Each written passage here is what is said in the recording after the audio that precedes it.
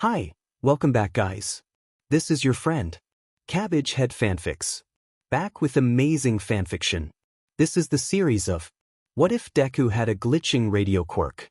Now before starting, please give this video a like and subscribe to the channel if you want more videos like this. Now let's get into the fanfic. Izuku has always had an obsession with present mix radio show. Maybe it was because of the enthusiasm the voice hero brought to his broadcasts, the entertaining content, and even the way his voice sounded over the radio distorted, yet strangely enchanting. There was something about those crackling radio frequencies that made Izuku feel alive. No matter what kind of day he was having, listening to Present Mic felt like an escape, a way to drown out the noise of the world and dive into a realm of sound that only he seemed to truly understand. As he got older, the obsession deepened. Izuku began to notice he wasn't just drawn to the show for the excitement, it was something more. The distortion in Present Mic's voice didn't sound strange to him, it felt familiar. At first, Izuku thought it was just his imagination, until one day, while fiddling with an old radio, he realized his own voice could shift and blend with the static. His quirk had finally awakened, and it was unlike anything he had expected. It wasn't a typical power, but a dark, mysterious ability tied to sound waves and radio frequencies. He could broadcast his voice into any radio within range, manipulate sound to control the airwaves, and even hypnotize or disorient those who listened too long. His voice became something eerie, almost demonic, as if it came from another realm. The more he used it, the more powerful and unsettling it became. That wasn't all though. Just like a computer malfunctioning, he had the power to glitch. To turn his body into something that flickered in and out of existence, like a corrupted signal. 1 second, Izuku was standing solid and whole. The next, he'd dissolve into a mass of static, his form distorting as though reality couldn't quite keep up with him. It was disorienting to watch, but for Izuku, it felt natural, like he had become one with the very frequencies that flowed through the airwaves. His movements were unpredictable. When he glitched one moment, he'd be a blur, a phantom of crackling noise. The next, he'd reappear several feet away, fully formed, as though he had never vanished at all. It gave him a certain advantage, a way to evade danger or strike without warning. But it was more than just physical displacement. It was as if the world itself was bending around him, as though his very presence disrupted the fabric of reality. This power, this glitching, was both exhilarating and terrifying. Izuku felt like he had become a living transmission, his body a vessel for the frequencies that only he could fully understand. But with that power came a constant hum, an undercurrent of static that never seemed to leave him alone. "Izuku, can you come help me with dinner?" The 14-year-old snapped his head towards the closed door he never used anymore. His vision shook as he glitched into the kitchen, right behind his mother. "Of course, mother." Izuku Midoriya jumped, causing the plates and bowls to fly out of her hands in every direction. Izuku acted fast, shifting through reality and catching the plates before they hit the floor. Izuku laughed as he spun to his mother, who was glaring up at him with her hands on her hips. Izuku's unsettling grin actually faltered. "Izuku Midoriya, how many times must I tell you to not startle your mother like that?"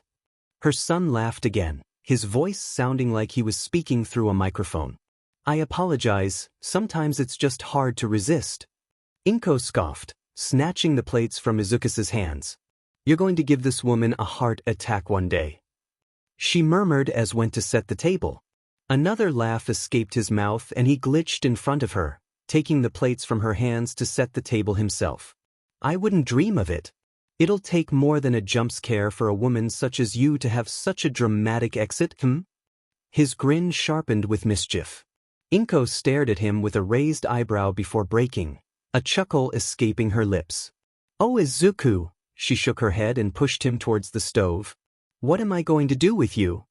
Izuku hummed, his grin never leaving his face as he started dinner.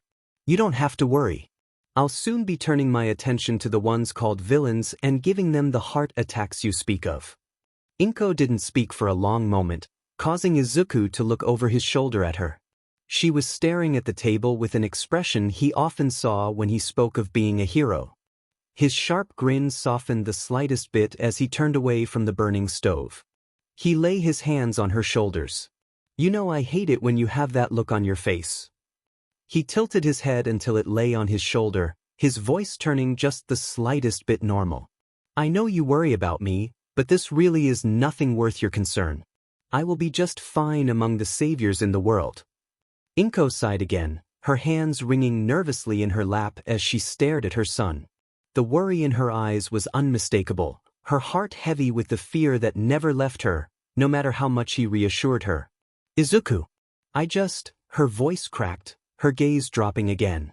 I know you're strong now and you've got your quirk, but it's still dangerous. I'm your mother. I can't help but worry. Izuku watched her, the remnants of his wide, unsettling grin twitching slightly. He knew that smile unsettled her, but it wasn't something he could control anymore. The power that came with his quirk often felt like it bled into every part of him, even his expression. The least he could do was drop the static from his voice, softening his tone for her sake. Mom. Izuku knelt in front of her, gently tilting her chin up to meet his eyes. His grin remained, but his voice was his own, free of the radio's distortion. Kaken's strong, you know that. He'll be by my side, and we'll protect each other like always. We've been through worse than this. Inko's lip quivered, her eyes shimmering with unshed tears. She looked at him, seeing not just her son but the boy who had grown into something so different, so powerful. There was still love in her gaze, but the fear never left. I know, she whispered, trying to hold back her tears. But you're my only boy, Izuku. I don't know what I'd do if something happened to you.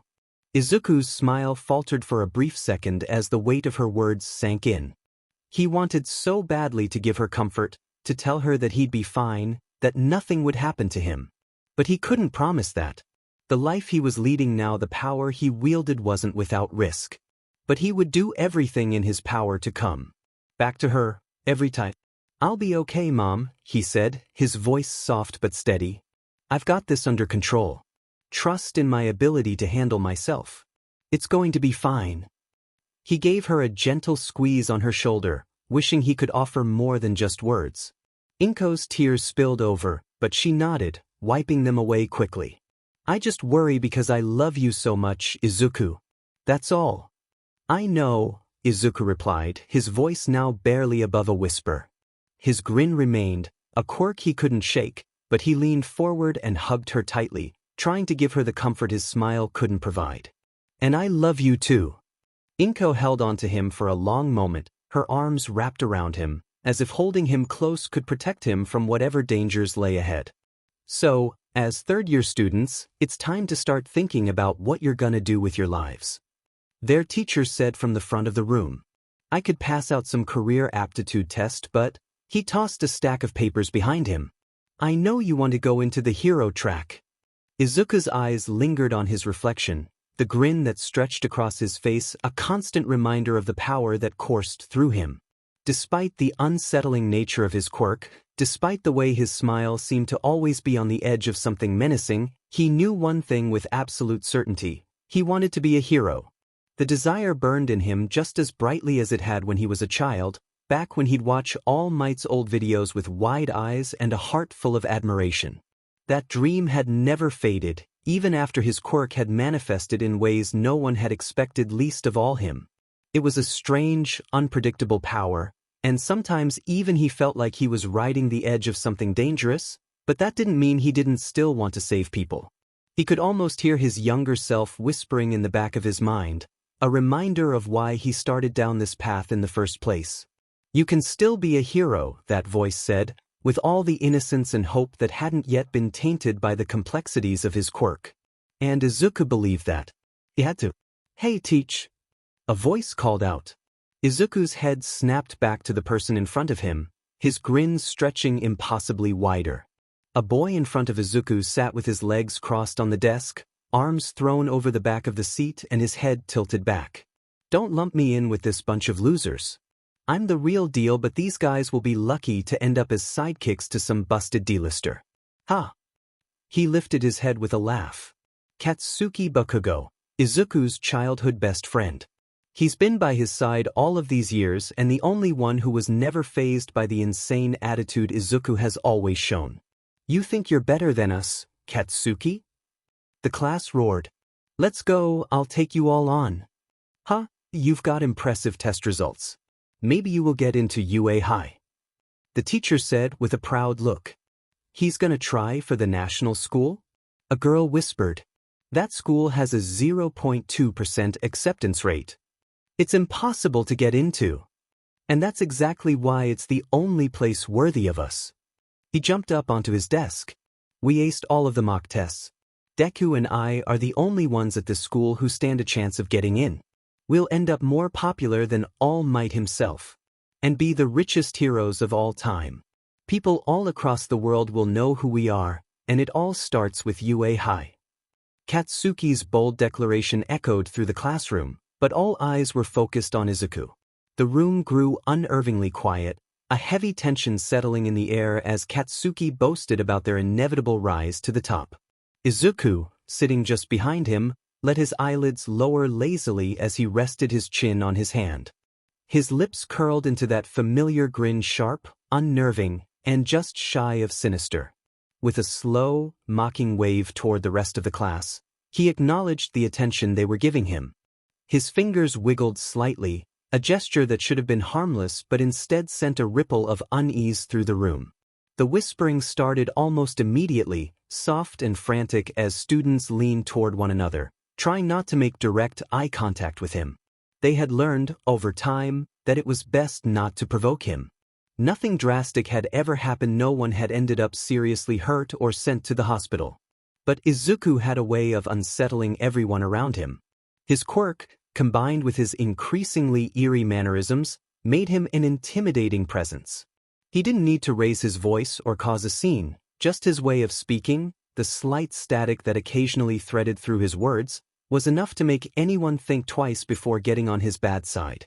Despite his unsettling demeanor, there was one person who never seemed fazed, Katsuki Bakugo. While the rest of the class gave Izuku a wide berth, Katsuki stayed by his side, just as he always had. There was something almost comical about it. Katsuki, with his explosive personality and endless ambition, paired with Izuku, whose grin seemed to promise something darker beneath the surface. But for all of Izuku's psychotic tendencies, Katsuki never wavered. He didn't shy away from Izuku's sadistic nature and didn't flinch at the unsettling grin that kept everyone else at a distance. Maybe it was because Katsuki understood him better than anyone else. Maybe it was because, for all of his bravado, Katsuki knew that Izuku wasn't the monster people whispered about. Or maybe it was simply that Katsuki had never been afraid of anything and Izuku was no exception. As the rest of the class nervously avoided his gaze, Izuku let out a soft chuckle, his voice carrying a slight distortion as it echoed in the silence. Huh, he said almost to himself. His grin widened, eyes glinting with something between amusement and challenge. Sounds like fun. Izuku hummed a tune to himself as he made his way home, his hands clasped behind his back. He didn't mind the walk, it gave him time to think, to enjoy the eerie solitude that came after a long, unproductive day at school. His ever-present grin remained plastered on his face, but it softened in the quiet moments like these. There was a certain peace to being alone, away from the wary glances of his classmates and the unspoken tension that seemed to follow him. As he neared an overpass, the sound of traffic above him rumbled faintly in the distance, but otherwise, the world felt muted. Izuku shoved his hands into his pockets, his mind wandering back to the day's events. Katsuki's bold speech in class had been amusing, and the reaction from their classmates had been predictable. No one wanted to upset him, not anymore. He chuckled to himself, the sound crackling with the faint distortion that had become his signature, but as he passed under the overpass, something caught his attention. The air around him suddenly felt heavy. It was as if the atmosphere had thickened, becoming stifling. Izuku stopped, his head tilting to the side when a shadow fell over his body. He slowly glanced over his shoulder. A mass of sludge, dark and reeking, rose from the sewage beneath them. As the villain's face formed in the mess of sludge, Izuku unclasped his hands and stared as a twisted, grotesque mouth appeared, grinning down at him with malevolent glee, much like his own. Well, what do we have here? The villain sneered, his voice bubbling with cruelty. You've got a nice little body, kid. I think I'll take it for myself. Thick, gooey tendrils of slime shot toward Izuku with terrifying speed, aiming to ensnare him in an instant. But before they could make contact, Izuku heard that familiar crackle of static in his ears. His body glitched without warning, a burst of distortion tearing through the air. And suddenly he wasn't where the villain thought he was. In an instant, Izuku appeared behind the sludge villain, casually examining his nails as if he hadn't just evaded an attack that would have ended most people's day. His body still flickered in and out, like a signal struggling to stay in tune. The faint buzz of static hummed in the air around him. The villain whipped around, confusion etched into his grotesque face, his tendrils recoiling slightly in surprise. What the? How did you? Izuku didn't answer at first. His attention was on his nails, wiping a non-existent smudge from his thumb with casual indifference. Then he let out a small chuckle, distorted and filled with static, like a radio tuning into the wrong station. You really thought you could just take my body, huh? Izuku asked, his voice light, almost teasing. He glanced up from his nails, his eyes gleaming with that familiar, unsettling glint. The smile tugging at his lips was wider than ever, sharp and mocking. The villain snarled, the sludge swirling angrily around him. You little brat. I don't know what you just did, but you won't get away again. Izuku let out another laugh, this time a bit louder, his voice vibrating with a chaotic energy. He tilted his head, looking the sludge villain up and down like he was some kind of amusing insect. You really don't get it, do you? Izuku said, his grin growing impossibly wider. He took a slow, deliberate step forward, his body still flickering with that strange, glitching effect. You're not in control here. I am. The villain growled, tendrils of slime shooting out toward Izuku once more. But each time, Izuku's form flickered, slipping through the villain's grasp like smoke through fingers. He was never where the villain expected him to be, his body appearing and disappearing with unpredictable speed. You've got to keep up, Izuku taunted, reappearing a few feet away with a playful wave. His voice crackled as he leaned forward slightly, his eyes narrowing with a dangerous gleam. Otherwise, this is going to be very boring for me. The sludge villain was panting now, growing increasingly frustrated with each failed attempt to capture the glitching boy. His mass of sludge heaved, his rage bubbling to the surface. I'll crush you, you freak. Izuku laughed again, the sound echoing unnervingly through the underpass. He was enjoying this far more than he should have. Izuku's laughter died down, the static in the air fading as his body stopped glitching. He straightened up, the playful glint in his eyes vanishing, replaced by something far colder, more calculated. All right, Izuku said, his voice now steady and devoid of the earlier amusement. I think I'm done playing with you. My dear mother will get worried if I don't return soon. The sludge villain recoiled, his tendrils of goo freezing mid-swing. There was something in Izuku's tone that sent a shiver of dread through him. This wasn't the boy who had been toying with him just moments ago. This was someone far more dangerous. Izuku tilted his head, eyes narrowing as he fixed the villain with a stare that was both detached and unnervingly calm.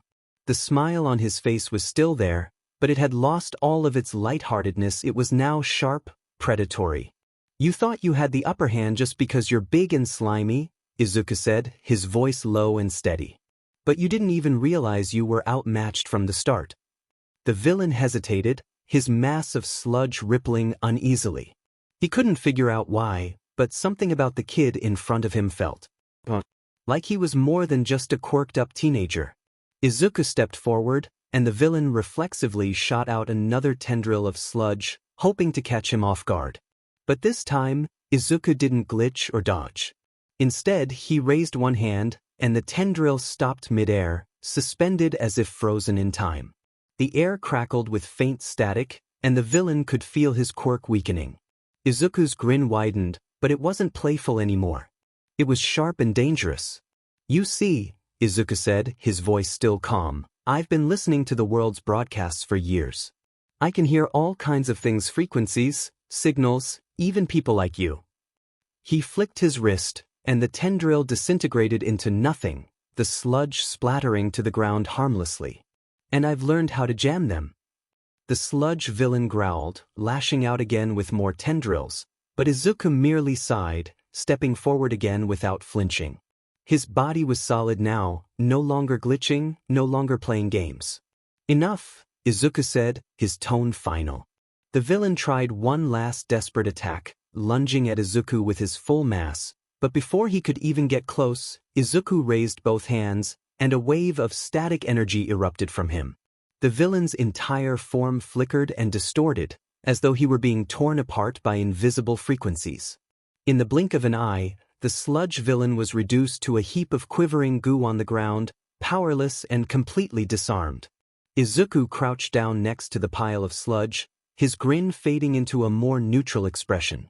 "You really should have picked someone else," he said quietly, the menace in his voice gone and back to that playful, obnoxious tone. "But thanks for the practice." With that, he stood up, brushing off his pants just as the sound of heavy footsteps approached. He turned his head, catching sight of All Might as he rounded the corner, the hero's eyes wide with shock. All Might's booming voice echoed through the underpass. "Young man, are you all right?" Izuku glanced over his shoulder at the defeated villain, then turned to face him fully, his static-filled grin still in place, though it seemed to soften just a bit. "All Might," he chirped, his voice distorted like a radio picking up multiple signals. "I'm more than fine, thanks for asking." All Might's eyes flicked between the sludge villain and Izuku, clearly trying to piece together what had just happened. The villain was incapacitated, spread out in a helpless puddle, while Izuku stood there, calm and collected, with that unnerving grin. "You took him down on your own?" All Might asked, incredulous. "How?" Izuku waved a hand dismissively.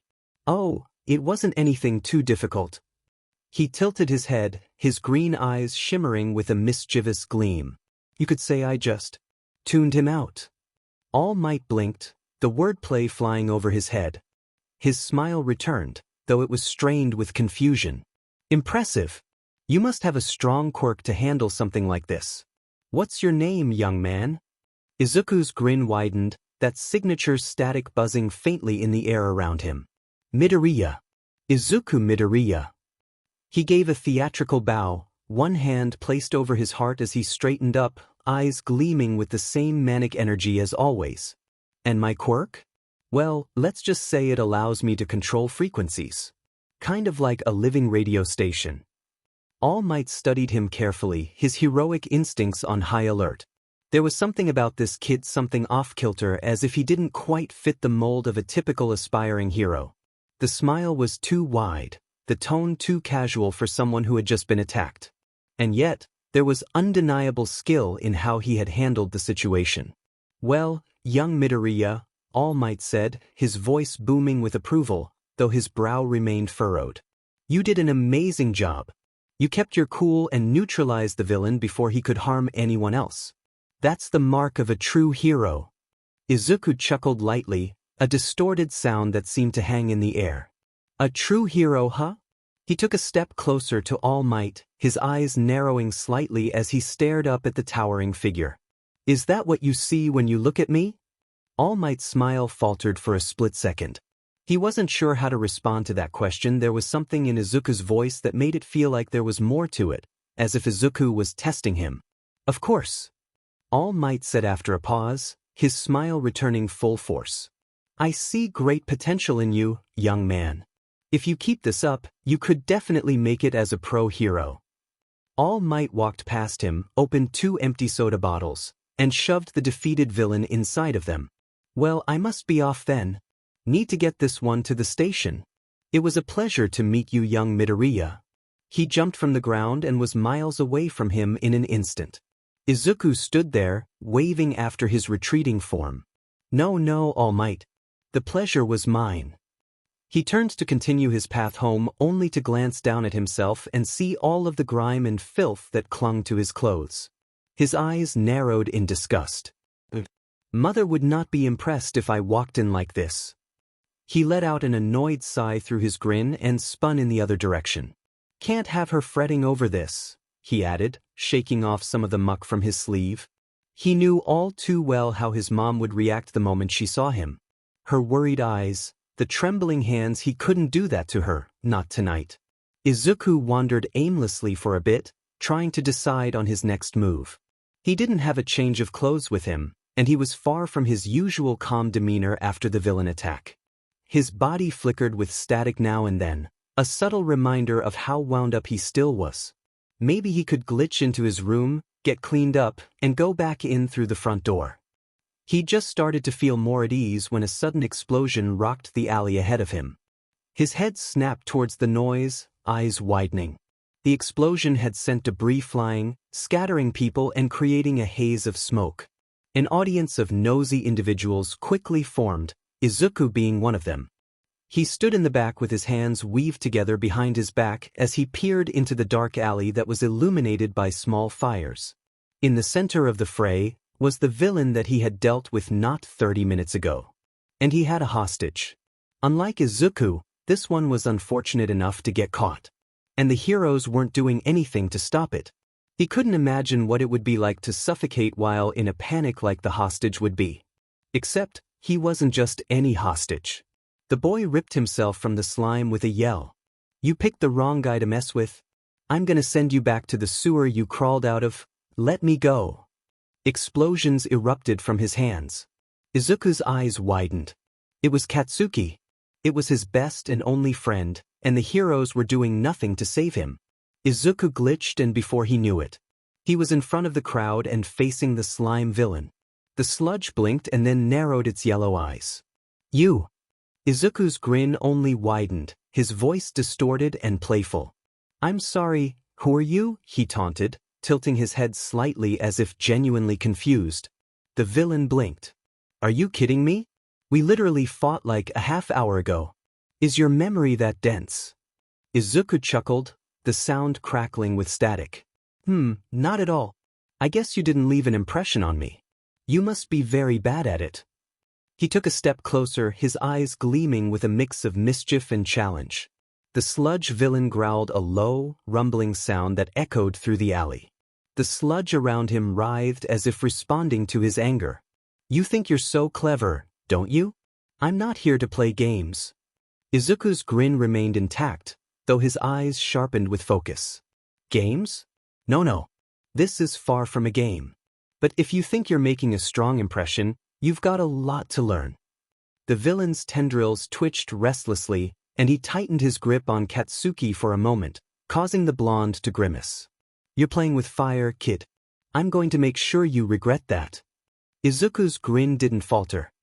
He raised his hand, sending a pulse of static energy crackling through the air, causing the villain's slime to shudder and recoil. "I wouldn't be so sure about that," he said, his voice taking on a more serious tone. "You see, I've had my fair share of encounters. And I don't take kindly to villains who think they can get away with hurting someone I care about." His voice took a darker tune and his scara turned black, like a demon. The sludge villain snarled, struggling to maintain control over the situation as Izuku's static disrupted his slime's consistency. Katsuki, gasping for air, took the chance to launch a powerful explosion, pushing the villain back. Izuku activated his quirk and warped through the space between them, grabbing Katsuki's collar and pulling him out of the villain's hold. The boy coughed and gagged on the ground as he struggled to get more air. Izuku grinned with half-lidded eyes at the villain. "Maybe next time, try not to be so forgettable." As the sludge villain roared in anger, Izuku stood his ground, his taunting grin unwavering. His hair began to stand on end, crackling with the static energy that was building around him. The air around him seemed to shimmer with the intensity of his quirk, making the scene feel electric and charged. His form started to shift and distort.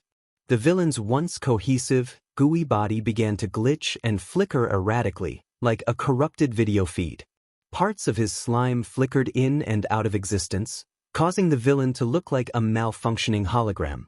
The gooey tendrils wobbled and twitched unpredictably, sometimes stretching out in jagged, distorted ways and then snapping back to their original shape. The villain's voice, once smooth and menacing, became fragmented and stuttering, like a broken radio signal. What is this?" Izuku watched the chaotic display. "Looks like you're having a bit of trouble holding yourself together," he taunted, his voice warbling slightly with the distortion. Is this what happens when you try to mess with me? I've got to say, it's quite the show. The glitching effect spread through the villain's body, making the slime bubble and warp uncontrollably. The villain's outline became jagged and inconsistent, with sections of his form flickering in and out of visibility. It was as if the villain's very existence was being scrambled by Izuku's quirk. The villain, struggling to maintain any form of coherence, thrashed wildly, his frustration palpable. The erratic movements and distorted roars added to the surreal and unnerving spectacle. Each glitchy flicker was met with a burst of static energy from Izuku, amplifying the disruption and making the villain's struggle even more pronounced. Izuku's eyes remained fixed on the villain, his grin a mask of amusement and control. Having a bit of trouble with your consistency, are we? Maybe you should take a moment to recalibrate. Izuku chuckled under his breath. Izuku Midoriya. His quirk, static distortion. He can generate static energy, causing visual, auditory, and physical disruptions in his surroundings. He can create glitch-like effects that make objects, people, or even his own body flicker, distort, and phase in and out, making it hard for opponents to maintain control or focus. This static energy can also interfere with electronic devices, scramble signals, and short-circuit technology. The sludge villain's attempts to retaliate were fruitless as the glitching effect continued to wreak havoc. His form was unstable, shifting uncontrollably, and the once formidable threat was now reduced to a flailing, distorted mess. With one last lagging yell, his coagulated body split apart, exploding in all directions. Izuku dusted his hands off and turned back to Katsuki, who was staring at him from the ground. Izuku casually brushed off his hands as if he had just finished a simple chore. He turned his attention to Katsuki, who sat on the ground, wide-eyed and breathing heavily. "You okay, Kaken?" Izuku asked, his voice dripping with playful mockery but with a hint of concern as well, the distortion still clinging to his words. Katsuki stared at him in stunned silence, his usual explosive energy tempered by the shock of what he'd just witnessed. "What the hell was that?" he finally managed to say, his voice hoarse from the sludge villain's attack. Izuku tilted his head, grinning down at him. "Just a little static interference," he said, his eyes gleaming with mischief. "You know how it is, things get glitchy when I'm around." Izuku leaned against the counter, stirring the pot on the stove while his hair dripped onto the floor from his recent shower. His grin hadn't faded, even after the long lecture his mother had just given him. "Grounded for 2 weeks, huh?" he muttered to himself with a chuckle, knowing full well that he'd earned it this time. Facing off against a villain wasn't exactly what he'd planned for the day, but at least he was alive, and his mother's scolding was proof of that. He looked over to the couch, where Inko sat with her arms crossed, her worried expression softened now that she knew he was safe. "Don't worry, Mom. I'll make it up to you," he called over his shoulder, his voice free of the mocking tone he usually carried. He could tell she was still upset, but he also knew she adored him too much to stay mad for long. Inko sighed deeply, finally uncrossing her arms. "Izuku, just be careful, okay? You may have a strong quirk, but you're still my son. I don't want to see you getting hurt." Izuku glanced at her, the ever-present grin still etched on his face. "I will be, Mom. Don't worry. Facing that villain today was nothing compared to what I'll face in the future. But I'll be ready." His mother shook her head, but a small smile tugged at her lips. "Just remember to take care of yourself, okay? Being a hero isn't everything." Izuku nodded, his mind already wandering to the challenges ahead. "I know. But I'll make you proud." Inko walked up next to him, reaching up and putting her hand on his cheek with a soft smile. "You already have, Izuku. You already have. You look tense, Kaken. Could it be you're actually losing your cool?" Izuku's voice rang out with playful distortion as they approached the gates of UA. Katsuki didn't even flinch when Izuku warped in front of him, glitching into place with that unnerving grin plastered across his face. He kept walking, hands shoved deep in his pockets, but the faint flicker of irritation was undeniable. His lip curled at the taunt. As if, "Who do you think you're talking to, Deku?"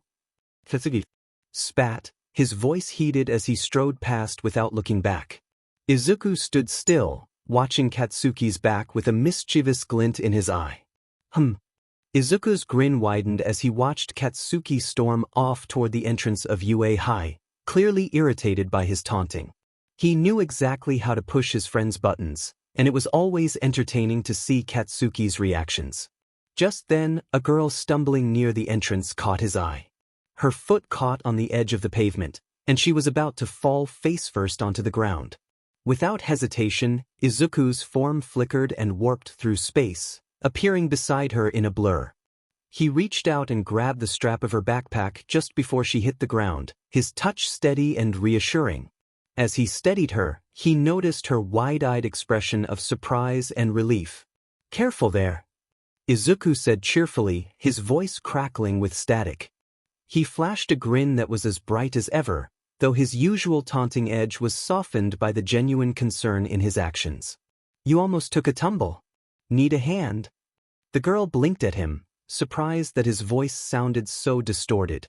But she shook her head, shaking off the shock of the fall. "Heh, thank you." She gave Izuku a bright smile that could have rivaled his own. "I'm Ochako Uraraka. It's nice to meet you." Izuku let his head drop to the side, giving her one of his radio chuckles. "Izuku Midoriya. The pleasure is all mine, Uraraka." Izuku noticed her smile waver and he turned, walking away. He knew that his face was unsettling for people, and he didn't want it to somehow interfere with her performance today. "I wish you the best of luck today," he said, waving a hand over his shoulder before placing it behind his back as he walked through the doors of UA High. Izuku rested his chin on his crossed hands as the lights overhead dimmed and a pro hero walked onto the stage. Izuku felt his body glitch with excitement at the sight of present Mike. "What's up, UA candidates? Thanks for tuning to me, your school DJ. Come on. And let me hear ya." Silence. "Keeping it mellow, huh? That's fine, I'll skip straight to the main show. Let's talk about how this practical exam is gonna go down, okay? Are you ready?" Yeah. Izuku couldn't help blurting out, causing every head in the auditorium to face him. He only waved. Present Mike laughed. "I love the enthusiasm, listener. Like your application said, today you rockin' boys and girls will be out there conducting 10-minute mock battles in super hip urban settings. Gird your loins, my friends. After I drop the mic here, you'll head to your specified battle center. Sound good?" He said as the screen behind him lightened and showed the battle centers. Izuku and Katsuki looked at their cards. "I see.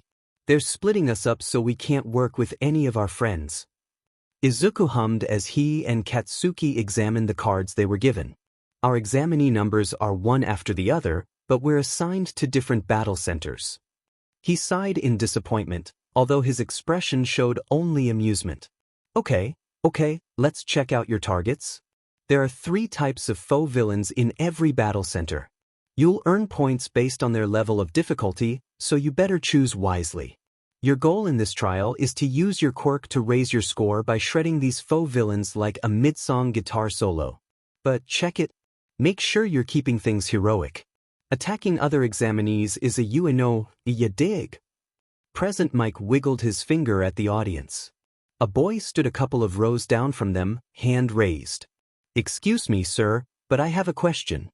Present Mike pointed at him. "Hit me." A spotlight surrounded the boy who had short dark blue hair and square glasses that sat over his blue eyes. He held up a sheet of paper. "On the printout, you've listed 4 types of villains. Not 3. With all due respect, if this is an error on official UA materials, it is shameful. We are exemplary students. We expect the best from Japan's most notable school. A mistake such as this won't do." He suddenly spun around and glared at Izuku. "Additionally, you with the unkempt hair."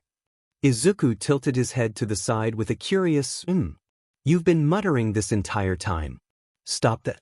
If you can't bother to take this seriously, leave. You're distracting the rest of us," he said and glared at him. Izuku waved his hand dismissively with a mock-serious expression. "Oh, of course," he said, his voice crackling with a touch of static. "I wouldn't want to distract you from your intense focus. We wouldn't want to risk anyone missing the chance to correct a minor printing error, now would we? That drew a few quiet snickers from the teenagers in the room. The boy stiffened even more if that was possible and stuttered over what to say next. All right. Examinee number 7. Thanks for calling in with your request. The fourth villain type is worth 0 points. That guy's just an obstacle we'll be throwing in your way. There's one in every battle center. Think of it as a hurdle you should try to avoid. It's not that it can't be beaten, but there's that kinda no point. I recommend my listeners try to ignore it and focus on the ones topping the charts. The boy bowed. Thank you very much. Please, continue. He sat back down with the fluidity of a robot. That's all I got for you today. I'll sign off with a little present. A sample of our school motto. As General Napoleon Bonaparte once laid down. A true hero is one who overcomes life's misfortunes. Now that's a tasty soundbite. Are you ready to go beyond? Let's hear a plus ultra. Good luck. Hope you practiced hitting more than just books. Izuku stared at the huge gates that led to the training grounds. He didn't pay any attention to the other candidates while he waited for the doors to open. It would have been so easy to glitch himself just beyond them, but that would be cheating. Or would it? Isn't it a hero's job to jump into action right away? Izuku sighed. He wouldn't risk it. He'll impatiently wait out here until the gates open. Movement caught his eye and he snapped his head to the side to see the girl he caught approaching him. He tried to smother the widening of his smile, but she was a welcome cure of boredom. And she was the one approaching him. Only his mother and Katsuki did that. She swallowed nervously, but held her ground, forcing a smile on her face. Hello. I just wanted to say thank you again for catching me. You left so quickly that I wondered if I did something to upset you. Izuku laughed. Oh, not at all. I know that my smile can be unnerving for some people to see. The fault was mine. I didn't want to be responsible for making you uncomfortable. Her eyes widened. No. I wasn't uncomfortable. Well, I was, she scratched her neck. But it was only because your face startled me. Her hands flew up to her mouth. Oh my God. That came out so wrong. Izuku let out a loud laugh of amusement. I understand. He laid his hand on her shoulder. Thank you. She slouched in relief. If it's okay, why are you smiling so much? Every time I saw you, it was always there. He hummed, looking up at the blue sky. You could say that. My quirk actually allows me to interfere with the frequencies and objects around me. He flickered and glitched behind her, leaning in close to her ear. Including myself. She spun around in shock as he put his hands behind his back. That's why my voice sounds the way it does. I could talk like any other person, he laughed. But I prefer the sound of a radio. The smile though, it just never drops. It's not something I can help. Instead of being frightened, Uraraka smiled at him again. That's an impressive power. You'll be a great hero. Izuku's sharp grin softened at the edges. What about you, my dear? What is your quirk? She flushed. Oh, it's nothing special. Nonsense. Every quirk is unique in its own way. It's how you use it that defines your character. Uraraka straightened a little, finding a new kind of confidence. Well, I call it zero gravity.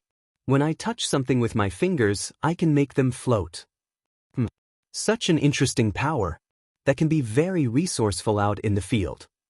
Her cheeks turned red again at the praise. She opened her mouth and flinched when a buzzer went off from above. Izuku looked to the side to see the gates start to open. Well, that's our cue. He bowed at the waist. I hope to see you in class, Uraraka. His body glitched and he was gone, reappearing inside the mock city. Hey, what are you waiting for?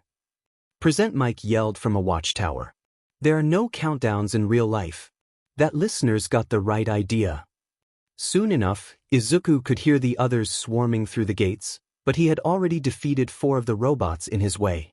Principal Nise's eyes sparkled with curiosity as he leaned closer to the monitor, his small paws resting on the desk.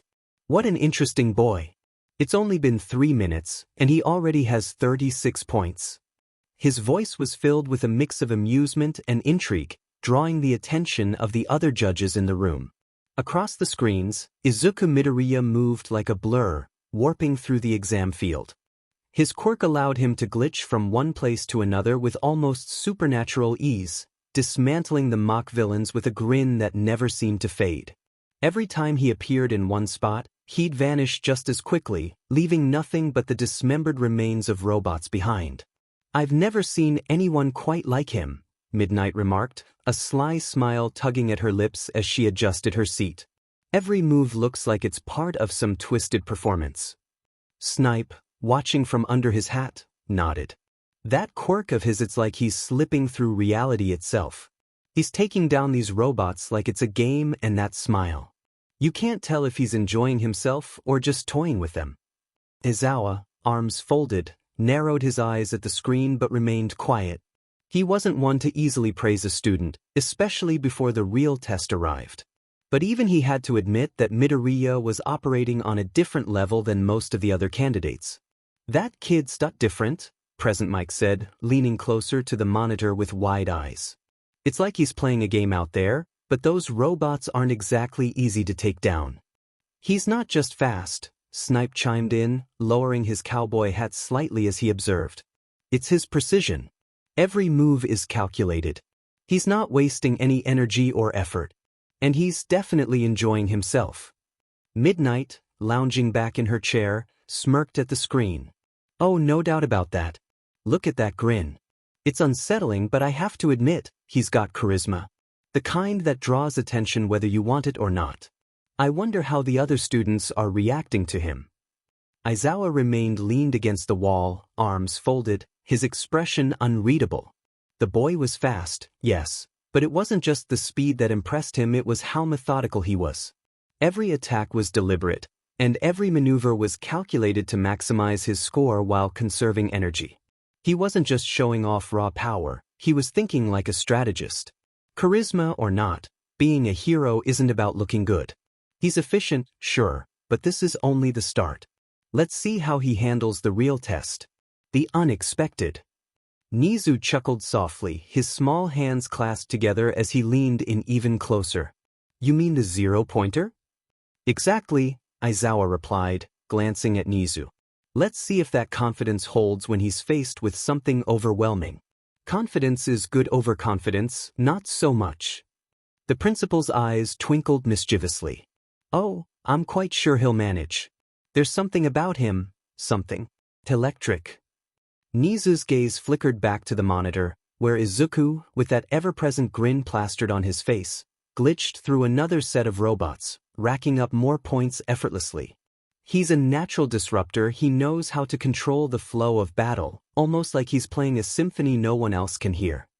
"He's got a lot of potential," Cementos agreed, rubbing his chin thoughtfully. "But that grin, that he's not like your typical hero candidate. He looks like he's enjoying the chaos." "Maybe he is," Midnight mused, her eyes narrowing with intrigue. "And maybe that's what makes him so dangerous. You know what they say about people who smile through the storm." The room fell silent as they watched Izuku glitch forward once more, a final robot bursting apart behind him with a single swipe of his hand.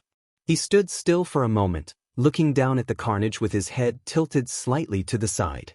Then he casually began to walk forward again, eyes scanning the area for more targets as if this were nothing more than another walk in the park. "That boy," Nizu murmured, leaning back in his chair, "is going to shake things up around here." He flicked open the plastic seal in front of him and pressed the big red button. Izuku sat perched on the edge of a tall building, legs dangling lazily over the side as he watched the chaos unfold below him. The city simulation buzzed with the frantic movements of his fellow candidates, each of them scrambling to rack up as many points as they could before time ran out. Their desperation was palpable, explosions and metallic clanging echoing through the air as robots were dismantled left and right. But none of it concerned him. He already had more than enough points. A distant rumbling suddenly shook the area, causing Izuku to look down at the road farther ahead and see it, the 0-pointer. A massive robot, towering over the simulated cityscape like an unstoppable force of destruction. It stomped through the streets, scattering candidates in every direction. Most of the other students were already running for safety, their earlier determination gone in the face of the enormous machine. Izuku had half a mind to ignore it too. It wasn't worth any points, and he was bored of waiting for their time to be up. He hummed a tune and stretched as he stood. But then he spotted her Uraraka, trapped beneath a pile of rubble in the path of the zero-pointer. Her eyes were wide with panic as she struggled to free herself, but the debris was too heavy. And the robot was getting closer with each second. Izuku's grin faltered, replaced by a sudden focus. "Guess I can't just leave her, can I?" He muttered to himself, and before he knew it, his body was already in motion. In the blink of an eye, Izuku glitched down from the rooftop, his body flickering in and out of sight as he warped through the air, reappearing directly in front of Uraraka with his hands casually folded behind his back. From the viewing room, Nizu and the other instructors leaned closer to their monitors, eyes fixed on the unfolding scene. Izuku had glitched from the rooftop to the ground near Uraraka in an instant, standing before the enormous zero-pointer with his hands casually folded behind his back. That unnerving grin still stretched across his face as if the robot's looming presence was nothing more than a minor annoyance. "Interesting boy," Nizu murmured, eyes gleaming with fascination. Not even the slightest hint of panic. Aizawa, leaning against the wall with his arms crossed, narrowed his eyes. "He hasn't even moved to dodge. Is he really just gonna stand there?" Midnight asked, intrigued. "He's either extremely brave or completely reckless." Before anyone could voice another thought, the zero-pointer reached out its massive hand. The audience tensed, but Izuku remained perfectly still. Then, as if in response to the boy's mere presence, the robot's arm jerked and froze midair. The sound of sputtering circuits crackled through the speakers as its entire system malfunctioned, sparks flying from its joints. "Wait, what's happening?" Present Mike exclaimed, eyes wide. "Is he doing that?" On the screen, the zero-pointer twitched violently. Izuku's quirk was clearly at work, distorting the space around him and wreaking havoc on the robot's internal systems. The judges watched in awe as the machine's movements became increasingly erratic before it finally collapsed, lights flickering out as it fell in a heap of metal. "Did he just?" Cementos leaned forward in disbelief. "He didn't even lift a finger." Midnight blinked, stunned. "That's incredible. He took down a zero-pointer without even touching it." Nizu's smile broadened. He knew exactly what to do to neutralize the threat without expending any unnecessary effort. That level of control is impressive.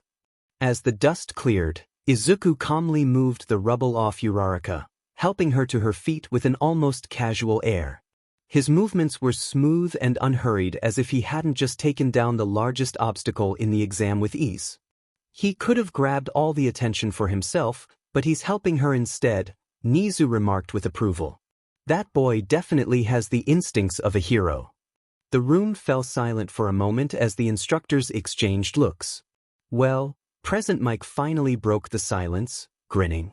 "That kid certainly made one hell of an impression." The results were still not announced 2 weeks later. Izuku sat with his mother at the table while they ate dinner. Inko was staring at him and his closed-eyed smile as he happily ate his food.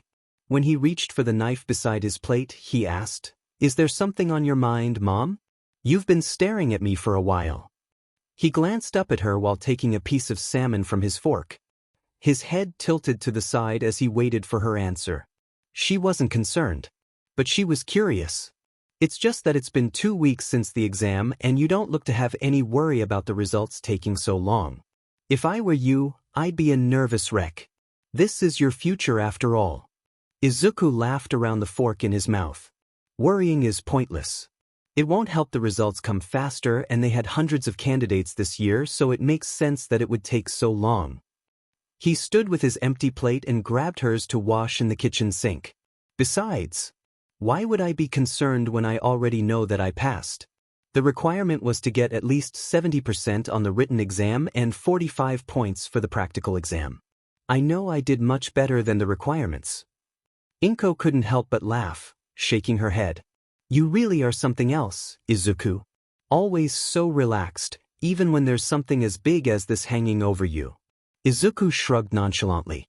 "Hey, I figure if I stress out, I might as well turn into a mess of static and glitch out of existence. Better to just enjoy the ride, right? Inko chuckled, her worry easing a little in the face of his unflappable demeanor. You know, I've always admired your ability to stay so calm and collected. It must be a hero thing. Or maybe it's just me being me, Izuku said with a wink. Besides, I've got more important things to focus on. Like making sure you're not spending all your time worrying about me. Izuku's form started flickering around the room. His mischievous grin remained constant as he popped in and out of view, each glitch bringing him to a new spot with a playful quip. Mom, you really don't need to worry so much, he said, reappearing in front of the refrigerator, holding up a jar of pickles. I've got this whole hero thing covered. And even if I don't, well, let's just say I'm pretty good at dodging trouble. He blinked out of sight again, reappearing on the other side of the room, now perched on the edge of the sofa. Besides, worrying is like trying to catch smoke with your bear. It just slips right through. And you don't want to be chasing smoke all day, do you? Inko shook her head in amusement, following his rapid movements with her eyes. You're impossible, Izuku. Please try not to be so reckless. Izuku glitched next to her, sitting down on the arm of her chair with a dramatic sigh. Reckless? Never. I prefer to think of it as adventurously spontaneous. Besides, if I didn't take a few risks, how would I ever make it to the top of the hero charts? He then winked at her and vanished, reappearing in the kitchen, where he grabbed a pair of oven mitts and held them up as if they were a prize. And look at this. Even if I did mess up, at least I'd be armed with these bad boys. You can't get into too much trouble with oven mitts on, right? Inko's laughter was warm and genuine, her earlier worry giving way to a more relaxed state. She watched him with a fond smile as he continued his playful antics around the room. All right, she said, trying to catch her breath from laughing. I guess I'll try to take a page from your book and not worry so much. Just promise me you'll be careful. Izuku popped up in front of her, grasping her hands. I promise, he said gently, then proceeded to clean the dishes and the kitchen so she could relax. He hummed as he wiped the last of the spills from the table when Inko burst through the doorway, eyes wide with apprehension. It's here. Izuku, your letter is here. Your test results from UA.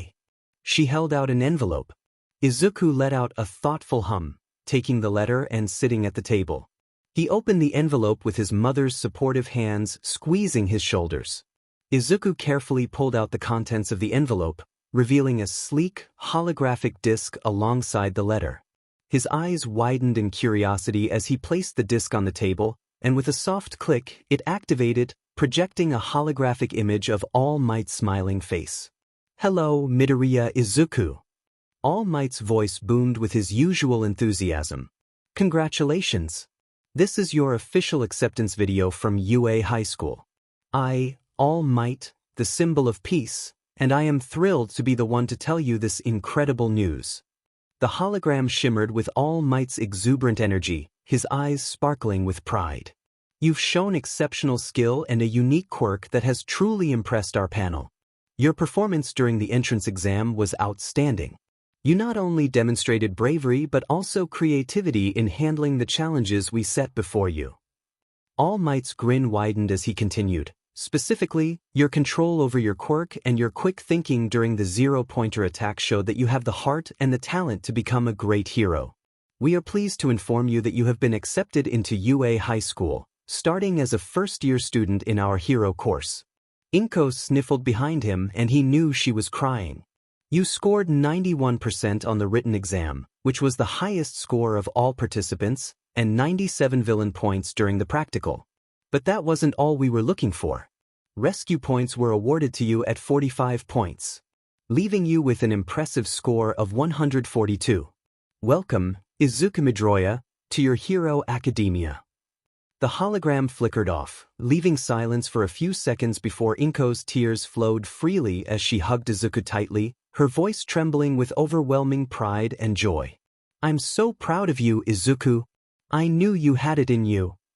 Izuku's arms encircled her in return, his own laughter bubbling up despite the slightly awkward angle of the embrace. I told you. You had nothing to worry about, he said, his tone a mix of playful and soothing as he used his distinctive radio voice. Inko pulled back slightly, her eyes still glistening as she gazed at her son with a mixture of awe and love. You really did it, Izuku. I always knew you'd be amazing, but this is beyond anything I could have imagined. Izuku's mischievous grin returned as he glanced at the unopened letter and the small holographic disc on the table. With a flourish, he unfolded the letter and began reading aloud, his eyes darting across the neatly printed text. Let's see. It says here that classes will start on August 15th. And it looks like they'll be delivering my uniform soon. Oh, and here's the list of supplies I'll need. But wait, what's this? He furrowed his brow as he read further.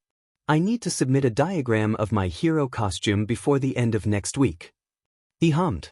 Well, what a fun challenge. He laughed. Izuku sat at the kitchen table, twirling a pen between his fingers. Now that his costume design had been mailed, the adrenaline that had kept him so busy for the past 2 days was gone, leaving an empty lull. The clock on the wall ticked steadily, and the day stretched before him with nothing to do. He let out a long sigh, leaning back in his chair.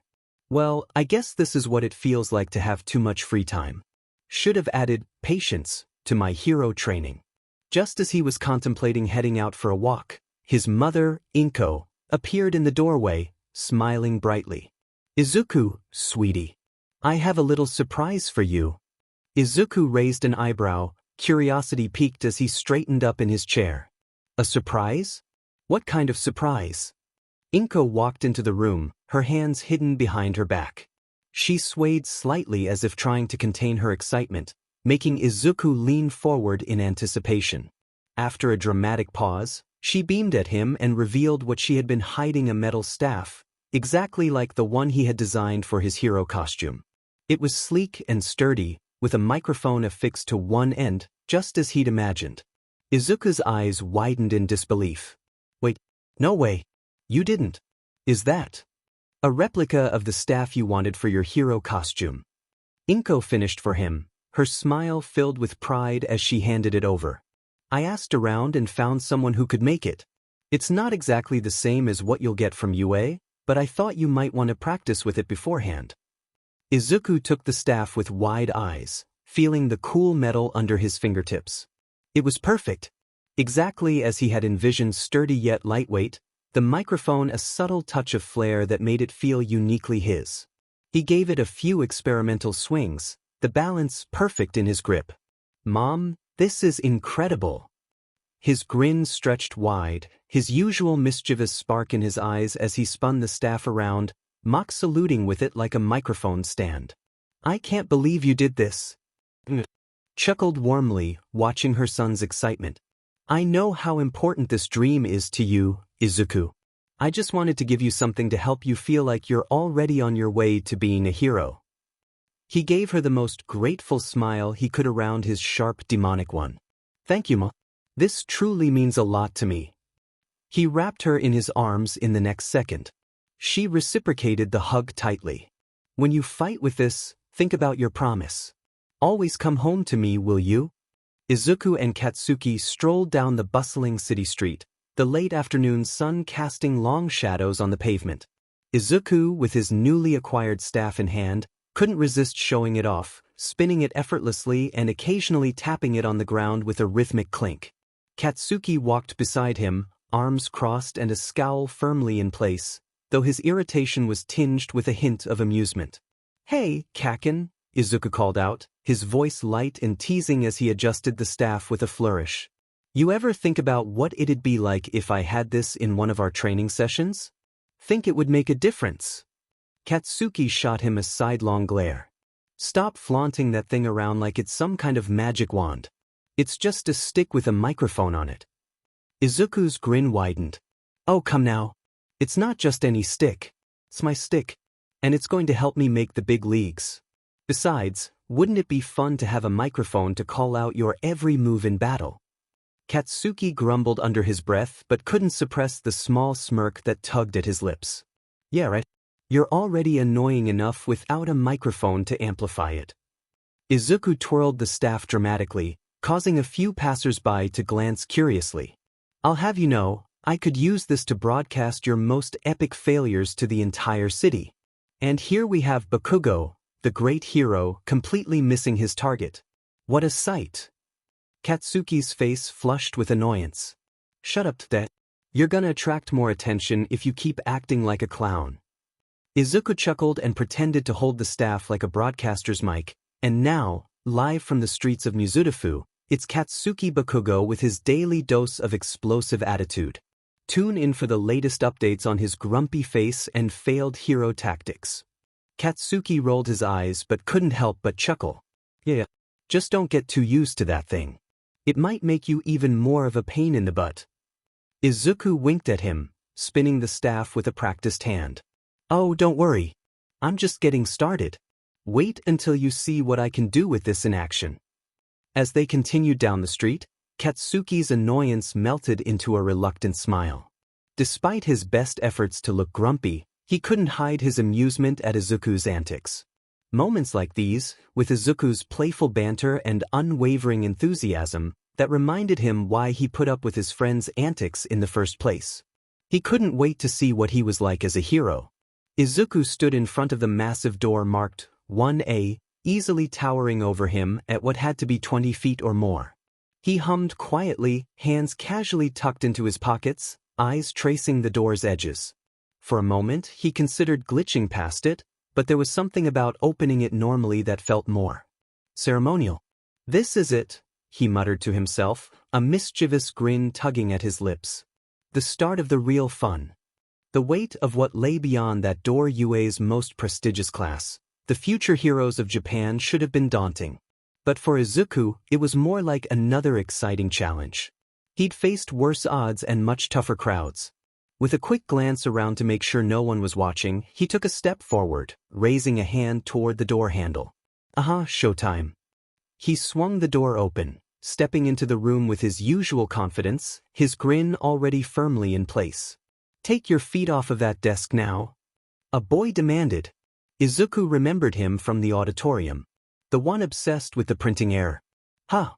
Katsuki stared at him with an evil smirk that looked a little too similar to Izuku's. It's the first day and you're already disrespecting this academy by scuffing school property, you cretin. You're kidding me, right? Your old school put a stick up your butt? Or were you born with it? The boy stuttered. Let's start over. I'm Tenya Ida from the semi-private academy. Semi-huh? So you must think you're better than me. I'm gonna have fun tearing you a new one. Ida gasps. You would threaten me? Your own classmate? Are you sure you're in the right place? Ha! Ida was suddenly aware of his presence at the door and straightened. It's you.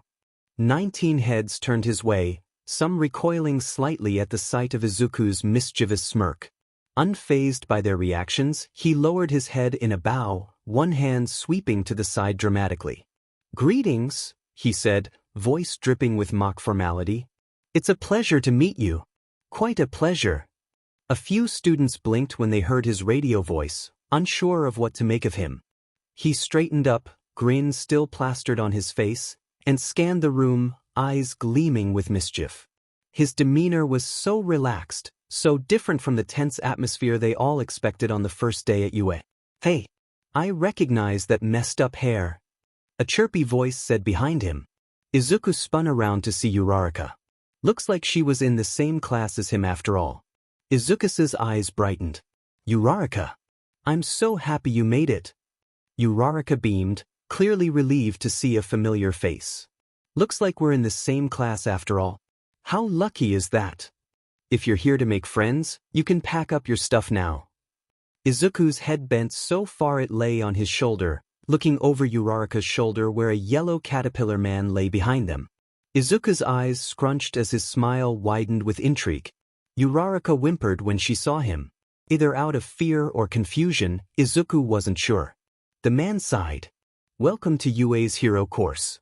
His arm wiggled out of the sleeping bag and he put what Izuku thought was one of those jelly pouches he saw when he would go grocery shopping for his mother. The man stood up and unzipped the bag, stepping out of it. It took 8 seconds before you all shut up. That's not going to work. Time is precious. Rational students would understand that. Izuku tilted his head, his mischievous grin not dropping as he observed the man more closely. He thought, taking in the teacher's appearance, those heavy eye bags, the unkempt shoulder-length hair, and the scruffy beard that gave the impression of someone who had long been tired of the world. He must have been a hero considering that he was here at UA. As well as the obnoxiously long scarf and black jumpsuit. The man looked at the students already sitting at their desks. "Hello, I'm Shoyuta Aizawa. Your teacher." The room erupted in surprised murmurs, but Izuku remained focused, his mischievous grin barely wavering. He watched Aizawa reach into his sleeping bag and pull out a set of gym uniforms. The gym uniforms were simple, a dark blue tracksuit with a UA emblem on the chest, designed for practicality and comfort. "Right, let's get started," Aizawa continued, tossing the gym uniforms onto a nearby desk. "Put these on and head outside." Izuku was the first to grab a uniform and walk past his new teacher, aware of the fact that he was watching him the entire time. Izuku couldn't help but marvel at the sheer size of the field behind UA High. The acres of land stretched as far as the eye could see, leaving him amazed at how expansive the campus truly was. He thought the school was large when he saw it from the front, but this was on an entirely different level. The class of 1A gathered on the open field, whispering among themselves as they stood in anticipation. Aizawa stood in front of them, his disheveled appearance contrasting with the sharpness of his gaze as he scanned the group to ensure all 20 students were present. His expression was as unreadable as ever. "All right," Aizawa finally spoke, his voice calm but carrying an undeniable authority. "As your first activity at UA, we'll be doing a quirk assessment test." Izuku's eyebrows raised in curiosity, folding his hands casually behind his back as the other students exchanged confused glances and hushed whispers. "But orientation?" Uraraka exclaimed from beside him, worry evident in her voice. "We're going to miss it." Aizawa's black eyes rolled, clearly unimpressed by the concern. "If you really want to make the big leagues, you can't waste time on pointless ceremonies. Here at UA, we're not bound by tradition or superficial formalities. That means I get to run my class however I see fit." The students fell silent, taking in his words, and Izuku felt a thrill of excitement run through him. This teacher wasn't one to coddle them, he was here to push them. "You've been taking standardized tests most of your lives," Aizawa continued. "But you've never had the opportunity to use your quirks during those exams. The country is still operating under the illusion that we're all created equal by not letting those with the most powerful quirks stand out. It's not rational. One day, the Ministry of Education will realize that." Izuku listened intently, a mischievous glint in his eye. This was exactly the kind of no-nonsense approach he had hoped for. Aizawa's gaze then locked onto him, and Izuku tilted his head slightly, curious about what was coming next. "Midoriya," Aizawa said, "you scored the most points in the entrance exam, didn't you?" Izuku nodded. "Yes, sir." Aizawa crossed his arms, his gaze still fixed on Izuku. "What was your farthest throw in junior high? Without your quirk?" Izuku hummed in thought before answering, "I believe it was 79 meters. With a grunt, Aizawa pulled a ball from his pocket and tossed it to Izuku. "Try throwing this. Use your quirk. Just make sure you stay inside the circle." Izuku caught the ball with ease, his grin widening at the challenge. He stepped confidently into the spray-painted circle on the ground, squeezing the ball in his hand. It flickered with static as it glitched in his grip, distorting slightly as his quirk took hold. The class watched in silence, some nervous, others curious, while Izuku casually wound his arm back. Then, with a burst of energy, he hurled the ball forward with everything he had. It disappeared in a blur, glitching and distorting through the air before vanishing completely from sight. A second later, a loud beep came from Aizawa's handheld device. He glanced down at the screen, and without much change in his expression, held it up for the class to see. 3,482 meters. There was a collective gasp from the students. Izuku's grin didn't falter, though his eyes shone with pride. The rest of the class stared in shock, realizing just how powerful the boy who never stopped smiling actually was. "Holy crap," one whispered wide-eyed. Aizawa gave a brief nod. That's the kind of effort I expect from all of you. Izuku stretched his arms above his head as if throwing the ball that far had been nothing but a light warm-up. He glanced back at the rest of the class, still grinning. Aizawa's sharp voice cut through the chatter again. You've all got one chance to show me what you can do with your quirks. If you fail to meet my standards, you'll be expelled. The air shifted, tension rippling through the class at Aizawa's words. Expelled? Already? Izuku hummed. Let the games begin. As the students murmured nervously about Aizawa's threat of expulsion, the teacher's gaze lingered on Izuku longer than it did on the others. It wasn't his skill that caught Aizawa's attention. Plenty of students at UA had strong quirks. No, what unsettled Aizawa was that ever-present grin on Izuku's face, the way he seemed so relaxed, so casual, even in a situation that should have been daunting. Aizawa narrowed his eyes, folding his arms as he continued to watch Izuku from the corner of his vision. The boy didn't appear anxious or concerned like the others. In fact, he almost seemed to enjoy the challenge. That grin, combined with the ease with which he threw the ball, made Aizawa suspect that Midoriya might be arrogant. Cocky, overconfident, Aizawa thought to himself. This kind of attitude always backfires. Izuku was different from the students Aizawa usually trained. Most of them were eager but humble, showing the appropriate nervousness that came with the weight of becoming a pro hero. But Midoriya? He practically radiated a playful confidence, like this was all just a game to him. Aizawa couldn't shake the feeling that Izuku was holding back, hiding something behind that cheerful facade. It was that carefree attitude that concerned him the most. He had seen talented students fall apart under pressure, and arrogance often led to disaster. He wasn't about to let this kid coast on skill alone, not in his class. Aizawa kept his gaze on him, his mind already racing through how he'd test Midoriya further. He wanted to see if that smile would last when things got harder, when the pressure truly hit.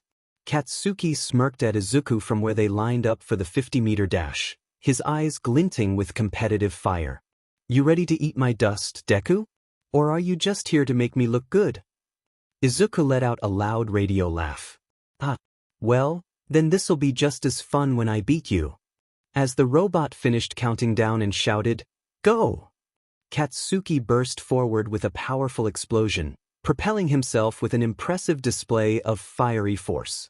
Izuku, however, activated his quirk in sync with the signal, his body glitching and distorting as he warped through the space between them and the finish line in a split second. The robot's display flickered and then settled on Izuku's time. 0.4 seconds. The classroom erupted into gasps and whispers, their eyes wide with disbelief at the sheer speed of Izuku's performance. Katsuki, landing behind him with a frustrated growl, saw his time flash up next. 4.13 seconds. Izuku, with his fingers laced behind his back, turned to Katsuki with a smug but playful grin. His smile was wide and unchanging, clearly enjoying the thrill of their competition. Aizawa, observing the scene, narrowed his eyes. While Izuku's grin might have seemed cocky to some, it was evident to Aizawa that the smile was more about the rivalry and the thrill of outpacing Katsuki, rather than genuine arrogance. Katsuki's reaction, more irritation than surprise, also indicated a familiarity with Izuku's skills and their ongoing rivalry. Despite the apparent triumph in their exchange, Aizawa's attention was drawn to the dynamic between the two. It was clear that their rivalry was more complex than mere competition. It was built on mutual respect and a shared drive to surpass one another. Next was the grip strength test. Izuku grasped the handle of a device that measured the force of their grip in kilograms. He squeezed the handle as tightly as he could. While his statue looked small, his physique was completely different when his score turned out to be 347 kilograms. The next test was the standing long jump. A large sandbox was set up for the students to clear with the help of their quirks. Each student would have to demonstrate how far they could jump using their abilities, with the distance recorded. When it was Izuku's turn, he approached the edge of the sandbox, his usual smirk firmly in place. As he crouched, readying himself, at the signal, Izuku got a little momentum and jumped, activating his quirk in midair. His body began to glitch and distort, and in an instant he warped forward. He flickered out of existence and reappeared on the other side, completely clearing it just as Katsuki had with his explosions. The tests continued for another half hour before they were all called back to gather around Aizawa. Alright, time to give you your results. I've ranked you all from best to worst. You should probably have a good idea of your standing already. He held up a remote. I'll just pull up the list. No reason to go over it individually. With a press of a button, a holographic screen lit up with all 20 names. Izuku hummed when he saw his name in the first place. His eyes curiously jumped down to last place, where the name, Minoru Mineta, was ranked. He looked to the side when a small noise of protest came from a small boy who was shaking. And he was small. Izuku had never seen a teenager as short as he was. What? How could I be in last place? He suddenly pointed at Izuku, who tilted his head. What about him? He hasn't even been taking these tests seriously with that creepy smile. Katsuki narrowed his eyes at him, hands popping. Why you little? And I was lying no is going home. Aizawa interrupted, turning the hologram off. Everyone stared at their teacher. He smiled. That was just a logical deception to make sure that everyone gave it their all during the tests. The class, especially Mineta, let out a sigh of relief. Once he had excused the class for the day, Aizawa held Izuku back. Midoriya, I've been watching you the entire time and you never stopped smiling. Do you think this is a joke? Izuku's smile didn't waver, and that was when Aizawa started to think that there was more to it than a cocky attitude. I suppose I should clear it up if it will cause misunderstandings in the future. He rubbed his neck like he was anxious, but despite that action, his grin remained unfazed. I haven't stopped smiling like this in 10 years. He admitted, and Aizawa's eyes widened. Izuku nodded. Sometimes I despise it, especially when my mother gets worried about me.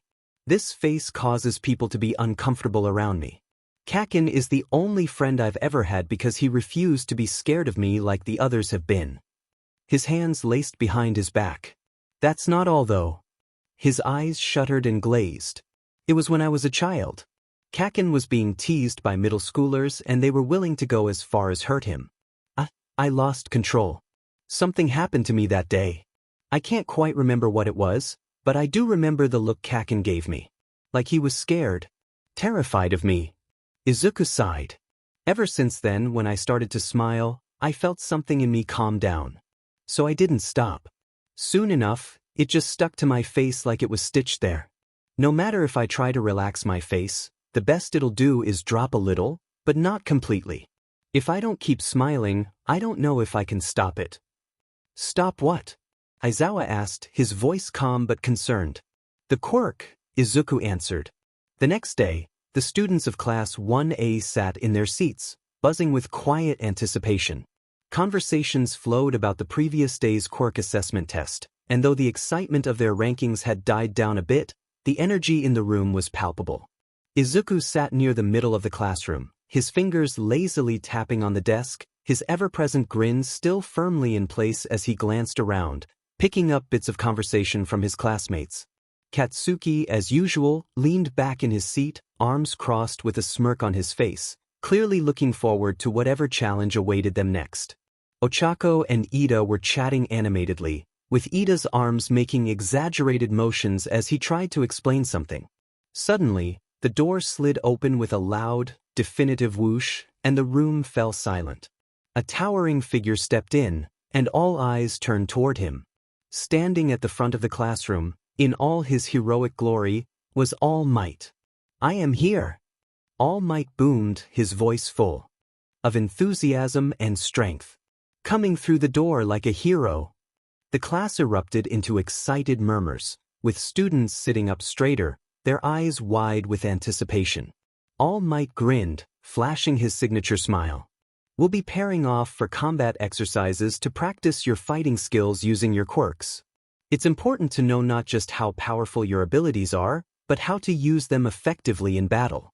Your opponents won't wait for you to figure that out, so neither will I. All Might held up a remote, clicking it to reveal a large screen at the front of the class. You'll all be in hero versus villain scenarios. Heroes will have to stop the villains, and villains will have to defend a bomb. And for this, you'll need your hero costumes. The students gasped in excitement as the wall behind All Might opened, revealing storage compartments for each of them. Now, All Might continued, "Suit up, and let's see what you've got." Ground Beta was like the mock city in the entrance exam. A demolished city that resembled a villain attack. Fitting for their activity today, he supposed. They say that clothes make the pros, young ladies and gentlemen, and behold, you are the proof. Take this to heart. From now on you are all heroes in training. This is getting me all revved up. You look so cool. Shall we get started, you buncha newbies? Izuku's costume was just how he imagined it to be. Maybe it was from how detailed he made his SBM's N form, or UA's support course had the minds to do their job well. His hero costume, made from a dark, shimmering material, hugged his body for flexibility, with reinforced sections for protection like his shoulders, knees, and elbows. Faintly glowing green lines resembling circuitry ran across the vest as he reached back, pulling up the thick hood that was attached to his vest. An extra piece of cloth around his neck to pull up and cover his smile so it would just be his green eyes that others saw and not his unsettling permanent grin. He squeezed his leather-gloved hands around his metal microphone staff and twirled it through his fingers as All Might explained the rules. "Sir," Ida said, voice muffled by his armor's helmet. "This is the fake city from our entrance exam. Does that mean that we'll be conducting urban battles again?" "Not quite. I'm going to move you 2 steps ahead. Most of the villain fights you see on the news take place outside. However, statistically speaking, run-ins with the most dastardly evildoers take place indoors. Think about it. Backroom deals, home invasions, secret underground lairs. Truly intelligent criminals stay hidden in the shadows. For this training exercise, you'll be split into teams of good guys and bad guys and fight 2-on-2 indoor battles. Isn't this a little advanced? The best training is what you get on the battlefield. But remember, you can't just punch a robot this time. You're dealing with actual people now." All Might said, and everyone exploded into questions. Izuku watched his classmates bombard All Might before he finally raised his voice above the others. "Listen up." He reaches behind him and pulls out a sheet of paper. "The situation is this. The villains have hidden a nuclear missile somewhere in their hideout. The heroes must try to foil their plans. To do that, the good guys either have to catch the evildoers or recover the weapon. Likewise, the bad guys succeed if they protect their payload or capture the heroes. Time's limited, and we'll choose teams by drawing lots." He swung a black and white box in front of them. One labeled villain, and the other, hero. All Might reached through the holes on top and pulled out A and D. Izuku and Uraraka versus Katsuki and Ida. Team A will be the heroes, Team D will be the villains. Izuku and Katsuki looked at each other, grinning. "Bring it on." Uraraka's eyes were wide as she looked around the vast building. "You think they expect us to memorize this building's floor plan? It's so big." She shook her head in disbelief, hands on her hips.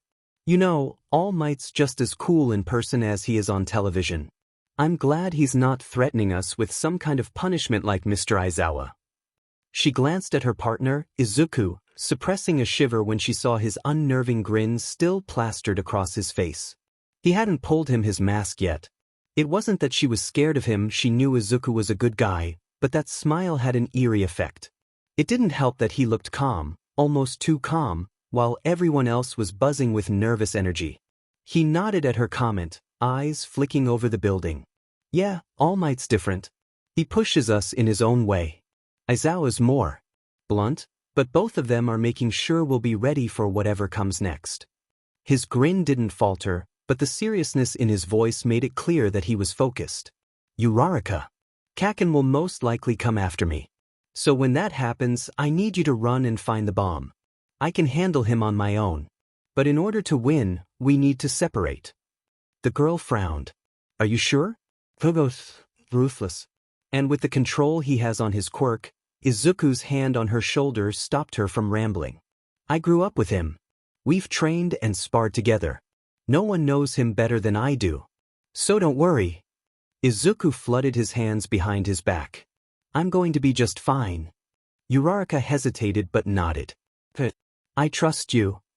"All right." All might boomed through the speakers. Let's begin indoor combat training. Team A and Team D, your time starts now. With that confirmation, Izuku pinched the cloth at his neck and pulled it over his face, finally hiding the smile as they made their way into the building through a second-floor window. They began navigating the building's maze-like interior, careful not to make too much noise. It wouldn't be long before Katsuki would find them. Izuku could already feel the tension building, like the crackling before an explosion. He knew Kaken's strategies inside and out. Now, it was a matter of waiting for the inevitable. "We need to be quick," Izuku whispered, his voice calm but steady. His eyes scanned their surroundings, already formulating a plan. The bomb's probably hidden deeper in the building, maybe on one of the lower floors. If we can find it before Kaken shows up, we'll have the advantage.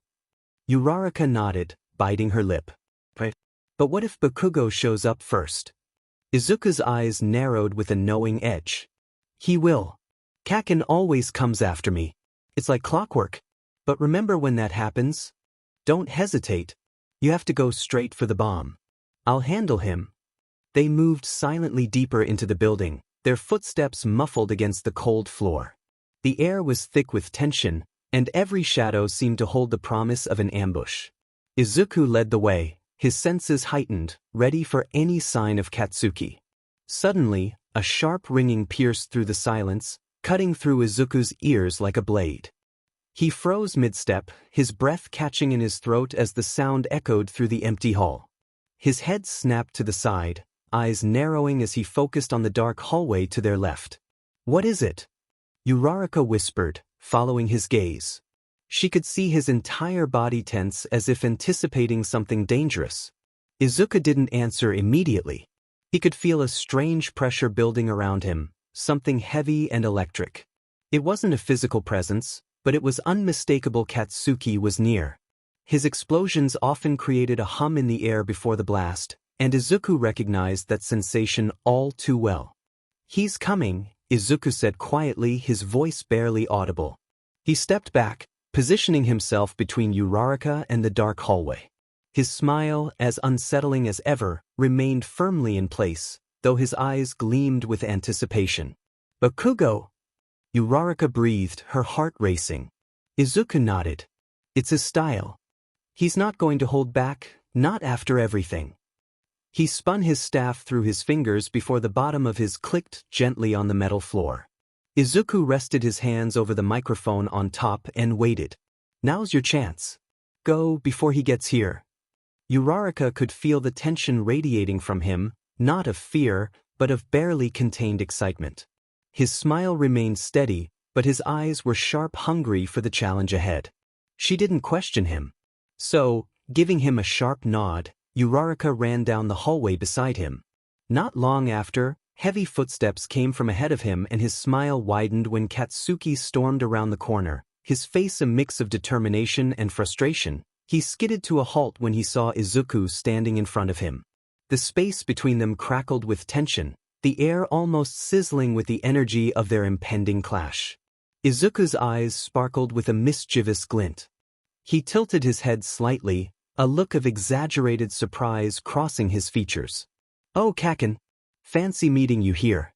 I was starting to think you might actually be too scared to show up."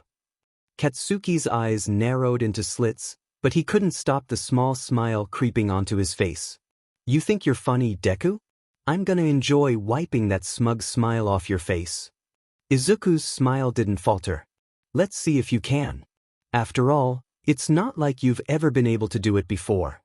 His hands crackling was Izuku's only warning before Katsuki blasted towards him, a torrent of fiery explosions lighting up the corridor. The force of the explosion sent debris skittering across the floor, but Izuku was ready. With a quick, fluid motion, he activated his quirk, glitching momentarily to evade the initial blast. Katsuki's eyes burned with determination as he closed the distance, his explosions creating a near-constant barrage of fire and shrapnel. He didn't hesitate, launching more attacks with ruthless precision, each explosion adding to the intensity of the fight. Izuku twisted through the onslaught, his body flickering and distorting as he used his quirk to warp and dodge. His staff moved with him, deflecting and blocking the errant blasts that came too close for comfort.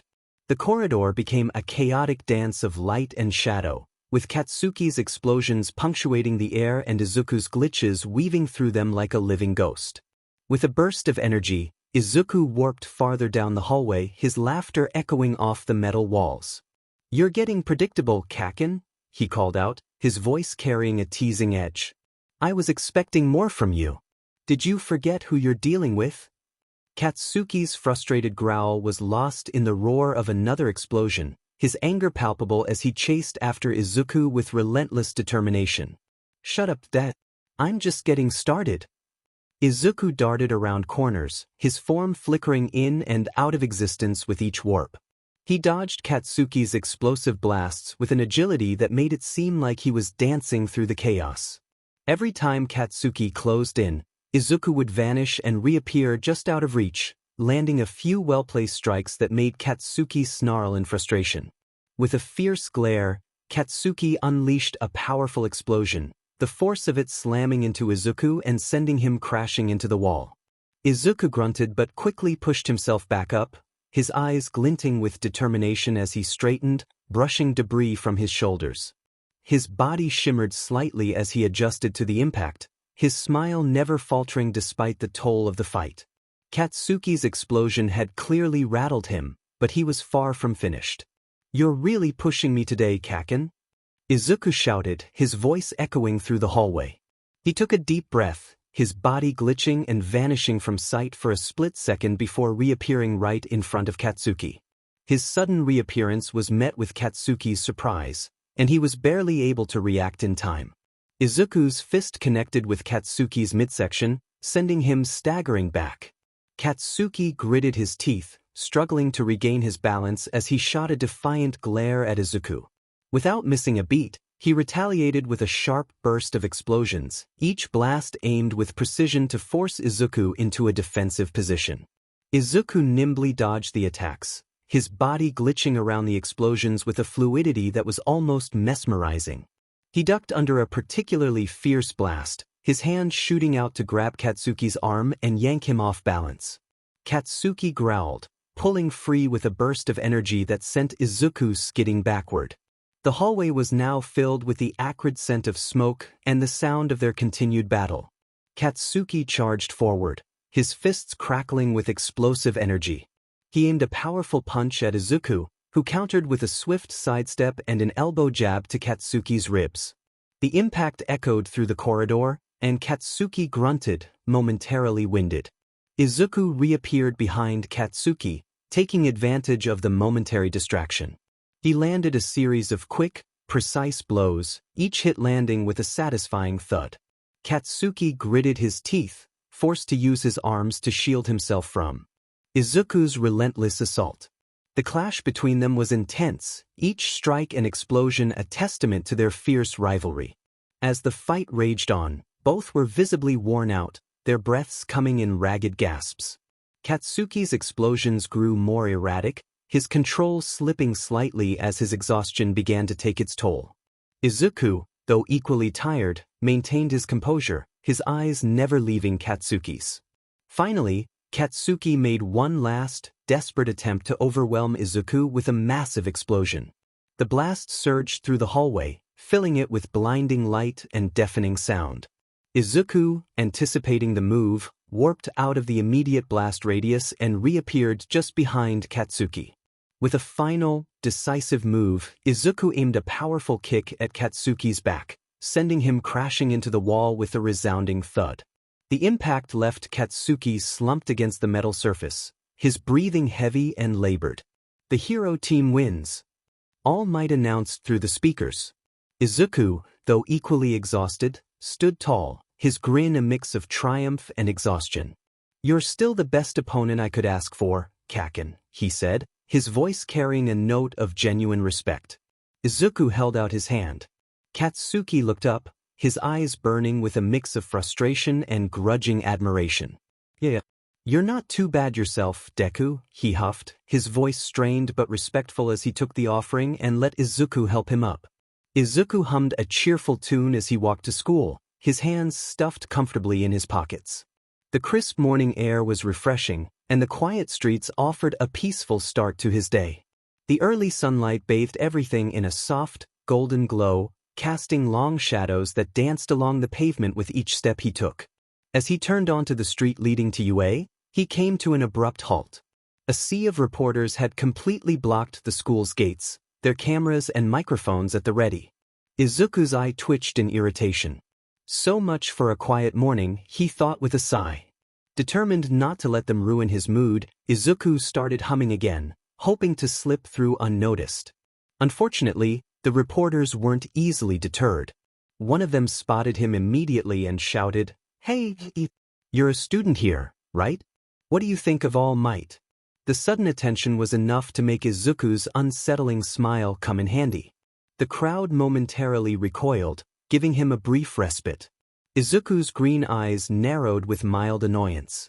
He murmured, turning his gaze toward the gates, only to be met with a reporter shoving a microphone into his face. "Hold on. We just want to know about all," the reporter began, but before they could finish, Izuku's body flickered and glitched through the crowd, reappearing inside the school grounds with a burst of static. "Apologies, but I must get to class," he called out as he reappeared, making his way swiftly towards the entrance. He navigated the maze of hallways with ease until he arrived at his classroom. He shoved the huge door open, nodding to his classmates who had already arrived, and took his seat, hanging his yellow backpack on the desk hook. Izuku stared out the window, watching Aizawa walk down the steps to save any other students who were being harassed by the reporters. Izuku chuckled a bit when he saw them back up at Aizawa's emotionless and tired face. His mouth moved, saying what Izuku could imagine was a nice way of telling them to PSS off. Aizawa turned his back on them and walked back to the doors. Izuku's eyes widened with satisfaction when one reporter stepped up to the gates, only for the school's defense barrier shoot up from the ground, stopping any of them from entering. He cackled under his breath, turning to face the front seconds before Aizawa entered the room. Everyone stopped talking immediately as the hero walked up to the podium in front of the class. He scanned over a few papers that sat on top of it before addressing the class. "Good work on yesterday's combat training, you guys. I went over the video feeds and each of your team's results." He turned to the class's hot head. "Bakugo," he began, his voice calm but stern, "you showed impressive power and control with your quirk, but your emotions got the better of you. That tunnel vision and rage left you wide open to counterattacks." Aizawa's eyes narrowed slightly. "You have the skill, but strategy matters just as much. Keep that in mind next time." Katsuki ched, looking out the window. Aizawa turned his gaze to Izuku next. "Midoriya," he said, his tone measured. "Your performance in yesterday's combat training was efficient. You used your quirk strategically, and your ability to anticipate Bakugo's moves gave you an edge." He paused, his expression unreadable. "But you need to remember that combat isn't just about dodging and outmaneuvering. There were moments when you could have secured a faster victory by engaging more directly with your objective. You were too focused on Bakugo." Aizawa folded his arms. "Overall, you showed good tactical thinking, but don't get too comfortable relying on your quirk to evade everything. There will be opponents who will force you to take risks and confront them head-on. Keep working on that balance between offense and defense." Izuku closed his eyes with a wide smile. "Of course, sir." He bowed his head. Aizawa nodded in satisfaction when he saw that his feedback had been taken seriously. "Now, let's get down to business," he said, his voice laced with suspense. "Our first task will decide your future." The class froze, tension building in the air. Then, as his words sank in, panic swept through the students, a chorus of gasps and nervous muttering filling the room. Aizawa let the suspense linger for a moment before finishing, "You all need to pick a class representative." The room fell silent as the students processed the unexpected announcement. Then, almost simultaneously, they sagged in relief, the weight of anxiety slipping off their shoulders. The quiet only lasted a second before chaos erupted. Everyone started talking over each other, voices rising as they made their cases for why they should be chosen. Shouts of, "I should be class rep," and "Pick me," filled the air, each student vying for the position. Aizawa sighed, pulling his yellow sleeping bag from the floor and zipping himself inside. This is going to take a while. Aha! Izuku laughed, his radio voice echoing through the room. How did I get 3 votes? His face lit up with confusion and excitement as he glanced around the room, genuinely surprised. He hadn't expected anyone to vote for him, let alone 3 people. Students started to murmur and some even agreed about Izuku being representative, giving him encouraging smiles and nods. Aizawa stirred from his sleeping bag at the front of the class, his tired eyes slowly opening. He stood up lazily, rubbing the back of his neck.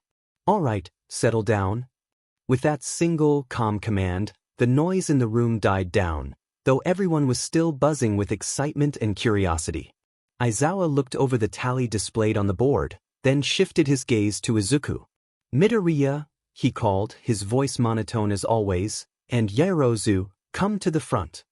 Izuku blinked in surprise, his wide grin still glued to his face as he hesitated for a moment before walking up.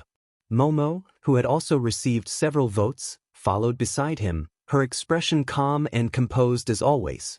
Midoriya is your class representative, Aizawa announced bluntly, giving Izuku a brief look that might have been something close to approval or maybe just mild interest. Yaoyorozu will be the deputy representative. Izuku, Ida, and Uraraka settled at their usual spot in the bustling cafeteria, trays of food in front of them. The atmosphere was lively, filled with the chatter and clinking of utensils from students catching up on the day's events. Izuku was quiet as they ate. While he was confident about his ability and his strategic mind, he did not want to be class representative. He poked at his food absent-mindedly, his gaze focused on the plate in front of him rather than joining in the conversation around him. Uraraka glanced at him, noting his distraction. Izuku, you've been quiet. Everything okay? He sighed, laying his fork on his lunch tray. Of course. I usually take this time to relax and gather my thoughts for the rest of the day. His friends seemed unsure, but his grin had made it hard for them to read him. Izuku was glad that Katsuki wasn't with them, because he could read him like an open book after knowing each other for so long. He wasn't worried, he never got worried, but that didn't mean that he couldn't get uncomfortable. Izuku shook his head, standing. If you'll excuse me, I need to use the restroom. He made his way out of the cafeteria. The usual hustle and bustle of lunch hour had faded, leaving the school corridors quieter and more serene. The polished floors gleamed under the bright fluorescent lights, and the walls were adorned with posters of past hero achievements and motivational quotes. He wandered aimlessly, taking deep breaths and letting the rhythmic sound of his footsteps serve as a calming backdrop. His mind raced with thoughts about the class representative position. He had always been more comfortable working behind the scenes or supporting others rather than stepping into a leadership role. The weight of responsibility seemed daunting, and he couldn't help but feel a twinge of unease. He found himself in front of a small window overlooking the school grounds. The sunlight streaming through the glass created a warm glow, and Izuku paused to take in the view. The sprawling campus below, with its mix of green spaces and well-maintained buildings, offered a momentary distraction from his swirling thoughts. Izuku leaned against the window frame, letting his gaze wander over the scene outside. Students were scattered across the grounds, engaged in various activities, and their laughter and conversations were a faint echo. It was a peaceful sight, and he took a moment to appreciate the calm before the inevitable storm of responsibilities that lay ahead. He closed his eyes briefly, trying to push away the unease and focus on the present. The tranquility of the moment was abruptly shattered as the shrill sound of alarms pierced the silence. The sudden blare made him startle, his heart racing as the familiar calm of the school turned into chaos. Izuku's eyes snapped open, and he quickly pushed away from the window, the serenity of his earlier thoughts replaced by a surge of urgency. Warning! Level 3 security breach. All students please evacuate in an orderly fashion. Security breach? Someone got past the school gates? Izuku followed the automated instructions, his hands behind his back as he made his way toward the school's exit. The alarms continued to blare, creating a cacophony of urgency that filled the hallways. His footsteps echoed as he walked, his mind alert to the chaos unfolding around him. Izuku hummed again. I have a feeling things are about to get a lot more exciting around here. Man, Izuku. You should have been there. Uraraka jumped next to him as she explained what happened in the cafeteria. Ida was amazing. He managed to get everyone's attention and calm them down after he realized it was just the reporters outside. He was so cool. Izuku raised an brow. He could imagine Ida taking charge and calm everyone down. He had the kind of voice that everyone respected and listened to. The kind of voice that belonged to a class representative. With his mind made up, they entered the classroom and Uraraka left his side to go to her seat. Izuku took his place in front and was the class rep he had been chosen for. As soon as everyone came in and took their seats, Izuku began the class with Yaoyorozu by his side. Good morning, everyone, Izuku began, his voice clear despite the echo in his voice. First off, I want to thank you for trusting me with the position of class representative. I know it's an important role, and I appreciate the confidence you've shown in me. His green eyes scanned the room, meeting the gazes of his classmates, some of whom smiled back at him.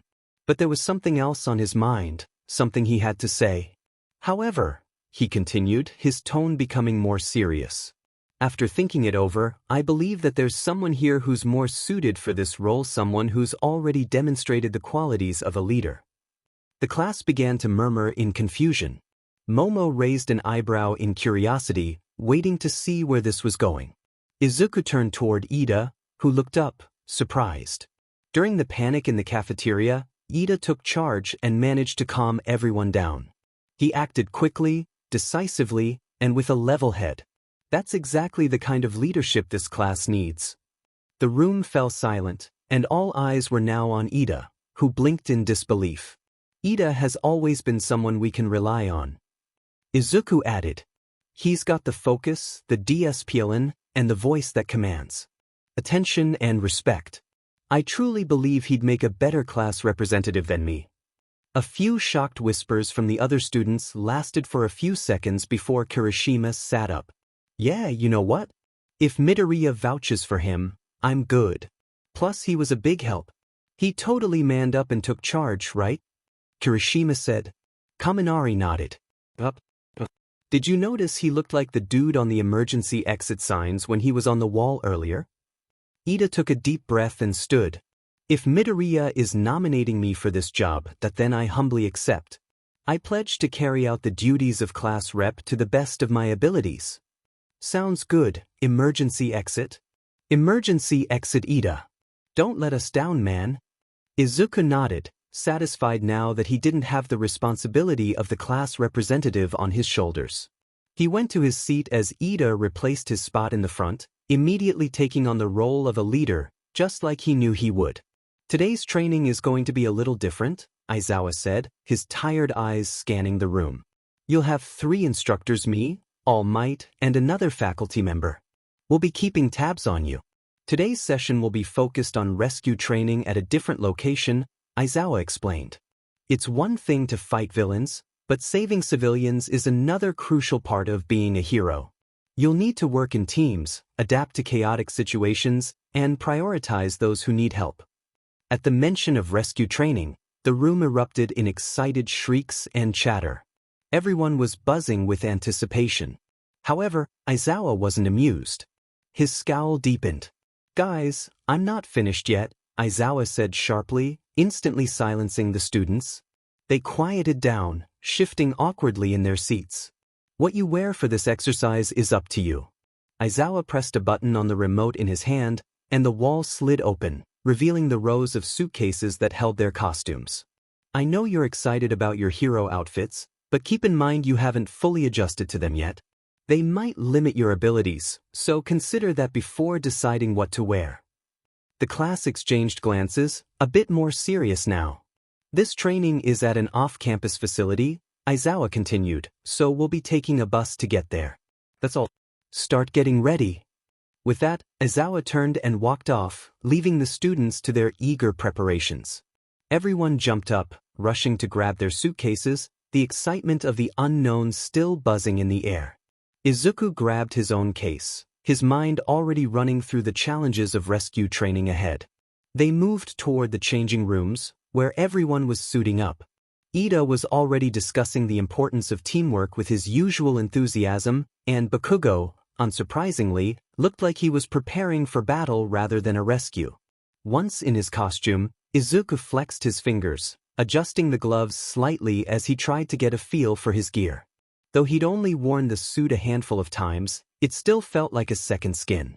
As everyone finished dressing, Aizawa gathered the class in front of the school buses waiting for them. The cool morning air brought a slight chill, but the students' excitement kept the mood warm. "All right, load up," Aizawa said as he stood by the bus doors. "It's a bit of a drive to the facility." Once everyone took their seats on the bus, they were rolling out of school grounds and through the city. Izuku sat down next to Katsuki in the corner of the bus. The lively chatter from the other students was a distant hum compared to the quiet tension that always seemed to hang between them. He stared out the window, trying to focus on the upcoming training, but he could feel Katsuki's presence beside him, the heat of his usual intensity simmering just below the surface. Minutes passed in silence before Katsuki finally broke it, his voice low but sharp. "Oi, Deku." Izuku blinked, turning to look at him. Katsuki was staring straight ahead, his arms crossed, but there was no mistaking the edge in his voice. "I know you were holding back during combat training yesterday." Izuku's eyes widened slightly, but he quickly tried to play it off. "What do you mean?" "I gave it my all, Kaken." Katsuki's sharp eyes cut to him, clearly not buying it. "Don't lie to me. Do you think I can't tell when you're pulling punches? I know you too well for that." This was one of the times that if he could, Izuku's smile would drop, but it didn't. So he sighed, glancing at Katsuki before looking down at his hands. He opened his mouth to speak, hesitated, then finally said quietly, "You know why, Kaken." Katsuki's eyes narrowed in confusion, clearly not understanding what Izuku meant. "What the hell are you talking about?" Izuku bit his lip, his heart beating faster as memories from years ago resurfaced. It wasn't something he liked to think about often, and he definitely didn't talk about it. But Katsuki had always been there, always pushing, always daring him to go further. It was hard to forget moments like that, especially the bad ones. "You remember," Izuku said, his voice a little firmer now, "back when we were kids. Those older kids were picking on you. They were going to hurt you. And he stopped, his breath catching as the memory played in his mind. It had been one of the first times Izuku ever felt his quirk surge uncontrollably. He had been so angry, so desperate to protect Katsuki, that something inside him snapped. His quirk, something he hadn't fully understood at the time, exploded out of him with raw, terrifying force. The ground had cracked, the air had practically vibrated with the energy he released, and the kids who had been after Katsuki had run away in fear. But the worst part was the look on Katsuki's face afterward. "It scared you," Izuku finished, his radio voice barely above a whisper. "I scared you." Katsuki was staring at him now, eyes wide with realization. He hadn't brought it up since, but Izuku could tell that moment had stuck with him too. Katsuki wasn't someone who easily admitted fear, especially not to someone like Izuku, but in that instant, all those years ago, the look on his face had been unmistakable. "I lost control back then, Kaken," Izuku continued, his hands clenching in his lap. "And I never want that to happen again. Not with you or anyone else. That's why I hold back. Because I don't want to hurt you." Katsuki was silent for a long moment, processing what Izuku had just said. His usual fierce expression softened slightly, though his eyes still held that burning intensity. "That was a long time ago," Katsuki finally said, his voice rough but quieter than usual. "We were kids. You've got a handle on your quirk now, don't you?" Izuku nodded slowly. "Yeah, I do. But back then, it showed me what could happen if I didn't. I don't ever want to risk it." Katsuki clicked his tongue in irritation, but there was something different in his gaze now. "Deku, you don't get it, do you? That's the difference between me and you. I don't care if you lose control.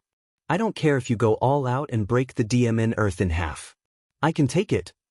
He leaned in slightly, his voice dropping lower. "I want that fight. The real fight. Not the one where you're holding back because you think I can't handle it. So yeah, I was scared back then. But I'm not scared now. You got that?" I don't hold back just because I don't think you can handle it, Kakin. I hold back because I'm scared of it. I'm scared of that kind of rush, and when that sludge villain was killing you, I felt that power rise again. Katsuki's mind flashed back to that day, the chilling memory of Izuku's scara turning completely black for just a moment. It had been a terrifying sight, a reminder of how easily things could spiral out of control. I don't take kindly to villains who think they can get away with hurting someone I care about. He had said, his voice low and firm. That was the core of it, wasn't it? Izuku's strength was tied to his emotions, and when someone he loved was threatened, that power could surge uncontrollably. Katsuki sighed, knowing he had to get through to him. You know, as a hero, I'm going to get hurt. That's inevitable, he stated, meeting Izuku's gaze. We won't be able to protect each other all the time. He could see the tension in Izuku's shoulders, but he pressed on. With your kind of power, you have to know how to use it to its fullest potential because there might be a situation one day where you have to unleash it. Katsuki placed a firm hand on Izuku's shoulder, grounding him. When that happens, you can't afford to lose control. Your movements could become predictable, and that can be used against you. Talk to Aizawa about this. I bet he'll help you learn how to control it. Izuku closed his eyes for a moment, absorbing the weight of Katsuki's words. Just then, Kirishima broke the serious mood with his typical exuberance. Well, if any of our classmates have pro-quirks, it's Todoroki, Bakugo, and Midoriya, he said, grinning widely at the three boys. Azui, ever the realist, chimed in bluntly, sure, but Bakugo's always angry, so he'll never be that popular. Izuku's eyes sparkled with amusement, anticipating the chaos that was about to unfold. Katsuki snarled, his temper flaring. What did you say? I'll kick your butt? He yelled, his voice echoing in the bus. You see? You know, we basically just met you. So it's kinda telling that we all know your personality is flaming crap mixed with garbage, Kaminari added with a smirk, leaning back in his seat. Izuku laughed as Katsuki's head whipped in Kaminari's direction, his expression a mix of fury and disbelief. You're gonna regret the day you applied to this school, you loser. I'll kill you. Katsuki growled, his hands clenching into fists. You will not. Ida interrupted, his voice filled with authority. Classmates are supposed to encourage each other. I'm gonna encourage this dumbass to explode. Katsuki shot back, his tone as sharp as ever. Wait, what did you say? Anger issues. Kaminari taunted, leaning forward with a playful glint in his eyes. Shut it, Sparky. Katsuki snapped, but a hint of a smile tugged at the corners of his mouth despite his irritation. Alright. Now you two apologize. Ida said, crossing his arms sternly. Sure, if he goes first, Kaminari replied, still wearing that smug grin. Katsuki snarled, his patience wearing thin. Like hell I will. Hey, we're here. Stop messing around, Aizawa said, looking out the window as they approached the facility. Yes, sir. The class chorused, a sudden wave of seriousness washing over them. Whatever. When the bus rolled to a stop in front of a huge dome building, everyone exited the bus and met the third pro who was going to be helping teach them. 13, a favored rescue hero. Hello, everyone, I've been waiting for you, she said with a wave. All of the girls squealed when they recognized the woman in the puffy white astronaut suit. I can't wait to show you inside. 13 exclaimed, and everyone followed her into the building. The students all gasped at the interior of it. Different areas of the facility each had its own natural disaster. A shipwreck, a landslide, a fire, a windstorm, etc. I created this training facility to prepare you to deal with different types of disasters. I call it the Unforeseen Simulation Joint. But you can call it USJ. Aizawa walks up to 13 with his hands in his pockets. Hey, shouldn't All Might be here already? Let me guess, he booked an interview instead. Izuku snickered at the obvious distaste of that man in Aizawa's voice. Actually, it's something else. 13 held up 3 gloved fingers. Apparently he did too much hero work on the way to school this morning and used up all his power. He's resting in the teacher's lounge. Aizawa sighed. That man is the height of irresponsibility. He moved to the side and let 13 explain what they were going to be doing today. Excellent. Before we begin, let me just say one thing. Well, maybe two things. Possibly 3, 4, or 5. We get it. The students yelled and 13 cleared her throat. Listen carefully. I'm sure you're aware that I have a powerful quirk. It's called Black Hole. I can use it to SCK up anything and turn it into dust.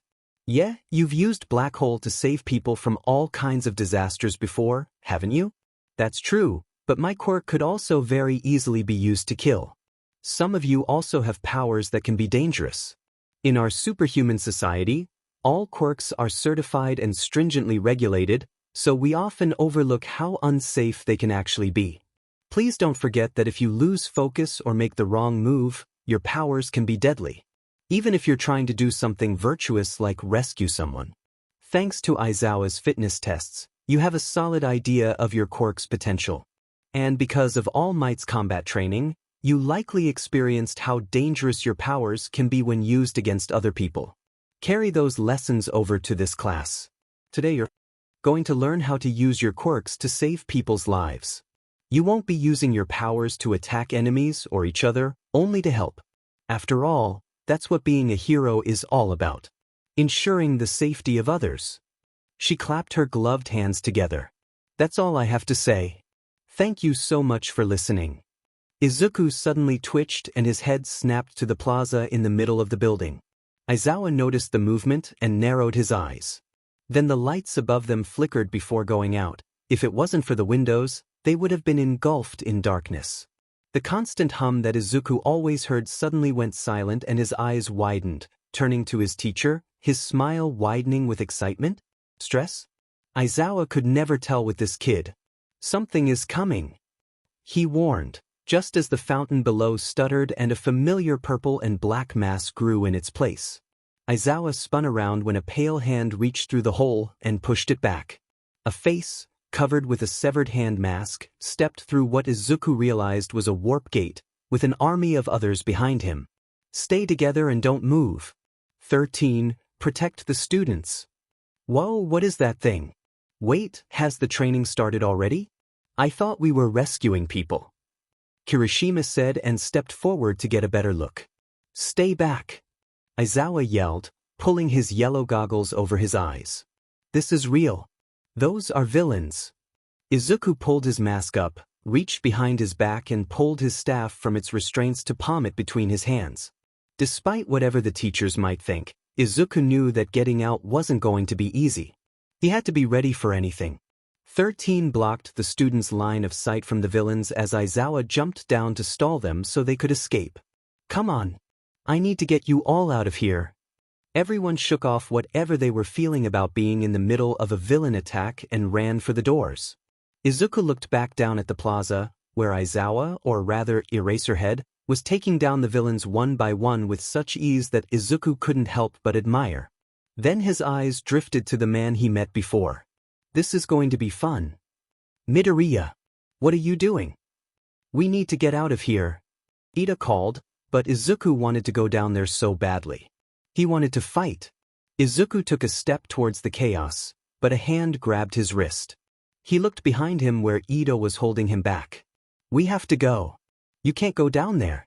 Didn't you hear 13 and Mr. Aizawa? Izuku's eye twitched, but he sighed. Fine. He reluctantly followed Ida back to the group. Just as they neared the entrance, a purple mass materialized in front of them, and glowing yellow eyes bore down on them. It's a pleasure to meet you, the villain said, his voice dripping with malice. We are the League of Villains.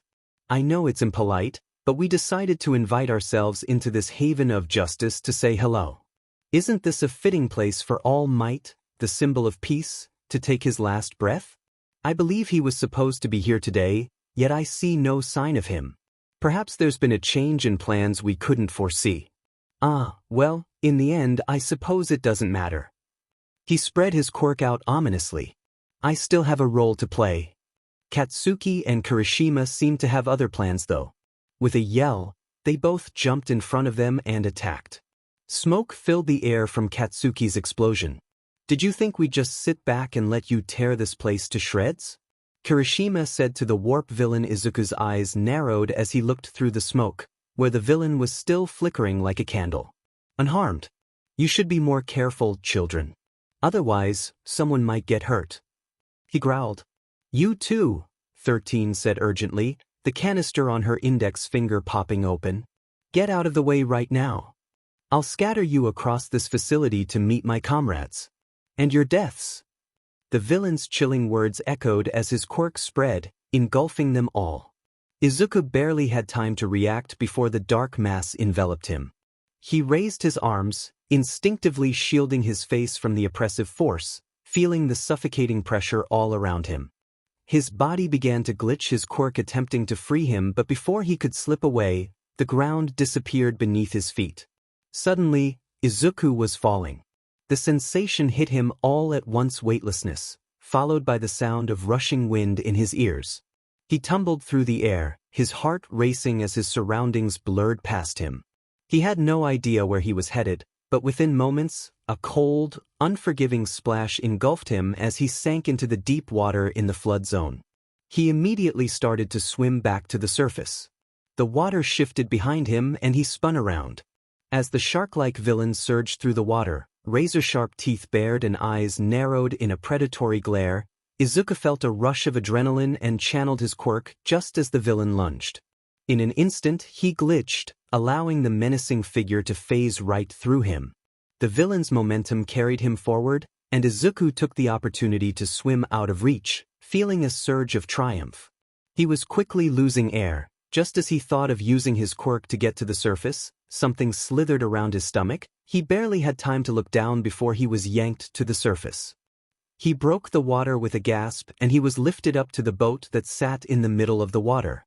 As he scrambled to sit up, the appendage that had pulled him away from the depths slipped away, leaving him momentarily dazed. Just then, he caught sight of Mineta being slammed down onto the deck with a loud thud. Ugh, not cool. Mineta groaned, trying to shake off the daze. Izuku couldn't help but snicker at the sight as he pulled down his soaked mask. Moments later, Azui emerged from the water, climbing up the side of the boat with her usual grace. Are you okay, Midoriya? She asked, her eyes scanning him for any signs of injury. I think so. Thanks for getting me out of there. He twirled his staff before resting the end of it on the deck. This is turning out to be a terrible day of class. Azui croaked. Izuku couldn't help but laugh despite the dire situation. You can say that again. This wasn't exactly what I had in mind for rescue training. Mineta looked between them, his face pale. You guys are kidding, right? We're about to become fish food. Now, no need to panic. We'll figure something out. He reassured, but that hardly helped calm him down. Izuku turned to Azui. They knew our whole schedule and who would be here. They must have gotten into school files while everyone was all stuck in the cafeteria. The teachers were busy trying to get the media off school grounds. They must have been waiting for the perfect time to attack. Hey, hold on a second. Izuku and Azui looked at their smallest classmate. It's not like these guys can actually kill All Might. Once he shows up, he'll pound these guys until there's nothing left. Think about it though. If the villain spent so much time planning this attack, then they probably figured out a way to kill him. And didn't you hear what that smoke guy said? Maybe we should worry more about not getting tortured to death. Otherwise, we might not be alive to see All Might again. Mineta started to sweat. And if he does show up, who knows if he'll make it out in one piece. Mineta whimpered and turned to Izuku, who tilted his head with that same insane smile of his. But the pros are gonna save us, right? Tell Frog Melons to shut up. A rush of water made Izuku hum and turn back to the water, where numerous villains swam towards the boat, surrounding it. Mineta screamed bloody murder beside them, making Izuku roll his eyes out of annoyance. Maybe Aizawa should have expelled him that day. He obviously wasn't suited to be a hero. Well, as I see it, the only out of here is to fight. What do you mean fight? Are you crazy? Mineta yelled. They might have a way to beat All Might and you think we can take them? Tears and snot streamed down his face. The best plan is to just wait for the pros to just show up and save us. He declared, stomping in place like a child. while Izuku and Azui examined the villains in the water. Izuku ignored him. Those villains down there clearly have an advantage in the water and assume that's where we'll fight. Are you even listening to me? If that's the case, then they must have known what was inside the USJ before they warped in. Azui said calmly. Yeah. Izuku's brows furrowed. But for all that time of careful planning, there's one thing that really sticks out to me. One thing that just doesn't add up. He turned his gaze to the frog girl. They sent you here. To a place full of water. Azui let out a rib bit when she realized where he was going. You've got a point there. If they knew I was a frog, then they would have sent me into that fire zone over there instead. Izuku nodded and pulled her with him to the side of the boat where the villains could see them. They knelt down to strategize. So let's talk about quirks, Azui said. I'll go first if that's okay. Obviously, I can jump high and cling to pretty much any wall. And of course, there's my tongue. I can stick it out about 20 meters. Oh yeah, and I can spit out my stomach so I can clean it. That's not really useful. Finally, I also secrete a toxic mucus. It just stings a bit. We can probably only use my jumping and my tongue here. Forget about the last things. Ah, you have quite the quirk. He lifted his hand in front of him, letting his quirk make his hand glitch. I call my quirk static distortion. I can create static energy, which causes my surroundings to glitch. That includes objects and people as well as myself. Azui tilted her head, her wide eyes fixed on Izuku. What about how you talk? You sound like you're speaking through a radio. She said, her curiosity evident. Izuku chuckled, his voice carrying the familiar static undertone. I can talk normally just like anyone else. But I like the sound of the radio. It's nostalgic. A proper form of entertainment, he added with a playful grin. Mineta, who had been nervously fidgeting, reached up and plucked one of the sticky ball off his head. It made a popping sound, and another quickly grew in its place. I've got these sticky ball, he said, pressing it against the boat's railing. It stuck instantly. Their strength depends on how I'm feeling. They could stick for a whole day sometimes. They grow back as fast as I pull them off, but if I use too many, I'll start bleeding. And they don't stick to me. I just bounce off them. He turned to the others, expecting some kind of admiration, but Azui and Izuku were simply staring at him, their expressions unreadable. Mineta's face crumpled, and he immediately started tearing up. Don't look at me like that, he wailed. This is why I said we should wait for the real heroes. My quirk is totally unfit for battle and we're gonna die. Izuku blinked, snapping back into the moment. Mineta, stop freaking out. Your quirk's actually perfect for this. You can keep the villains from climbing aboard by blocking them with your sticky ball. Mineta sniffled, wiping his eyes. Why you think so? He nodded with one of his hums, but was interrupted by a massive water claw slammed down on top of them, tearing through the boat with a deafening crash. The force split the vessel in two, sending chunks of debris flying. Izuku barely had time to brace himself before he was thrown off balance, tumbling across the splintering deck as the boat began to sink rapidly. Well, there goes that plan. Izuku muttered under his breath, eyes wide as the cold water rushed up around them, flooding the boat. Mineta let out a terrified wail, gripping onto one of the intact railings with everything he had. We're gonna die, we're gonna die. Azui raised a thin brow. So Mineta, are you really sure the hero thing is right for you? Shut up. It's weirder not to be scared right now. We just got out of junior high a little while ago. I didn't think I'd be facing death a few days after starting UA. I can't believe I'm gonna die without ever getting to touch Yaoyorozu's melons. Izuku's eye twitched at that, suddenly wanting to just hurl the boy into the water with the rest of the villains. Mineta cried again and rushed to the railing, ripping the purple ball off of his head and throwing them into the water. Izuku's eyes widened and he dragged the boy away from the edge. You gotta calm down. They'll guess what your quirk is. He peeked over the railing to see what that panic attack could have caused, only to watch the villains push them away with water. They're afraid to touch them. He turned back to his classmates. All right, listen up. I'm going to go down there and distract them. Mineta, while they're focused on me, throw your ball in the water. Don't worry about hitting them, I'll make sure they get trapped in them. Azui, when I give the signal, you jump away from the boat. Mineta blinked through his tears. What? But no time to argue. Izuku cut him off. Just throw as many of your ball into the water as you can around the villains. I'll distract them. With a nod, Mineta began furiously pulling the sticky orbs from his head and tossing them toward the encroaching villains. As did Azui, the ever-calm and composed one, nodded. Izuku looked back over the railing, his smirk growing with excitement at the thought of causing chaos. All right then, let's do this. He jumped onto the railing. The water villains snarled and surged toward him, but Izuku phased through the first one's watery claw, slipping through it like a ghost. Another villain launched a stream of water at him, but he blinked out of existence and reappeared on the other side.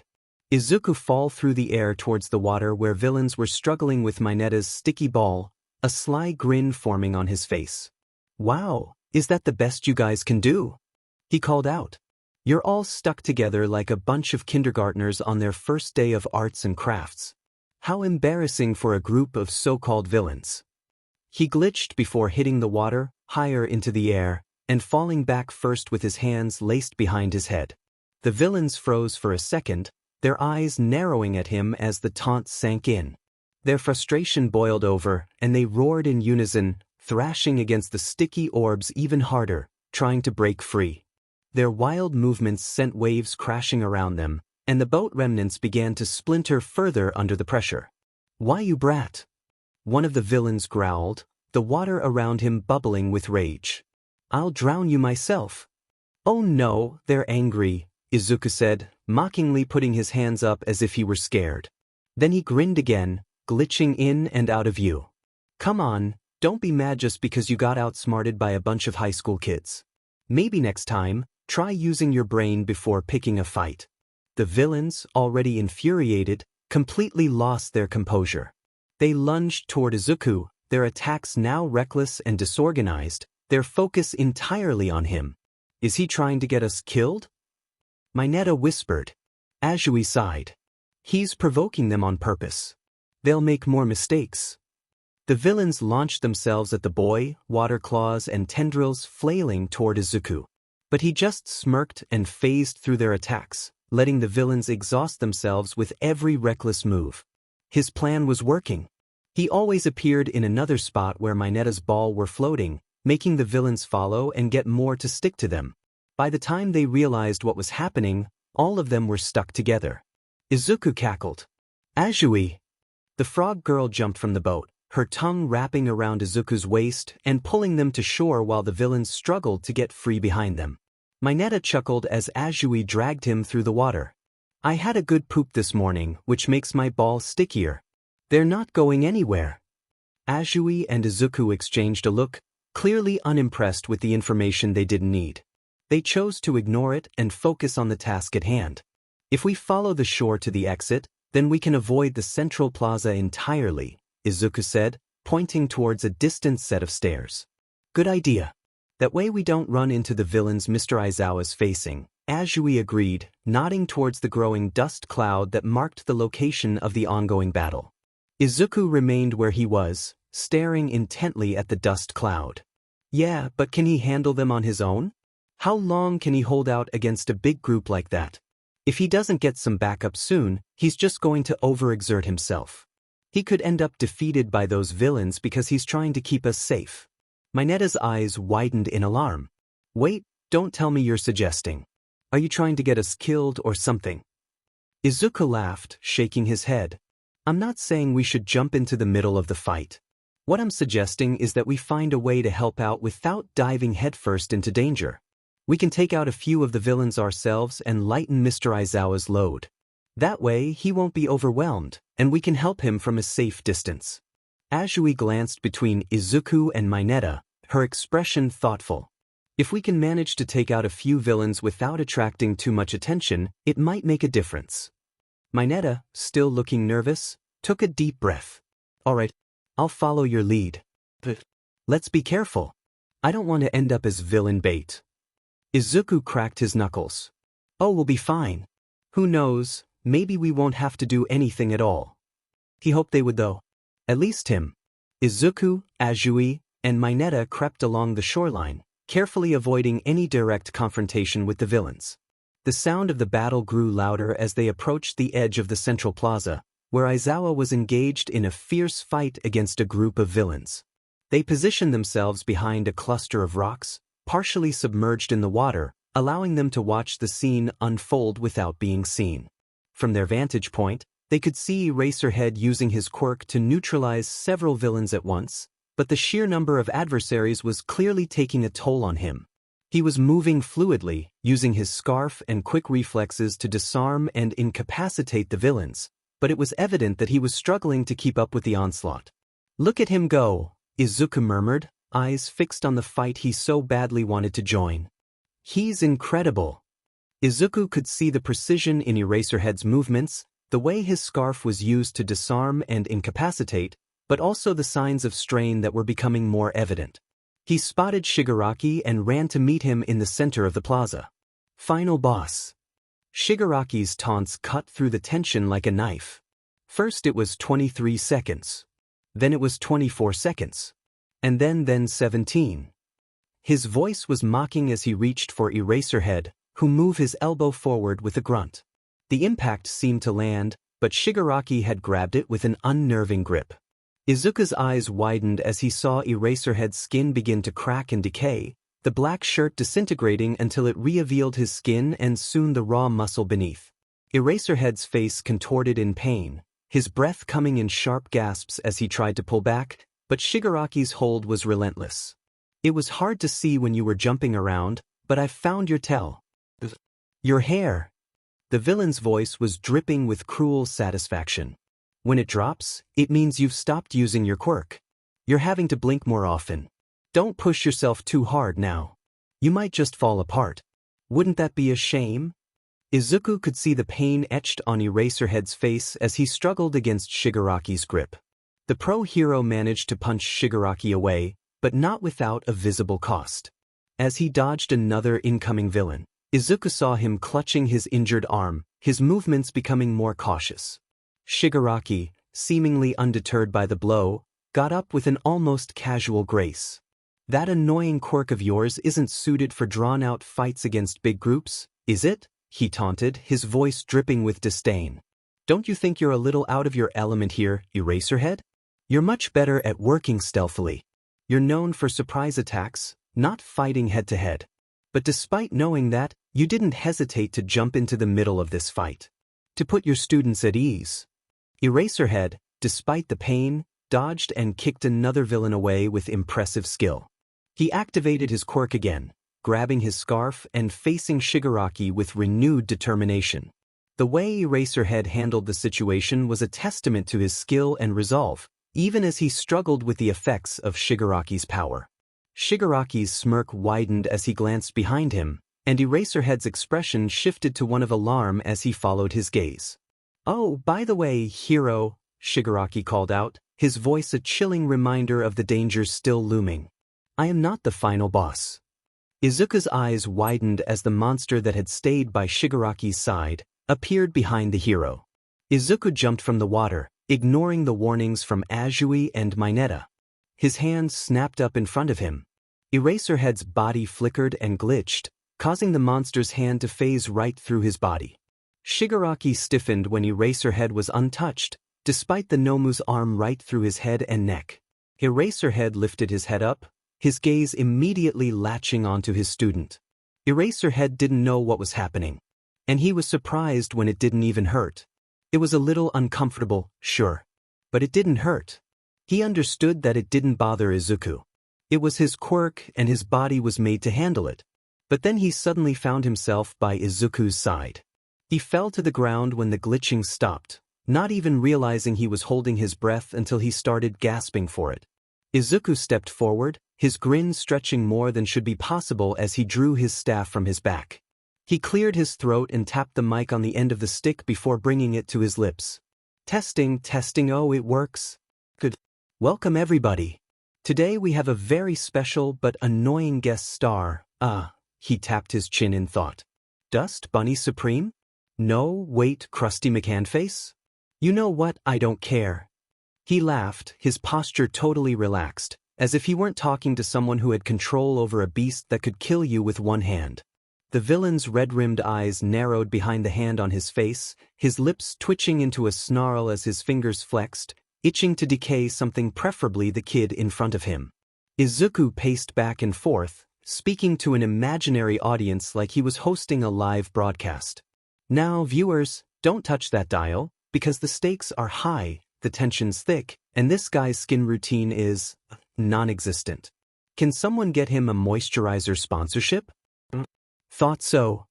Izuku cackled at his own rhymes. Nomu. Shigaraki growled, his voice low and gravelly. The beast moved, so fast that no one could see him coming, but Izuku glitched before disappearing just as the Nomu punched the spot where he was standing. Hey, it's rude to interrupt people, Izuku said from a piece of debris, unharmed and grinning like he was having the time of his life, which to Aizawa's irritation and concern, he probably was. You know, I thought you'd be the final boss. The one who would stand tall, and who am I kidding? Look at you. You're just another villain who doesn't know how to follow the rules. Like a cheat code gone wrong, too many bugs to even be considered a threat. You're a walking disaster. A glitch in a glitchy system. Kinda sad, don't you think? Here you are, thinking you're the one pulling the strings. But guess what, pal? You're just another pawn in this game. Shigaraki's eyes narrowed, and for a moment, Izuku could see the veins on his neck bulge. His fingers twitched again, clearly fighting the urge to unleash everything he had at the boy who dared to mock him so openly. Well, look at that, Izuku cooed, his voice dripping with mock pity. I hit a nerve. Don't worry, you'll get over it. Probably. Maybe. Though it's hard to say when your whole plan is just falling apart. A shadow fell over him and a gust of air followed. Izuku rolled his eyes, flickering, and disappearing right behind Shigaraki. He leaned in close, his grin still intact as he whispered, his voice a quiet, almost teasing hum against Shigaraki's ear. Is it frustrating? Knowing that no matter how hard you try, you'll never be the one in control. His words were soft but laced with venom, the rhythm almost like a pulse in the air around them. Izuku's smile widened, knowing just how much it would drive Shigaraki mad. Izuku was gone before he could spin around with his hand outstretched, ready to decay him. He snarled in anger. It was a kid. He was just a kid. The air next to Shigaraki warped and Kurogiri appeared materialized. Tamura Shigaraki. Shigaraki didn't stop looking around the plaza for Izuku as he addressed the purple mass next to him. Kurogiri, did you manage to kill 13? He asked, not really paying attention to him. Kurogiri hesitated before speaking. The rescue hero is out of commission. But there were students I was unable to disperse and one of them got outside of the facility. Now that got Shigaraki's attention. He stopped scratching his neck and turned his face to him. Huh. Shigaraki growled. Kurogiri, that you fooled. If you weren't our warp gate, I'd tear apart every last atom in your body. There's no way we can win if dozens of pros show up to stop us. It's game over. Back to the title screen. And I was looking forward to finishing this today. Damn it. Let's go home. He looked around again and there he was. Izuku stood across the plaza, posture straight, hands behind his back, and that demed grin on his face. Just watching. And if that didn't make his blood boil. You. Shigaraki snarled, his voice sharp and full of venom. His hands twitched as if itching to decay the ground between them just to wipe that smug look off Izuku's face. What the hell are you smiling at? You think this is a joke? Izuku didn't move. Didn't speak. He did nothing. You think you're so clever, Shigaraki growled. Standing there, acting untouchable. But I'll show you. I'll show you what happens to people who mock me. Still, Izuku didn't budge. His grin widened ever so slightly, just enough to spark a flash of static in the air around him. His silence spoke volumes, louder than words ever could. It said, you can't touch me. You don't scare me. I'm in control. And then, finally, Izuku moved. It wasn't much, just a slow, deliberate tilt of his head to the other side, followed by the faintest hum of static. It wasn't an answer, not really, but it was enough to send a shiver down Shigaraki's spine. The grin never left Izuku's face. He didn't need to speak. His silence was the taunt, and it was driving Shigaraki to the edge. He clenched his fists, his nails digging into his palms as his fury boiled over. His teeth ground together, and his body trembled with barely contained rage. "No," he hissed, his voice sharp and venomous. "I'm not leaving. I don't care if the pros show up. I don't care if this whole stupid plan falls apart. I'm not going anywhere until I wipe that grin off your face." Kurogiri hesitated, his mist-like form shifting as if uncertain. "Tamura, this is unwise. If we stay, Shut up." Shigaraki snapped, cutting him off. "We've already lost the element of surprise, and that thing," he jabbed a finger toward Izuku, "is mocking me. If I leave now, it's not just a retreat, it's a defeat. And I don't lose." Kurogiri's hesitation was brief. With a nod, his form solidified slightly, tendrils of his mist curling and swirling in preparation for an attack. "As you wish," he said, his tone neutral but resigned. A laugh. Izuku laughed. And there wasn't a word that described how ecstatic he was. He finally moved, twirling his staff in his hands and crouching. Shigaraki moved first, his hands outstretched while Kurogiri stayed behind and made his mist outstretched towards Izuku. Izuku slid his leg back, moving his staff into a batter's stance like he was going to swing the staff at Shigaraki's head. And he would have if something didn't wrap around his waist and pull him away. Izuku flew through the air for a moment before he fell onto his back with a quiet oof next to Aizawa and his classmates. Izuku lay sprawled on the ground, staring up at the sky for a moment as if processing what had just happened. He pushed himself up on his elbows, his grin still intact despite the abrupt interruption. His staff rested beside him. Aizawa loomed over him, his capture scarf retracting as he glared down with a mix of exasperation and irritation. "What the hell were you thinking, Midoriya?" he snapped, his tone sharp and uncompromising. "Charging at him like that? Were you trying to get yourself killed?" Izuku tilted his head, his grin softening into something more sheepish. Okay, maybe it wasn't the smartest move. But he was losing it. One good swing would have ended his tantrum and given us an edge. I was just seizing the opportunity. Aizawa pinched the bridge of his nose, clearly trying to keep his patience intact. "Midoriya, you don't get to seize the opportunity when it risks not only your life but the lives of your classmates. You're a student, not a solo hero. You act as a team or not at all. Got it?" Izuku hesitated, then gave a small nod. "Got it." But the glimmer in his eye said he wasn't entirely convinced. Aizawa sighed, muttering something under his breath about problem children, before turning his attention back to the villains. Meanwhile, Izuku gave a quiet chuckle, leaning over to whisper to Azui. "See? Totally had it under control." She tilted her head to the side and raised an eyebrow, her voice calm but laced with disbelief. "Midoriya, that was pretty reckless, even for you. My Netta, on the other hand, was just a pale mess of anxiety." "Yeah man, that was crazy. I thought you were going to get yourself killed." He wiped his brow dramatically as if he'd just survived some catastrophic event. "You're lucky Mr. Aizawa was there to catch you. We all thought you were going for a one-way ticket to the afterlife." Izuku rolled his eyes as he climbed to his feet, dusting the dirt from his pants as he straightened. "I would have been just fine." Aizawa's eyes were sharp when he demanded, "Get back to the entrance right now." Izuku's grip on his staff tightened, his mind conflicted. Despite his outward grin, his thoughts were swirling. He didn't like being told to step back, especially when things were heating up. There was something deeply satisfying about seeing villains squirm, about throwing everything he had into the fight, especially when the odds seemed stacked against him. It made him feel alive, like he was actually doing something to make a difference. But Aizawa's red-eyed glare had been enough to silence any protests. The man didn't need to say much. He didn't need to make a big speech. One look from Aizawa, and Izuku knew exactly what was expected of him. He wasn't ready for this kind of battle, not yet. It wasn't just about taking down Shigaraki or Kurogiri. It was about making sure his classmates made it out safe. A quiet growl left Izuku's lips and he spun around, away from the fight while his teacher lunged for the villains. Azui and Mineta caught up to him as they turned behind a long row of rocks, out of sight from the villains. Maybe this was a good thing, Midoriya, Azui said, her voice laced with a quiet sense of reason. Mr. Aizawa is a pro. We're just students. He'll be able to focus on the fight without worrying about us. Izuku blinked, taking in her words, but the gnawing itch of wanting to jump back into the action remained. Still, he couldn't deny the truth in what she said.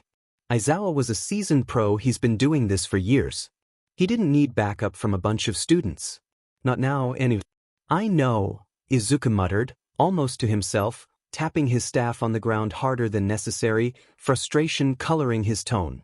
But it doesn't make it easier. His eyes narrowed, his smile flickering with a hint of something darker. I want to help. I want to be the one to take him down.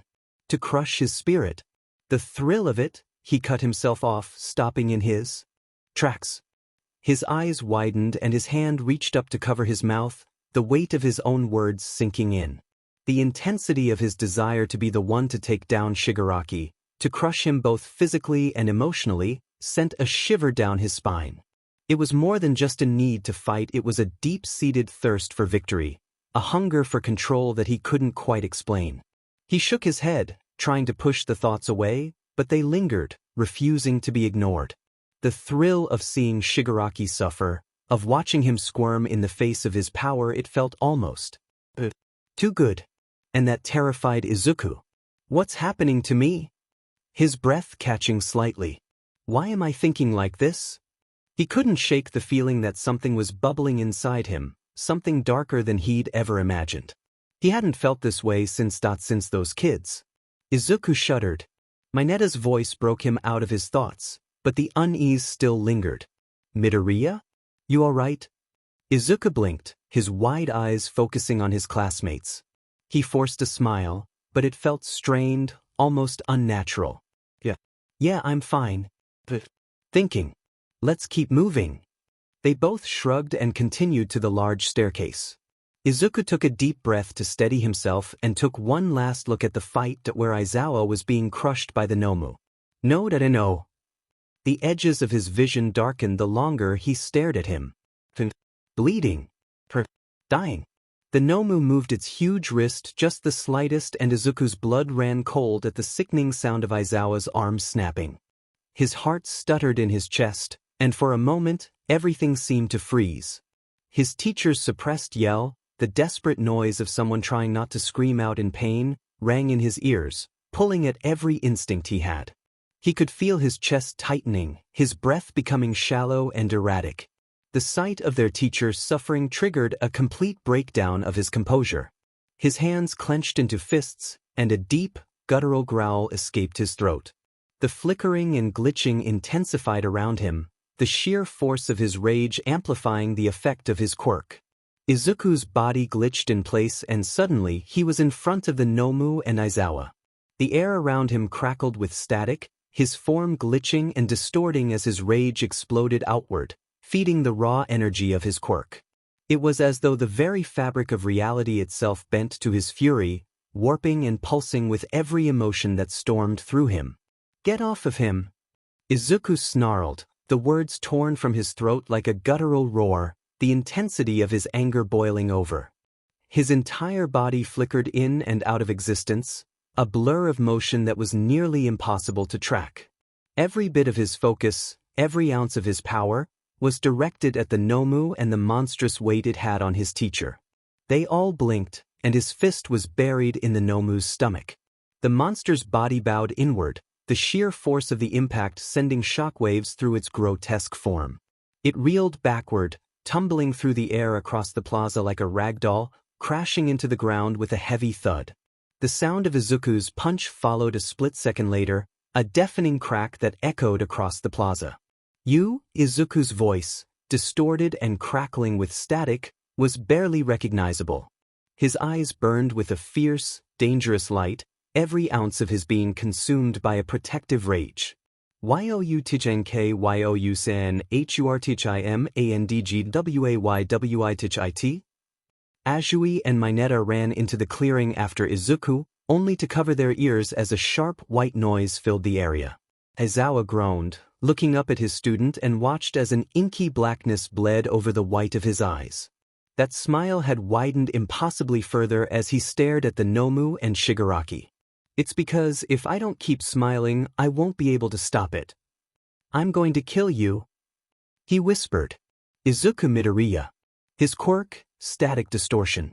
He can generate static energy, causing visual, auditory, and physical disruptions in his surroundings.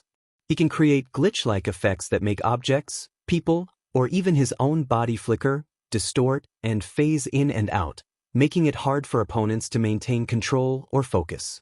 This static energy can also interfere with electronic devices, scramble signals, and short-circuit technology. But, in a state of heightened emotion, especially anger or despair, Izuku risks losing control and unleashing the monster he constantly tries to suppress. They all went silent as Izuku hunched over, so still and quiet that Aizawa thought he wasn't even breathing. Nomu, kill him. Aizawa's eyes widened as the monster recovered and rushed to his student with such speed that none of them could see it until it stopped in front of him, its huge fist aimed for Izuku's head. Just before it connected, everything seemed to slow down. Time itself felt like it was crawling to a stop. But then, Izuku glitched. His form flickered, disjointed, like a broken signal on a screen, and the Nomu's massive fist passed straight through his head as if it was nothing but air. And then, in the blink of an eye, Izuku was gone. No sound, no trace. Just gone. Then the laughing started. Soft at first, like a giggling child that echoed through the air. Then Izuku reappeared in front of the Nomu. He was still grinning, but something about it was different. It was more psychotic. Out of control. The Nomu reeled his fist back for another punch, and Izuku didn't bother to dodge again. He just twisted to the side, wrapped his arms around its fat arm, and with one kick, the Nomu flew away from him with one less arm. It screeched when it landed, writhing like it was actually capable of feeling pain. Blood, black, thick, and foul-smelling, sprayed across his clothes, dripping down his face and staining his skin. He looked down at the severed limb in his hands, his expression unchanged, a detached calmness in his movements. It was like he was a spectator to the chaos he'd just unleashed. With a casual sigh, Izuku dropped the severed arm, letting it fall to the ground with a wet slap.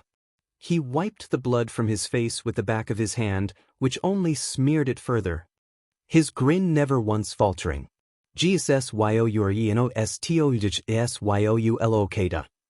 The distortion in Izuku's voice made the air itself feel heavy, as though reality was straining under the weight of his quirk. His words were warped, broken fragments of sound that barely formed into something comprehensible. It was like listening to a radio tuned to the wrong frequency, static and chaos weaving through every syllable. Azui and Mineta inched forward until they were next to Aizawa and gently helping him sit up. They could actually see the air around Izuku glitching and felt the hair on their arms and neck rise. Izuku's power was overwhelming.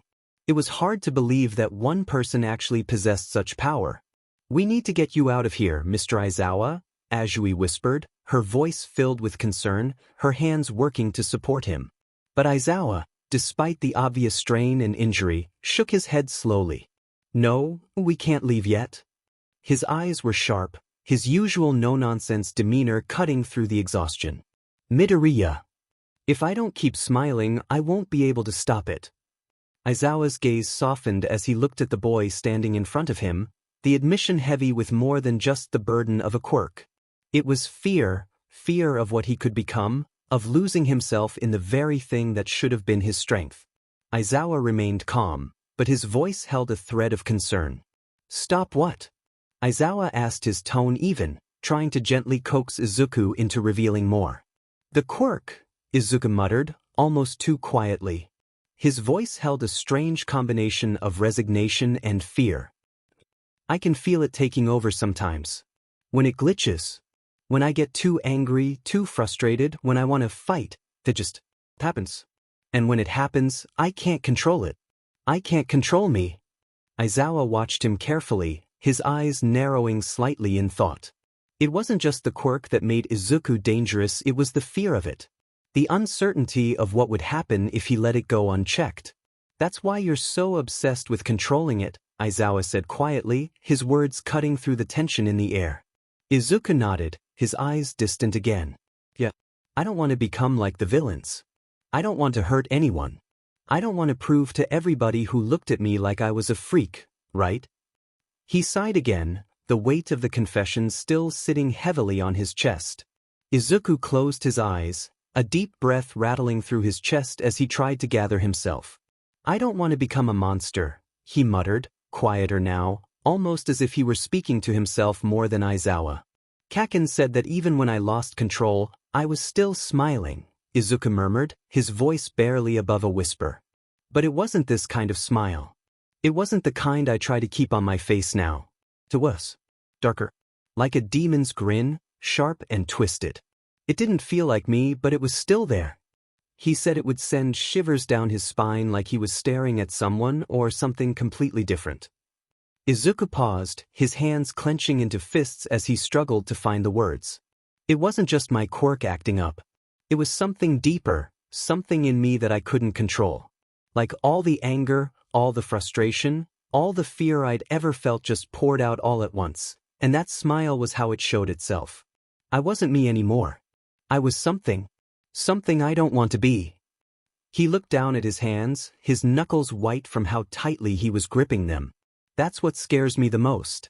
I didn't even realize it back then, but when Kaken told me how I looked, I hated it. I hated the thought that I could be something people were afraid of.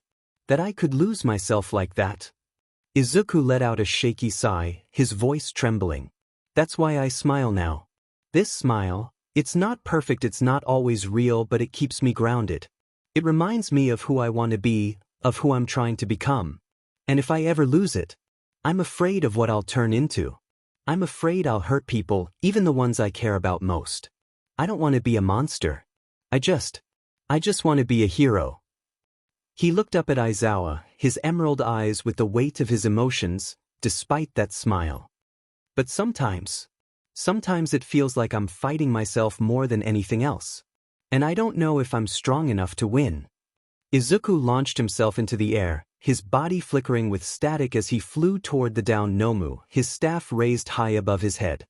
He was about to strike, about to finish the job when the air around him warped, and a swirling black mist materialized in front of him. Kurogyri's warp gate had appeared, ready to engulf him in darkness. Izuku's body glitched, his movements jerking as he prepared to dodge. But before he could react, a hand shot out from behind him, grabbing Kurogyri by the neck brace and slamming him into the ground with an earth-shattering thud. Izuku skidded to a halt, eyes flicking over his shoulder as he saw Katsuki Bakugo straddling Kurogyri, pinning him down with an unrelenting grip. Explosions crackled in his hands, hovering dangerously close to the villain's face. Don't even think about it, Katsuki snarled, his voice dripping with menace. Try anything funny, and I'll blow your butt up so bad they'll be piecing you back together for weeks.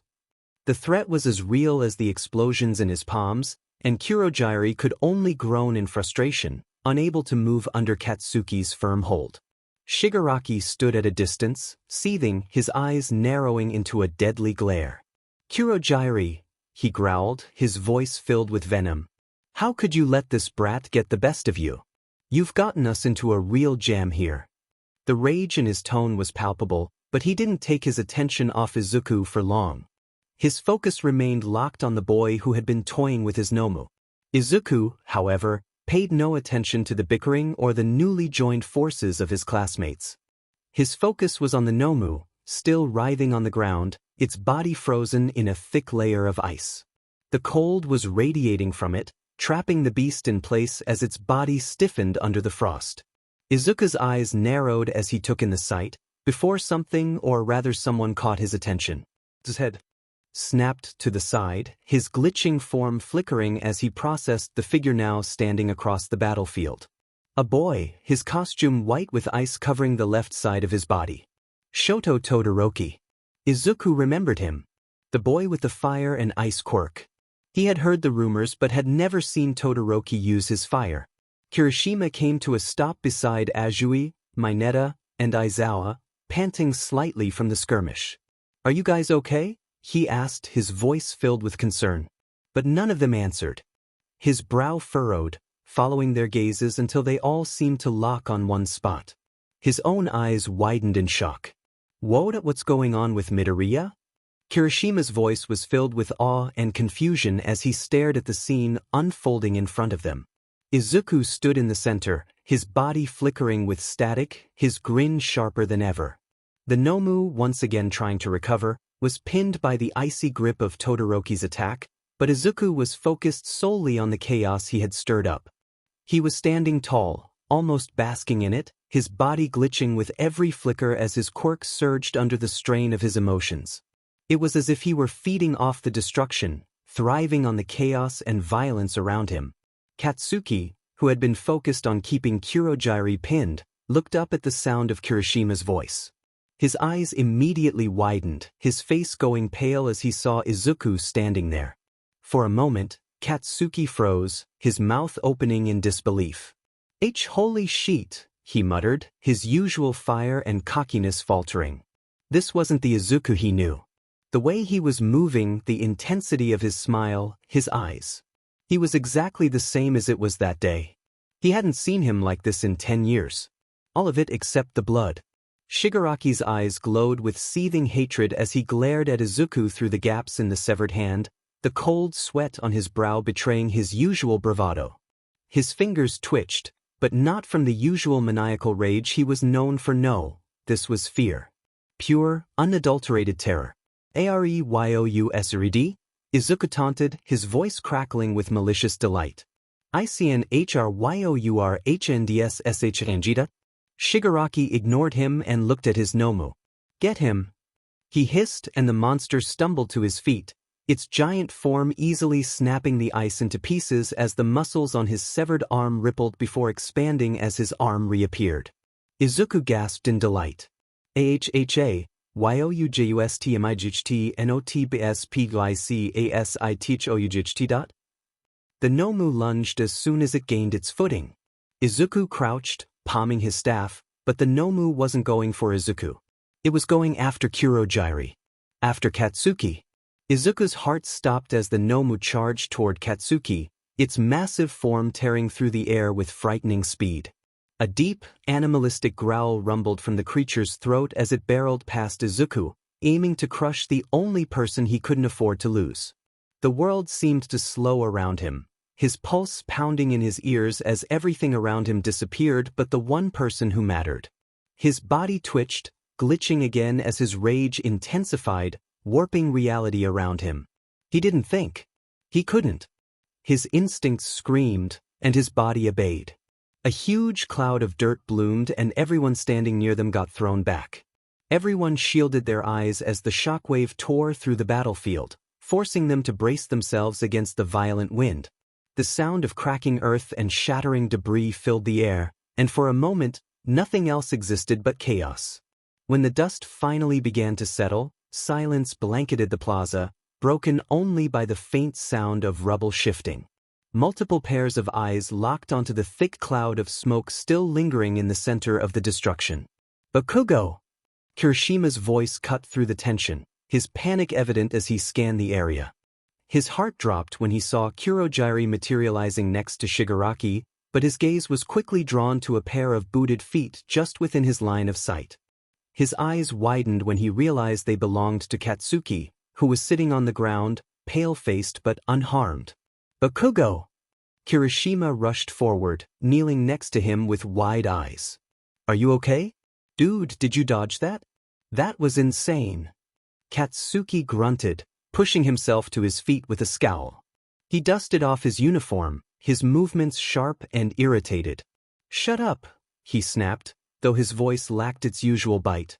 I didn't dodge a DMN thing. Kirishima blinked, confused. Wait, what? His gaze darted back to the dissipating dust cloud. Then what the hell happened? Todoroki, standing a few feet away, scanned the area with a frown. His heterochromatic eyes swept over the plaza, taking in every detail. Something didn't feel right. His brow furrowed as realization struck him. Where's Midoriya? The question hung in the air like a heavyweight, and the group fell silent, each of them suddenly aware of the one person who wasn't accounted for. The dust cloud began to thin, revealing the crater left behind by the attack. For a long moment, there was nothing but silence. Then, a sound broke through, soft and eerie, like the giggle of a child echoing through the battlefield. Everyone froze. The giggle grew louder, distorted, and unnatural until it morphed into full-blown laughter. It wasn't the kind of laugh that brought relief or joy. It was sharp and unsettling, filled with a manic edge that sent shivers down their spines.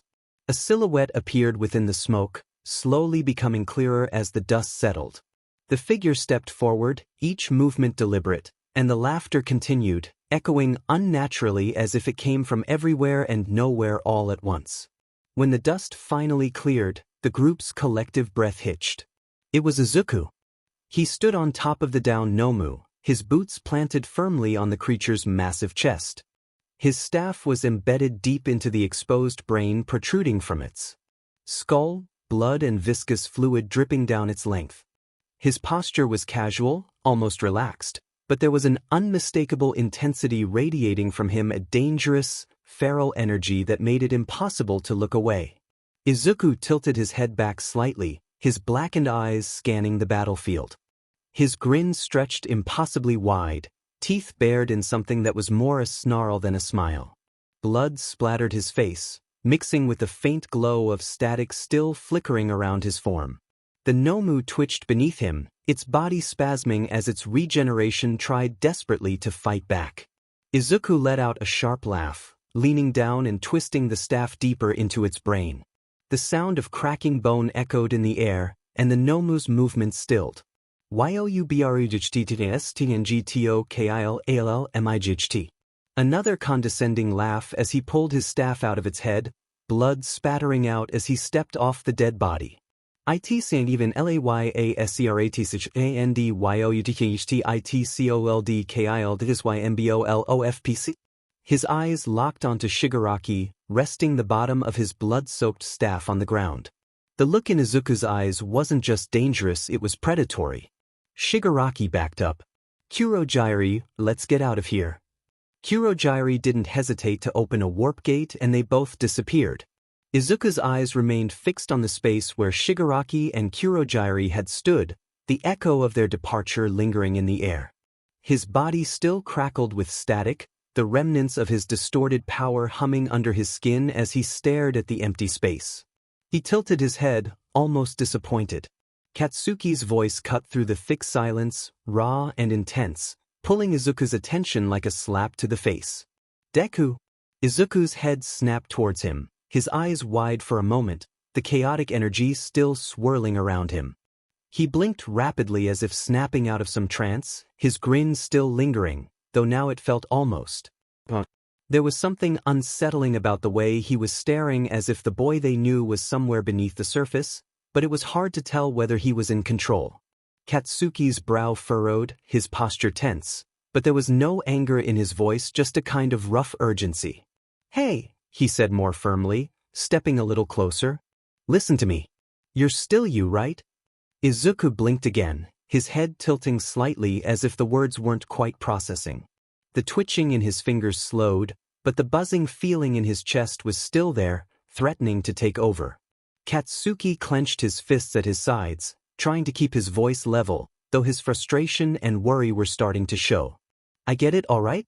I get that you're sad, that you want to take down everyone who comes after us, but this," he motioned vaguely at the destruction around them, "this isn't you. You're not some monster." Izuku dropped to his knees, his staff hitting the ground with a sharp clink. His hands shot up to clutch at his head, the uncontrollable glitching racking his body. Each sob, each cry, was distorted, stretched out and cut off like a broken recording. His vision blurred in and out, his mind battling to hold on to reality. "Stop!" Izuku's voice cracked, his breath hitching as his body fought the force inside him, fighting to regain control. It felt like something was clawing at him from the inside, trying to tear through the surface of his mind, and it hurt, physically hurt. His body jerked, glitching more violently like it might tear him apart. "Please," he whimpered, his voice warping as he fell forward onto his hands. His fingers twitched uncontrollably, but there was something different now, something fighting to push the chaos back. He gritted his teeth, trying to focus, trying to think, but the glitching only intensified, amplifying the sensation that he was losing everything. Then it all just stopped. Izuku gasped and the blackness in his eyes shrunk until they were back to normal. His huge grin softened into his normal mischievous smile, but the fear and exhaustion in his eyes told a different story. Aizawa's hair draped back over his shoulders as he blinked. Thank God for erasure. Izuku's body sagged as his eyes fluttered shut, his head tipping to the side as the last of his strength drained away. His arms went slack, and the fight completely left him. Katsuki, seeing the telltale signs of collapse, rushed forward, sliding across the ground with a speed that defied his usual brashness. With a quick motion, he caught Izuku's head just before it hit the ground. Izuku thought he heard someone say that he was okay before he finally just let go and succumbed to the inky blackness. Izuku stood under the steady stream of the shower, his eyes fixed on the water swirling at his feet. Red mixed with the water, a dark reminder of the chaos, of everything that had happened. It swirled endlessly, the crimson lines cutting through the clear water, like an unending stain that refused to wash away. His mind felt fragmented. The moment in the fight when he'd lost control had left a mark deep in his bones. He tried to focus on the feeling of the water, the cool pressure against his skin, hoping it would ground him. He wanted the red to fade. He wanted it to be gone. But it didn't. The red kept coming, swirling and winding around his feet like it had a life of its own, persistent, clinging to him. His hands twitched at his sides, and he exhaled shakily, trying to push the thought away. It's just water, he told himself. It's just water. But it didn't feel like just water. He snatched a loofah from the shelf behind him and scrubbed his skin raw. He scrubbed and scrubbed until his skin was so numb that he didn't even feel the rough texture against his now sensitive skin. He scrubbed harder. He didn't understand. The blood was gone, the water was clear, so why could he still feel it on his skin? Finally, with a deep, shuddering breath, Izuku turned the water off, the sudden silence heavy. In the air. He stood there for a moment, still caught in his thoughts, feeling the remnants of everything he'd done pulse under his skin. And then, without a word, he walked toward the mirror above the sink, his fingers rubbing the steam away until he stood in front of his own reflection. It greeted him with that familiar, distorted grin. That grin, it had always been there, hadn't it? That twisted, unsettling smile that everyone had grown to know him by. It was a part of him, a defense mechanism, a mask that covered the fear, the doubts, the insecurities. But now, it didn't feel like his. It felt like a monster's. And he couldn't let it go. He sighed and raised the side of the towel around his neck into his sopping green curls, rubbing fiercely to dry it faster. He closed his eyes, trying to focus on the feeling of the towel on his hair. When he opened them again, his breath hitched, his eyes widened, and his reflection didn't copy it. The grin in the mirror twisted. Not his own. Not anymore. The reflection's mouth stretched unnaturally, curling into something grotesque and inhuman. Its green and black eyes stared at Izuku while its head slowly tilted to the side. Its mouth opened. Youresrtingtou arentyu, ttpwr thos, tnal, its nottm yourefigngits yoursLF.an. Dyourelosing, littl ichiroda. You're starting to understand, aren't you? The power. The chaos. It's not them you're fighting, it's yourself. And you're losing, little hero. Izuku froze, towel clutched tightly in his hands. His chest rose and fell rapidly, his breathing shallow and ragged as the voice seeped into his mind like poison. The reflection tilted its head, grinning wider as its form flickered like static on a broken television. You sandhichidfrom imttt owho foughtfor tonwho savdyou wihoutme youre notngd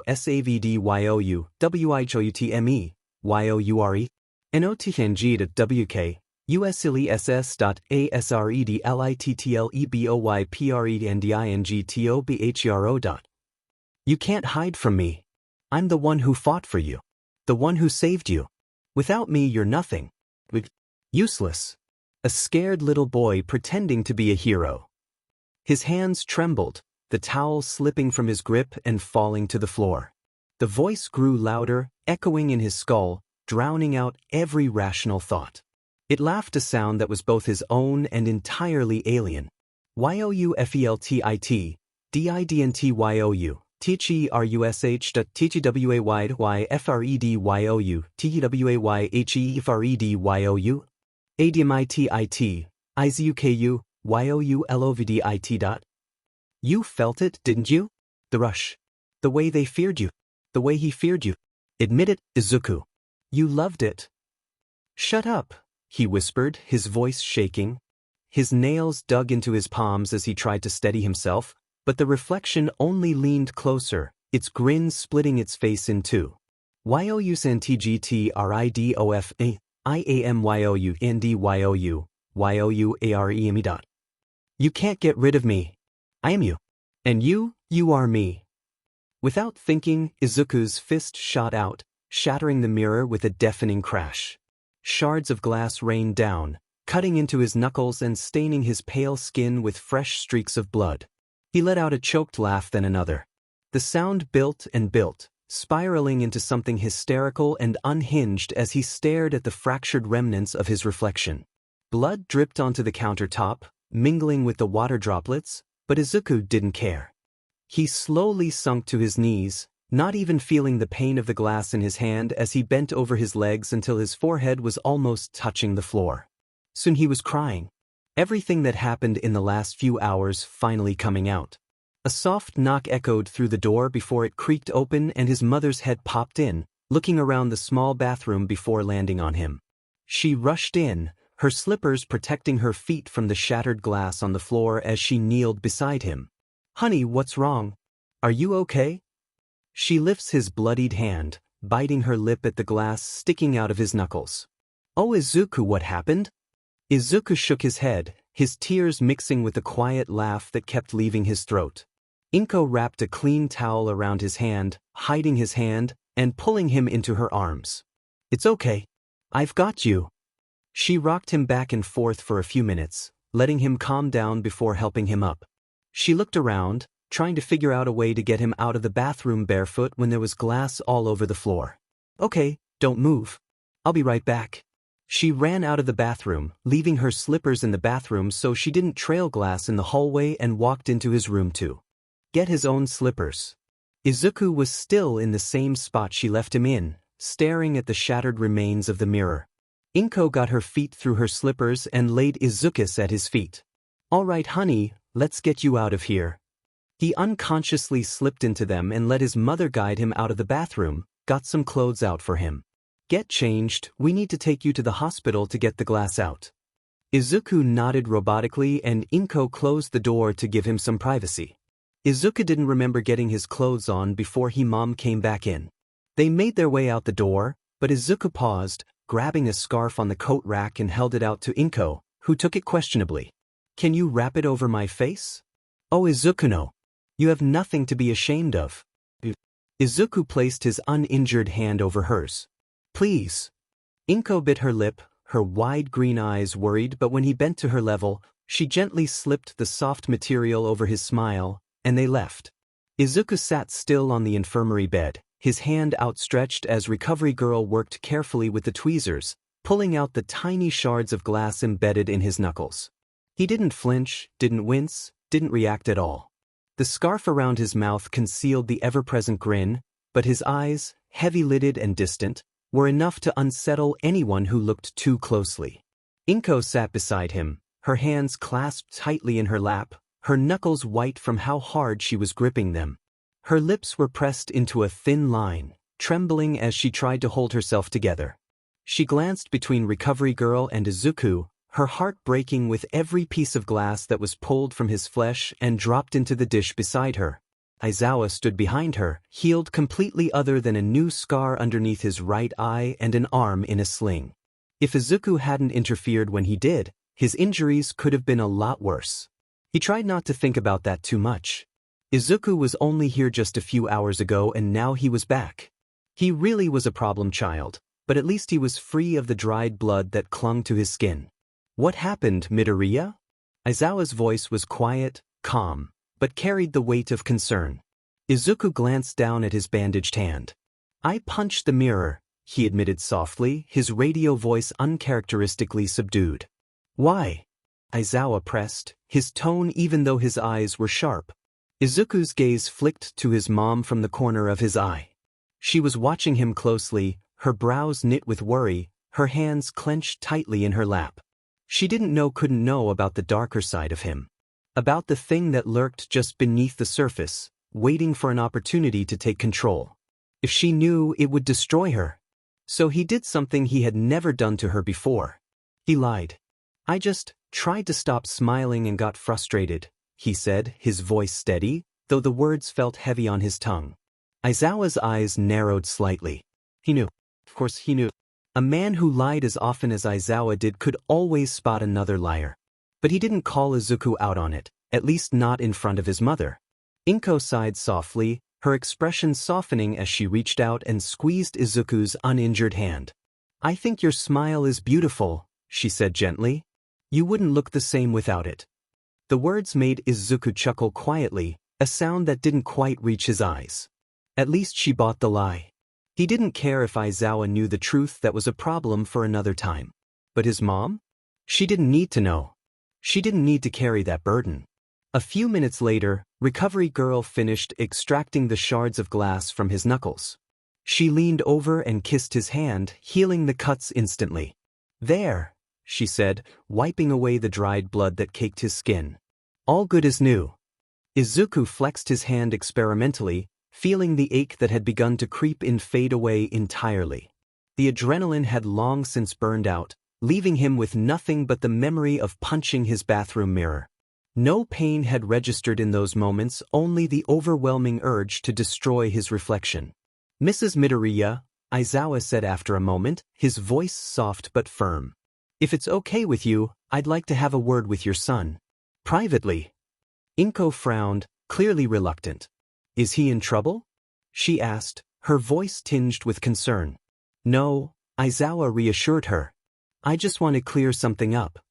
She opened her mouth to protest, but Izuku gently placed a hand on hers, stopping her. "It's okay, Mom," he said softly. "I'll be fine." Reluctantly, she nodded, though her worried expression didn't ease. Izuku slid off the bed and followed Aizawa out into the hallway. They walked in silence for a few moments before Aizawa stopped and turned to face him. "You lied to your mother in there," Aizawa said bluntly, crossing his arms as he gave Izuku a pointed look. Izuku's mouth twitched. Of course, he'd bring that up. "And?" he asked quietly, though there was no defiance in his tone. "Just exhaustion." "And what's with the scarf?" Aizawa added, his gaze dropping to the fabric draped around Izuku's shoulders. Izuku let out a heavy sigh, his fingers fiddling with the edge of the scarf.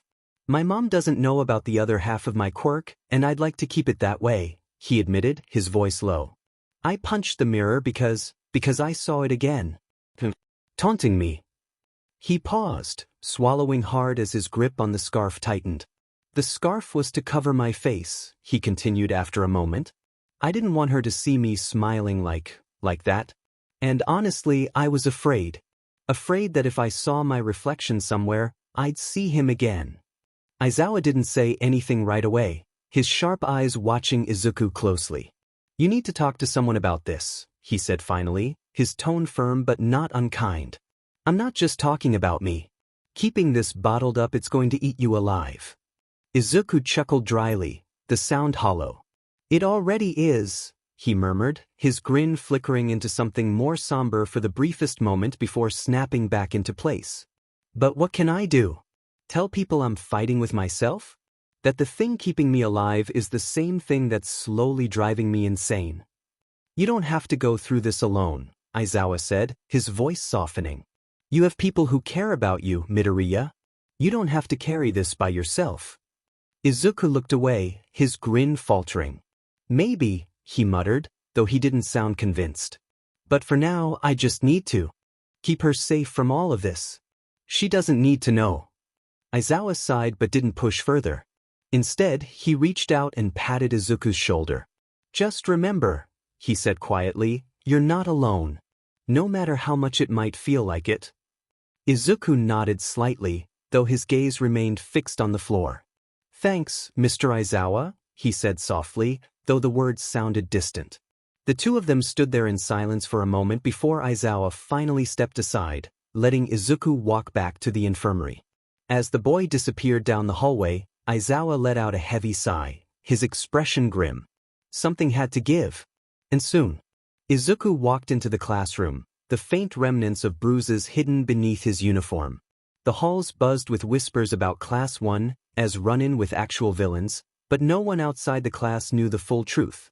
Only his classmates, the ones who had been there, knew about the psychotic grin, the eerie voice, and the twisted delight Izuku had taken in fighting the Nomu. And that was because Kirishima couldn't keep a secret. Izuku didn't blame him. He figured the redhead had just been too shaken to process what he saw without sharing it. Still, it was strange walking into the classroom and feeling the weight of their stares, their nervous glances, like they were all trying to figure out if he was still the same guy they'd laughed with just days ago. Izuku could feel the stares burning into the back of his head as he sat in his seat, his hands folded neatly on his desk. He wore a neutral expression, but the faint upward curve of his lips betrayed the constant effort he put into controlling his quirk.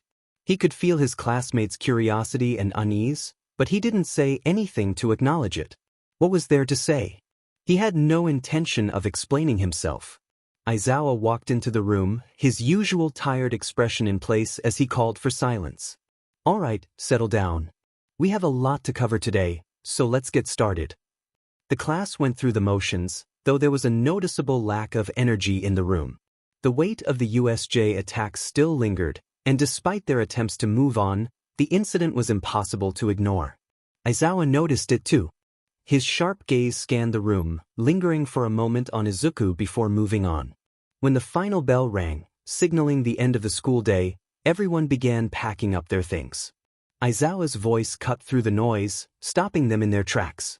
"Midoriya, stay behind," he said, his tone leaving no room for argument. Izuku blinked, glancing at his teacher, then nodded. "Yes, Mr. Aizawa." The rest of the class hesitated, their curiosity obvious. Aizawa shot them a sharp look. "That means the rest of you need to leave." One by one, the students filed out, though not without sneaking a few glances at Izuku as they left. He stayed seated for a moment longer than necessary before standing up and heading to the front of the classroom. "What's up, Mr. Aizawa?" he asked, his tone more casual than he felt, though he couldn't keep the edge of wariness from creeping in. Aizawa didn't beat around the bush. "I want you to see the school counselor," he said, his voice firm but not unkind. "Hound dog. He's been asking to meet with you since the USJ incident." Izuku's mind immediately raced. A counselor? He hadn't seen a counselor since, well, never.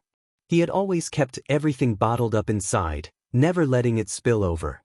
But he could see it now. In Aizawa's eyes, the teacher was serious. He wasn't going to drop this.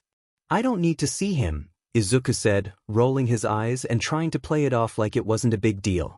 "I'm fine, really. You're not fine," Aizawa cut him off, his voice sharp, though there was a hint of worry buried beneath the surface. "You're not fine, Midoriya. And if you think ignoring this is going to make it go away, then you're fooling yourself." Izuku clenched his fists at his sides, the corners of his smile tightening in agitation, resisting the urge to snap back. He didn't want to talk to anyone, didn't want to have to explain what had happened, what he had done. He wanted to pretend like nothing was wrong, like it hadn't changed him. "I'm not some kid who needs to talk to someone, Mr. Aizawa," he muttered, though the words were more out of frustration than conviction. "I don't need a shrink to tell me how to handle my own head." Aizawa didn't back down. "You can call it whatever you want. But you need to face what happened, Midoriya. I'm not going to watch you fall apart because you're too proud to admit you need help." Izuku gritted his teeth, his mind swirling. He had never felt so exposed, so vulnerable. But as much as he wanted to argue, to push back, something about Aizawa's tone made him pause. It was like the teacher was telling him something he couldn't deny, not even to himself.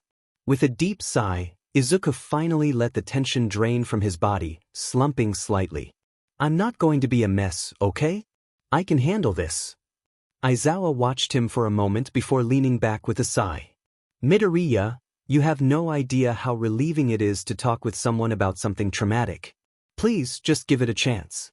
I promise that even if you're pretending that you're fine, you will feel a whole lot better. You think therapy is going to fix my problem? You think it'll get rid of this thing inside of me? No. That's where training comes in. You learn to control your emotions. You learn to utilize that power and protect people with it. Learning to control your emotions while you still have such a huge stockpile of them won't help your progress. Think of it as training. Therapy is just the first step to learning control. Izuku froze, Aizawa's words cutting through his defenses like a blade. The sharp, matter-of-fact tone wasn't sugar-coated, wasn't softened to spare his feelings. It was raw, blunt, and exactly what Izuku needed to hear. He gritted his teeth, his knuckles tightening into fists. You're saying, this is just another part of training? He asked, his voice low but carrying an edge of disbelief. Like learning to throw a punch or control my quirk? Aizawa nodded, his expression as unreadable as ever. Exactly. You can't rely on brute strength or your quirk alone, Midoriya. Heroes need to have control not just of their bodies, but of their minds. Therapy isn't a weakness, it's a tool. A tool that helps you gain that control. Without it, you're just a loaded gun with no safety. Izuku frowned, mulling over the words. Wanted to argue, to push back with some witty remark, but the logic was solid. He couldn't deny that his emotions had gotten the better of him at the USJ. The memory of the Nomu's severed arm, of the twisted pleasure he'd felt in those moments, made his stomach churn. He let out a long sigh, running a hand through his hair. He felt like he was standing on the edge of a cliff, staring into the unknown. But if this was part of his training, part of becoming the hero he wanted to be, then he couldn't back down. Not now. Not ever. All right, he said finally, his radio voice steadying. I'll do it. I'll talk to Hound Dog. But don't expect me to be all sunshine and rainbows about it. Aizawa smirked, his usual deadpan demeanor softening just a fraction. Wouldn't dream of it, problem child. Just show up and do the work. That's all I ask. The cafeteria buzzed with the usual lunchtime chatter and clatter of trays. Izuku sat at a table near the window with Ochako and Ida, the sunlight streaming in and warming the spot they'd claimed. For once, everything felt normal. No villains, no quirks spiraling out of control, no heavy conversations weighing him down. Okay, so hear me out, Ochako said, leaning forward with a mischievous grin. If you had to pick between fighting one all-might-sized duck or 100 duck-sized all-mights, which would you choose? Izuku blinked, caught completely off guard by the question. He tilted his head, his chopsticks pausing midair. But what? It's a valid question, she insisted, gesturing wildly with her hands. Think about it. 100 duck-sized all-mights would be terrifying. Imagine all the I am here, yelling but like, tiny. Ida adjusted his glasses, his expression as serious as ever. While I find the question to be unconventional, I must agree with Uraraka.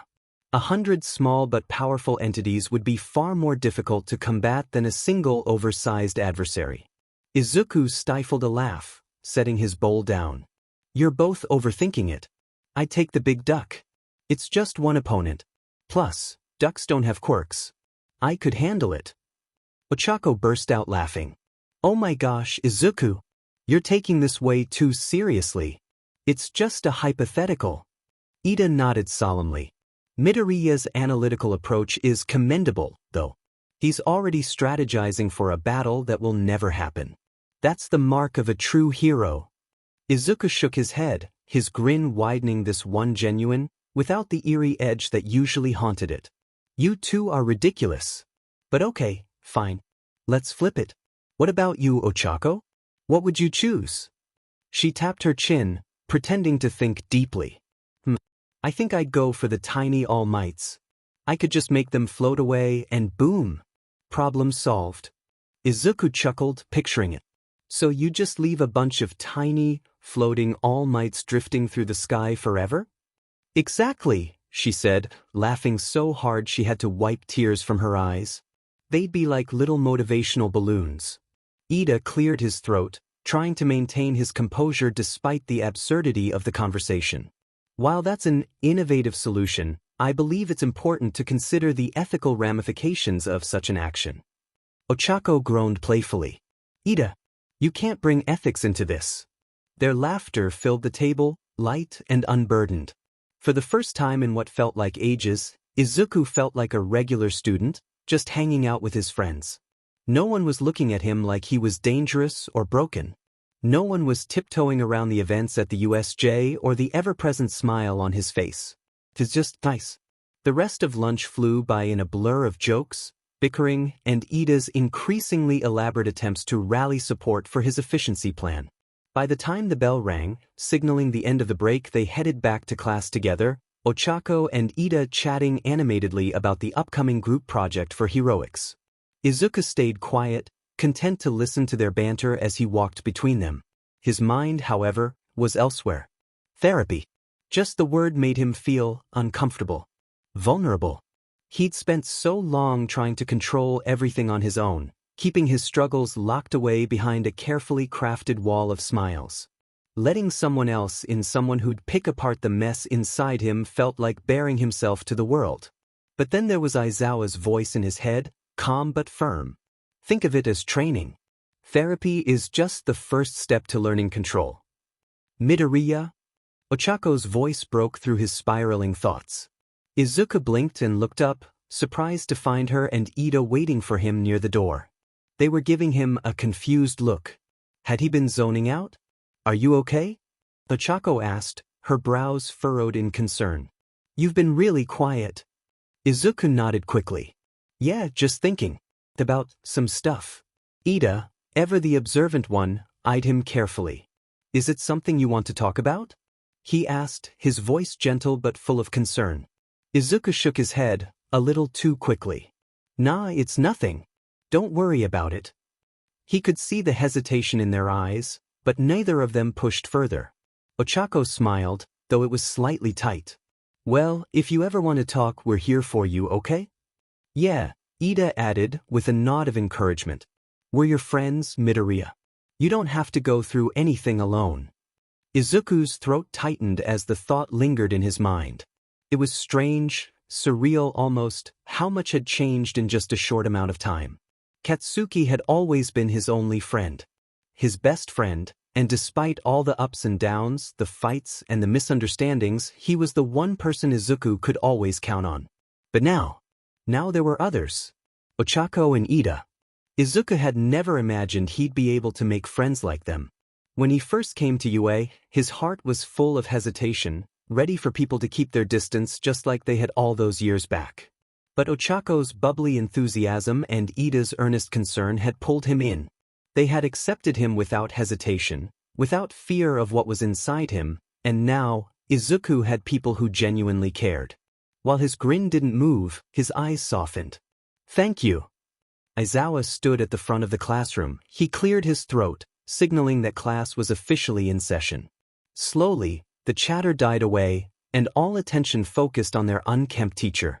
Your fight isn't over yet. His voice resonated through the quiet room, and a hush fell over the students. Despite the simple statement, there was a weight to his words. They all knew he wasn't just referring to their lessons. After everything that happened at the USJ, life at UA felt changed, more serious, more urgent. Aizawa let the moment hang in the air for dramatic effect, and everyone stiffened in anticipation of what might come next. Without another word, he began shuffling some papers on the podium. The rustling seemed deafening in the silence. The UA Sports Festival is about to start. Kirishima, ever the ball of enthusiasm, leapt to his feet, fist pumping as though his heart had just been set ablaze. All right, let's go kick some dash, he began, but his excited exclamation was immediately interrupted. Wait a second. Kaminari called out, half rising from his seat, eyes wide. Is it really such a good idea to hold the sports festival so soon after the USJ attack? His voice held a genuine note of concern, and a few classmates nodded, echoing his worry. They could attack once we're all in the same place. Aizawa let out a tired sigh, but there was a ring of resignation in it, like he had been expecting these questions. Apparently the administration thinks that this is a good way to show that the threat has been handled and the school is safer than ever. Plus, they're increasing security compared to the past few years. This event is a great opportunity for all UA students. It's not something we can cancel because of a few villains. The sports festival is one of the most watched events in the world. In the past, everyone obsessed over the Olympic Games, but then quirks started appearing. Now the Olympics have been reduced drastically in terms of scale and viewership. For anyone who cares about competition, there is only one tournament that matters: the UA Sports Festival. A ripple of excitement spread through the room. The mere mention of the sports festival seemed to electrify the students. Eyes lit up, thoughts of new techniques and intense training sessions raced through their minds. Even those still rattled by the USJ incident felt a stirring of purpose and opportunity to prove themselves, to show the world what Class 1A could really do. Aizawa watched them carefully, weighing their reactions. He took a moment to let their enthusiasm build before continuing in a measured tone. It's true that joining a famous hero agency can get you experience and popularity. That's what matters. If you want to go pro one day, then this event can open a path for you.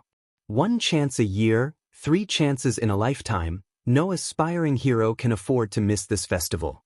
That means you better not slack off on your training. At that, the classroom practically hummed with energy, quiet determination in some students, boisterous excitement in others. Everyone was already chatting about possible strategies, while Bakugo's eyes gleamed with fierce anticipation. Izuku hummed, his grin widening in excitement he hadn't felt since the attack. Now this is going to be fun. Izuku sat in the small, sunlit office, his back uncomfortably straight against the padded chair. He was alone for the moment, staring at nothing in particular. He just refused to look at the large, canine silhouette standing behind the desk. Why am I here again? He's shifting his gaze to the shelves lined with books and files. The faint hum of the ceiling fan did little to ease the nervous flutter in his chest. When he'd agreed to come here, he hadn't expected this awkward silence. He just wanted to get it over with, to say enough to satisfy his teacher that he was fine and then leave. Hound dog Ryo Inui, who reclined behind an unassuming wooden desk, quietly observing him. The counselor's canine features were somehow intimidating and gentle all at once, his pointed ears and muzzle making him appear perpetually ready to either bark or offer sympathy. And right now, those sharp eyes were trained on Izuku with unwavering focus. They locked gazes in an unspoken standoff. Neither said a word for a few beats, letting the silence and maybe a little tension stretch out. Izuku's usual grin twitched at the corners of his mouth, caught somewhere between defiance and discomfort. He had promised Aizawa he'd show up for therapy, sure, but that didn't mean he had to enjoy it. Not to mention, he was half tempted to use his usual chipper, radio host voice to crack a joke and break the ice. Yet something about Hound Dog's presence made him pause, made him consider just shutting up. Finally, Hound Dog broke the silence, clearing his throat with a soft growl. He opened a manila folder with Izuku's name on it and nodded in greeting. "Midoriya," he said, his tone surprisingly warm despite the gruff timbre. "I'm Ryo Inui, but you can call me Hound Dog if you want." Hound Dog's muzzle dipped slightly in acknowledgement. "I understand you're not thrilled to be here," he said, flicking an ear. He set the folder aside for the moment, as if to signal that he wasn't going to dive right into an interrogation. "I want you to know that's okay. I'm not here to pry into every corner of your life on day one. I just want to get to know you a bit. Maybe understand what brought you here. We can go at your pace. You can talk or not talk, it's up to you." Izuku ran a hand through his hair, trying to ease the knot in his chest. As much as he wanted to push back and walk out the door, something about Hound Dog's calm, even approach chipped away at his defenses. This was a hero who'd likely seen it all: the struggles, the pain, the self-doubt. He looked like the kind of person who would listen without judging. Still, Izuku wasn't ready to spill his guts. Not yet. So he pressed his smiling lips into a thin line and shrugged as nonchalantly as he could. "I guess I'm here because, I'm supposed to be. Aizawa thinks I could use some emotional fine-tuning." Hound Dog nodded thoughtfully. "That's a fair start. We can talk about how you feel regarding that later, if you want. For now, maybe you can tell me a bit about yourself. Nothing heavy, just who you are outside of training to be a hero. Izuku took a moment to process what that meant. No one ever really asked him that. Usually, all the conversations were about his quirk, his combat style, or that unnerving grin of his. A quick pang of anxiety fluttered in his stomach. He swallowed hard, fiddling with a stray thread on his pant leg. Well, he said slowly, I'm Izuku Midoriya. I've got a static voice and a smile that apparently freaks out half my classmates. He gave a shaky laugh, trying to pass off the admission as a joke. Hound dogs. Ears twitched. I see, he said, kindly but without pity. And how do you feel about that? About people's reactions? The question hung in the air. Izuku hadn't expected it, and for a heartbeat, he debated deflecting, maybe throw in a sarcastic quip. But something in Hound Dog's gaze invited honesty, or at least the closest Izuku could manage. You don't know, he said at last, his tone subdued. It's easier to just smile and act like everything's fine, you know? Especially around my mother. She doesn't need to worry about me if I'm always upbeat. A smile inspires, keeps the enemies guessing, and makes me feel in control. Especially during the fight with Shigaraki. He let out a small laugh when he recalled how he reacted before everything went to hell. Hound Dog nodded again, giving him space to continue if he wanted, or change the subject if he needed to. Izuku realized that was the point. He was in control here, not pinned down by prying questions he wasn't ready to answer. They fell into a comfortable lull, letting the moment stretch without a trace of awkwardness. Izuku shifted, crossing one leg over the other, but this time the tension wasn't quite as suffocating. Maybe this wouldn't be so bad. So, Hound Dog said gently, let's just take it slow, all right? Maybe next time you can tell me a little more about why you think you have to smile all the time. Izuku's lips twitched, and for a brief second, that forced grin softened into something more real. He breathed out, nodding. Sure, he said, trying for a non-committal shrug. Next time. And that was enough. For the first session, at least. The clock ticked to 3:21 when everyone realized that they couldn't leave the classroom. The entire UA student body stood in the hall, gawking at everybody. Ochako stuttered. Why are you all here? Some were even taking videos and picture like they were celebrities. Izuku slowly packed his notebooks, keeping his face down to hide his grin from the other classes. They were going to see it eventually, so he didn't exactly know why he felt so self-conscious. Why are you blocking our doorway? I won't let you hold us hostage. Mineta declared, and Izuku rolled his eyes. What was his small but going to do against a mob of students? His little declaration at the USJ had put him on Izuku's permanent sheet list. They're scouting out the competition idiots. Katsuki said, stalking to the door. We're the class that survived a real villain attack. They want to see us with their own eyes. He stops in front of them and glares. At least you know what a future pro looks like. He growls. Now move it, extras. He demands, and Class 1A gasps. Izuku snickered, shoving his face against his arm to muffle it. You can't walk around calling people extras, just because you don't know who they are. Ida said frantically. So this is Class 1A. A voice drawls from the crowd, and a boy with purple hair and tired eyes push in front of the other students. Izuku raised a brow. If it wasn't for the purple hair, Izuku would have thought that this was Aizawa's son. I heard you guys were impressive, but you just sound like an butt. The boy says and stands in front of Katsuki. Is everyone in the hero course delusional, or just you? He taunts, rubbing his head. Instead, I find a bunch of egomaniacs. I wanted to be in the hero course, but like many others here, I was forced to choose a different track. Such as life. Katsuki sked. I didn't cut it the first time, but I have another chance. He lowered his hand and stared straight into Katsuki's eyes. If we do well in the sports festival, the teachers can decide to transfer us into the hero course. And they'll have to transfer people out to make room. He turned his attention to the rest of them. Scouting out the competition? Maybe some of my peers are, but I'm here to let you know that if you don't do your very best, then I'm gonna steal your spot right out from under you. Consider this a declaration of war. His voice carried calmly through the classroom, but the words themselves were anything but mild. The eyes of Class 1A flicked between the boy and the rest of the room, reading the challenge loud and clear. A burst of laughter echoed from the back, slicing through the tense atmosphere like a playful whip. All heads swiveled to find Izuku, hand clamped over his mouth as he fought to stifle the laughter that still threatened to spill out. His eyes shone with unmistakable excitement, that telltale grin stretching under his fingers. Despite the looks, he couldn't contain his amusement. He loved an underdog with a bold streak, and his declaration was brimming with promise. Realizing he was front and center of everyone's attention, Izuku hastily cleared his throat and tried to rein in his reaction. He dropped his hands and slung his backpack over his shoulders, moving to join Katsuki at the door.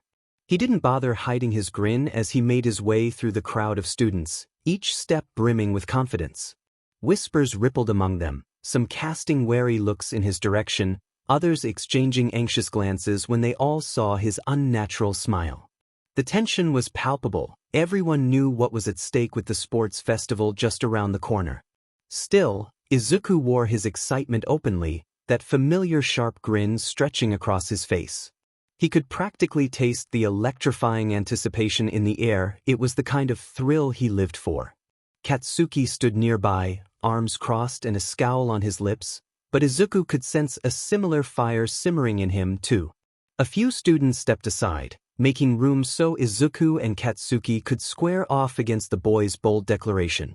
At this point, Izuku's grin only grew wider.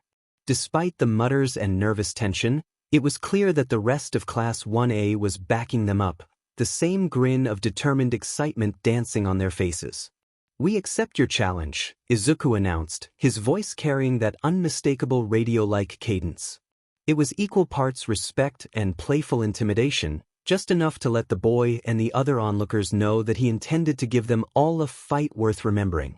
2 weeks. 2 weeks to train, to prepare, to strategize.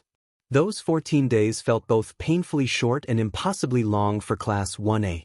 As the sports festival loomed on the horizon, the atmosphere at UA grew charged with anticipation. Every morning brought fresh ideas, new routines, and the echo of determined footsteps racing through the halls as students hurried to training fields, gyms, or anywhere else they could refine their quirks. For Izuku, those 2 weeks felt like a precious and dangerous countdown. His mind buzzed with strategies and counter-strategies, pulling from the handful of rivalries and friendly challenges he'd collected since the USJ incident. That kid's words stuck in the back of his mind, fueling his late-night workout sessions and sparring drills. He could almost taste the excitement and the pressure of the upcoming tournament. Between classes, he'd steal moments to rework his notes, scribbling down possible tactics for the obstacle courses or imagining ways to apply his quirk more creatively. There was never a shortage of ideas, only the question of how much time he had to test them all. In the evenings, he practiced new moves until his muscles screamed for mercy. 2 weeks would pass in a blur, each day a building block in Izuku's growing arsenal. And as the countdown to the sports festival ticked steadily toward zero, one thing remained absolutely certain. If anyone, even a rival from another class, wanted to challenge him, they'd better be ready for the kind of fight only Izuku Midoriya could bring. "Hey! Make some noise, rabid sports fans." Present mic appeared on the screens above the stadium. "This year we are bringing you some of the hottest performances in sports festival history guaranteed. I've only got one question before we start this show. Are you ready? Let me hear you scream as our students make their way to the main stage." This first group are no strangers to the spotlight. You know them for withstanding a villain attack. The dazzling students that line up their classmates with solid gold skills. The hero course students of Class 1A. Class 1A steps out of the many tunnels, heads held high and shoulders back. "I hope we are still able to give our best performance even with all of these eyes watching us," Ida said next to him. "I suppose it's just another aspect of being a hero. We'll have to learn to get used to it." They haven't got a whole lot of screen time, but this group is still chock full of talent. Welcome Hero Course Class 1B. Next up, General Studies Classes C, D, and E. Support Classes F, G, and H. And finally, business classes I, G, and K. The crowd cheered as all the students walked onto the field. When they all gathered in front of a small stage, the pro-hero Midnight snapped her whip. Now for the introductory speech. The crowd whispered and blushed. Someone should talk to Ms. Midnight about what she's wearing. Kirishima said, embarrassed. The R-rated hero sure lived up to her nickname with her provocative costume and perverted mind. Her costume was a very thin, skin-tight white bodysuit that left very little to the imagination in places. Yeah, that costume should come with a warning. Is that really an appropriate appeal for a high school game? Silence, everyone. She snapped her whip again. Now for the student pledge, we have Izuku Midoriya. All eyes turned to Izuku as he stepped out of the crowd of students and onto the stage, hands clasped behind his back, his smirk tugging at his lips. He let the hush linger for a moment, savoring the palpable energy thrumming through the crowd. Hello, USJ. He began, voice steady, but carrying a playful undertone. He could visibly see the crowd. I was told to keep this short, so I'll try my best not to overstay my welcome. His eyes gleamed as a ripple of light laughter traveled through the crowd. But I've got to say, I've never been one to hold back. He took a moment to scan the sea of expectant faces, from pro-heroes and faculty down to the youngest students who'd come to watch. We've all worked ourselves to the bone to get here, countless hours training, pushing our quirks, pushing ourselves. This festival isn't just about winning, it's about stepping up and showcasing how far we've come. We've all spent weeks, months, maybe even years honing our quirks, grinding out late nights and early mornings, pushing ourselves to the limit. Why? He spread his hands in a playful gesture. Because we have to. Because we want to. Because we're aiming to be the best heroes we can possibly be. He tilted his head, looking almost conspiratorial as he lowered his voice. And I'm guessing you all want one heck of a show, right? At that, a chorus of cheers and whistles erupted, the crowd clearly loving the confidence. Izuku waited a beat for the noise to subside, then continued in a more resolute tone. Well, don't worry. We're going to give you one. Every student here has trained like their future depends on it, because, frankly, it does.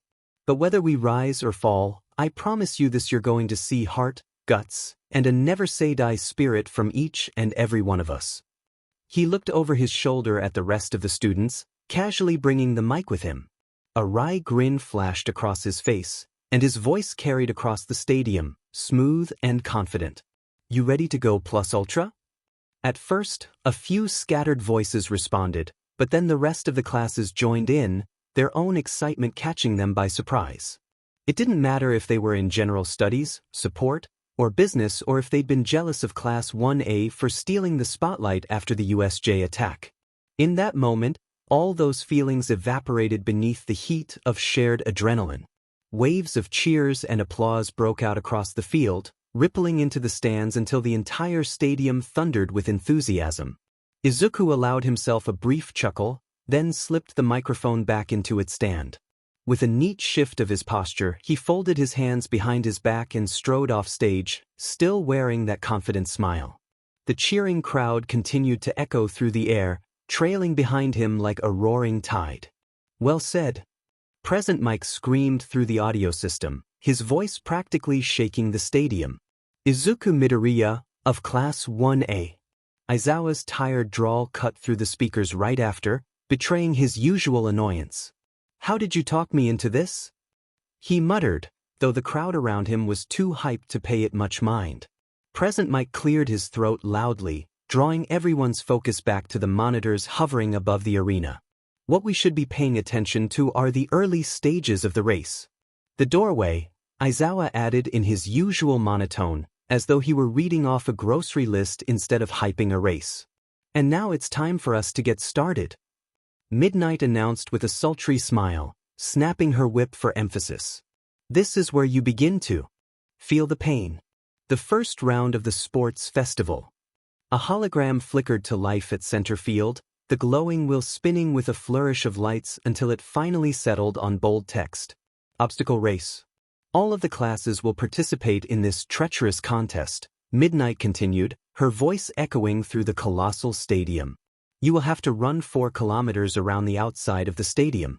I don't want to restrain anyone, at least in this game. As long as you don't leave the course, you're free to do whatever it is your heart desires. That last declaration lit the crowd ablaze with excitement, cheers and shouts rising like a wave around the stands. Now then, take your place, contestants, Midnight commanded, gesturing toward a massive tunnel on the far side of the field. Every student crowded into position, their hearts pounding in anticipation. A set of signal lights hung overhead, green, yellow, and red, blinking in succession. The first green winked out, "Get ready." Then the second, "Set." And as the third light began to dim, a hush fell over the stadium. The horn went off and Izuku stayed still for a moment just to see what would happen. Everyone was so clustered together that no one could get out. People were pushed and shoved. Not even 20 seconds into the race, and people were already getting bruises. Izuku looked at the narrow doorway. "I get it. They're testing us. Seeing how we will get through." Izuku's vision blurred for just a second, and when it sharpened again, he found himself on the other side of the doorway, already sprinting at full speed. The rush of cold air against his back snapped him into focus, and he glanced over his shoulder to see Todoroki hot on his heels, his icy demeanor as sharp as ever. Izuku's grin widened. Of course, he's already on the move. Behind them, the rest of Class 1A spilled out of the tunnel, their determination evident in every stride. Just as the race seemed to find its rhythm, the sound of heavy machinery roared to life ahead. Towering robots, just like the ones from the entrance exams, marched onto the course, their mechanical joints creaking and eyes glowing menacingly. The crowd erupted in cheers as the first wave of obstacles appeared. Todoroki didn't even break stride. His hand flicked out, and a wave of ice erupted from the ground, encasing the nearest robot in a glistening prison. The temperature plummeted as the ice crept up the towering machine's frame, freezing it solid in seconds. Without a second glance, Todoroki darted through the robot's legs, disappearing into the mist of frost he'd created and pulling ahead of Izuku. Izuku kept running, his heart pounding as his eyes darted between the robots and the path ahead. His grin didn't falter. If Todoroki wanted to clear the path for himself, that was fine by Izuku. He had his own strategy. As another robot lumbered toward him, its massive arms swinging, Izuku's body glitched for a moment, a faint crackle of static surrounding him. The robot froze for half a second, its movements lagging as though something had interrupted its system. In that instant, Izuku blurred past it, his body flickering briefly before reappearing on the other side. He didn't destroy it. There was no need. Leaving it intact meant it would stall the students behind him, forcing them to either fight it or find another way around. Work smarter, not harder, he thought, his grin sharpening as he kept his pace. The course was chaos behind him. Kaminari sent bolts of electricity flying at a smaller robot, short-circuiting its systems, while Kirishima charged headfirst into another, his hardened skin deflecting the machine's blows. Up ahead, Todoroki was a blur of ice and determination, freezing every obstacle in his path with ruthless efficiency. Izuku could see him clearly now, the frost from his quirk leaving a glittering trail behind him. But Izuku wasn't about to let Todoroki have the lead without a fight. Static crackled around him again as he pushed himself harder, his steps glitching slightly as he flickered in and out of sight. The gap between him and Todoroki began to close, the two of them weaving through the chaos of the obstacle course with practiced precision. Todoroki glanced over his shoulder, his cold eyes narrowing as he saw Izuku gaining on him. He didn't say a word, but the way his pace quickened was enough of a response. Izuku's grin widened. "But let's make this interesting." The sound of explosions echoed behind them, and Izuku didn't need to look back to know it was Katsuki. "Deku, get back here, you demon nerd." Izuku couldn't help but laugh, the exhilaration of the race driving him forward.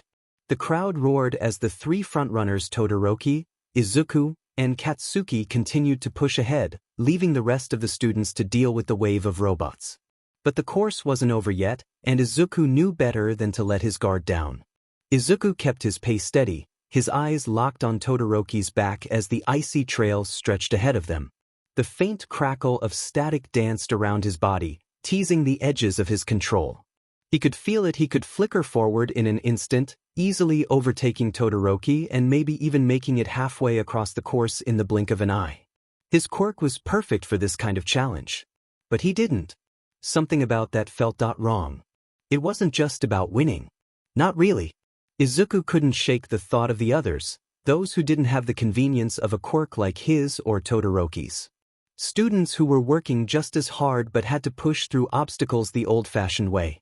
Jumping ahead now, exploiting an advantage so casually, would feel like he was undermining all of that effort.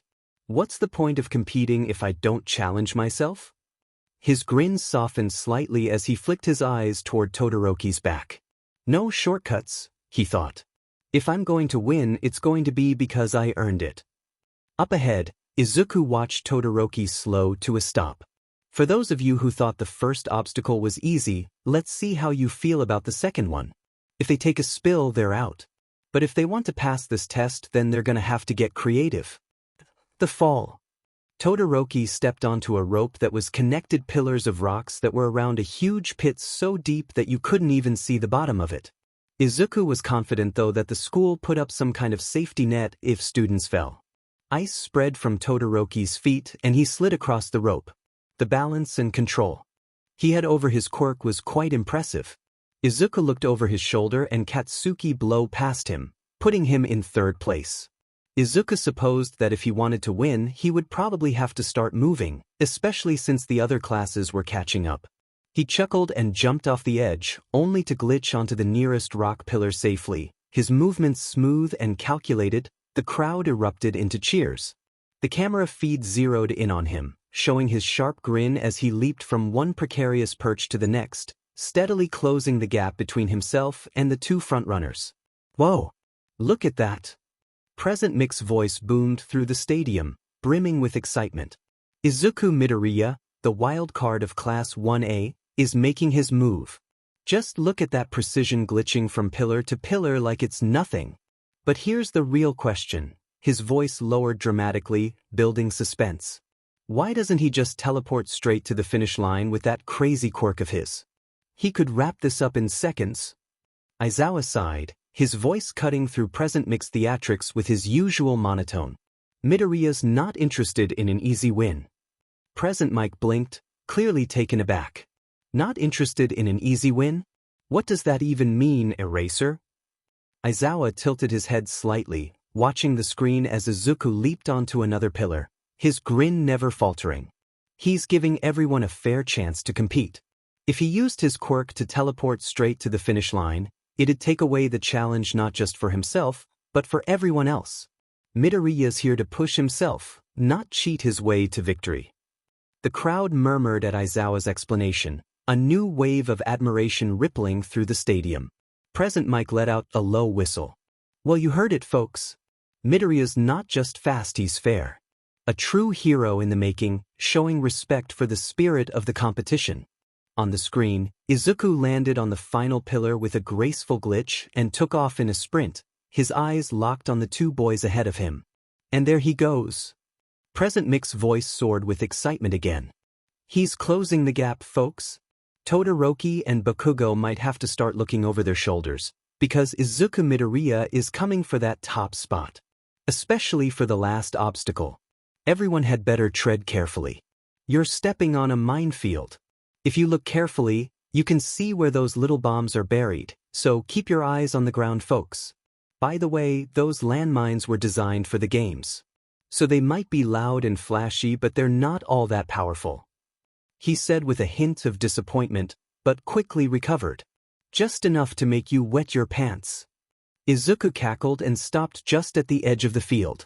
He watched Todoroki shuffle through the mines and Katsuki fly down to him, knocking him off balance and almost making him step on the buried mine. Katsuki landed on the ground and they both attacked each other to get into first place, even though Izuku knew that Katsuki didn't even have to the ground. Katsuki was like him too in a way. Even though others didn't see it, Katsuki was a fair player, even if he aimed to be the best. Even if he hated his rivals and anyone that threatened his ability to get to the top. Izuku didn't move even as other students ran by him and onto the mine field, tiptoeing over the grounds and setting off some mines that exploded with what looked like pink smoke, sending them flying into the air. Like Present Mike said, they weren't very dangerous. Even when students stepped on them, they didn't go as high as a normal mine would send them. It was kind of boring, really. Izuku didn't waste another second. His sharp grin widened as he set his sights on the two students ahead of him. The mines scattered across the dirt field glimmered faintly, their timers waiting for the slightest pressure. But Izuku wasn't fazed. With a flicker of static, he stepped onto one of the mines and glitched away just as it began to set off. The explosion erupted behind him, kicking up a cloud of dirt and debris. He repeated the motion, glitching from mine to mine, each detonation perfectly timed as he moved in a direct line toward Todoroki and Katsuki. The sequence of explosions became rhythmic, like a drumbeat building in intensity, echoing across the stadium. Present Mike practically lost it in the announcer's booth. What is even happening?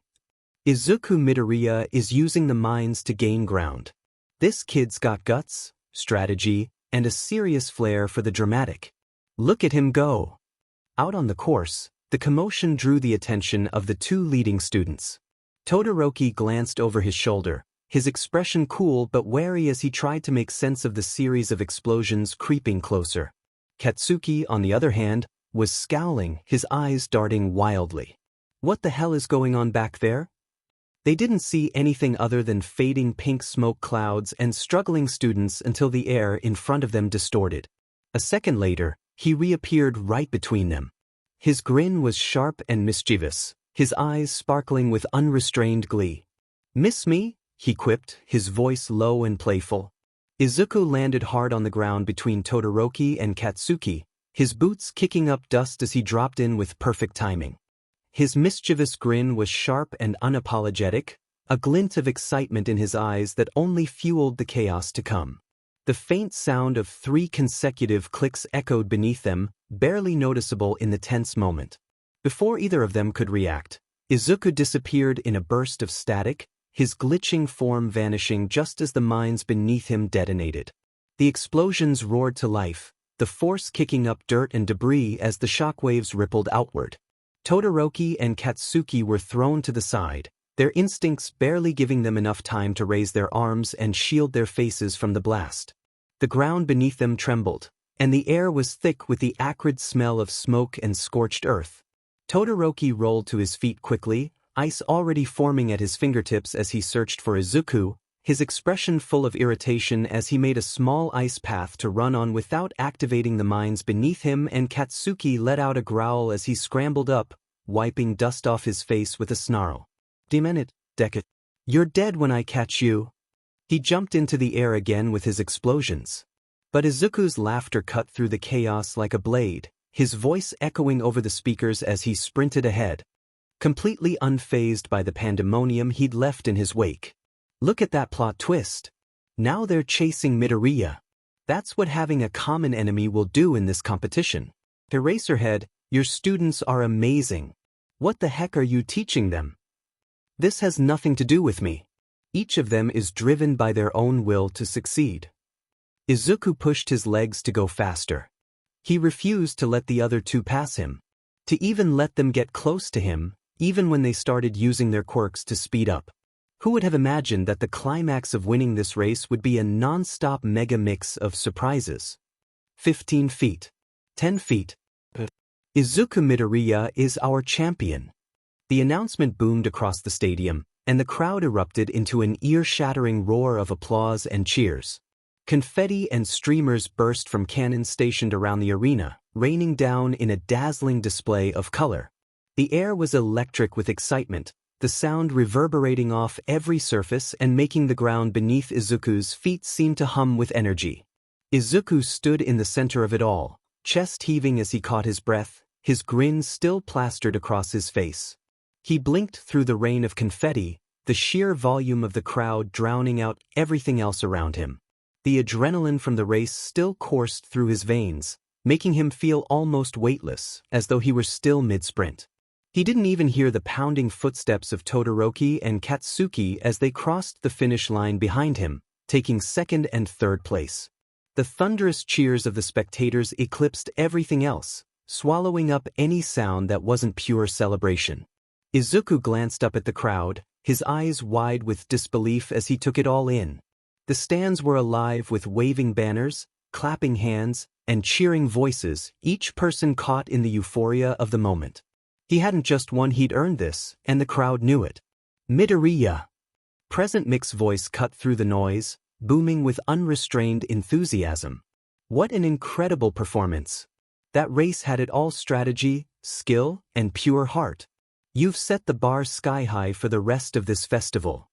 Izuku gave a short laugh, still catching his breath as he wiped a hand over his forehead, brushing away the bits of confetti that had landed there. His usual grin softened for just a moment, replaced by something quieter, something real. For once, he wasn't thinking about the grin itself or the weight behind it, he was just. The crowd's cheers continued to roll like waves, each one louder than the last, a seemingly endless tide of celebration.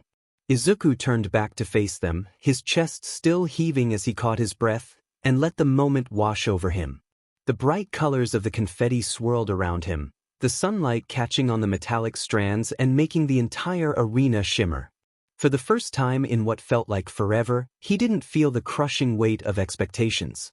He didn't feel the gnawing, ever-present darkness he usually kept buried deep inside. He wasn't thinking about his grin, his quirk, or the chaos of the past few weeks. All of it, the therapy, the training, the struggle to hold himself together, was gone, at least for now. Right here, right now, he was simply Izuku Midoriya. Not the kid with the eerie smile, not the boy fighting to keep his demons at bay. Just a teenager who had outrun, outmaneuvered, and outplayed his competition. A kid who, for once, didn't have to worry about anything other than winning this entire festival. His grin widened, this time genuine and unrestrained, as he lifted his hand in acknowledgement of the crowd's cheers. He couldn't hear any of the individual voices, couldn't make out any words, but he didn't need to. The energy in the stadium told him everything. They'd seen him. They'd seen what he was capable of, and they believed in him even if just for this moment.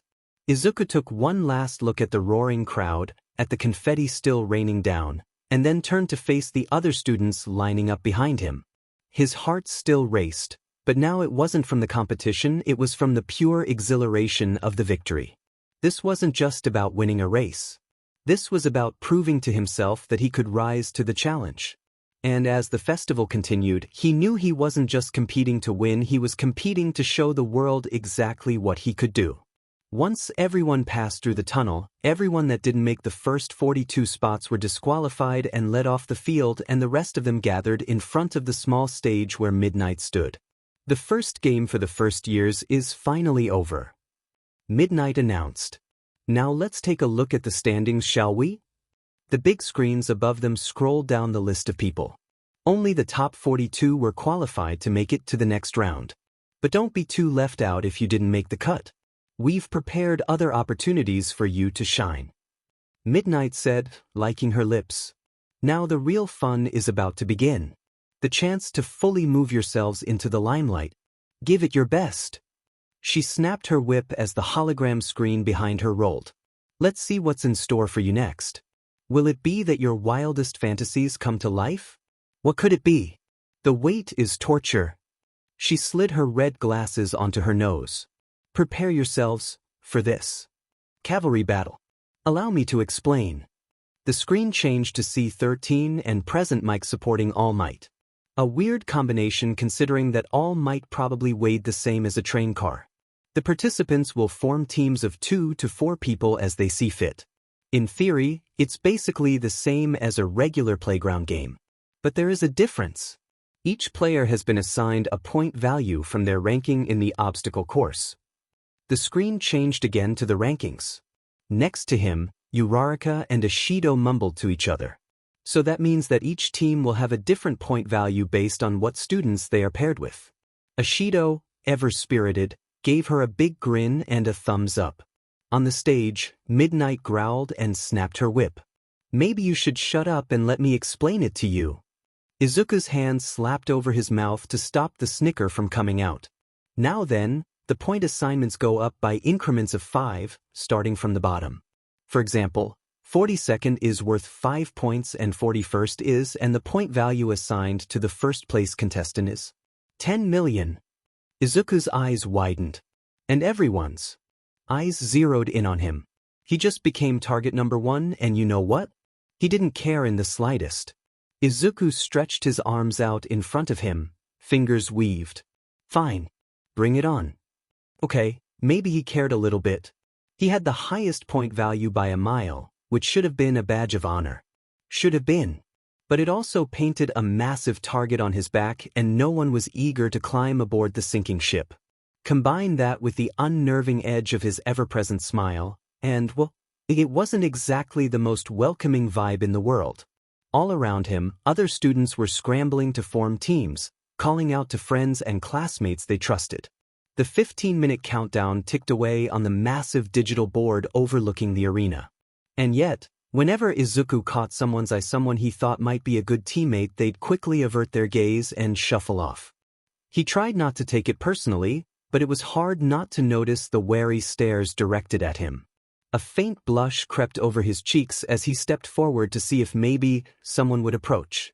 But each time he moved, the small groups of students drifted subtly away, almost as if he were radiating some sort of invisible force field. He could practically feel their unease.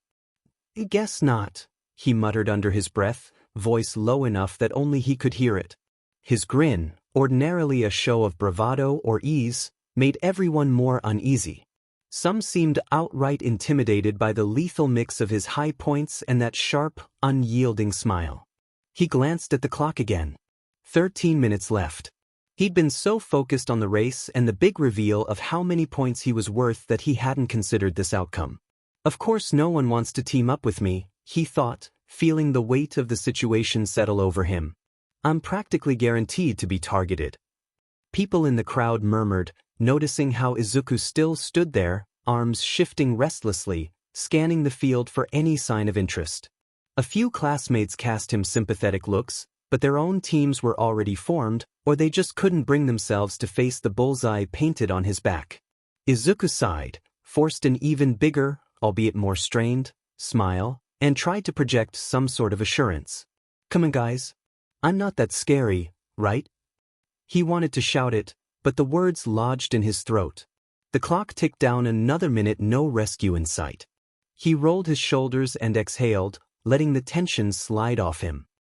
He thought, if I have to go this alone, so be it.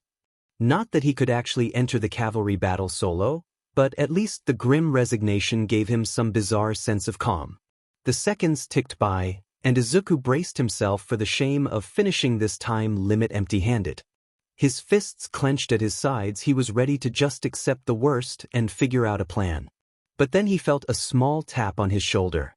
He glanced back, and there was Ochako, smiling wide, her eyes sparkling with certainty. "Deku!" She called over the noise, brushing aside a stray lock of hair. Me, let's do this together. I mean, if that's okay?" For a split second, Izuku felt a rush of relief so overwhelming he nearly forgot to breathe. "She wants to team up with me?" His grin stretched in genuine gratitude rather than just forced bravado. "Uraraka? Seriously? Are you sure?" He had to ask. He knew how risky being on his team would be, with that massive point total painted like a bullseye. Ochako's laugh was bright and unreserved. She put a hand on her hip, jutting her chin in determination. "Of course I'm sure. I'm not letting you tackle this alone, you know. This festival's supposed to be fun, and what kind of friend would I be if I left you stranded?" Her eyes flicked over his unnerving score displayed on the board. "I'm not worried about the points, I want to work with you." Izuku's chest felt suddenly lighter. All around them, other teams were busy finalizing strategies and jockeying for position, but right now, all that mattered was that at least one person had believed in him enough to step forward. He rubbed the back of his neck, trying to hide the genuine relief beneath his usual grin. "Thanks, Uraraka. Really. I appreciate it." She gave him a playful tap on the arm. "Don't mention it. And hey," she lowered her voice conspiratorially, "I'm ready to go plus ultra on these guys. You game?" Izuku couldn't help but chuckle. "Yeah," he said, the tension in his shoulders finally easing. Yeah, I'm definitely game. So, who are we going to get next? A low, mechanical humming broke into their conversation, followed by a bright, almost smug laugh. A pink-haired girl with elaborate dreadlocks and goggles perched atop her head zipped across the field, coming to a smooth stop right in front of Izuku and Ochako. "Oh, perfect, you're still alone. And you're the star," she said with no small amount of glee. Izuku blinked, briefly startled as the girl leaned in closer, giving him a once-over. It was as if she was sizing up her next big project, though he was the project in this case. "Team up with me, first place," she declared, a huge grin splitting her face as she pointed at him. Izuku exchanged a surprised glance with Ochako, who looked equally taken aback. This newcomer was more direct than most students they'd encountered. The girl laughed again, adjusting her goggles so they rested on her forehead. "I'm a student from the support course Mei Hatsum." She tapped her goggles, which looked decked out in all sorts of modifications. "We haven't met, but I'd like you to use your current fame to my advantage." Her blunt words hung in the air, and Ochako's eyebrows shot up. "Wow, you don't hold back, do you?" she mumbled, half amused, half bewildered. Hatsum waved off the comment. "Of course not. The name of the game is exposure.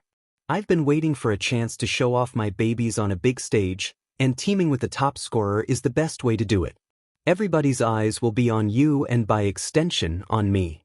Izuku scratched the back of his neck, his usual grin edging toward uncertainty. "Hatsum, right?" He paused to gather his thoughts. "I appreciate the offer. But he glanced at Ochako, who nodded encouragingly. "We were just putting a team together.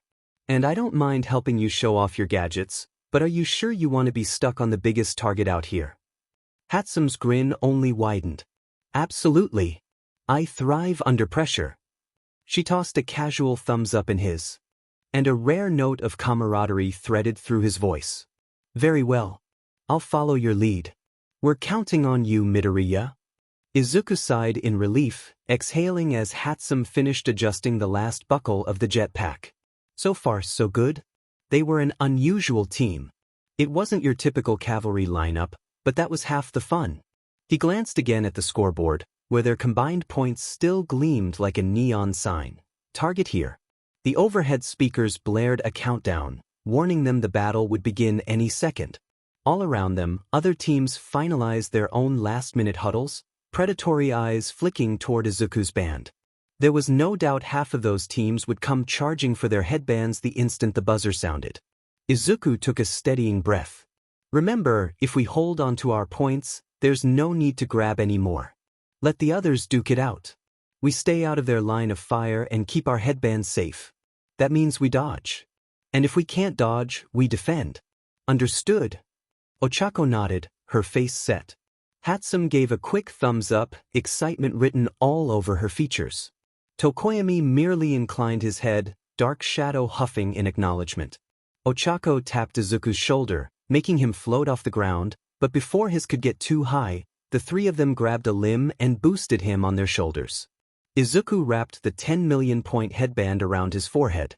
The timer hit 0 and the crowd cheered, already so excited for the fight that's coming. Present Mike screamed through the speakers. After 15 minutes to pick teammates and talk strategy, all cavalry teams are prepared to go head-to-head. Come on. Everyone get your hands in the air. It's time for an arena-bumping UA battle royal. Let me hear you scream. Let's get this party started. One final countdown before the game starts. Every head on the field turned to Izuku's team. 3. Izuku's eyes flicked through the multiple groups of students. 2. Here we go. 1. Begin. None of them wasted a single second before running towards them from all sides. They're not even giving us a chance, huh? Such as the fate of the pursued. Make your choice, Midoriya. Tokoyami shouted. Izuku laughed. That's easy. We're running away. I don't think so. A boy from Class 1B screamed and the ground beneath them suddenly turned into mud. Izuku looked at the team's front. It must be that guy's Quirk. His thumb found the button in his hand. Uraraka, Hatsum. Watch your faces. They closed their eyes and Izuku pressed the button, activating the jetpack on his back. They inched out of the mud pit and into the air, away from the rest of the competition. Izuku let the tension in his shoulders drop for the short time they were in the air. Dark shadows suddenly surged outward, cloaking Izuku and his teammates like a living shield of darkness. It knocked aside Jiro's earphone jacks just as they were about to snatch Izuku's headband. There was a muffled thud as her cables slipped harmlessly off his forehead, earning a frustrated frown from the girl, who immediately pulled back to regroup with her own team. "Good work," Tokoyami commended his quirk with a terse nod. Dark Shadow rumbled in acknowledgement, its eyes gleaming as it resumed its watchful stance. "Please continue to watch over our blind spots, Dark Shadow." Izuku's eyes shone with genuine admiration. "Your shadow is exactly what we needed," he said, turning a grin on Tokoyami. "It'll take care of our omnidirectional defenses." "Seriously, Tokoyami, you're amazing." Tokoyami inclined his head calmly. "You are the one who chose me," he replied with quiet pride. A blaring horn and a sudden shift of movement caught their attention. Numerous teams were colliding, jostling for headbands in a frantic tug-of-war of quirks and strategy. A swirl of dust and shouts filled the air as students fought to maintain balance. "We're landing," Ochako announced, loud enough for the team to hear over the din. She activated the hover boots Hatsum had handed her, slowing their descent with a controlled hiss of air pressure. Their makeshift cavalry touched down on firmer ground, giving them a moment to regroup. "Nice job," Izuku said, glancing at the boots with appreciation for the support course's handiwork. "Any heavier landing, and we'd have knocked ourselves off balance." Hatsum gave a thumbs up from behind the jetpack's controls. "Don't forget who's responsible for those boots and that hover function. My babies are working exactly as intended." Izuku let out a quick, relieved breath. So far, so good. They hadn't lost any points, and in fact, they hadn't needed to steal any either. Their plan was working. Wow. Barely 2 minutes since we started and it's already a total free for all. Yeah. Watch those headbands. You can even ignore the 10 million points and go after the other chart toppers. A cackling laugh echoed across the field, drawing Izuku's attention. He glanced over his shoulder to spot Shoji sprinting toward them, his duplicated arms spread out above his head like a tent. "Shoji?" Tokoyami narrowed his eyes. "Is he by himself? Where's his team?" Just as he said this, another group charged in from the side, blocking a potential escape. Tokoyami's expression hardened. "What we need is breathing room," he muttered to Izuku. "We can't get trapped between multiple opponents." Ochako gasped and tried to run, but her foot wouldn't budge. "What? Something's wrong with my boot," she exclaimed, pulling desperately at her leg. Izuku quickly looked down to see a small, sticky purple sphere clinging to the sole of Ochako's hover boot. "Minetta's ball?" he said, eyes widening. "But where did it come from?" "Right over here," came a taunting voice. Izuku turned just in time to see Minetta peek out from the narrow gap formed by Shoji's arms. The tiny student gave a wild little wave. "Hi, Midoriya," he cackled, before ducking back under Shoji's protective canopy. A long pink tongue darted out next, missing Izuku's head by inches. "You've got Azui in there too?" Izuku asked, dodging aside. "I told you to call me Tsu," Azui said, though her usual calm tone was laced with determination. Her tongue and Minetta's purple spheres launched in rapid succession, forcing Ochako to swerve desperately out of range. "Quickly!" Tokoyami urged, spotting more students converging from the other side. "We must move." Without hesitation, Izuku pressed the button on Hatsum's jetpack. A sudden burst of power lifted them into the air, but Minetta's sticky ball had done more damage than they'd realized. Ochako's hover boot tore partially free from its bottom casing, causing sparks to erupt as wires were yanked loose. "My baby!" Hatsum cried out, eyes wide with horror as she watched the broken piece trail smoke. "My baby is ruined." Izuku grimaced apologetically. "Sorry, Hatsum, but at least we got away from everyone." He wasn't proud of breaking the gear, but it had bought them a momentary advantage, one they desperately needed. An explosion thundered somewhere below them, drawing Izuku's attention. Leaning over, he spotted a familiar figure rocketing toward them, propelled by bursts of fire and smoke. Katsuki's face was contorted in raw determination. "Don't think for a second you're safe," he snarled, palms glowing ominously. Izuku's eyes narrowed as his smile grew. Katsuki's attempt was cute, but no one was getting close to this headband. "Tokoyami!" Responding in a flash, Dark Shadow swooped forward, positioning itself squarely between Izuku's team and Katsuki's incoming blast. Katsuki's explosion slammed into the inky mass, sending a crackling flare of light and heat across the arena. The crowd roared at the spectacle, and Present Mic's voice echoed loud and clear through the speakers. Dark Shadow, singed by the blow, shrank back immediately, returning to Tokoyami's side with a wavering hiss. Izuku let out a breath, chest still tight from the sudden burst of danger. "What?" "Bakugo has been separated from his horses." Present Mic boomed with unrestrained excitement. "Is that even allowed?" Katsuki started to fall back and Siro's tape shot out, securing him in midair and reeling him back to his own group. All eyes turned to Midnight, who casually gave a thumbs up. He never touched the ground, so technically he's okay. Meanwhile, Izuku's team was forced into a rough landing, skidding across the dirt in an unsteady arc. Ochako tensed, bracing for impact as the damaged hover boot sparked once again. Hatsum clutched at Izuku's jetpack, teeth gritted in dismay at the sight of her baby in less than optimal condition. Tokoyami steadied Dark Shadow, who still bristled from deflecting Katsuki's blasts. Despite the jarring touchdown, Izuku gave a quick, encouraging nod toward his friend. "Nice work, Uraraka," he said. "Yeah," she let out a small huff, her brow furrowed with lingering worry, "but it's still hard to control where we're going with just one foot functioning." She gestured at the battered hover boot. The bottom portion clung on by a few wires. Hatsum, biting her lip, crouched to give it a quick assessment. "I can fix it, just gimme a second." However, another swirl of movement near the edges of the ring made them all tense. The cavalry battle was still in full swing, and the clock was relentlessly ticking down. Izuku glanced up, scanning the frenzy of students diving in for each other's headbands.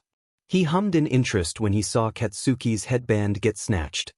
He never thought he'd see the day where his friend was frozen in shock. Izuku hummed. "Everyone, don't worry. I think we're okay," Izuku said, though the moment the words left his mouth, their team jerked to a sudden halt. The dust around them billowed as they skidded across the arena floor, bringing them face to face with a new threat. Izuku's eyes narrowed, the grin on his face turning razor-sharp. It was Todoroki's team, ice and determination radiating off them like a cold front. For a second, no one moved, as though the sheer tension in the air demanded a standoff. "And now, we've reached the halfway point of the game." Present Mic's voice boomed across the stadium, fueling the rising excitement. Izuku took a slow, deliberate breath, trying to steady the burst of adrenaline coursing through his veins. "I thought we had it made," he said, the static crackle of his radio voice bleeding into each word. His mocking smirk only grew as he met Todoroki's frosty glare. "Guess I was wrong." Todoroki's eyes flicked to the headband around Izuku's neck, ice already crackling at the edges of his uniform. "I'll be taking that now," he declared calmly, though his stance betrayed just how serious he was. An excited laugh tore from Izuku's throat, unrestrained and echoing in the confined space between them. "I'd like to see you try." The crowd roared in response, the tension thick enough to slice with a knife. For a moment, both sides stood poised on the razor's edge, hearts pounding to the same frenetic beat. Ochako's hands hovered near her damaged hover boot, and Tokoyami's Dark Shadow bristled in anticipation, ready to strike or defend at a moment's notice. "I didn't think this confrontation would happen until later in the contest." "He seems to have it out for you, Midoriya," Tokoyami observed, his voice cool under the din of the roaring crowd. Dark Shadow shifted protectively by his side, tensing in anticipation of whatever was coming next. Izuku's gaze swept the arena, noting multiple teams edging closer. The tension in his stance made it clear, he wasn't backing down. "The game's almost over, we can't stop now," he said firmly. A moment later, he spotted Todoroki's team preparing something. "Watch your surroundings," Izuku warned, his smile growing taut with adrenaline. It's not just Todoroki that's after us. Everyone is. Sure enough, 5 more groups converged from various angles, each one with eyes set on Izuku's high-value headband. Before anyone could mount a proper defense, Todoroki's team suddenly pulled a thick blanket over themselves, everyone except Kaminari, who stood exposed, sparks dancing along his hands. Indiscriminate shock, 1.3 million volts. Kaminari bellowed. Blue-white electricity crackled across the stadium, a massive surge blazing outward in every direction. He gritted his teeth, ready to unleash all of that power in one spectacular burst. Izuku's heart pounded. That's going to take out half the field if we don't do something. Without hesitation, he focused his quirk, causing his entire team to flicker with static for a split second. "I'm sorry guys. This might feel weird," he shouted over the chaotic hum of electricity. In an instant, a hazy distortion engulfed them, making their outlines flicker like a glitchy TV signal. The bolts slammed forward and then slipped right through, sizzling harmlessly in the space they just vacated. The force and light left the surrounding ground scorched, but Izuku's group remained unscathed within that moment of static-laced displacement. When the lightning finally dissipated, Izuku relinquished his quirk. "Direction. And I've got plenty of support gear to keep us ahead of the competition, just picture it. My inventions, your insane quirk, plus whatever your friend can do will be unstoppable. More publicity for me, and more strategic options for you. Everybody wins." Ochako gave Izuku a nudge. "It might work in our favor. Having someone with support gadgets could really help." She turned to Hatsum, raising her voice just enough to be heard over the stadium. "What kind of gear are we talking exactly?" Hatsum's eyes sparkled with excitement. "Oh, I've got hover saws, grappling hooks, sensor-laden goggles, you name it. Stick with me, and we can outmaneuver half the field before they even realize what's happening." The support corps specializes in creating equipment that helps heroes personalize their quirks and enhance their skills. She laughed. "I packed a ton of powerful babies to bring with me, so I'm sure you'll find something you like around my arsenal." A second ticked by as Izuku considered the offer clearly. Hatsum wasn't shy about her motivations, but neither was she shy about helping him. In a situation this chaotic, an inventive mind, and an armory of high-tech gadgets might be exactly what they needed. Finally, Izuku let out a breath and nodded, that playful grin widening with excitement. "All right, Hatsum. Let's give your babies some time in the spotlight." "Fantastic." She clapped her hands together. "You won't regret this." 2 down, 1 more to go. Izuku spared a glance at Ochako and Hatsum, his newly formed crew. Between Ochako's zero-gravity quirk, Hatsum's arsenal of gadgets, and his own distortion ability, they had a pretty well-rounded setup. Still, something tugged at him. There was a gap they needed to fill. He'd mulled it over for a split second, then realized exactly who they needed. He slipped his hands into his pockets, scanning the students scattered across the stadium. Some were huddling in groups, discussing last-minute strategies. Others looked just as lost as he had been moments ago. His sharp eyes flicked from face to face until they landed on a familiar figure standing at the edge of the field. Izuku's grin slowly curved wider. "That's the one." With a quick nod to Ochako and Hatsum, he broke away, weaving through the clusters of students, until he stood before Tokoyami. His classmate turned to regard Izuku with calm curiosity, dark shadow hovering at his side like a protective wraith. Without missing a beat, Izuku greeted him with that upbeat, radio-polished tone that always caught people off guard. "Tokoyami, I've got an offer you might not want to refuse." Tokoyami regarded him coolly, arms folded. "Is that so?" Izuku shifted his stance, nodding toward the 2 teammates waiting for him in the distance. "I'm short 1 member, and we've only got a few minutes left. I can see the power in your quirk, and combined with what we've got, I think we can pull off something big." Dark Shadow eyed him, too, a faint growl echoing under its breath. "A shadow stands stronger with those who would wield it carefully," it said. Izuku dipped his head, keeping his grin respectful. "Exactly. Between your offense, Ochako's support, Hatsum's gadgets, and, Whatever I manage to bring to the table, we could dominate this cavalry battle. Plus, we can keep each other safe when the competition starts gunning for our points. Tokoyami's eyes flicked to where Ochako was waving them over, and then to Hatsum tinkering with some kind of contraption. He seemed to mull it over for a moment, considering the tactical advantage. Finally, he inclined his head. Very well. I'll lend my strength to your team. Izuku's grin widened, genuine relief glinting in his eyes. Awesome. He turned on his heel, motioning for Tokoyami to follow. Let's go. We've got precious little time, and if we're going to show them who's on top, we need to plan fast. Izuku gathered his new team in a small huddle just outside of everyone else's earshot. They had only a few minutes to strategize before the cavalry battle officially started, and he could practically feel the tension in the air. Ochako stood beside him, a determined light in her eyes as she reviewed her own role. Hatsum, gadgets at the ready, kept glancing from Izuku to her various support gear with barely contained excitement. Tokoyami lingered on the outskirts of their circle, dark shadow hovering close in the bright sunlight. Izuku tapped a small, crudely drawn map of the arena he'd sketched moments ago. We've got the highest point total, meaning we're the biggest target out here. He began in a low, urgent voice. So, our plan shouldn't be to pick fights. Let everyone else tear each other apart. We just need to keep our points safe until the timer runs out. Hatsum grinned, one hand resting proudly on a jetpack prototype.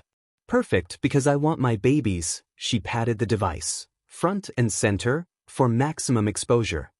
Izuku offered her a half smile. I'm counting on that gear, Hatsum. Because when things get messy, we'll need to move fast. Really fast. He shifted his attention to Ochako.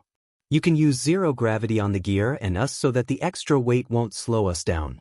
Will you be able to handle that? Ochako nodded, balling her hands into fists. You bet. It'll be good training anyway for heavier and multiple objects. Izuku gave a tight, satisfied nod, then turned to Tokoyami.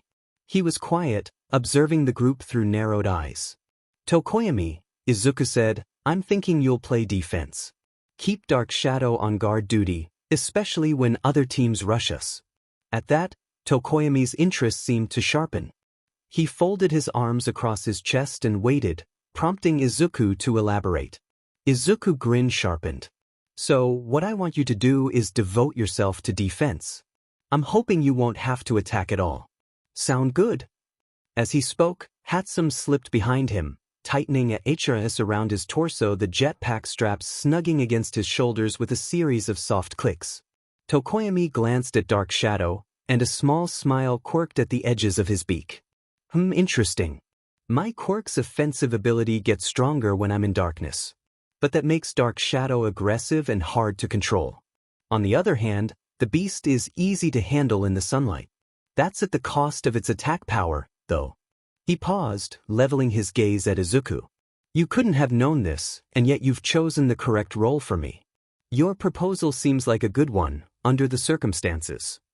He bowed his head slightly, letting them reappear solidly on the dirt. Hatsum stumbled, muttering in dizzy disorientation. Ochako blinked rapidly, looking like she'd just gotten off a spinning carnival ride. Tokoyami swayed for a fraction of a second, Dark Shadow huffing in confusion at being momentarily phased out of reality. That was definitely weird, Ochako admitted, pressing a hand to her temple. Hatsum shot Izuku a look both fascinated and mildly alarmed. Next time, a little more warning might be nice, she teased, though her eyes gleamed with excitement. It wasn't every day she got to experience a literal glitch in reality firsthand. Izuku gave her a light chuckle, his smirk softening into a sheepish grin. Sorry. Thought a moment of weirdness was better than being fried. They started running, but Todoroki's ice struck first. The massive wall snapped into place with a thunderous crack, forming a frigid barrier in front of them. Before Izuku and the others could react, another sheet of ice erupted behind them, sealing them in like fish in a tank. This makeshift enclosure brushed right up against the stadium's boundary lines, effectively cutting off any chance of escape. Demon it, Izuku hissed, skidding to a stop. Ochako's eyes darted across the frozen walls, looking for any gap or weakness. Her breath caught in her throat when she realized just how completely they were trapped. Todoroki's group sprinted forward through the thinning dust, closing in fast. Ochako took a trembling breath, her fingers curling around her battered hover boot. Izuku, can't you, I don't know, use your quirk to teleport us out of here or something? Izuku shot her a grim look, one hand clenching around the strap of the headband. No. I've never tried transporting a whole group before, he growled, frustration leaking into his voice. He wasn't about to mention the dangerous, monstrous presence that lurked within his quirk, the one he could barely keep in check even by himself. I might be able to phase myself out, he admitted, eyeing the ice warily. But all of us together? I have no idea what that would do, or if I'd just leave you behind. I can't risk finding out the hard way. Ochako's shoulders slumped at the admission, but she steeled herself against the rising panic. From the corner of her eye, she could see Todoroki's team storming in, their expressions set like stone. Tokoyami drew Dark Shadow closer, the inky creature snarling softly as if tasting the tension in the air. We need a new plan, he said, voice grim. Because ready or not, they're nearly upon us. Izuku glanced between the ice walls hemming them in and the oncoming threat. His heart hammered, but a determined grin slowly curled at the corners of his mouth. Then we'll just have to make our stand right here, won't we? He murmured, bracing for the clash. Team Midoriya has nowhere left to run. Only 1 minute left.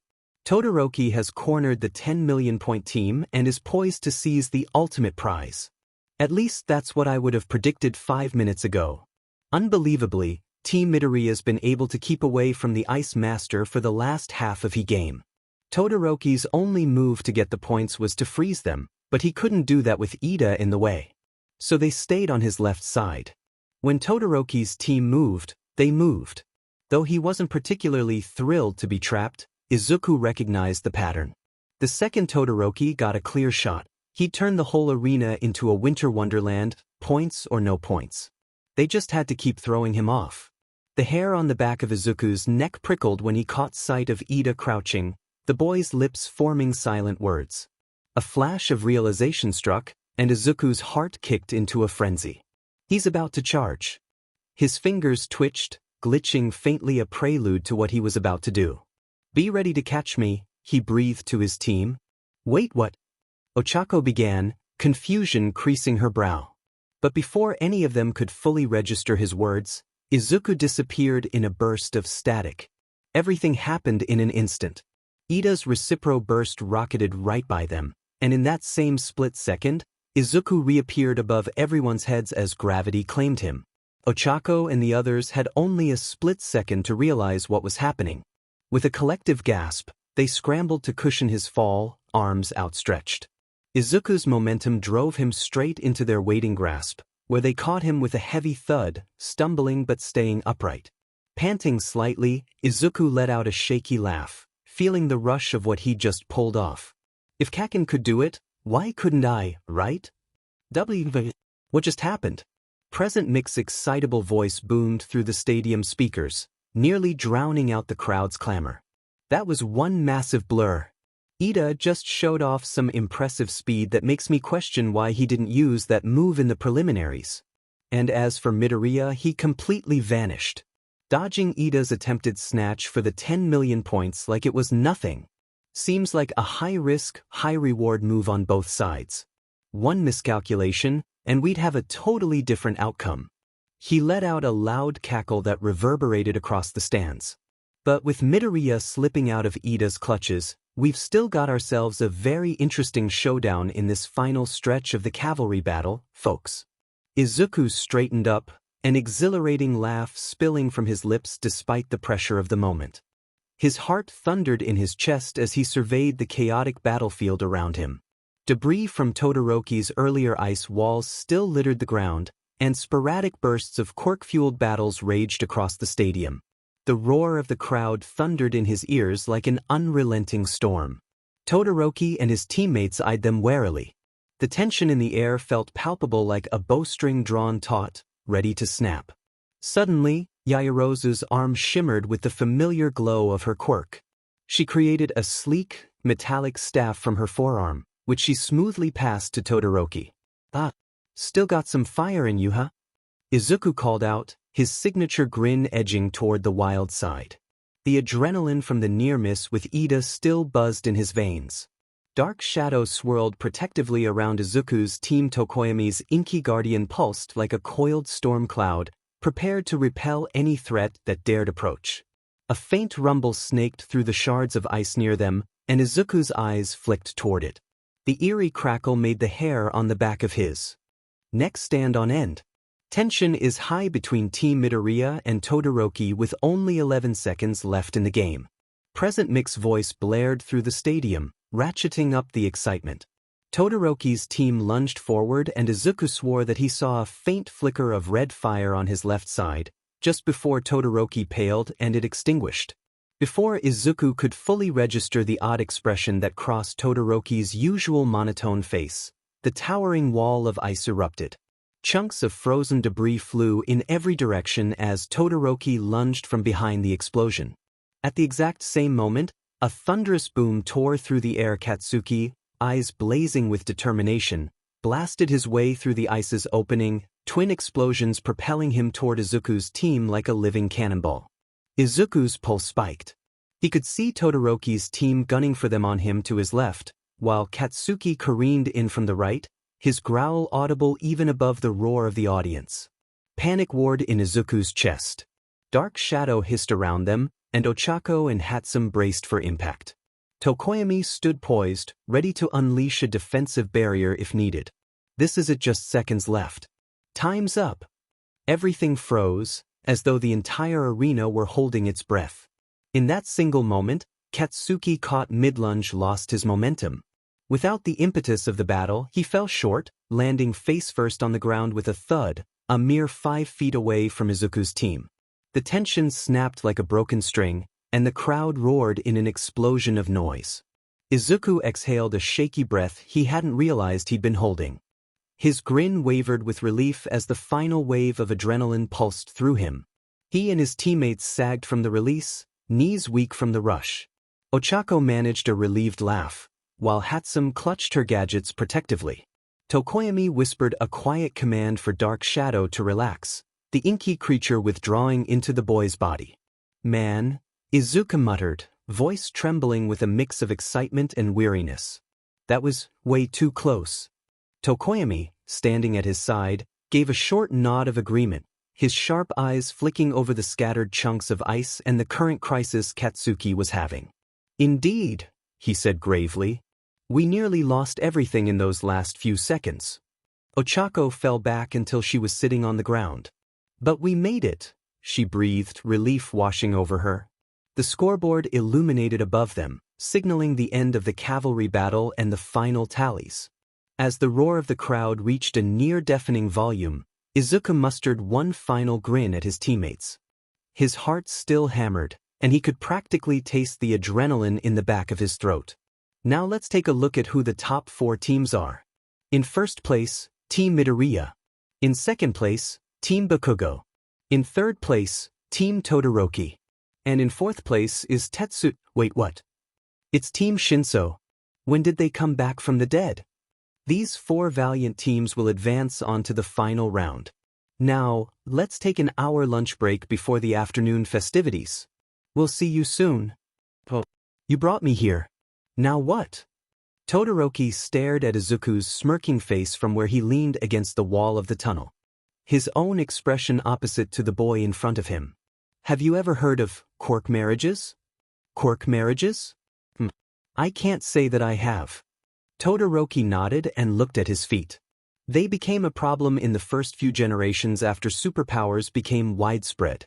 There were those who sought out potential mates with the intention of creating powerful children. Many people were forced into marriages. They were simply viewed as old-fashioned arranged marriages. But clearly, it was unethical.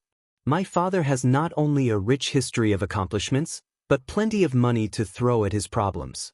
He bought my mother's relatives to get his hands on her quirk. And now he's raising me to usurp all might.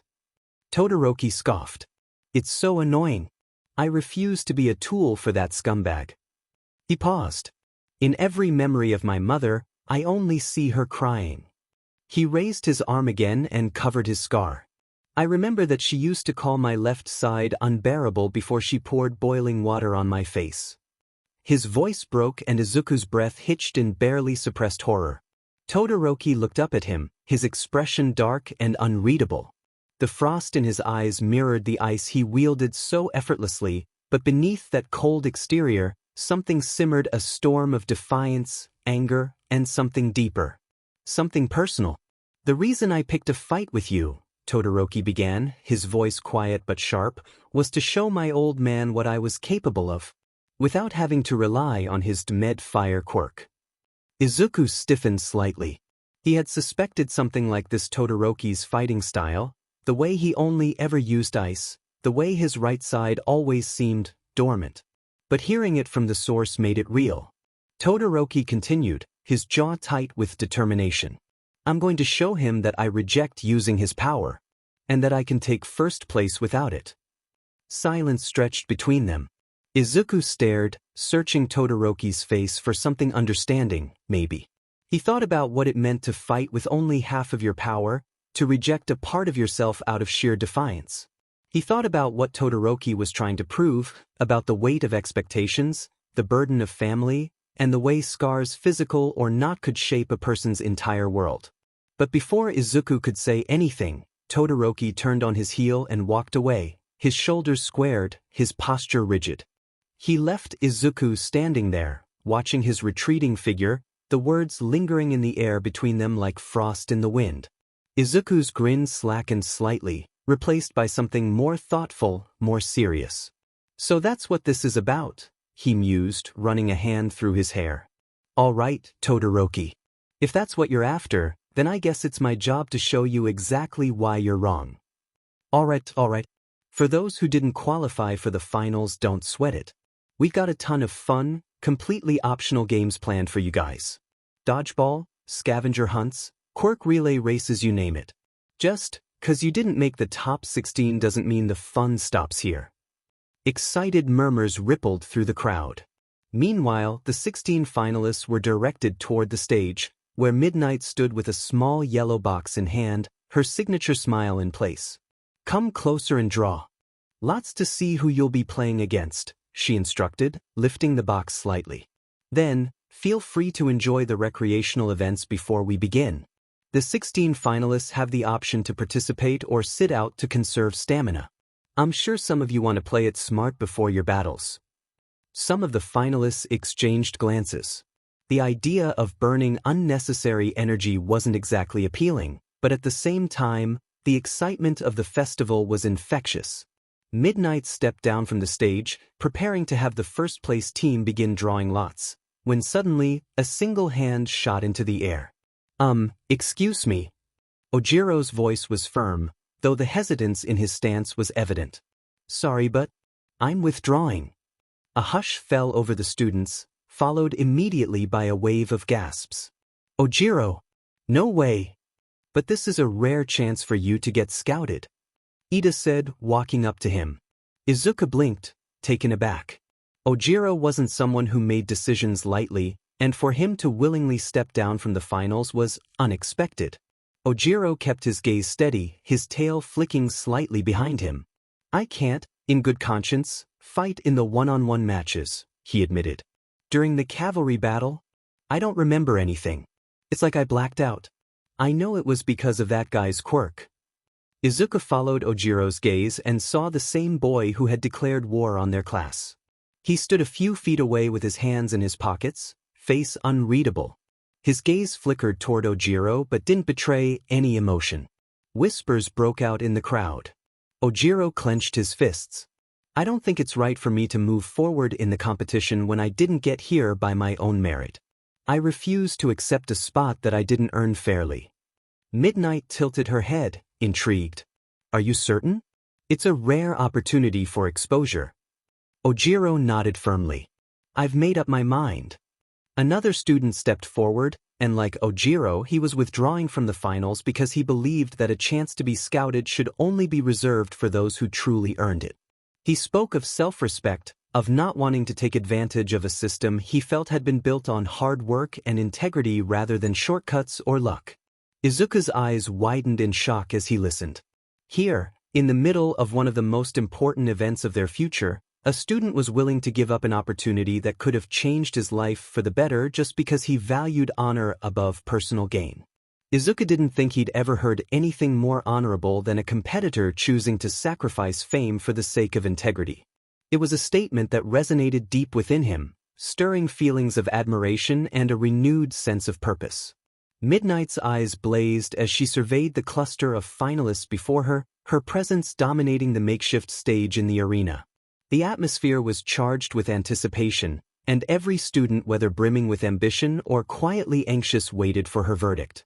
After a long, piercing stare that seemed to strip away any pretense, she snapped her whip with a crisp, commanding crack that reverberated throughout the stadium. "This sort of talk is incredibly naive, my boys," she declared, her tone both amused and scornful. Before anyone could react, a wicked smile spread across her face. "That turns me on. Shota, Ujiro, you're withdrawn." Her words rang out boldly, leaving the arena momentarily stunned into silence. Izuku's head tilted. Did she actually just say that to a bunch of teenagers? Now let's see. We'll have to move up students from the 5th place cavalry team so we have enough contestants. A ripple of murmurs passed through the crowd and a girl from Class 1B stepped forward. She glanced around at her teammates. "We were frozen most of the time. Honestly, we barely did anything in the cavalry battle. Isn't that right?" She looked at her teammates, nodded in agreement, their faces etched with resignation. With a determined look, she added, "You should choose from the group that kept fighting the whole time. Team Tetsu."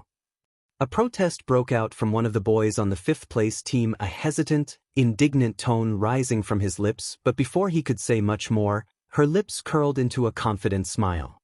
"I'm not doing this as a favor, it's just fair." Midnight smiled and nodded. And so Tetsu and Shiozaki advanced to the finals. "Take a look at the brackets, my dears. These are your opponents." A cheer burst forth from the crowd as the new matchups flashed across the screen. Izuku found his name in the first round against a boy named Shinszo. He hummed. A match against someone he didn't know. Against a quirk he's never seen. This'll be fun. And if he won either round, there was a possibility that he would be facing Todoroki next. His grin widened. Perfect. His head twitched when he felt someone silently walk up behind him and turned before he could speak. It was the same boy that Ojiro had talked about. "That is you, right? Izuku Midoriya?" Izuku's eyes narrowed as he nodded. "A pleasure. So, are you excited?" he asked. Izuku hummed. Something wrapped over his mouth, stopping him from saying anything more. "Not so fast," Ojiro said behind him. The boy smirked and walked away. Izuku turned to him as Ojiro pulled his tail back. "Ojiro, what's the deal? You can't say a word to him," he warned. Izuku stood at the edge of the tunnel as he waited to be called out. He stared at the new arena where all of the brawls were going to happen in the center of the stadium. His heart was racing, but not from the anticipation of the fight, or the thousands of people watching above them, and the thousands of more that are watching from home, but of what Ojiro had told him while the students who didn't make it to the finals were playing in the side games. So his quirk can let him take over people's minds? Izuku leaned back in the metal chair as Ojiro nodded. "Just by not giving him a chance to use it. He didn't get into my head until I answered a question before the second round. I think that's the secret behind his power." Izuku hummed. "So I have to be careful not to say anything or I'll lose for sure." "Not exactly. Even if he gets you, there's still a chance. For round 2, I don't remember anything at all except the very end of the battle. I think we were running away after we took Tetsu's headband. I bumped into another person and it was like I woke up. I was me again, and suddenly I was able to think clearly. It's only a guess. So, don't know how much of a shock it would take to break his spell. And in a one-on-one match, you can't count on an outside force intervening to help you." He rubbed the back of his head. "Although I don't think you'll have anything to worry about, I've seen you fight." He stood. "Anyway, I hope that's helpful. Izuku joined him, pushing up from the chair. Thank you so much. You're a good guy, Ojiro. Ojiro held out his fist. I know this sounds selfish, but I'll say it anyway. Beat this guy for you and me, all right? His eyes glittered with excitement. I'll do my best. He bumps his fist with Ojiro's. Izuku shook the memory away as Present Mix's voice screamed through the speakers. All right, audience.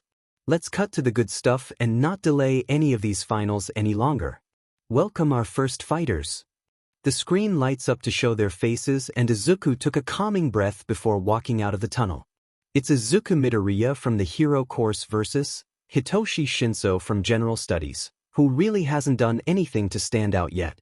The rules are simple. Immobilize your opponent or force them out of the ring. You can also win by getting your opponent to cry uncle.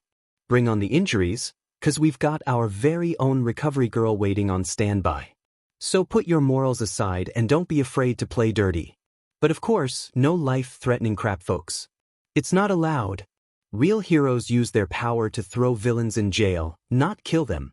Cementos formed a chair of concrete to sit in on the side of the arena while the matches go on, away from any long-distance quirks, but close enough to intervene if things got too rough.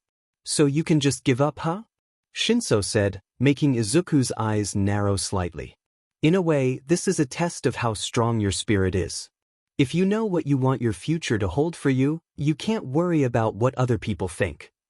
Ready? Shinszo's eyes narrowed as he fixed his steely gaze on Izuku. That monkey was going on about his pride earlier, he sneered, his tone heavy with contempt. At the insult, Izuku's fingers began to flicker erratically small bursts of glitching static that betrayed the simmering fury beneath his composed exterior. His trademark smile tightened into a hard, grim line, and his eyes darkened as he listened to Shinszo's nonsense. Begin. Shinszo wasn't finished. With a dismissive wave, he taunted further, but I just think he's an idiot for throwing away his chance like that.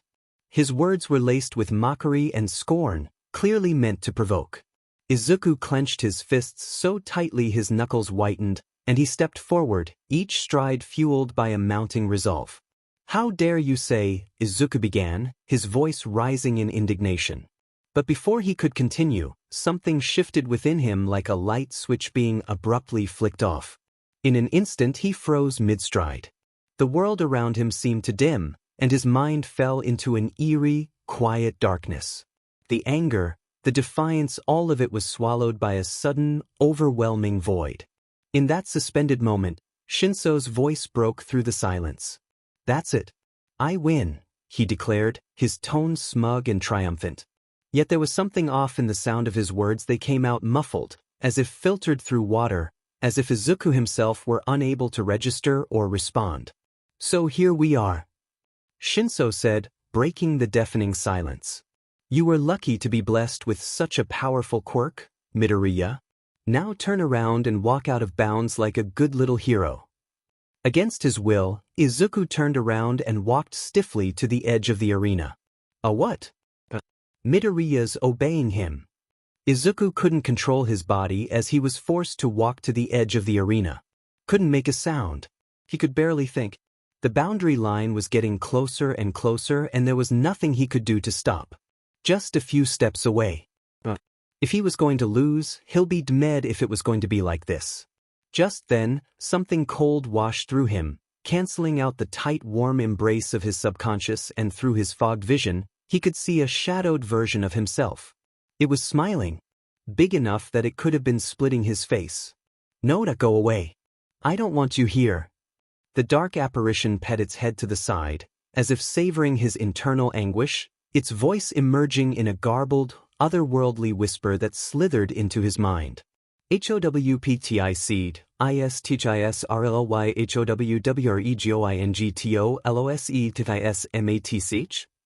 How pathetic. Is this really how we're going to lose this match? Shut up. Get out of my head. I don't need you. His shadow disappeared and he thought that was the end of it, but then something was whispering in his ear. ADMITIT, YOUE, JUSTLETMINAND ISAN HLPYOU, WISAN WINTHIS.HEWON. TSNDA sentence. Admit it. You need me. Just let me in and I can help you. We can win this. He won't stand a chance. No. I won't let you hurt him. I won't let you out again. He hissed to himself and his vision shook. The shadow faded into smoke and suddenly, the chatter of the crowd came back and he stopped just at the edge of the white line that would have cost him the entire event and grabbed his head. Present Mick's scream blocked out the slight hysterical laugh that escaped Izuku's throat. It was back. It was talking to him. It almost took control again. Oh God. What was happening to him? How'd you do that? Izuku's head snapped over his shoulder to the distraught purple-haired boy. He just stared at Shinszo, his eyes wild from just a mere shadow. Shinszo suddenly smiled, but Izuku could see the sweat drip down his neck. Come on, say something. I didn't know you had so much resolve that you could break out of my quirk. I'm kind of jealous of you. Izuku stared. He must look like a lunatic. Tousled hair, wild eyes, and a psychotic grin. Shinszo was saying something, but a ringing slowly filled Izuku's ears. It wasn't gone. Even now, under the pressure of every heartbeat, Izuku could still feel that incessant, burning presence beneath his skin. It made him feel as if his very flesh were closing in on him, hot, claustrophobic, and utterly oppressive. Every nerve in his body screamed with the desire to claw his skin off, if only it would grant him some relief. If it would finally kill the thing that lives inside him. You're lucky enough to have a heroic quirk. It'll be so easy for you to reach your goal. Heroic? My quirk isn't heroic. It's anything but heroic. It was a curse. Izuku clenched and unclenched his shaking fists to release some of the tension. He had other things to worry about. This was a matter for later, after he won this round. He didn't respond to anything Shinszo said, not only because he knew that it would activate his quirk, but because he didn't know if he could even listen to the sound of his own voice. If Shinszo couldn't use his quirk, then Izuku wouldn't either. He charged, watching panic race through his eyes. Thanks to the way my quirk works, I've always been at a disadvantage. People would stay away from me and rule out my quirk as villainous. But someone as blessed as you wouldn't understand that. He yelled, getting desperate now. Izuku almost laughed. Blessed was the last word he would use to describe what he was. Izuku's fist collided with Shinszo's face in a brutal, precise arc. The impact sent Shinszo stumbling to the side, and a fresh trickle of blood ran down from his split nose. His eyes, alight with fury, narrowed as he snarled at Izuku. For a heartbeat, the arena fell silent, every eye fixed on the sudden burst of raw violence. Shinszo wasn't one to back down easily. Regaining his balance, he lunged forward. Izuku didn't use his quirk to dodge. He ducked away from the punch and slammed his hands on Shinszo's shoulder and chest, throwing all of his body weight into Shinszo. The boy tripped over his feet to regain his footing as he was being pushed closer and closer to the white line. Shinszo's fist dug into Izuku's torso and he lost his breath for a moment, but continued on. Then, when Shinszo started swinging, Izuku grabbed his arm and collar, twisting, and then was throwing Shinszo over his shoulder and watching as his legs crossed the white line. Izuku breathed hard, ignoring Midnight announcing him the winner, and the crowd's roaring applause. Shinszo was wrong. Izuku wasn't blessed. Izuku wasn't lucky. He was a monster. Still shaken from their previous clash, Izuku stepped forward, his expression a mixture of defiance and anguish. He extended a hand toward Shinszo, his gesture offering both an olive branch and an unspoken challenge. After a long, waited moment, Shinszo groaned as he met Izuku's outstretched palm. His eyes, still blazing with the remnants of fury, locked onto Izuku's. With a reluctant sigh, he allowed himself to be pulled to his feet. But Izuku wasn't done. Instead of simply helping him up and moving on, he drew Shinszo in close, so that his voice dropped to a harsh, low tone against his ears so Shinszo could hear him over the roar of present mixed commentary and the crowd. His words were laced with bitter honesty. I'm not blessed, Shinszo. My quirk is nothing to be praised about, he hissed, each syllable trembling with raw emotion. I'm actually jealous that your quirk is so normal. You don't know me. You don't know what I have gone through. His grip tightened as he leaned in further, his tone turning anguished. Everything you said during that fight, none of it was true. For a long heartbeat, he let the silence stretch between them, his eyes searching the others for any sign of understanding. Then his voice broke once more, heavy with despair. My quirk is tearing me apart, and there is nothing I can do to stop it. He stepped away, walking back through the tunnel and into the waiting room, a quiet, dim space set apart from the chaos of the arena. The narrow corridor echoed with each measured footstep, and the soft hum of emergency lights barely lit the path as he tried to collect himself. His heart pounded relentlessly, a staccato reminder of the fierce battle and the weight of his own inner turmoil. With a deep, shuddering breath, he speared his fingers into his unruly hair, tugging at the strands as if trying to pull out the tension itself. He closed his eyes, willing himself to steady his breathing and quell the trembling that had overtaken his body. Yet even in this moment of reprieve, he could still feel the burning, oppressive presence of his quirk crawling beneath his skin, a constant reminder of the darkness he carried. So he sat there with his eyes closed, trying to recapture some semblance of calm. He vowed quietly to himself that he would not allow that cursed power to define him. He would fight to master it even if every step forward felt like wading through fire. For now, in the quiet of the waiting room, he took a steadying breath and tried to reclaim control of his mind and body, preparing himself to step back into the fray as the hero he knew he had to be, even if he felt nothing like one. Izuku's heart was just starting to slow when the door swung open. He didn't even need to look up. He recognized Katsuki's hard, deliberate footsteps before the door fully opened. For a long, heavy moment, neither spoke. Finally, Katsuki sighed, and Izuku heard the scrape of a metal chair as Katsuki sat down directly across from him. They sat there in silence, the tension lingering like an unspoken challenge. Finally, Katsuki broke the quiet, his voice low and edged with concern. "You all right, Deku?" Izuku swallowed hard, still feeling the residual tremor of adrenaline. "Yeah, I'm fine," he replied. His grin that was usually so full of mischief didn't reach his eyes. Katsuki's gaze was intense as he studied him for a moment. "You looked like you were about to break," he said bluntly, the silence heavy between them. Izuku finally releases his hair from the death grip of his fingers and laid them flat on the metal table, refusing to look at his friend's eyes. "I can't shake it off that easily. That thing in my head, it nearly got me this time," he admitted, voice barely above a whisper. For a long, waited moment, neither spoke. Then, Katsuki slowly leaned forward until Izuku was forced to look away from his shaking hands and into his eyes, which was uncharacteristically soft for someone like Katsuki Bakugo.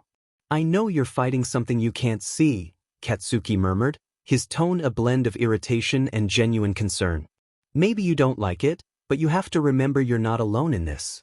I'm here whether you like it or not." Izuku's forced grin wavered and then slowly faded into a pained, conflicted expression. "I know," he said quietly. His voice trembled as he added, "Sometimes, it feels like my quirk is a curse. It's tearing me apart from the inside. I'm scared, Kaken, scared that I'm not as strong as I need to be. I'm scared that whatever this demon is, it's going to come out, and I won't be able to stop it." The words hung between them, heavy and raw. Katsuki's jaw tightened, and his expression softened. "Deku, you're stronger than you know.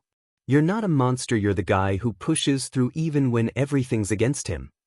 For a moment, silence reclaimed the space, filled only by the steady hum of the waiting room's fluorescent lights and the distant murmur of the arena beyond.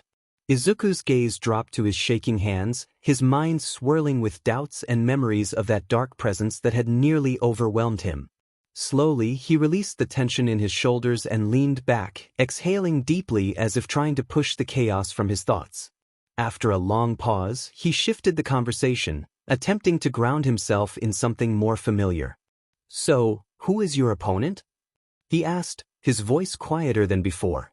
Katsuki's eyes narrowed at the abrupt change of subject, his jaw set in a way that suggested he was calculating his next move even in this quiet moment.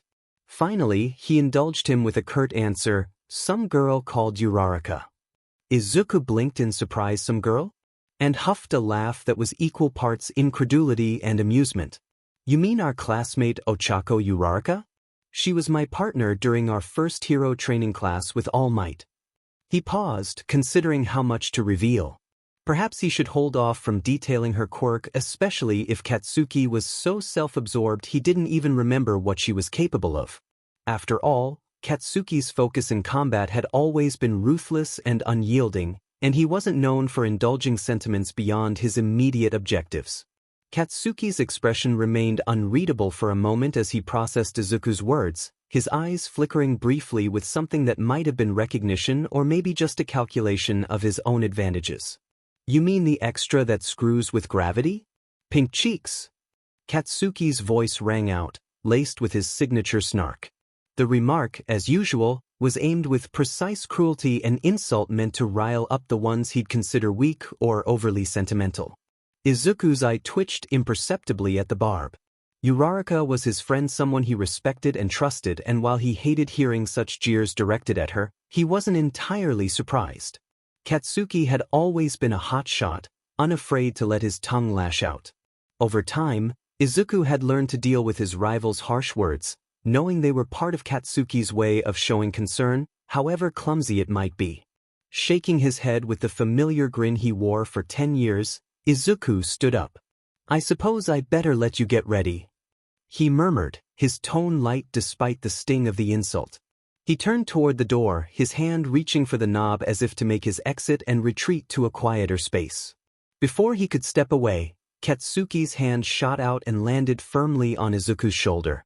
The unexpected contact made him pause, and Katsuki's eyes, intense and sincere beneath his rough exterior, met his. Don't shut me out, Deku. Let me help you when you need it, all right? Katsuki said, his voice low and edged with a rare note of genuine concern. Izuku's smile softened. Thank you, Kaken. With that, he pushed open the door and, leaning back just long enough to glance over his shoulder, quipped in his smooth, radio-like tone. Oh, by the way, good luck in your fight with Uraraka, Kaken. I hear she's got a knack for lifting opponents off their feet. Just try not to lose your temper and float away, all right? Katsuki's red eyes narrowed into slits, the muscles in his jaw tightening. You little... He growled and his hands popped.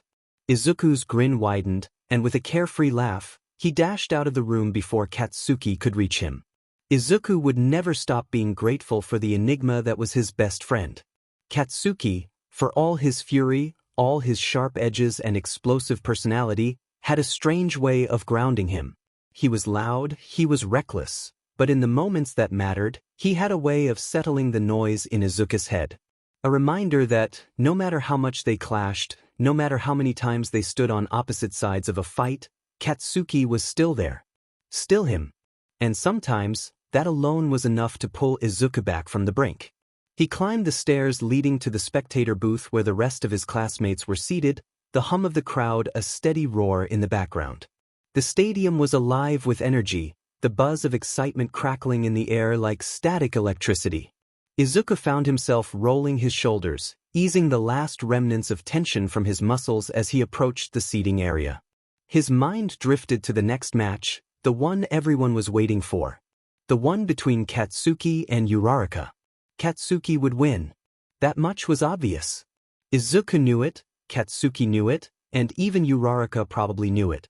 There was no denying the sheer gap in experience between them. Izuku had been sparring with Katsuki for years, long before UA had ever come into the picture. He knew, better than anyone, how terrifyingly skilled his best friend was. Katsuki wasn't just stronger, he was brilliant in battle. His instincts, his reflexes, the way he could analyze a fight and adapt in the blink of an eye, it was all second nature to him. A lifetime of victories had sharpened him into a near unstoppable force. But even knowing all that, Izuku still hoped, just hoped, that Katsuki wouldn't go all out on Uraraka. She isn't me, Izuku thought as he reached the booth, his fingers tightening around the railing as he scanned the field below. I can fight Katsuki at his strongest. I can push him to his limit. I can take everything he throws at me and still keep going. But Uraraka? She wasn't a brawler. She didn't have years of battle-hardened training or the ability to take hit after hit and keep moving forward. And yet, Izuku smiled to himself. She was still going to fight. That was what made her incredible. The odds were stacked against her, and she knew it. But Uraraka was smart. She was determined. And Izuku had no doubt that she had spent the last couple hours meticulously crafting a strategy to give her the best possible chance. She wasn't the type to back down. She wasn't the type to give up before the fight even started. She was going to stand in that ring, face Katsuki head-on, and she was going to make him work for that win. His grin widened slightly at the thought. Honestly, watching Kaken struggle with someone other than me? Now that was going to be a sight worth seeing.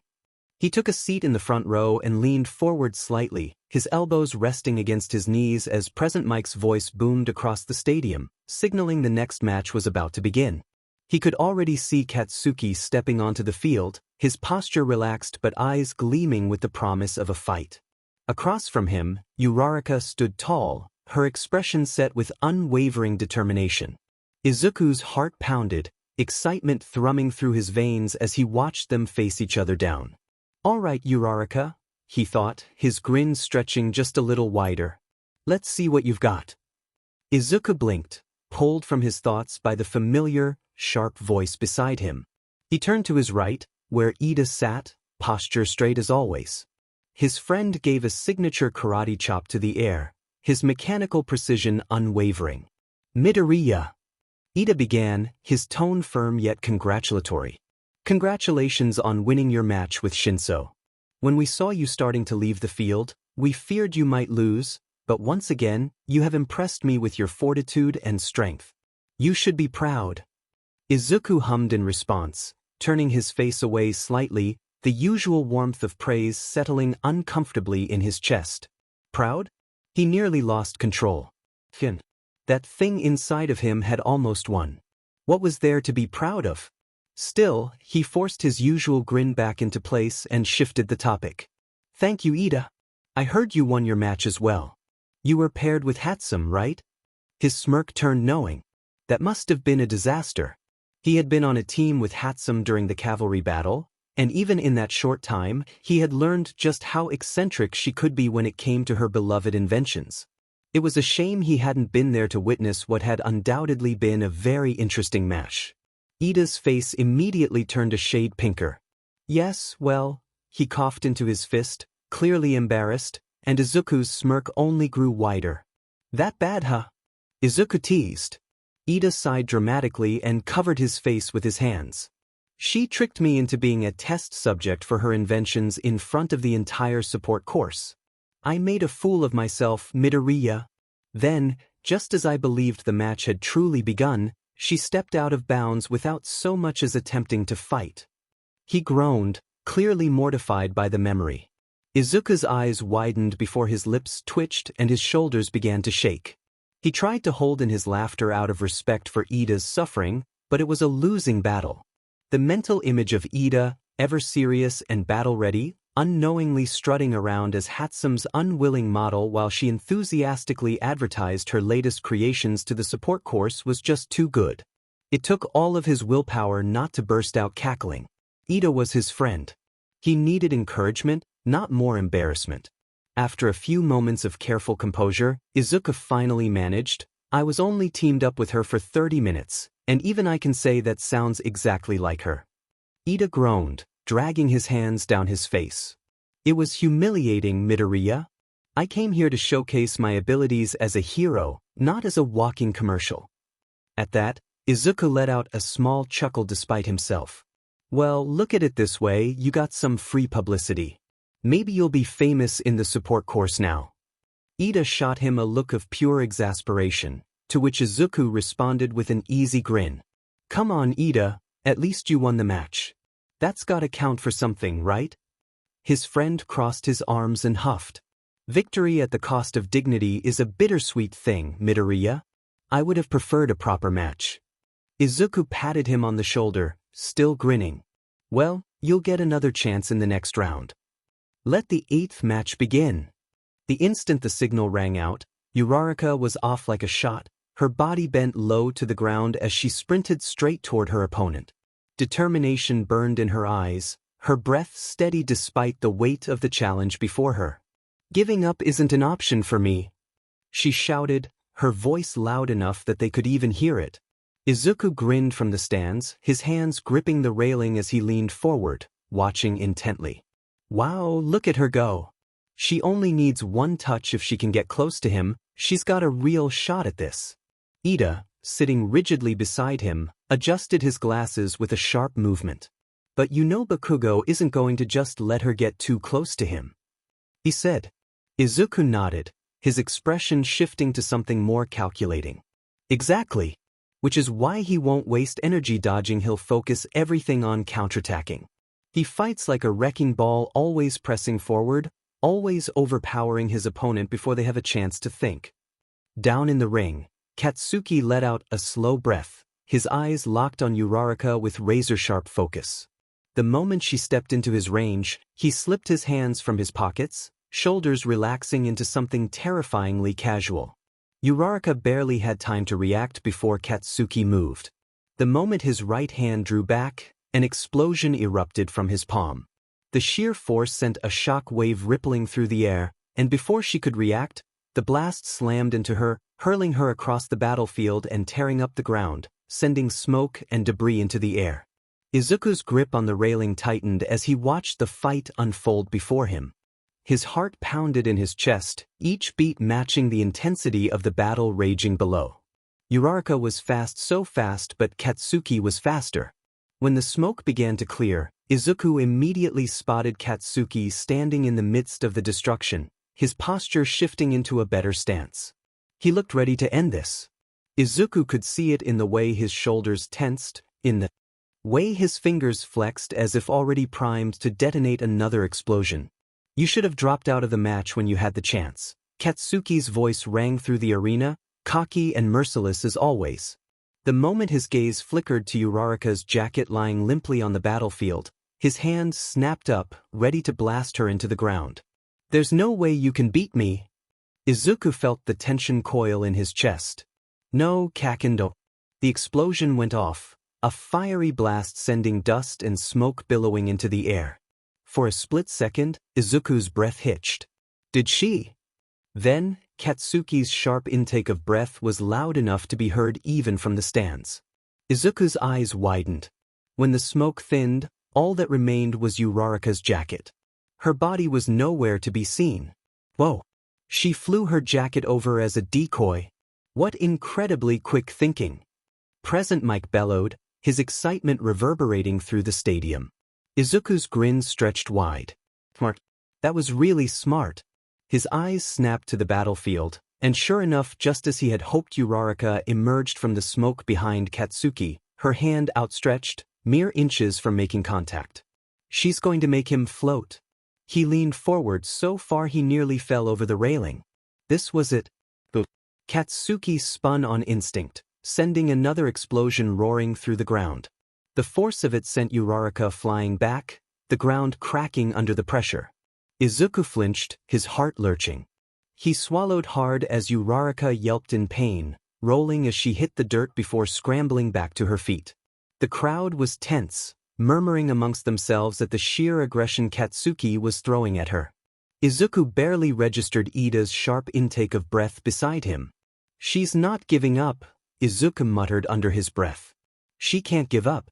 She still has a chance.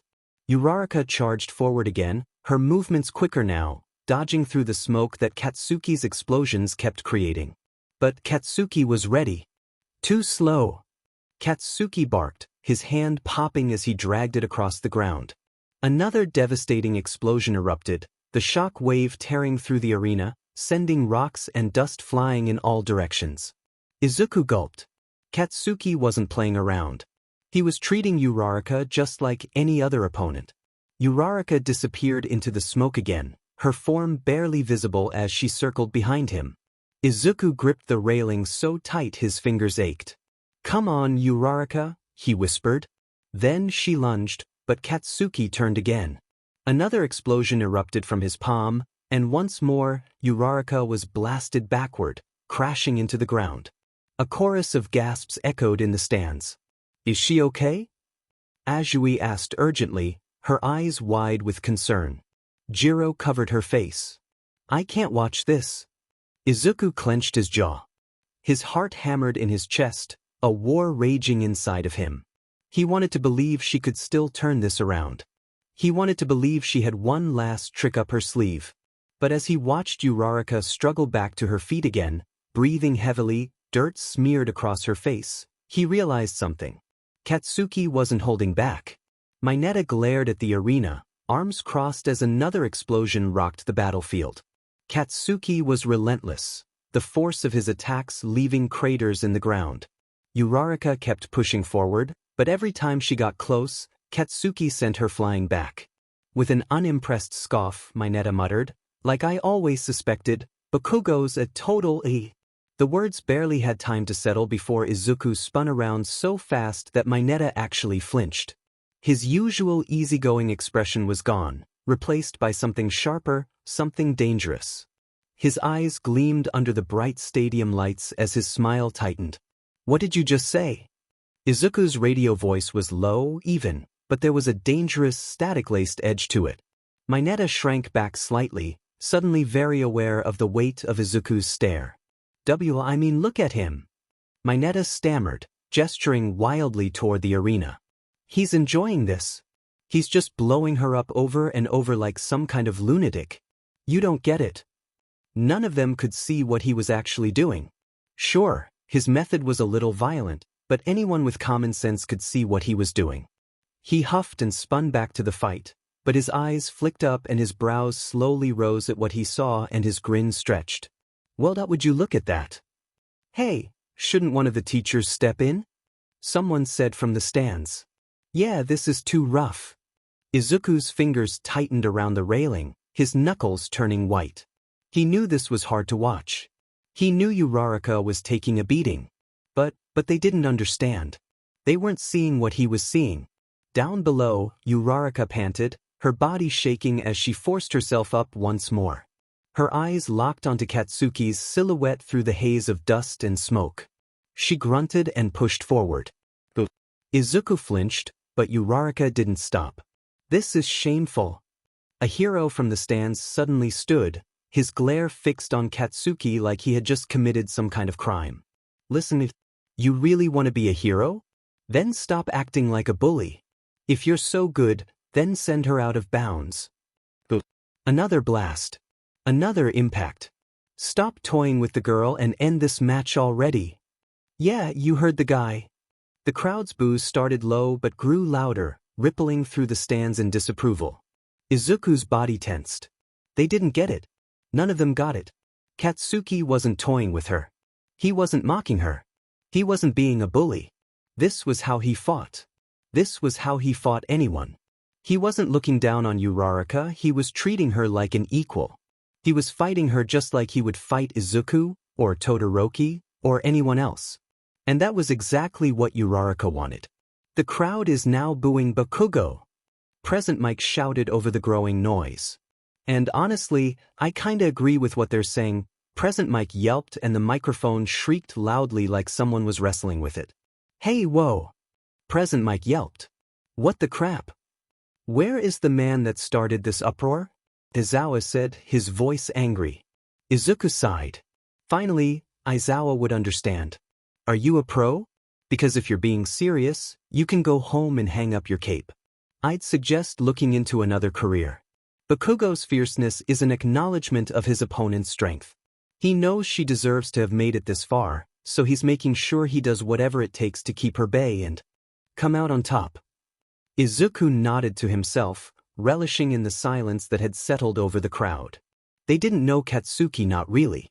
They saw an explosive, aggressive, arrogant fighter, but they didn't understand him the way Izuku did. Everyone had their own way of fighting, their own way of proving themselves. This was Katsuki's. And even if he hadn't been treating Uraraka like a real opponent, it wouldn't have mattered because at the end of the day, he was still just a kid. They all were. This was what school was for. To fight. To struggle. To learn and grow. But as Izuku lifted his gaze to the sky, to the massive chunks of the ruined arena suspended high above them, his grin widened. It was almost embarrassing how so many people, including pro heroes, had booed Katsuki, had assumed he was bullying Uraraka when they hadn't even realized what was actually happening. She had never been helpless. She had never been blindly charging in without a plan. Uraraka's quirk zero gravity needed objects. She didn't have any. So she made them. She had been playing the long game, forcing Katsuki to rip apart the arena with every explosion, keeping herself low and close to the ground, letting him do all the work for her. Izuku's heart pounded with excitement. This was it. Then, down in the ring, Uraraka straightened her back, her expression unreadable. "I think it's about time," she announced, voice steady despite the strain in her body. Katsuki tensed instantly, his stance shifting ever so slightly. He hadn't expected that. Then she smiled. "Thank you, Bakugo," she said simply, lifting her hands. "For keeping your eyes focused on me." Katsuki's eyes widened just a fraction. "What?" Izuku gripped the railing as his pulse quickened. He could see what was about to happen just as Uraraka slammed her fingertips together, and 1 second later, the chunks of debris plummeted toward Katsuki all at once. The crowd erupted in gasps and shouts. Izuku jumped from his seat, his smile splitting wide. "Ha! Great plan, Uraraka." He laughed, his radio-toned voice bursting with pride. This was it. Her moment. And Katsuki had seconds to react. Uraraka took those seconds to sprint through the falling concrete towards Katsuki. All she had to do was touch him and she would win. Izuku watched, his breath caught in his throat, as Katsuki exhaled deeply and raised his arm above his head. "No way." Uraraka moved too, touching her fingers together, that soft pink light flashing between them. Izuku knew what she was trying to do, one last desperate push, one last effort to make contact. "Come on, Uraraka." Her hands shot forward toward Katsuki's chest. Katsuki didn't flinch. He braced his other hand over his wrist, steadying himself, explosion crackling up his arm like white-hot embers. The air detonated. The shock wave of the explosion slammed into the battlefield like a cannon blast, sending a ripple through the entire stadium. Izuku instinctively threw an arm up as the force blasted through the stands, sending everyone's hair and clothes whipping back against their skin. He could feel the raw heat of it even from where he stood. He had seen Katsuki's explosions 1,000 times. He had felt them firsthand. But this was something else. This was the most powerful explosion Izuku had ever seen Katsuki produce without the help of his gauntlets. And in one shot, one single blast, it obliterated Uraraka's entire finishing move. The massive chunks of debris that had loomed so ominously in the sky shattered like brittle glass, breaking into thousands of pieces. The sheer force of the blast sent Uraraka flying back once again, rolling toward the edge of the arena. Izuku's heart pounded as bits of debris rained down on the roof above the stands, the distant clatter barely registering over the ringing in his ears. He quickly looked back at the battlefield. "Is she okay?" Uraraka slowly pushed herself onto her knees, her body visibly trembling. Izuku's eyes snapped back to Katsuki. And there he stood untouched. A chill ran down Izuku's spine. He had known Katsuki was strong. Had known that Uraraka was at a severe disadvantage from the start. But to see that level of destruction, that raw force, it sent a deep, unnerving realization through him. Even Uraraka, with her intelligence, her careful planning, her determination, she never stood a chance. Bakugo banks out a huge demonstration of power. Present Mick's voice exploded over the speakers, his energy almost lost in the lingering shock of the crowd.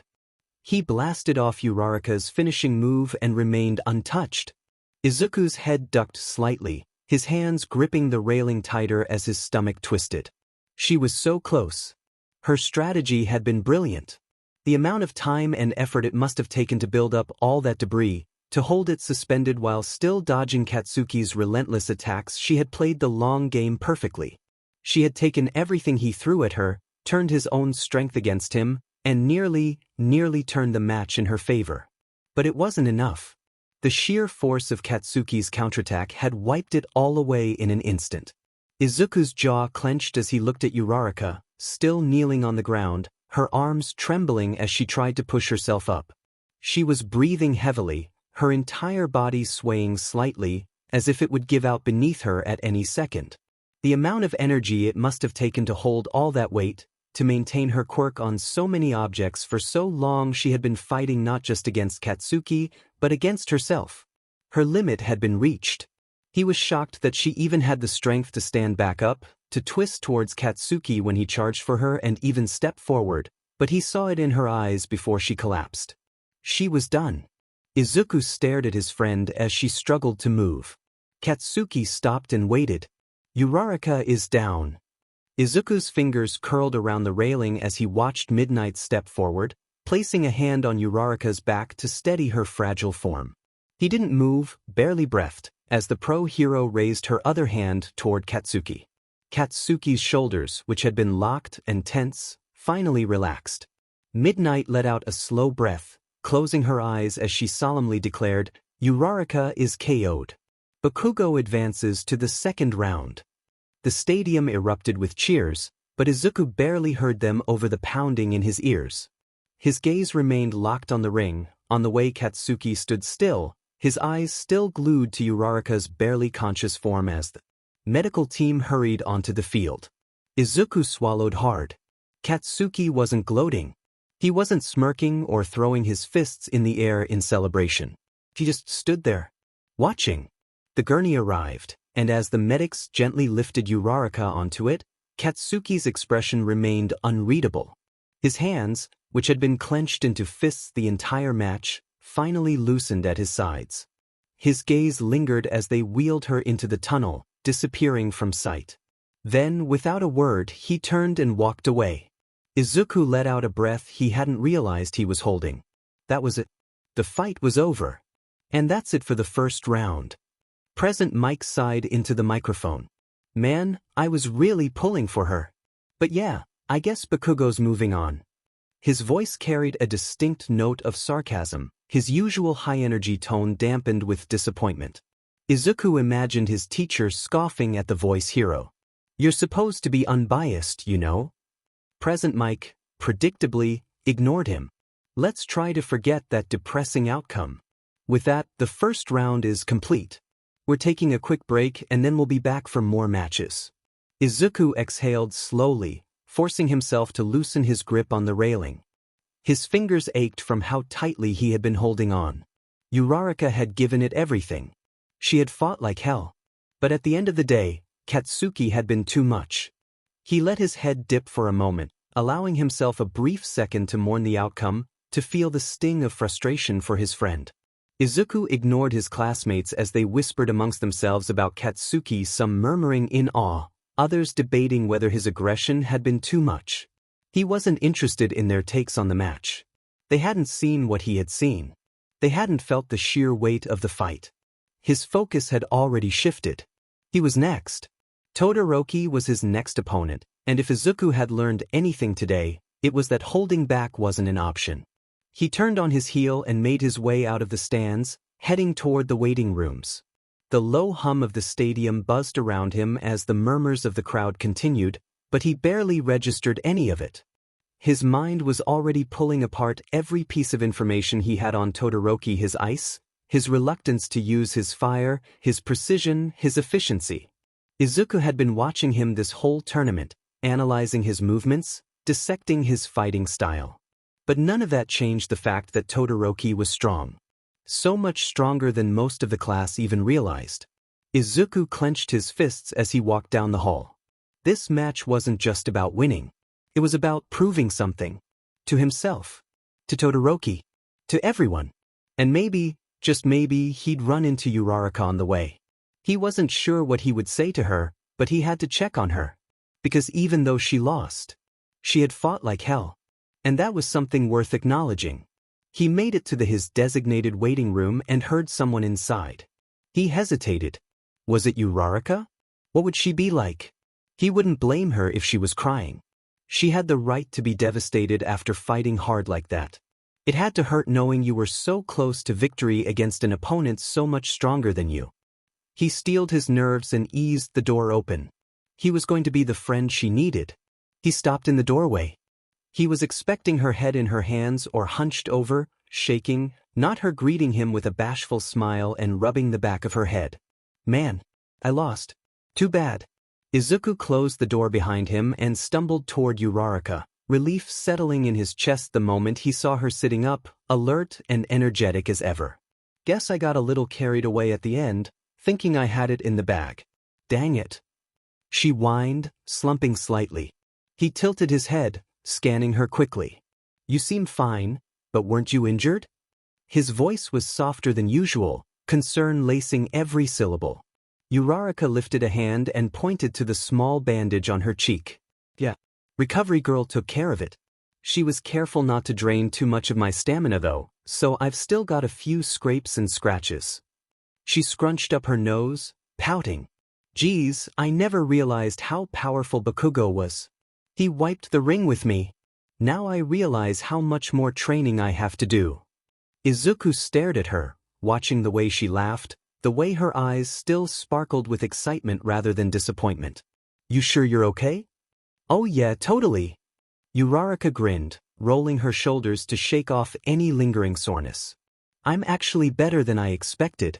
Even if you lose, you always keep looking ahead to what's next, Deku. This just means I have to work harder now. Izuku's lips twitched, but his brows furrowed slightly. That's true, but... Before he could finish his thought, Present Mick's voice erupted through the stadium speakers, cutting through the waiting room like a siren. What? We're about to find out who the winner is from the 7th match.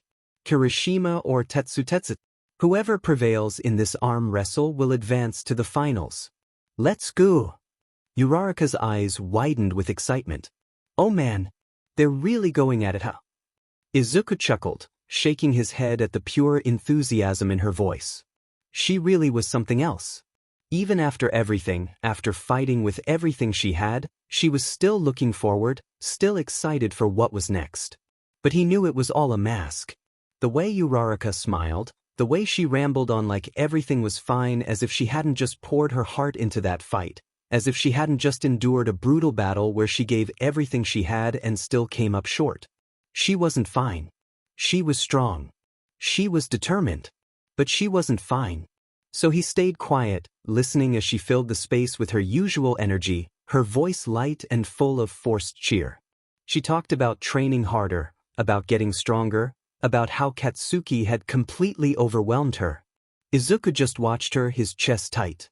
Then, without a word, he stepped forward and wrapped his arms around her. Uraraka stiffened in surprise, her breath hitching as Izuku pulled her close. He held her tightly, tucking his chin over her shoulder, his voice barely above a whisper as he murmured into her hair. It's okay to cry. For a moment, she didn't move, didn't speak. Then, slowly, he felt her hands clutch the back of his jacket. Her shoulders started to shake. She let out a choked breath, and just like that, the dam broke. Silent? Shuddering sobs racked through her, her body trembling as she buried her face into his shoulder. Izuku just held her, rubbing slow circles on her back, saying nothing more. She had fought so hard. She deserved to let herself feel this. So he stayed right there, holding her as she let it all out, as she allowed herself this moment of vulnerability. Because he knew when she was ready, she'd wipe her tears, straighten her back, and keep moving forward. That was just who Uraraka was. And Izuku would be right there, cheering her on. Was punching a hero in the face considered a punishable offense? Was it against a rule that was in this school? Izuku didn't have too much time to think about it before his knuckles sunk into the Endeavor's face so hard it knocked him back a few steps. Let's take a step back. Izuku held Uraraka tightly as she trembled against him, silent sobs shaking her small frame. He didn't say anything more, there was nothing to say. She just needed to let it out, to feel what she had been trying so hard to suppress. Her fingers gripped the fabric of his jacket, her tears dampening his shoulder, and Izuku simply stood there, grounding her. This wasn't weakness. This wasn't failure. This was what it meant to fight with everything you had. After a few moments, her breathing started to slow, the shuddering in her body easing just a little. Izuku stayed still, letting her take her time. Finally, Uraraka pulled back slightly, sniffing and rubbing at her eyes with her sleeve. Sorry, she mumbled, her voice thick. I didn't mean to get all, you know. Izuku shook his head, his expression soft. You don't have to apologize, Uraraka. You did amazing out there. She let out a shaky breath, her lips pulling into a small, watery smile. Still lost, though. Izuku grinned, tilting his head. Doesn't change the fact that you fought like hell. She let out a quiet laugh, shaking her head as she wiped the last of her tears away. Thank you. I feel a lot better now. You have this way of, I don't know. She trailed off, her expression thoughtful as she tried to put it into words. Izuku tilted his head slightly, curious. What do you mean? Uraraka shrugged, looking a little embarrassed as she played with the edge of her sleeve. It's just, when you talk, when you're around, it's like there's this hum? This feeling? I can't explain it, but it's comforting, like I can breathe again, even when I'm upset. She furrowed her brows. It's kinda like a sound you can't hear but can feel. Like white noise, but not annoying. Just steady. Izuku blinked, startled. He had heard comments like that before, though no one had ever really put it into words quite like that. He knew his quirk had an effect on the environment around him, how it glitched and distorted reality in subtle ways. But this wasn't something he had thought about much. A hum that eases people's nerves? It wasn't just his voice, though his radio-like tone was something that tended to draw people in. No, this was something else. Like an invisible presence, an unconscious effect his quirk had on the people around him. He scratched the back of his neck, a little sheepish. Well, I don't try to do that or anything. Uraraka gave him a small, knowing smile. I know, but it's there. And I think it's part of what makes people feel safe around you. Izuku's eyes widened slightly. Safe? That was something he never thought he could be. Not with what lived inside him. But out of everybody he could emit this feeling to, he was glad it was her. Before he could respond, the stadium speakers crackled to life, and Present Mic's voice boomed through the waiting room. Kirishima earns his place in the second round. Now we've got a full roster for the next round of the tournament. Let's get the party started now, ya dig? Izuku huffed, releasing a short laugh as he straightened up. Already? He glanced at Uraraka, his sharp smile slipping back into place. Later. Oh, I'm sorry, Deku. You weren't able to prepare since I was here. Izuku reached for the handle and twisted it before looking back at her, his expression warm. Nah, this was perfect, he reassured. Uraraka beamed at him, her usual bright energy returning to her eyes. I'll be watching. Good luck out there. Izuku nodded. Thanks. With that, he turned and walked out, the door clicking shut behind him. Izuku was making his way toward the arena, his head buzzing with thoughts of Todoroki and their upcoming match. His focus was razor-sharp, his nerves steady, his mind already analyzing the possible moves he would need to counter Todoroki's ice when his steps suddenly faltered. A presence loomed ahead of him, heavy and oppressive, stopping him dead in his tracks. Endeavor. The number 2 pro hero stood directly in Izuku's path, his massive frame blocking the hallway. Flames crackled faintly off his shoulders, giving him an aura that made the air feel hotter. His gaze was intense, sharp, and unreadable, but Izuku had no interest in trying to decipher it. Because as soon as he laid eyes on him, Todoroki's words from their conversation echoed in his mind. The reason I picked a fight with you was to show my old man what I was capable of. Without having to rely on his med fire quirk. I'm going to show him that I reject using his power, and that I can take first place without it. Izuku's fingers twitched at his sides, his teeth clenching slightly as he held Endeavor's stare. Of all the people he could have run into before his match, it had to be this man. Endeavor's eyes flickered over him, his expression unreadable. Then, after a beat, he spoke, his voice low and gruff. So, you're Midoriya? Izuku didn't respond immediately. He just narrowed his eyes, his body instinctively tensing. What does he want? Endeavor continued. You're fighting my son next. He said it not with curiosity or even interest, just expectation. Izuku's jaw tightened. Your son? Not Shoto. Not Todoroki. Just his son. Like he was nothing more than an extension of himself. Like Todoroki had said. Endeavor exhaled, the heat in the air flickering just slightly. Make him use his fire. Izuku's eyes widened slightly before his expression darkened. Excuse me? Endeavor crossed his arms, his gaze heavy. It's my Shoto's duty to surpass all might and become the #1 hero. And this match against you will be a good test to show how much more training he needs. So hit him hard. Don't disgrace him or yourself by holding back. Izuku's fists clenched so tightly his nails bit into his palms. He couldn't believe this. Couldn't believe the sheer audacity of this man. Todoroki had spent his entire life trying to escape from his father's control, trying to reject the flames that had been forced upon him. And here Endeavor was, not even talking to his son, just trying to manipulate someone else into doing his dirty work. Izuku felt his heartbeat hammering in his ears. This wasn't about power. It wasn't about pushing Todoroki to be stronger. It was about control. It was about winning. And it made Izuku sick. His body moved before he even fully registered the thought. He stepped forward, his shoulders squared, his gaze steady as he met the #2 hero's stare head-on. And then, without hesitation, he swung. His knuckles sank into Endeavor's face so hard that the man actually stumbled back a few steps, his head jerking to the side from the sheer force of the hit. Silence. The hallway felt different now, the air heavier, charged with something volatile. Izuku's breath was steady, his fists still clenched from the punch as he slowly lowered it, his eyes darkening as he glared at him, his grin sharp. Todoroki is not a piece of property. He is not a person you can manipulate into doing a job that you can't do yourself. He may be your son, but he isn't you. I don't care how strong you are. You don't get to decide for him.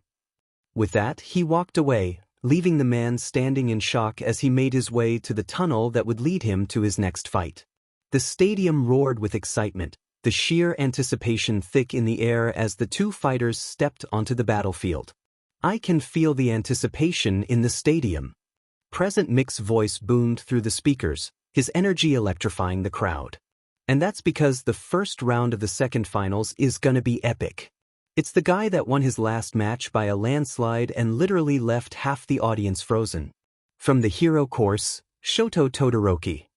What did he miss when he was wallowing in his own self-pity? Todoroki walked up the stairs on his side of the ring, his face blank, unreadable. But Izuku saw it, the tension in his posture, the barely there flicker of emotion in his mismatched eyes. They locked gazes across the arena, Todoroki's cold stare meeting Izuku's own unwavering one. And this kid almost walked out of his first matchup, but made an amazing comeback with some stunning moves of his own. Also from the hero course, Izuku Midoriya. Izuku climbed the steps, his steps even, controlled. The echoes of his encounter with Endeavor still rang in his mind, fueling the fire burning beneath his calm exterior. He could still feel the impact of his fist against the man's face, still hear his own words echoing in his head. I don't care how strong you are. You don't get to decide for him. Izuku exhaled sharply, shaking off the lingering thoughts as he came to a stop at the opposite end of the ring. They barely said a word. They didn't need to. Todoroki's eyes burned with unspoken intent, and Izuku's own expression hardened in response. This wasn't a match they could afford to take lightly. This wasn't just about winning. This was about proving something. To each other. To themselves. The energy in the stadium crackled as the tension built. The crowd could feel it, the weight of something bigger than just a simple tournament match. Present Mike grinned as he leaned into his mic. Both of these heroes in training have been front-loaders in the sports festival. But which one of them will advance to the second round? It's the battle of Midoriya versus Todoroki. The crowd roared. A beat of silence. Begin. Izuku wasn't surprised when Todoroki attacked the moment the match started. A massive wave of ice erupted from his right side, tearing through the arena like a frozen tidal wave, barreling straight for him. Izuku barely blinked before his body flickered, and then, in a static-laced glitch, he was gone. A good thing, too, because the ice that had been meant for him didn't just stop. It kept growing. And growing. And suddenly, the battlefield wasn't just covered in ice, it was a glacier. Izuku's breath caught as he reappeared high above the battlefield, his body momentarily weightless before gravity took hold. His knees almost buckled when his boots landed hard against the nearest jagged ice spike, the sheer cold biting through the fabric of his uniform. The surface was slick, and before he could fully stabilize himself, he was already sliding straight toward Todoroki. For a second, Izuku barely registered the cheers and gasps from the crowd. His entire focus was locked on Todoroki, who stood at the base of the glacier, his breath visible in the frigid air. He's not moving. He's waiting. Izuku grinned, eyes gleaming with exhilaration. All right, Todoroki, he muttered, shifting his stance mid-slide. Let's see if you can handle this. And then, just before he reached the ground, he glitched again. Straight into Todoroki's blind spot. Izuku flickered into existence behind him, reality snapping back into place just as Todoroki turned too late. Izuku's fist slammed into his gut with brutal force. Todoroki's eyes went wide, his breath leaving him in a sharp, strangled gasp as he went flying backward. The sheer force of the punch sent him hurtling toward the boundaries at alarming speed. For a split second, Izuku thought it was over. That he had just won the match in one clean hit. But then Todoroki's left arm swept behind him, and in an instant, a massive wall of ice erupted from the ground, halting his momentum just before he could be sent out of bounds. Ice cracked and groaned, splintering from the force, but it held. Todoroki's back hit the wall and he went down, his breath sharp as he steadied himself. It took a few moments, but he got to his feet again, his shoulders squared and expression blank. Izuku straightened, rolling his shoulders as his grin widened, exhilaration thrumming through him. Nice save, he called out, voice steady despite the static humming beneath it. Todoroki didn't respond and Izuku's eyes traveled down his arm. His shaking arm. His head tilted to the side with a curious hum. You're trembling, Todoroki. It's easy to forget that quirks are physical abilities. And that means there's a limit to the cold your body can take, right? I get it. Usually, you'd make up for the drop in temperature by using the heat on your left side, but you refuse to do that now. He gave him a taunting smirk. You haven't managed to put a single scratch on me yet. If you use your fire, you just might have a chance. Midoriya, what are you trying to do here? He ground out. You want my fire? What? Did my monster of a dad bribe you or something? He lunged. Now I'm mad. Izuku's eyes narrowed. His movements are slower. Does he have too much frost on his body? He stood there with his hands behind his back, just waiting for the right moment. As soon as his right foot left the ground, Izuku lunged, giving Todoroki another punch to the gut. That was going to bruise. Izuku didn't let up. The moment Todoroki's footing faltered, he flickered again, appearing to his left this time and swung his fist at his face, knocking him to the ground. Izuku stood still, putting his hands behind his back. Your life has been so much different from mine, he said, voice sharper than before. So stop screwing around. Todoroki's breath was heavy, his shoulders rising and falling in uneven rhythm. The ice creeping along his right side crackled under the weight of his exhaustion, but still he refused to use his left side. If you want to reject your father, fine. Izuku took a step forward, his shadow looming over Todoroki as he remained on the ground. But you don't have the right to become number one if you don't use your full power. Todoroki's jaw tightened, his breath turning to mist in the cold air. The ice around him surged outward again, frost biting at the edges of the battlefield. Shut up, he muttered, voice strained. But Izuku didn't flinch. He didn't step back. Instead, he narrowed his eyes, watching as Todoroki struggled to push himself up.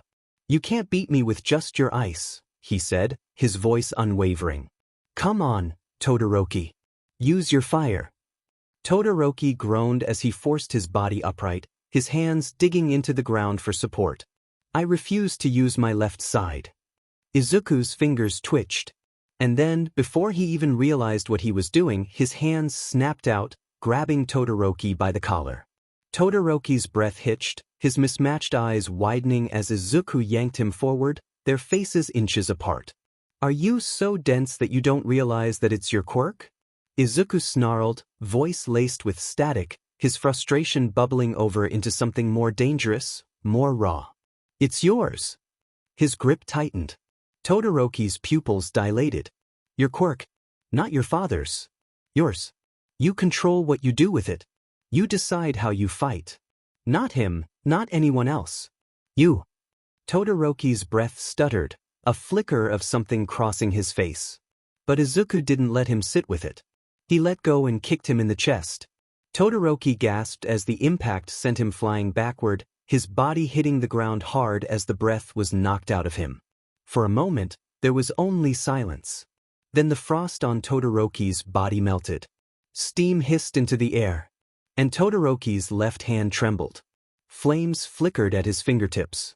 Izuku's grin stretched wider, his eyes glittering as he took a slow step forward, his entire body humming with static anticipation. "Go on," he taunted, his voice smooth, coaxing. "You know you want to." 3 seconds of tense silence stretched between them. What? Todoroki's fingers twitched. His breath came out uneven, his mismatched eyes burning with something unreadable. 3. Then he moved. Izuku barely had time to react before Todoroki launched himself up, his feet slamming into Izuku's chest with enough force to send him flying backward. Izuku's back slammed against the frozen ground of his side of the arena, a sharp gasp escaping his lips as the breath was knocked out of him. And then, a wave of heat rolled over his body. The biting cold that had dominated the battlefield? Gone. Izuku blinked through the lingering frost and smoke, his chest rising and falling sharply as he looked up. Todoroki stood there, engulfed in flames.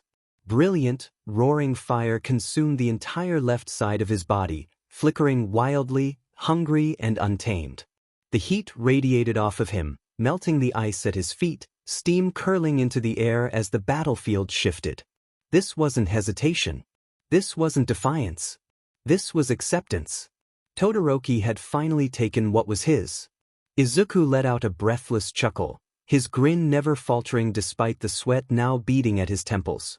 "There it is." His radio-toned voice crackled through the heated air, alive with exhilaration. The fight was far from over. But now it was truly beginning. The stadium erupted. Gasps, cheers, and shouts filled the air as the entire crowd reacted to the shift in the battle. The once frozen battlefield was now a war zone of fire and ice, steam rising in thick waves as the two extremes clashed violently against each other. Izuku grinned from where he lay sprawled on the ground, chest rising and falling with sharp breaths. His skin burned from the heat, but he didn't care. This was what he wanted. Todoroki stood across from him, his left side blazing with fierce, untamed flames, his right side still slick with frost. His body radiated power, his breath coming out in ragged puffs as steam curled off his form. He looked stunned, like he couldn't quite believe what he had just done. Izuku let out a breathless chuckle, slowly pushing himself onto his elbows. Todoroki's head snapped toward him, his expression tight, unreadable. Izuku pet his head, mocking and challenging all at once. "That feels better, doesn't it?" Todoroki stilled. Then his fingers flexed, and the flames around him flared higher. The ground beneath him sizzled as ice and fire battled for dominance, and the air between them became thick with pressure. Izuku's grin widened. Finally, he was fighting with everything he had. Todoroki's breath was shaky, uneven, but the fire didn't go out. He didn't put it out. Izuku got to his feet, rolling his shoulders, his pulse thrumming with excitement. His quirk glitched around him, little flickers of distortion warping the air as he took a step forward. "Yes, Shoto!" Endeavor screamed and stomped down the steps of the stadium. "Have you finally accepted your purpose? That's it. Great job. This is the dawn of a new era for us. With my blood in your veins, you'll surpass me. You'll live up to the reason I created you." A scoff escaped from Izuku's mouth. Endeavor suddenly shouts words of encouragement? What a doting father. Todoroki's eyes locked onto Izuku, the intensity in them sharper than ever. For the first time since the match started, Todoroki actually looked like he wanted to win. And Izuku planned to give him a fight worth using his full power for. The crowd held its breath. Izuku's grin sharpened. "Bring it on, Todoroki." Todoroki's left blazed, his fire roaring to life as he closed the distance. His right arm froze the ground beneath him, using the momentum to propel himself forward at breakneck speed. Izuku glitched, his form flickering out of existence just as a wave of fire crashed toward him. The moment he reappeared on Todoroki's right side, ice burst from the ground, forcing him to jump back before he could land a hit. The two of them moved in sync, attacking, dodging, countering. Fire. Flicker. Glitch. Repeat. The battlefield was a blur of heat and frost, Todoroki's sheer power and control on full display, while Izuku's speed and unpredictability forced him to stay on his toes. Sweat dripping down his temple as he dodged another blast of fire. The heat licked at his skin, but he didn't care. This was what he wanted. Todoroki wasn't holding back anymore. "What's the matter, Midoriya?" Todoroki exhaled, his breath visible in the clash of temperatures. "Not fast enough?" Izuku laughed, a sharp, distorted sound as he flickered to the side just as a wall of ice tried to trap him. "Fast enough for you to miss," he taunted, tilting his head. "You sure you can keep up?" Todoroki's eyes narrowed. Then he moved. Izuku barely had time to register the change in movement before Todoroki kicked off the ground, flames exploding from his left side to launch himself forward at blinding speed. Izuku's instinct screamed. He glitched, but it was too late.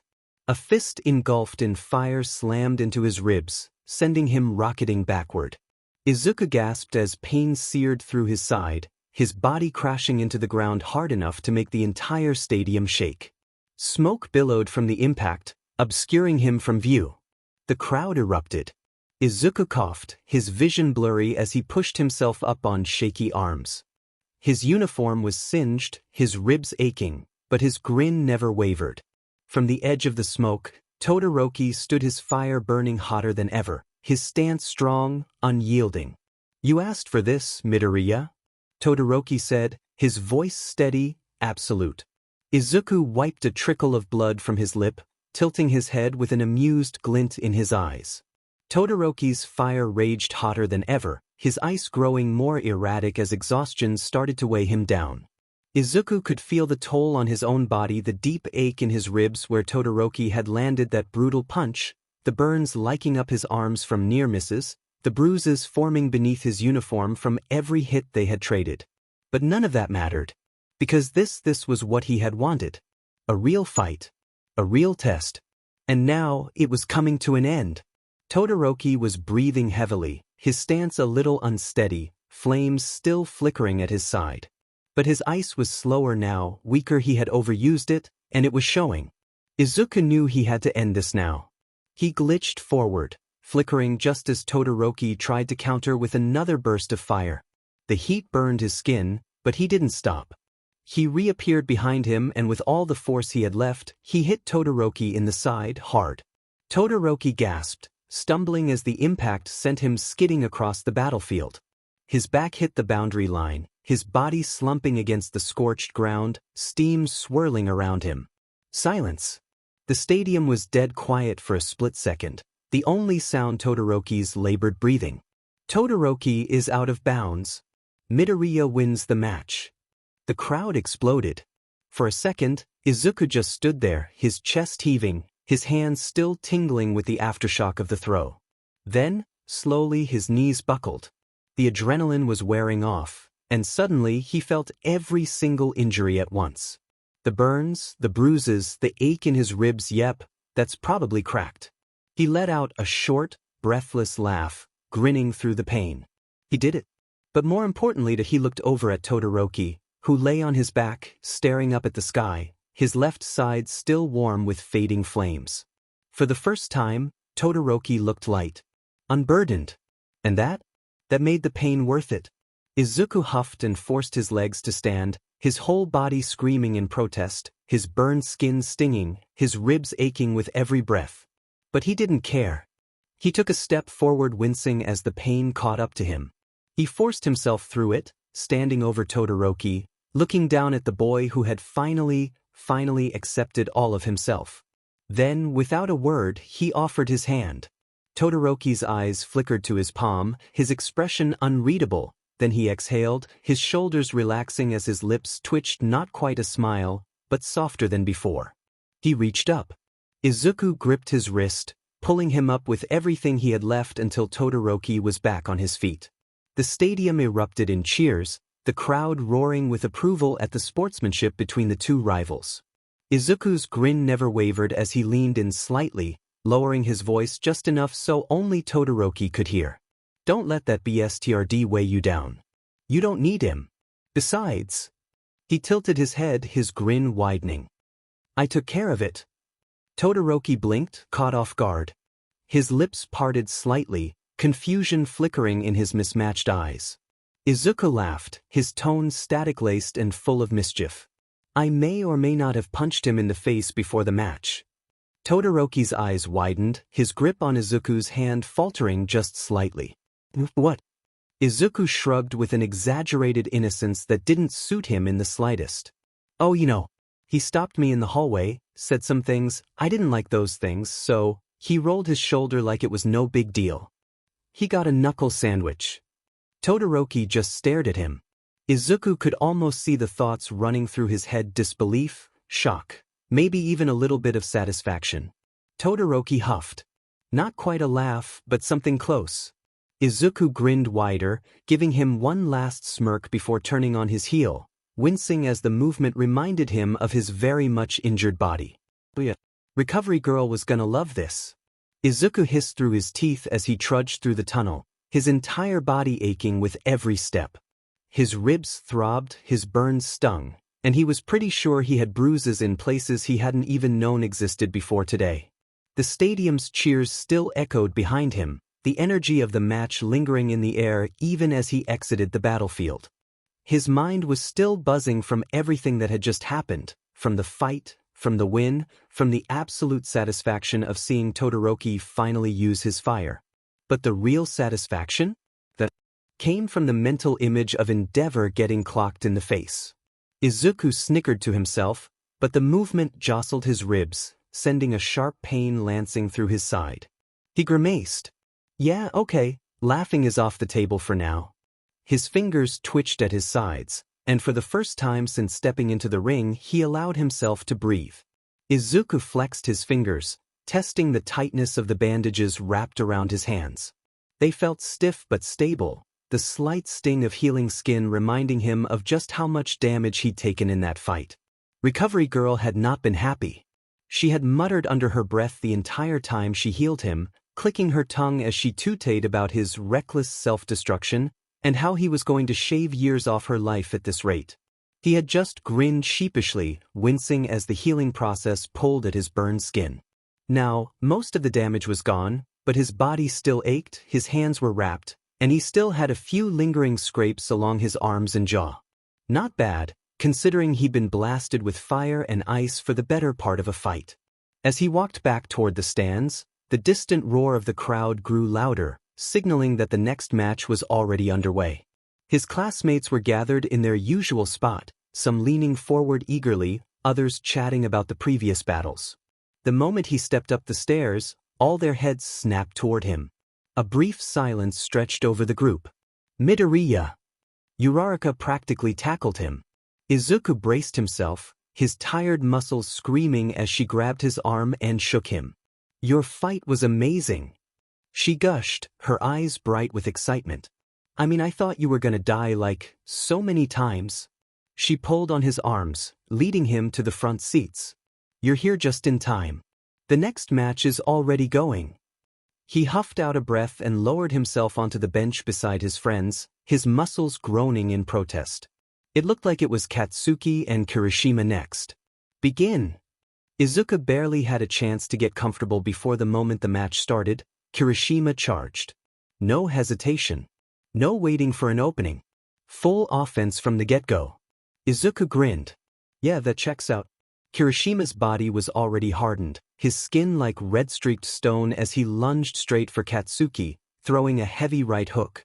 Katsuki ducked at the last second, narrowly avoiding the hit, his feet skidding against the ground, his teeth bared as he blasted himself sideways, dodging another attack from Kirishima's left. Kirishima lunged forward again and managed to nick his cheek with his hardened skin, drawing blood. Katsuki tried to attack again, but thanks to Kirishima's skin, he couldn't get an effective hit in and it was clearly pissing him off. All Katsuki could do was dodge all of Kirishima's attempts to punch him until he had a plan. Bakugo is having a heck of a time trying to counter Kirishima's fierce attacks. Present Mike screamed through the speakers. But Katsuki was relentless and kept attacking, and Izuku noticed that they were all in the same spot. He kept dodging and ducking every swing Kirishima threw his way. Katsuki moved fast, too fast, his palms exploding in rapid succession as he stayed in Kirishima's face, refusing to give him a single moment to breathe. Kirishima gritted his teeth, his hardened skin cracking slightly under the force of the constant attacks. Izuku's sharp eyes caught it immediately. His quirk was starting to wear down. He's been using hardening this whole match. Izuku thought, his fingers tapping against his bandaged hands. That kind of strain has to be exhausting. The longer he holds out, the weaker his defense gets. And Katsuki knew it. With a battle cry, Katsuki lunged, his palms igniting with a barrage of explosions. One after another, relentless, brutal, tearing through the battlefield like thunderclaps. Kirishima gritted his teeth, trying to endure. But Izuku saw the cracks. His quirk was flickering, breaking, the strength of his hardening failing against the sheer force of Katsuki's assault. Katsuki pulled back, his hands still crackling with energy. And Kirishima staggered. His arms lowered slightly. His breathing was heavy. His stance wobbled. Katsuki saw it. Izuku saw it. He swung his arm forward, a final, explosive strike heading straight for Kirishima's chest. The crowd held its breath and Kirishima's hardening shattered. The blast hit him square in the chest, sending him flying, his body flipping once, twice, and out of bounds. The stadium erupted. The buzzer blared and the announcement boomed overhead. Kirishima is out of bounds. Bakugo is the winner. With the brutally ending battle, Bakugo advances to the third round. Ladies and gentlemen, our final four. Izuku, Ida, Tokoyami and Katsuki popped up on the screen. Midoriya versus Ida. His eyes sparkled with excitement as he glanced toward his next opponent. The class rep was already looking at him, his brows furrowed in determination, the lenses of his glasses reflecting the bright stadium lights. Izuku tilted his head, his radio hum voice crackling with amusement. Guess we're up next, Ida? Ida nodded firmly, adjusting his glasses with a sharp motion. Indeed. I expect nothing less than a fair and honorable fight, Midoriya. Izuku chuckled, rolling his shoulders. Oh, don't worry. I wouldn't dream of anything else. The first match of the semifinals. From the hero course, Tenya Ida versus his classmate, Izuku Midoriya. The stadium buzzed with anticipation as Izuku and Ida stepped onto the battlefield, standing opposite one another. Ida squared his shoulders, stance solid and prepared. His engines hummed quietly, steam curling from his calves as he readied his quirk. Izuku, on the other hand, stood relaxed, his hands clasped behind his back, his grin still firmly in place. Midnight raised her whip. Begin! Ida moved instantly. A sharp burst of steam shot from his legs as he launched forward, the sheer speed of his quirk creating a sonic boom in his wake. Izuku's grin widened. He flickered. One moment, he was standing in front of Ida and the next, he was behind him. Ida's eyes widened. Izuku tilted his head, voice laced with static. Too slow, Ida.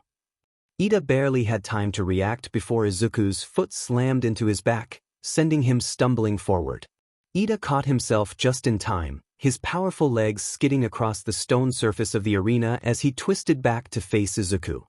His expression was tight with focus. Izuku grinned, hands still tucked behind his back, his body flickering slightly, like he wasn't fully anchored in place. You're fast, Ida, but I'm faster. His radio-toned voice crackled, playful, taunting. What are you gonna do about it? Ida's jaw clenched. He adjusted his stance, planting his feet firmly. Then I'll just have to go faster. Steam hissed from his calves and then Ida just vanished. Izuku's eyes widened slightly. The class rep wasn't hesitating anymore. This time, Izuku wasn't fast enough to glitch away completely. A solid knee slammed into his side, knocking him off balance. The stadium roared. Izuku grunted, rolling with the force, his boots sliding across the ground as he twisted in midair. Ida didn't stop. With momentum still on his side, Ida spun on his heel and launched another kick to Izuku's ribs. Izuku barely managed to glitch at the last second, dodging the full brunt of the attack, but the sheer force of it sent a shock wave through the ground. He reappeared a few meters away, crouched low, panting slightly. Ida's stance remained strong, his eyes sharp behind his glasses. "You can't dodge forever, Midoriya," he called, steam still curling from his exhaust pipes. "I'll catch you eventually." Izuku chuckled, rolling his neck. His static hum filled the air like a broken radio transmission. He flickered in and out of sight, barely dodging Ida's relentless attacks. Reciproburst had made him faster, stronger, and more determined than ever, but Izuku knew one thing Ida didn't. Each time Ida charged, Izuku glitched away, but not too soon. Just late enough to make it look like he was struggling, like Ida's speed was finally overwhelming him. The crowd leaned forward, watching as Izuku narrowly escaped each attack. Ida gritted his teeth, frustration building. He could tell Izuku was tiring out. His glitches were getting slower, his dodges less precise. He kicked off the ground one final time, moving at blinding speed, blazing toward Izuku. Izuku didn't move. His eyes widened like he had no time to react. Like he was finally caught. Ida's foot swung forward, only for Izuku to glitch away at the last possible second. The worst possible second. Because at that speed, Ida couldn't stop. His eyes widened in horror as he realized it too late. Izuku reappeared just inside the boundary line, his grin sharp, knowing. Ida shot past him, straight out of bounds. The buzzer blared, and the crowd erupted. Ida is out of bounds. Midoriya wins the match. Ida skidded to a stop outside the ring, his breath ragged, stunned. For a long moment he just stood there, processing. Then he let out a short laugh. He turned, shaking his head as he adjusted his glasses, looking back at Izuku, who stood with his shoulders back and his hands behind his back, with a grudging smile. "You tricked me." Izuku chuckled, rubbing the back of his head. "Hey, you were fast. I had to get creative." Ida exhaled, exasperated but impressed. Then he walked forward, offering his hand. Izuku took it without hesitation. The stadium cheered even louder. And now, Bakugo versus Tokoyami. The atmosphere shifted the moment both combatants stepped onto the battlefield. Tokoyami stood calm, composed, his sharp eyes unreadable beneath the shadow of his hood. Dark shadow loomed behind him, its massive form undulating in the dim stadium lights, ready to strike at a moment's notice. Katsuki, on the other hand? He cracked his neck, rolling his shoulders as he grinned, the anticipation buzzing under his skin. No words were exchanged. None were needed. Midnight raised her hand. "Begin." Tokoyami attacked first. His quirk surging forward, its shadowed claws outstretched as it shot toward Katsuki. Katsuki's palm ignited and he jumped, twisting in midair, his arms swinging out in a wide arc. A stream of explosions ripped across Dark Shadow's form, sending black smoke curling into the air. Dark Shadow shrieked, momentarily thrown back from the bright bursts of fire and light. Izuku leaned forward in his seat, eyes sharp. Of course. Light was Dark Shadow's greatest weakness. Katsuki propelled himself higher into the air, dodging another swipe from the weakened shadow. Tokoyami's brow furrowed, his stance adjusting. "Grab him, Dark Shadow." The massive form shot upward, its clawed hands reaching for Katsuki's legs. Katsuki sneered, twisting his body at the last second. A burst of his quirk sent him flipping midair, bypassing the dark creature entirely and landing right behind Tokoyami. Tokoyami's eyes widened. The moment his boots touched the ground, Katsuki's palms began to pop, tiny sparks crackling as he cupped his hands together. The heat intensified. The light grew brighter. "He's going for it." The crowd squinted, the brightness becoming overwhelming. Stun grenade. The arena vanished in a burst of blinding white light, a shock wave of heat and pressure rolling outward. Present Mix groan rang through the speakers. "How am I supposed to commentate when I can't see?" he complained. Izuku snorted. Every single one of Katsuki's matches always ended up with the arena in smoke and impossible to see anything. Present Mike seemed to be at the end of the rope with him. The smoke began to clear. And when it did, Tokoyami was on the ground. Katsuki sat on top of him, one hand still crackling with explosions, the other gripping his beak, forcing his head back. Dark Shadow was cowering behind Tokoyami, trembling, smaller than before. Izuku felt a shiver run down his spine. Katsuki's grin was wide, unhinged, predatory. Like his was. Tokoyami's lips moved and Midnight announced, "Tokoyami gives up. Bakugo is the winner of this match." The screen crossed off Tokoyami's name and both Izuku and Katsuki's face appeared. The final match was set, and his grin slowly grew. We're going to take a short break, but we'll be back for the final match of the sports festival. Katsuki Bakugo vs. Izuku Midoriya. Izuku sat alone, elbows resting on his knees, fingers rhythmically drumming against his bandaged hands. The low hum of the stadium speakers vibrated through the walls, muffled by the thick concrete. The distant roar of the crowd signaled the anticipation building for the final battle. This was it. The final match. The moment he had been waiting for. A shiver of excitement crawled up his spine, his body was still sore, but the healing from Recovery Girl had done enough to keep him in fighting shape. But he wanted to be at his best for this. Because Katsuki deserved that much. Izuku exhaled slowly, shifting his hands in his lap. The white bandages wrapped tightly around his palms and knuckles. Katsuki was something else entirely. He would be the hardest fight yet. Izuku's foot tapped against the floor, his body humming with anticipation. He knew how Katsuki fought. Knew how his mind worked. Knew how much stronger he had gotten. And Katsuki knew him just as well. Which meant this fight was going to be brutal. Izuku rolled his shoulders, flexing the sore muscles there. "Midoriya," a staff member called. "It's time." Izuku slowly raised his head before he stood, opening the door and shutting it behind him. The stadium rumbled with energy. The crowd was deafening, their anticipation palpable, excitement thick in the air like static before a storm. "Ladies and gentlemen, it all comes down to this." Present Mic's voice boomed, igniting another wave of cheers. "We started with so many hopefuls, but only 2 warriors remain. These 2 have dominated the competition, destroyed the battlefield, and fought their way to the top." Izuku stopped just at the edge of the tunnel, taking a slow, deep breath. From the hero course first up, the terror with a glitch, the master of mayhem Izuku Midoriya. Izuku stepped forward, out into the sun. The roar of the audience washed over him, but his focus was razor-sharp, trained on the battlefield ahead.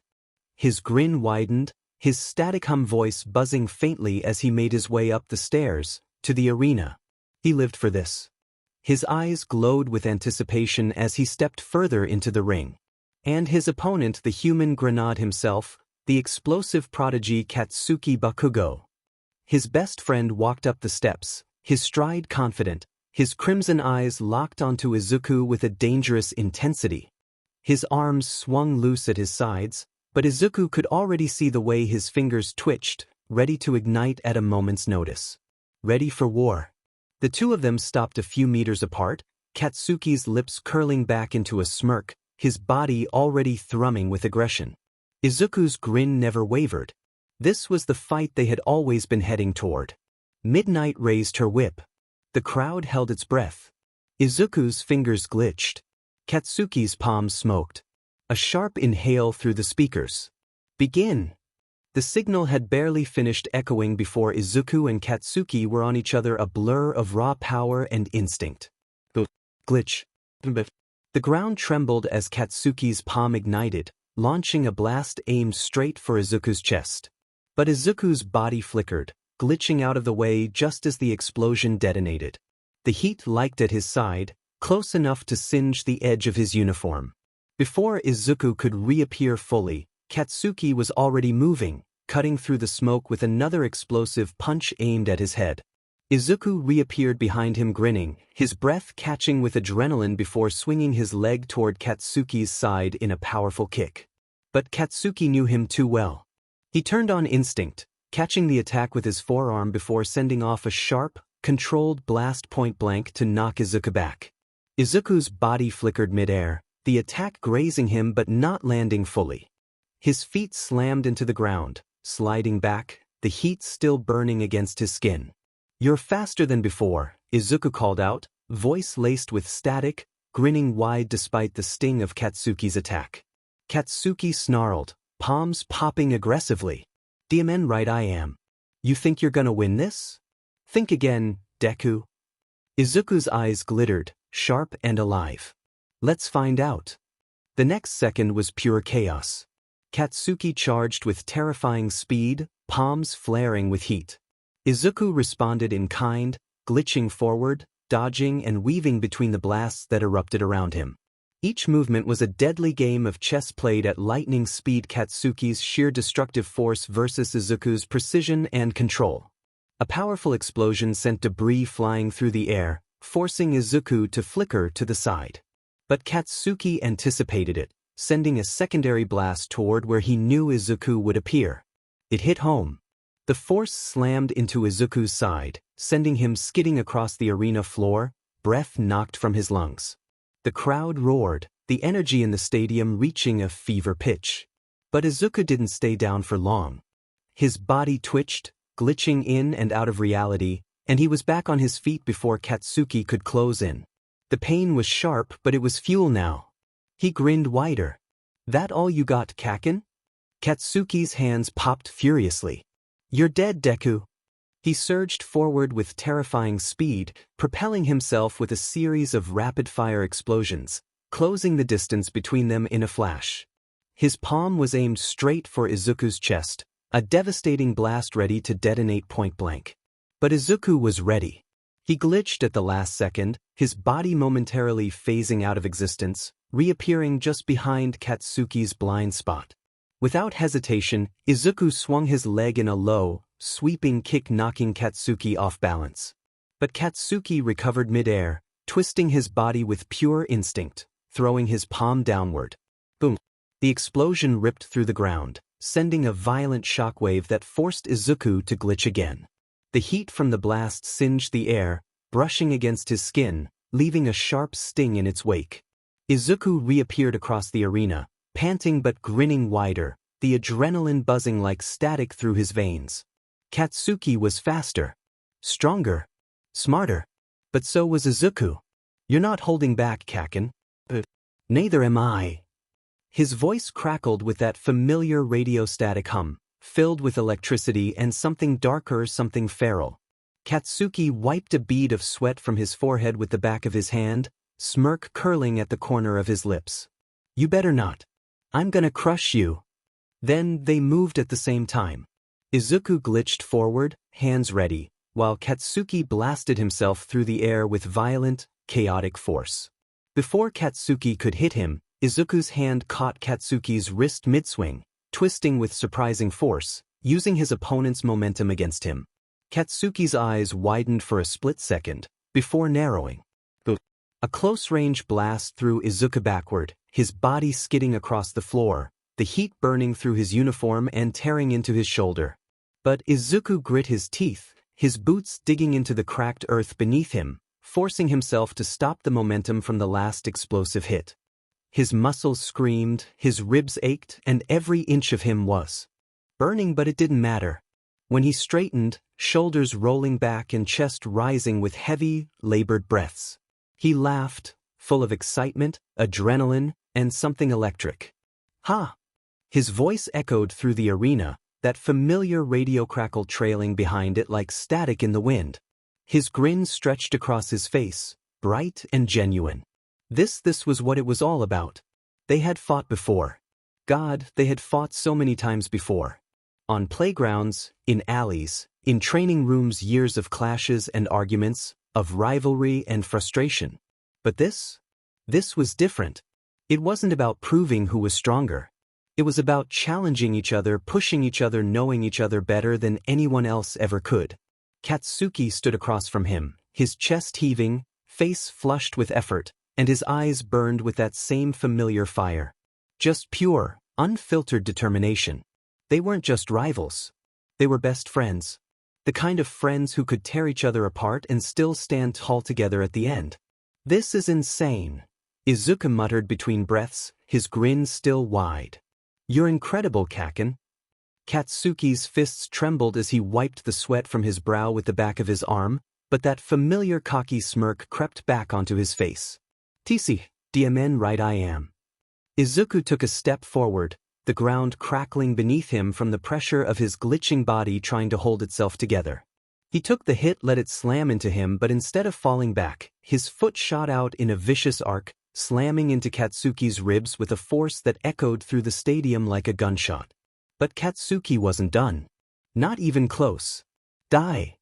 A massive blast erupted point blank, forcing Izuku to glitch mid-strike. The static distortion crackled violently as his body flickered in and out of sight, dodging just enough to avoid the full force. This is wild, folks. They're moving so fast it's like watching a tornado made of fire and lightning. Bakugo's aggression is unrelenting, but Midoriya's counters are sharp as a knife. Can either of them even feel pain at this point? Izuku reappeared behind Katsuki, a blur of movement and static distortion, and landed a brutal, glitched punch across his friend's jaw. Katsuki stumbled but recovered instantly, spinning around and blasting himself into the air, sending a barrage of small, rapid explosions raining down like meteors. The arena shook. The ground cracked beneath the pressure of their battle. Each blow felt like it could tear the earth apart. Izuku dodged and glitched, his body becoming a blur of green static, darting between explosions with impossible precision. But even with his speed, one blast clipped him. The force threw him back, his body skidding across the shattered ground, his uniform burning at the edges. Deku's down. No, wait. Izuku's body glitched back upright before he even stopped sliding. His head snapped up, his grin still fierce, alive with adrenaline, pain, and determination. You're not getting rid of me that easy. His voice echoed with that signature radio static crackle, carrying across the arena. Katsuki's eyes narrowed, jaw clenching so hard his teeth ground together. You stubborn bastard. His palms sparked violently. Fine, let's finish this. The two of them moved simultaneously, perfectly in sync, like two sides of the same coin. Katsuki dove in with another devastating explosion, a furious roar tearing from his throat as he aimed straight for Izuku's chest. Izuku glitched through the strike but didn't retreat. He went forward instead, materializing right in front of Katsuki's stunned face and landing a punch square in his stomach. The explosion went off point blank, the shockwave sending both of them flying in opposite directions. Holy crap! What was that? They both hit at the same time. That was a collision of power and pure determination. Smoke and debris filled the air, and the stadium was silent for one heartbeat. Then the dust started to clear. Both fighters were still standing. Barely. Izuku's uniform was torn, his hands trembling from exhaustion, blood dripping from a cut above his brow. His body flickered weakly. Glitching was getting harder now. He took a deep breath and disappeared, reappearing in the air.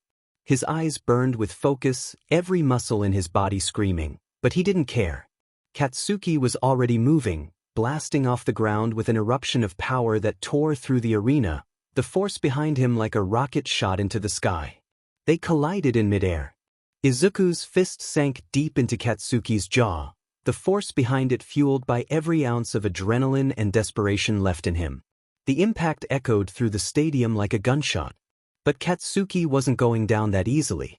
Before the momentum could send him spiraling away, his hand shot out, grabbing the front of Izuku's jacket collar with a vice-like grip. Not done yet. Katsuki snarled through clenched teeth. His foot snapped up, crashing into Izuku's stomach with brutal force. The breath ripped from Izuku's lungs, pain exploding through his ribs as his body curled from the impact. But Katsuki didn't stop there. He used the force of the kick to flip them mid-air, pulling Izuku with him in a brutal arc. Gravity took over. Katsuki's palm shot out, arm extended above them both like the hand of a wrathful god. His hand popped, the familiar sound of an explosion building raw power igniting in a brilliant, violent flash. The explosion ripped through the sky, a shockwave tearing through the air like a cannon blast. Gravity took hold. Both of them were sent hurtling downward, falling at breakneck speed, the world around them blurring into streaks of smoke and wind. The force of the blast was still clinging to them, pushing them harder, faster, an unstoppable descent fueled by sheer will and fury. The arena rushed up to meet them. The air around them howled, screaming like a raging storm as the ground drew closer. Closer. Crash. The impact shook the entire stadium, the force so powerful it felt like the earth itself was cracking beneath their weight. A massive dust and smoke cloud erupted, swallowing the battlefield in an instant. The arena disappeared behind the thick curtain of destruction, a dense, suffocating wall of debris and smoke curling into the air like a living creature. The crowd fell into an eerie silence. Even present Mike hesitated. I can't see anything. What just happened? Did they? Is anyone still standing? His voice trembled with genuine disbelief, the tension in the arena stretched taut and sharp as everyone held their breath. The dust settled slowly like a curtain being pulled back on the final act. Then the silhouettes appeared. Two figures in the center of the crater. Katsuki, on top, gripping Izuku's jacket with one trembling hand, his entire body shaking with exhaustion. His knees were pressed into Izuku's shoulders, pinning him down, his arms trembling but steady enough to keep him in place. Izuku lay beneath him, body glitching weakly, each spark of distortion fizzling out like dying embers. His arms were trapped, and his breath came out in short, painful gasps. Izuku let out a painful groan and shifted beneath him, making Katsuki tighten his hold. The static around them faded as Izuku's body went slack. He was done. Midnight stepped forward, her whip snapping down. Midoriya is KO'd. Bakugo is the winner. The crowd erupted, a tidal wave of cheers and screams shaking the very foundation of the arena. It wasn't just excitement, it was all raw and electric at the spectacle they had just witnessed. But in the center of it all, the two of them, Katsuki Bakugo and Izuku Midoriya, lay in the wreckage. Katsuki's body was slumped over Izuku's, the remnants of his final blast still smoldering in the air. His hand was clenched tightly in Izuku's torn-up jacket, holding on until that last moment of victory had been declared. His chest heaved with every breath, each inhale like shattered glass scraping through his throat. His muscles burned. His arms felt like lead. But he'd won. He actually won. A hoarse laugh broke through the noise, raspy and strained but real. Katsuki froze, looking up at the sound. Izuku was grinning. Not the usual static-laced smirk, not the taunting, glitch-cracked expression he wore when he was deep in a fight. No, this one was soft. Exhausted. Genuine. Congratulations, Kaken. For a second, Katsuki just stared, breath hitching in his throat. His body was still trembling from the aftermath of the match, every muscle screaming for him to just sit the hell down. But that voice? That grin? It made something in him loosen. His lips twitched the corner of his mouth, pulling into a lopsided smirk before it broke entirely. A low, tired laugh bubbled up, raw from screaming and strain, but it was real. Stupid nerd. He pushed himself up to his feet, ignoring the burn in his legs. The world around them blurred the roaring crowd, the confetti raining down for the winner. Katsuki reached down without hesitation, grabbing Izuku's wrist with a firm grip and hauling him upright. Izuku stumbled forward, his knees nearly giving out from the sheer exhaustion weighing down on him. But Katsuki's hand was already there, steadying him firm, familiar, grounding. His palm pressed against Izuku's shoulder, holding him in place until he found his balance. Medical bots rolled onto the destroyed arena, slowly maneuvering around the rubble as they made their way to them. Once they slowed to a stop behind them, Katsuki grabbed his bicep and helped lower him onto the stretcher. Izuku let out a sigh when he laid down, closing his eyes. The bots made their way off of the battlefield and another duo of them showed up for Katsuki. Midnight walked up to him and he grumbled as she helped him down to the stretcher. Soon, he was following Izuku off the field and to Recovery Girl's office. The arena was alive with energy cheers, applause, camera flashes all focused on the three students standing at the center of the stage. The winner's podium rose before the sea of spectators, decorated with confetti, streamers, and golden banners flying from every corner of the stadium. At the very top of the podium stood Katsuki, his arms crossed, chin tilted up defiantly. Izuku stood just below him with his hands behind his back and that familiar smirk, and Todoroki on the third place stand with his hands in his pockets. All Might appeared before them with his usual booming energy, microphone in hand, voice carrying across the stadium like thunder. What an incredible sports festival this has been. These young heroes gave us everything. They had strength, courage, determination, and I think we can all agree they've shown us what it means to be true heroes in the making. The crowd roared in agreement. All Might turned to Tokoyami first, placing a heavy hand on his shoulder. Young Tokoyami. Third place isn't just a medal, it's a testament to how far you've come and how much stronger you'll become. Hold your head high, you earned this. Tokoyami bowed his head so that All Might could slip the bronze medal over his feathered head. He patted his shoulder before stepping up to Izuku. Young Midoriya. You fought with everything you had, every ounce of strength, every drop of determination. You stood tall against overwhelming odds and showed everyone here what a true hero looks like. Second place is just a step on your journey forward. He placed the silver medal around his neck and turned to Katsuki. The gold medal gleamed like a crown in the sun. You fought like a true champion, young Bakugo. You didn't just win, you proved your strength through every punch, every explosion, and every ounce of determination you gave. You earned this. The medal settled around his neck and Katsuki rolled his shoulders proudly. Demon, right, I did. Your future starts here. All Might's voice boomed across the arena. This isn't the end, it's just the beginning. Go beyond. Plus ultra. The crowd roared. Confetti burst into the air again, fluttering around the three of them. The sun was beginning to set, casting long shadows across the quiet streets of Mizudafu as the two boys made their way home.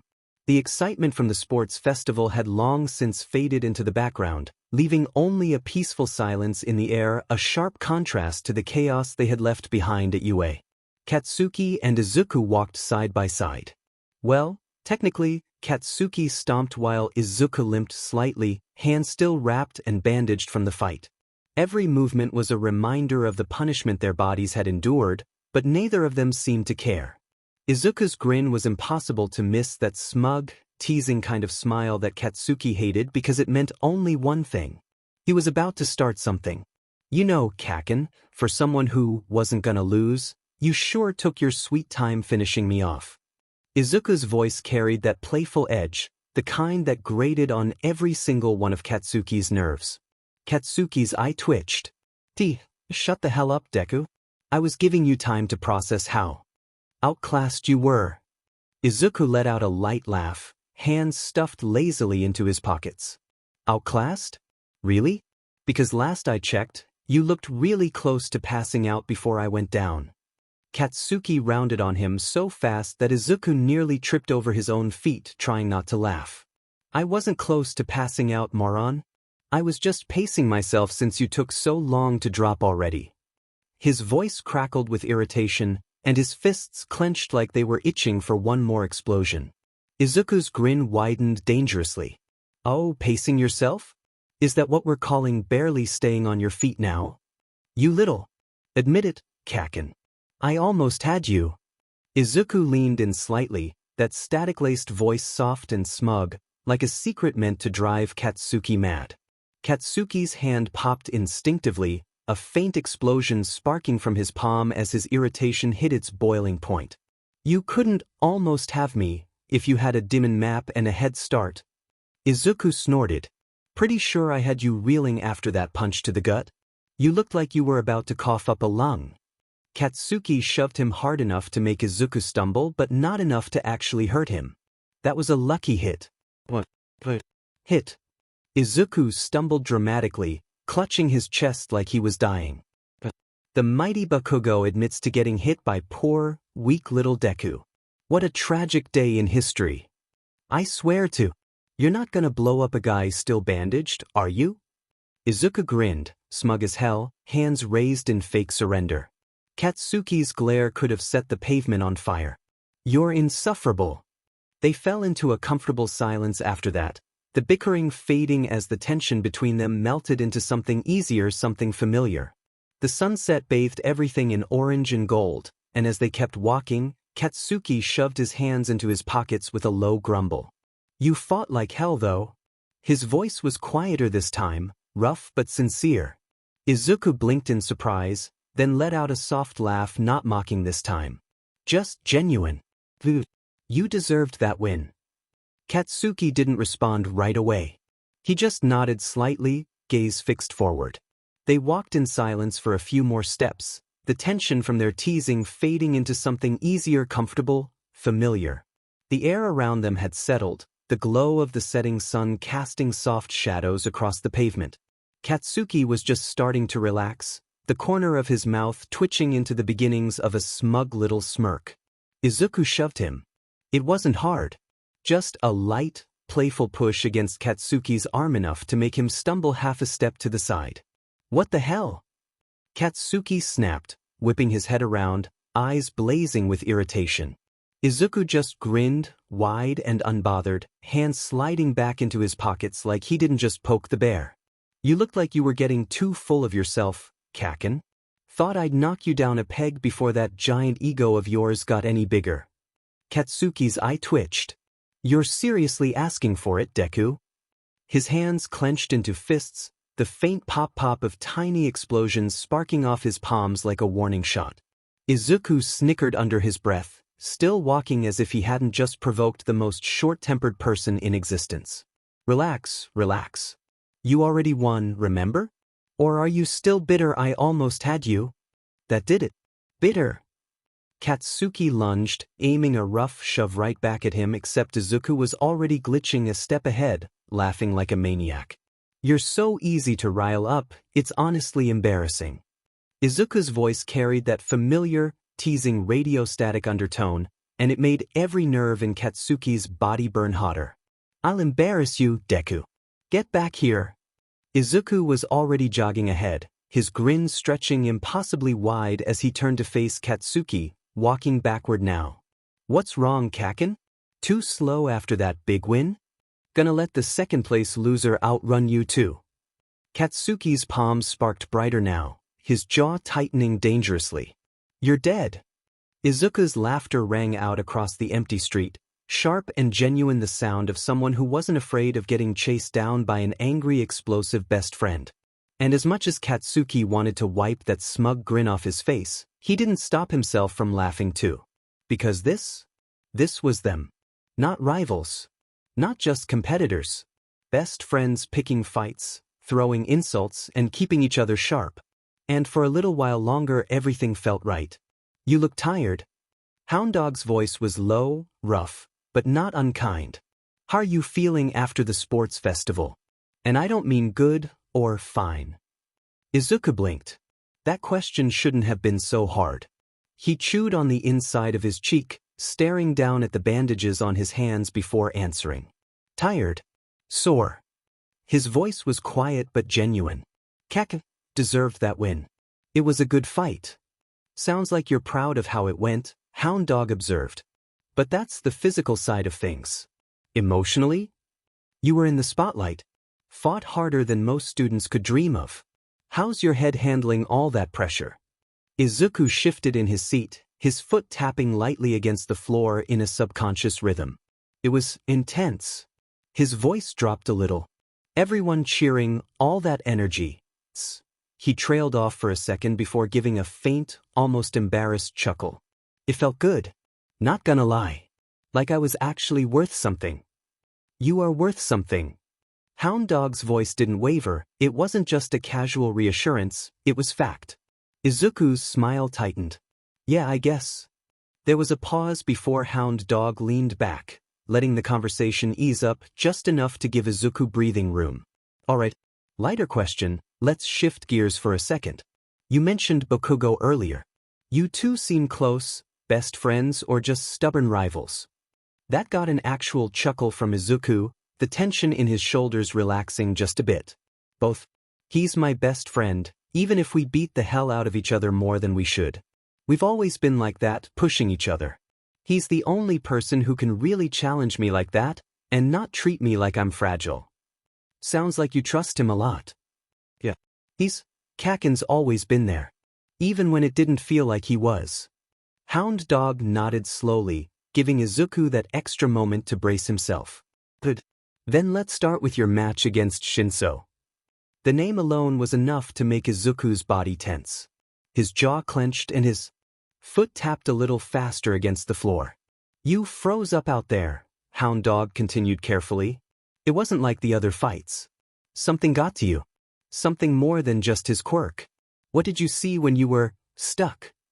Izuku's heart twisted painfully in his chest, and for a moment his glitching quirk sparked faintly, small distortions rippling across his shoulders before fading away just as quickly. His voice was quiet when he finally spoke. I saw myself. Hound Dog leaned forward slightly but didn't interrupt. Not me, not exactly. Izuku's voice was strained, as if every word scraped across raw nerves. It was like a darker version of me. Smiling like it knew something I didn't. Like it wanted me to break. It wasn't just some random hallucination. It felt real. Too real. The memory of those blackened eyes and that wide, unnatural grin still lingered in the back of his mind, a phantom weight pressing on his chest. It said I was pathetic, Izuku whispered, staring down at his bandaged hands. That I was weak. That I'd lose if I didn't let it in. The silence stretched again, thick and suffocating. Hound Dog didn't speak right away. Instead, he let Izuku sit with it for a moment before breaking the silence. And did you let it in? Izuku's head jerked up, eyes wide with a flash of fear. No, I know. I fought it. I pushed back. I couldn't, he cut himself off, voice cracking under the pressure of the memory. Good. Hound Dog's voice was steady, a solid anchor in the sea of panic beginning to rise again. That takes strength, Midoriya. More than you realize. Izuku's hands trembled, but his breathing stayed steady. What about after the USJ attack? Hound Dog asked gently, though the question cut deeper than Izuku wanted to admit. You punched the mirror, why? Izuku flinched as if the memory hit him physically. He swallowed hard, his throat tight with the weight of what he didn't want to say. I couldn't stop smiling after it was over. His voice cracked, quieter than before. Even after everything, the attack, seeing my classmates hurt, his fingers dug into his knees. I looked in the mirror and I didn't recognize myself. The admission felt like ripping something open that had been stitched shut too quickly. It was like that version of me was still there. That grin. Like I was proud of what happened.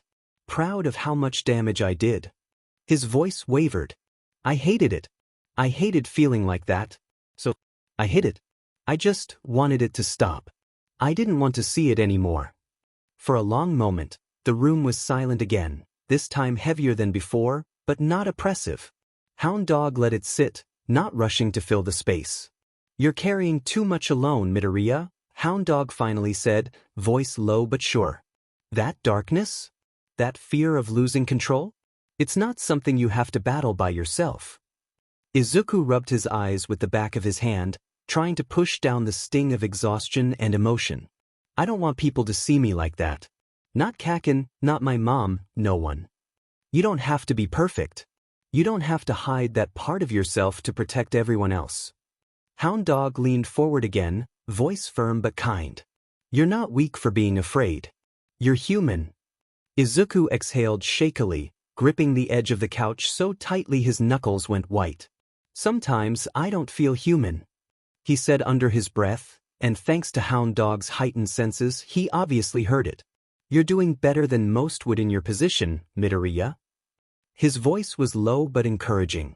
But I can tell it's not easy keeping yourself grounded, especially when those darker moments hit.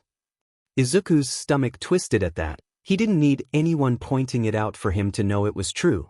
Every time his body glitched, every time that thing in his head whispered, it reminded him just how fragile that balance really was. So, let's talk about ways to help you stay grounded when you're outside of these sessions. Hound Dog leaned back slightly, giving Izuku space to think. I want to introduce you to something called anchoring techniques. They're simple, but effective when your mind feels like it's slipping. Izuku's brows furrowed, interest peaked despite himself. Anchoring? Exactly. It's about keeping you tied to the present moment when everything inside you wants to spiral out of control. You find something that feels familiar, safe. Something or someone you can rely on when things get too loud up here. He tapped his own head for emphasis. That's where someone like Bakugo might come in. Izuku blinked in surprise. Wouldn't Kaken just make my thoughts louder? The counselor barked a laugh. Actually barked. You never know, maybe the louder it is, the more it'll stop whatever is trying to come out. Then Hound Dog's expression sobered for a moment before he continued. You two have an unshakable bond, and from what I can tell, he keeps you in the present. He's loud, aggressive, in your face, but he also keeps you from getting lost in your thoughts too long. He's an anchor, whether you realize it or not. Izuku opened his mouth to argue, but stopped. Because he wasn't wrong. Katsuki had always been a constant throughout his entire life. No matter what, Kaken was there.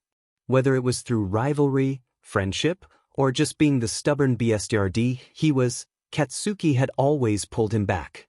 Hound Dog watched as the realization settled on Izuku's face before nodding. See? Makes sense, doesn't it? I never really thought about it that way, Izuku admitted, rubbing the back of his neck. Hound Dog gave a small nod. Think of it like this. When things start to go dark, when you start getting pulled, and ask yourself, what would Bakugo do?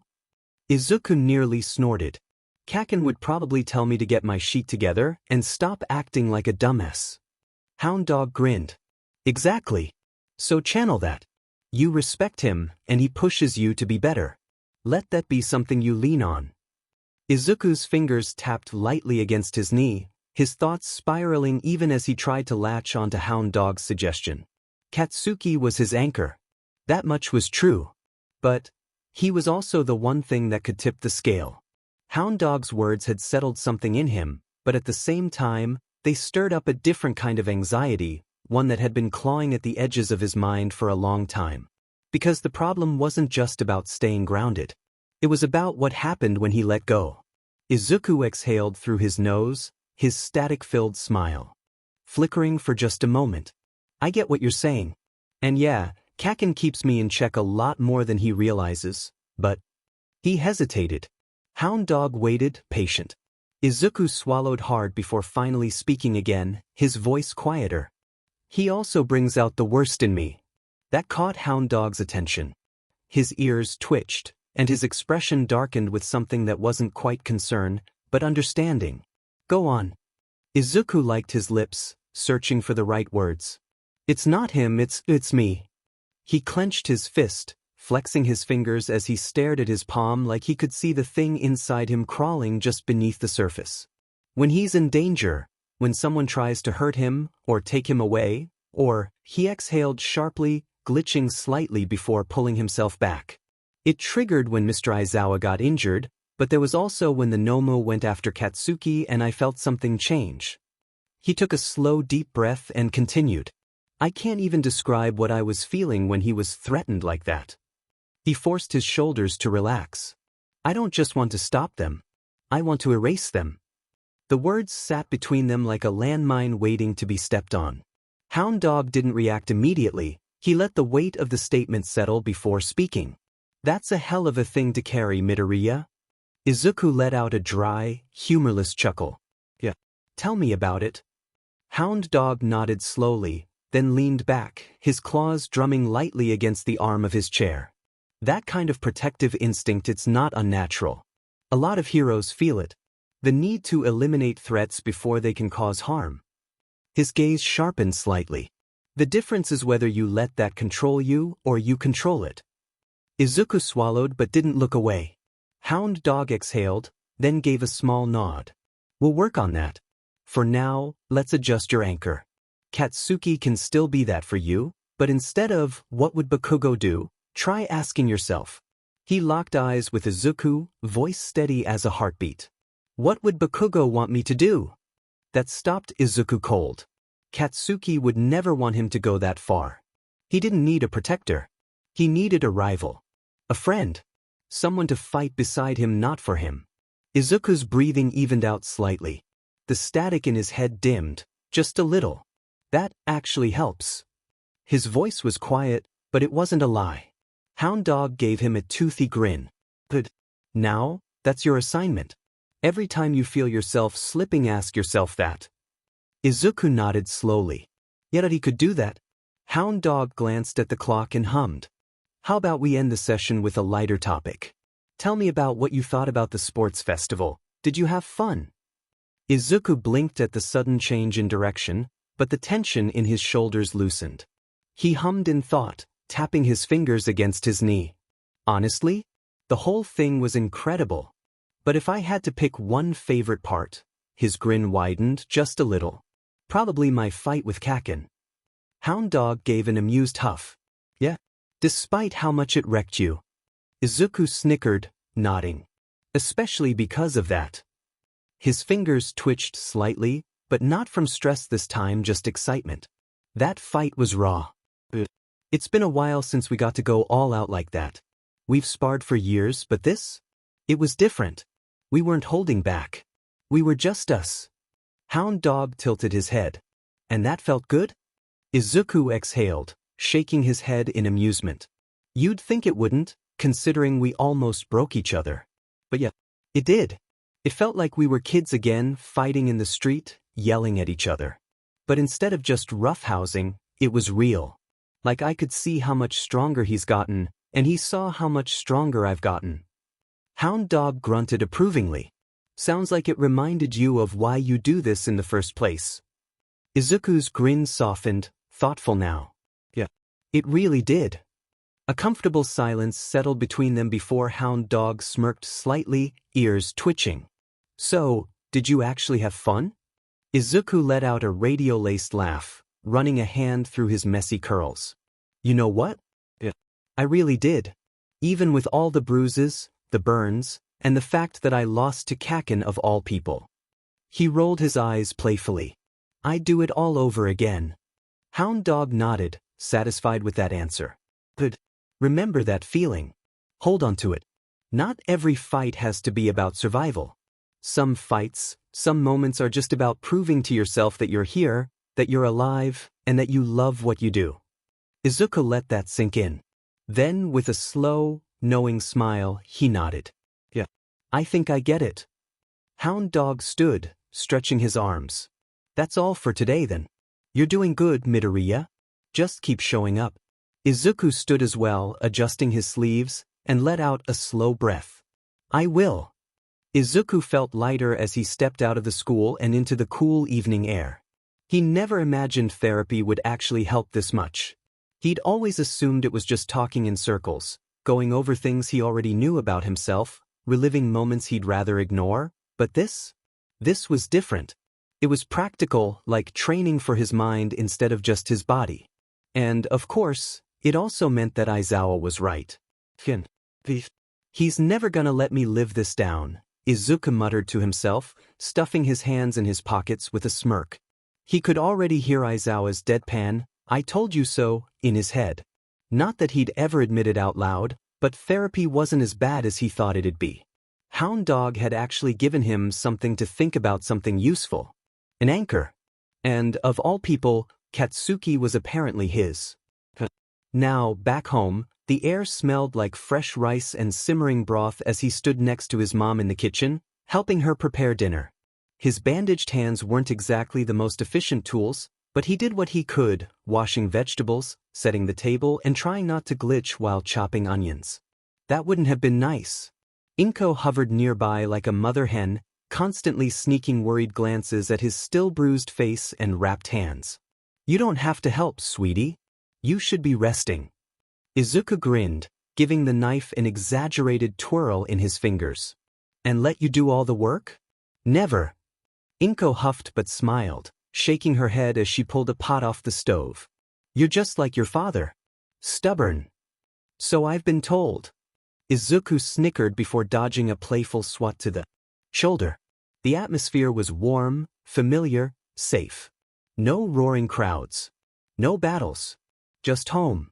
A small part of him wanted to tell her about therapy. About what Hound Dog said. About Katsuki being his anchor. But no. Not yet. Not when she already worried enough. So instead, he focused on the now, letting himself exist in this moment.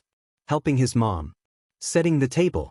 Stealing bites of rice when she wasn't looking.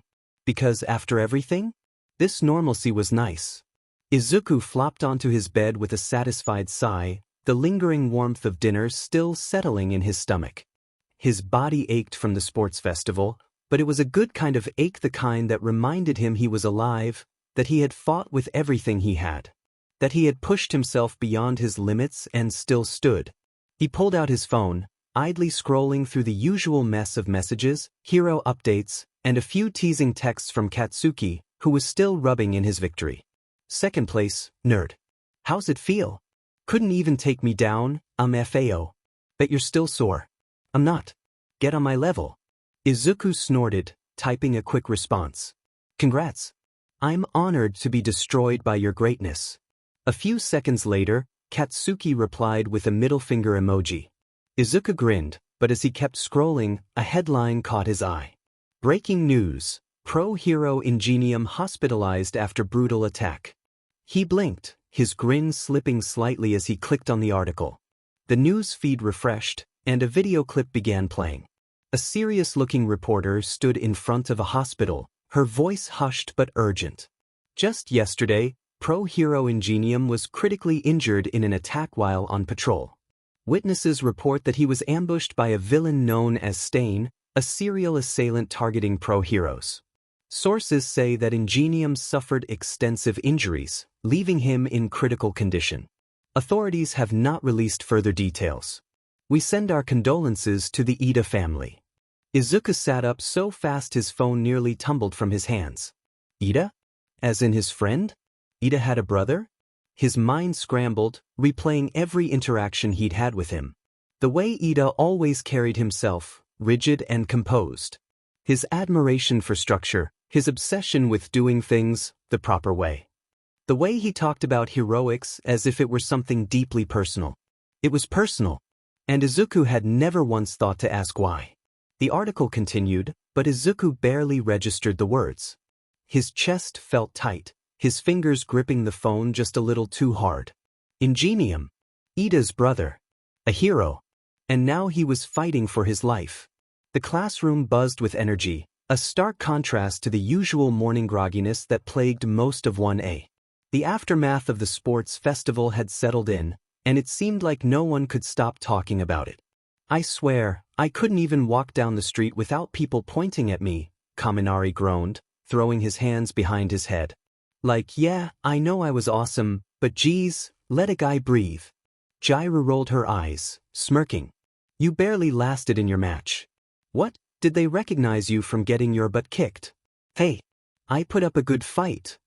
Kaminari shot back, crossing his arms. Sort of.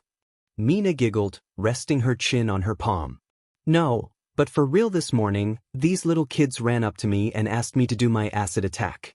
I almost did it before their parents gave me the look. Elementary schoolers are relentless, Ciro added, groaning. These brats came up to me and were like, nice try. Like, excuse me?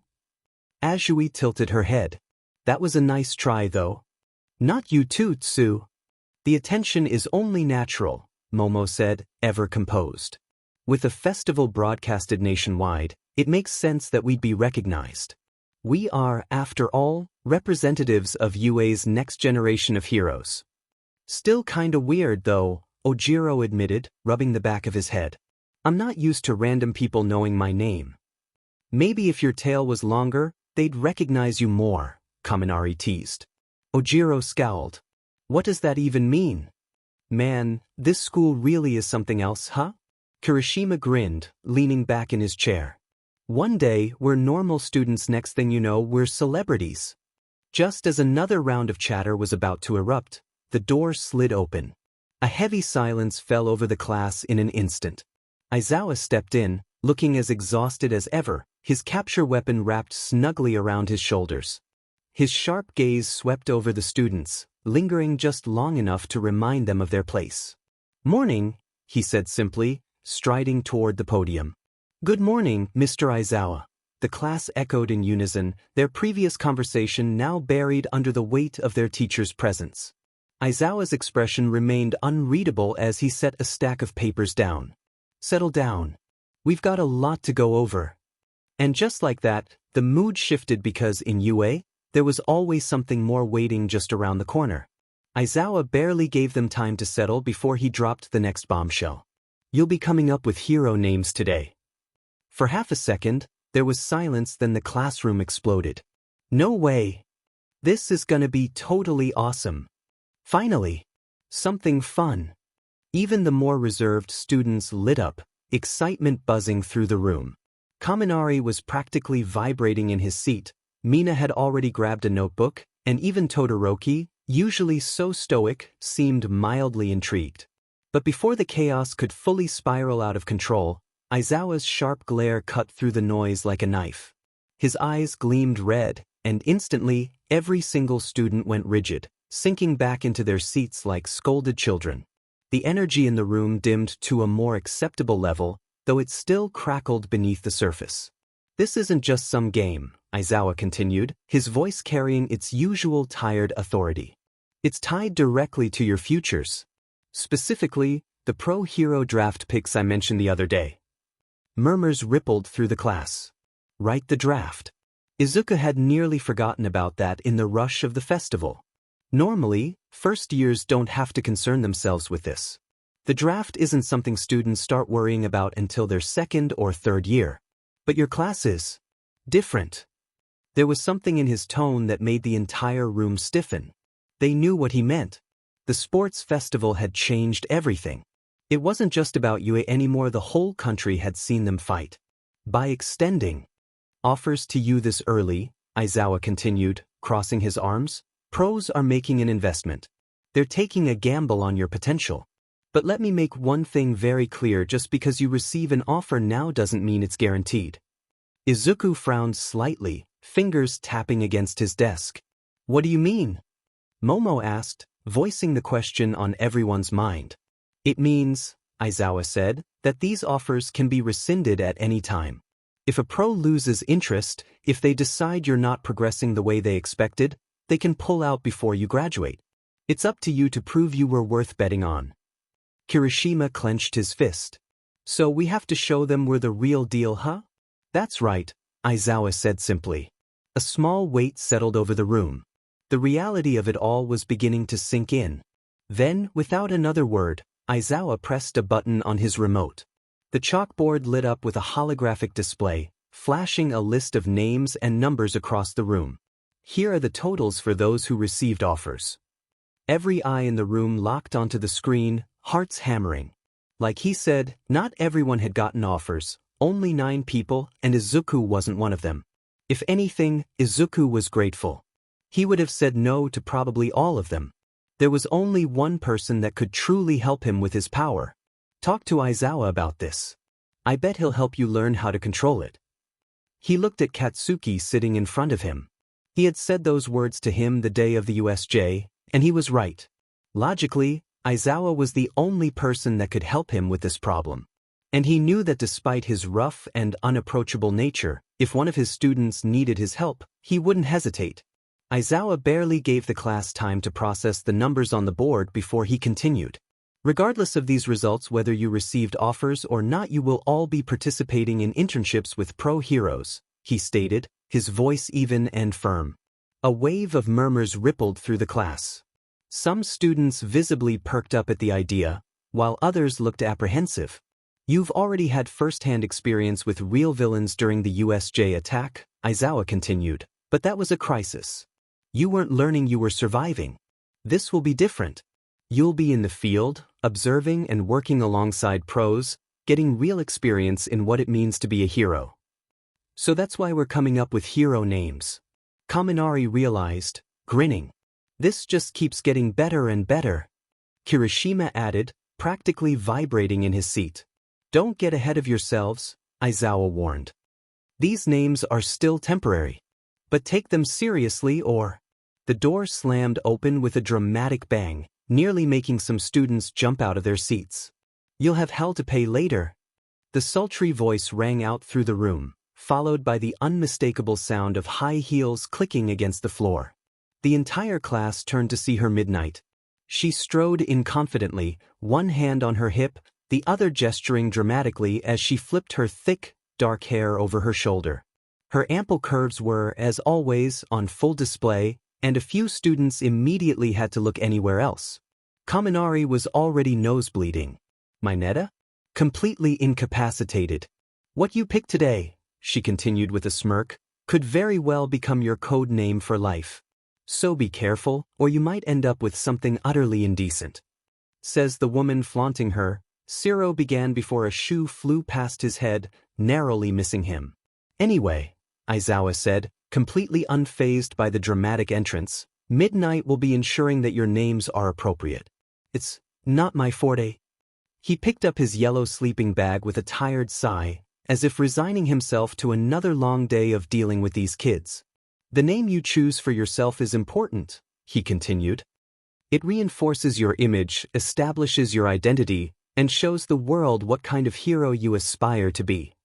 He glanced at the class, his gaze lingering on a few students longer than others. A code name isn't just something cool, it's a statement. Like All Might, for example.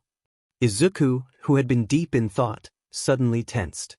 His fingers curled slightly as he reached for the stack of white bards Katsuki was passing down the row.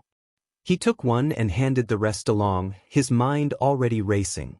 A name for the future. A name that defined who he was, who he wanted to be. Some students hunched over their desks, scribbling furiously on their white bards, while others sat with their arms crossed, deep in thought. Kaminari was already whispering ideas to Kirishima, who seemed torn between something manly and something cool.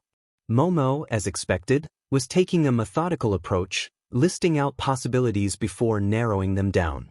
Izuku, however, simply stared at his blank board, marker poised but unmoving. A hero name, something that represents me. His fingers twitched. It wasn't just about sounding cool, it had to mean something. A name that encompassed everything about him. The flickering static in his voice. The way people looked at him, unsure if they should be comforted or afraid. The glitching. The demon. The hero. He thought back to Aizawa's words. A code name isn't just something cool, it's a statement. A statement about who he was.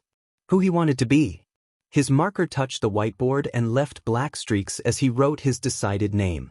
10 minutes flew by in an instant, and soon, Midnight clapped her hands, drawing their attention back to the front of the class. Time's up. Who's ready to show off their brilliant new identities? She sang, her eyes gleaming. Judging by the looks on everyone's faces, no one was expecting that they would be presenting these, much less wanting to go up in front of the class. One by one, the students stood, stepping forward to present their names. Some got approving nods, others got immediate rejections from Midnight, much to their dismay. Like Katsuki. Everyone was stunned into silence when he went up to the front of the classroom and confidently said, "King Explosion Murder." Silence. Izuku's eye twitched. Oh, for the love of... A sharp, distorted "sing" slipped from his lips before he could stop it. His glitching static laugh buzzed through the quiet, and within seconds, his shoulders shook violently as he turned away, hand slapping over his mouth in a desperate attempt to contain himself. Midnight arched a brow, completely unimpressed. Yeah, I'm gonna have to say that. One's a little too violent. Katsuki scowled. Huh? What do you mean? How about Explosion Boy? Kirishima offered helpfully. Like hell I'm going with that. Izuku, still struggling to stifle his laughter, finally turned back around, wiping a stray tear from the corner of his eye. His grin stretched just a little wider as he hummed in mock thought. Oh, I've got one. Katsuki turned his fiery red glare to him. Shut up, nerd. Ignoring him completely, Izuku tapped his whiteboard and grinned, voice laced with glitching amusement. Sparky boom man. Dead silence. Then the class erupted. Kaminari fell out of his chair, wheezing. Mina collapsed onto her desk, Shiro was banging a fist against his table, and Ojiro had to turn completely away to avoid laughing in Katsuki's direct line of sight. Katsuki growled, his dangerously narrowed gaze locked on Izuku. What did you just say, you glitchy little sheet? Izuku grinned, turning his head slightly, his voice crackling with static mischief. What? I think it suits you. Midnight clapped her hands together, her voice carrying an undeniable authority. All right, settle down, boys, she purred, waving a perfectly manicured hand. As much as I love the energy, I'd rather not have my classroom turned into a war zone. Katsuki was still fuming, his hands sparking at his sides as he glared daggers at Izuku, who was still grinning like a glitching menace. Midnight placed a hand on Katsuki's shoulder and firmly guided him back to his seat. Go on, sit down. Take a breath. Think of something less likely to make civilians question your sanity. Katsuki yanked his chair out, dropping into it with a huff. Teeth, whatever. Mina wiped tears from her eyes. Sparky Boom Man will never be forgotten. Immortalized, Kaminari agreed, still chuckling. Kirishima leaned over. Come on, man, you gotta come up with something cool that still sounds heroic. Midnight turned back to the rest of the class. Moving on. Who's next? Izuku supposed it was his turn. Still grinning, he stood up, casually spinning his whiteboard in one hand as he made his way to the front of the class. Wisely, he took the long way around, weaving through his classmates' desks to put as much distance as possible between himself and one very explosive gremlin. His hands twitched with residual sparks, his jaw locked so tight Izuku swore he could hear his teeth grinding. Izuku's grin stretched wider, but he had the sense not to push his luck. For now. Reaching the front, he turned on his heel, gripping his whiteboard with one hand and faced the class. His radio-static voice crackled as he announced, Ferras. A hush fell over the room. Unlike the other names, which had been met with laughs, cheers, or outright rejections, this one carried weight. It wasn't flashy like King Explosion Murder or fun like Froppy. It wasn't a gimmick. It was a statement. Midnight tilted her head, intrigued. Ferras. Interesting choice. Explain it to us. Izuku lifted his board slightly, letting the words sink in before he spoke. I got it from the ancient lighthouse of Alexandria, one of the greatest guiding lights in history. I want to stand as a beacon in the storm, guiding others through the darkness, even though I struggle with it myself. No matter how much my quirk warps reality or how terrifying my presence may be, I want to be a signal of light that always reaches those in need. He watched all of his classmates' reactions, all humor gone and replaced with meaningful expressions and small smiles. Even Katsuki's murderous rage was gone, now just staring at Izuku with an expression he couldn't quite read. Midnight smiled, placing a hand on her hip. I like it. It's unique, meaningful. Approved. Izuku's shoulders relaxed as he walked back to his seat, the weight of his chosen name settling comfortably on his back. It felt right, like an identity he could truly claim as his own. As he passed Katsuki, he expected some kind of jab, maybe an insult about how his name was stupid or overdramatic. Instead, Katsuki muttered just loud enough for him to hear. Teeth, that's not bad, nerd. The words were low, barely above a whisper, but Izuku heard them. He blinked, pausing just for a second, his eyes flicking toward Katsuki. Katsuki wasn't looking at him, his chin resting on his palm, his gaze fixed anywhere but on Izuku. Still, there was something about his posture, relaxed but firm, not stiff with irritation like before. Then, even quieter, Katsuki muttered, You did good. He didn't say anything in return, he didn't need to.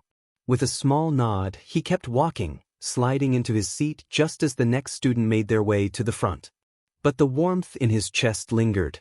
Now that everyone's decided on their hero names, we'll go back to talking about the internships. They will last for a week. As for where you'll have them, those who had offers from pros will be given your own lists, so you can choose from those yourself. Those who didn't have offers will choose from among 40 agencies around the country that will be accepting our interns. They all work in different places and have different specialties. For example, 13 would be focused on rescues from accidents and disasters more than fighting villains. Think carefully before you choose. Izuku tapped his pencil against the edge of his paper, his eyes scanning the long list of pro-hero agencies available for internships. Some of them were big-names heroes he had admired for years, ones that would give him incredible combat training or boost his reputation. Others were lesser known, but still highly respected, offering more specialized mentorship. None of them felt right. He had done his research, looked into what each agency specialized in, but in the end, there was only one hero that stood out, only one who could actually help him. The sharp ring of the bell echoed through the classroom, signaling the end of the PRD. Aizawa, barely looking up from the stack of papers in his hands, addressed them with his usual tired monotone as he made his way toward the door. Turn in your choices before the weekend. A few students groaned in protest. Wait, we've only got 2 days to decide? Kaminari whined, slumping in his seat. Make your decision efficiently, Aizawa replied, completely unbothered. He stepped out, adding a final, dismissed, before closing the door behind him. The second he was gone, the classroom burst into movement. All right, who's picking who? Kirishima asked, turning in his seat with a grin. I have no idea yet, Jairu admitted, twirling her earjack. There are too many choices. Is anyone else going for one of the top 10 heroes? Ashido leaned in, eyes gleaming. Come on, spill the tea. Across the room, students were already comparing notes, leaning over desks, and debating their picks. But Izuku didn't stick around. He shot up from his seat and making a beeline for the door. He ignored the curious glances thrown his way, ignored the sound of someone calling his name. His feet carried him forward, his heart hammering in his chest. He needed to do this now. Before he second-guessed himself. Before he talked himself out of it. Because if there was even a chance that Aizawa would say yes, if there was even a possibility that he could help him, then Izuku wasn't going to waste a single second hesitating. Izuku practically flew down the hallway, weaving through clusters of students just leaving their classrooms. His mind raced just as fast as his feet, but his goal was crystal clear: catch up to Aizawa before he disappears. He knew his homeroom teacher's habits well enough by now. The moment class ended, Aizawa would vanish like a shadow, retreating to some quiet corner of the school to take a nap, review paperwork, or avoid unnecessary human interaction. If Izuku didn't reach him now, he might not get another chance before the weekend. He pushed forward, dodging a group of third years and nearly tripping over his own feet as he turned a sharp corner. His static-laced breath crackled faintly in his throat, but he ignored it. Then, finally there he was. Aizawa walked a few steps ahead, his capture weapon draped loosely around his shoulders, his posture slightly slouched as always.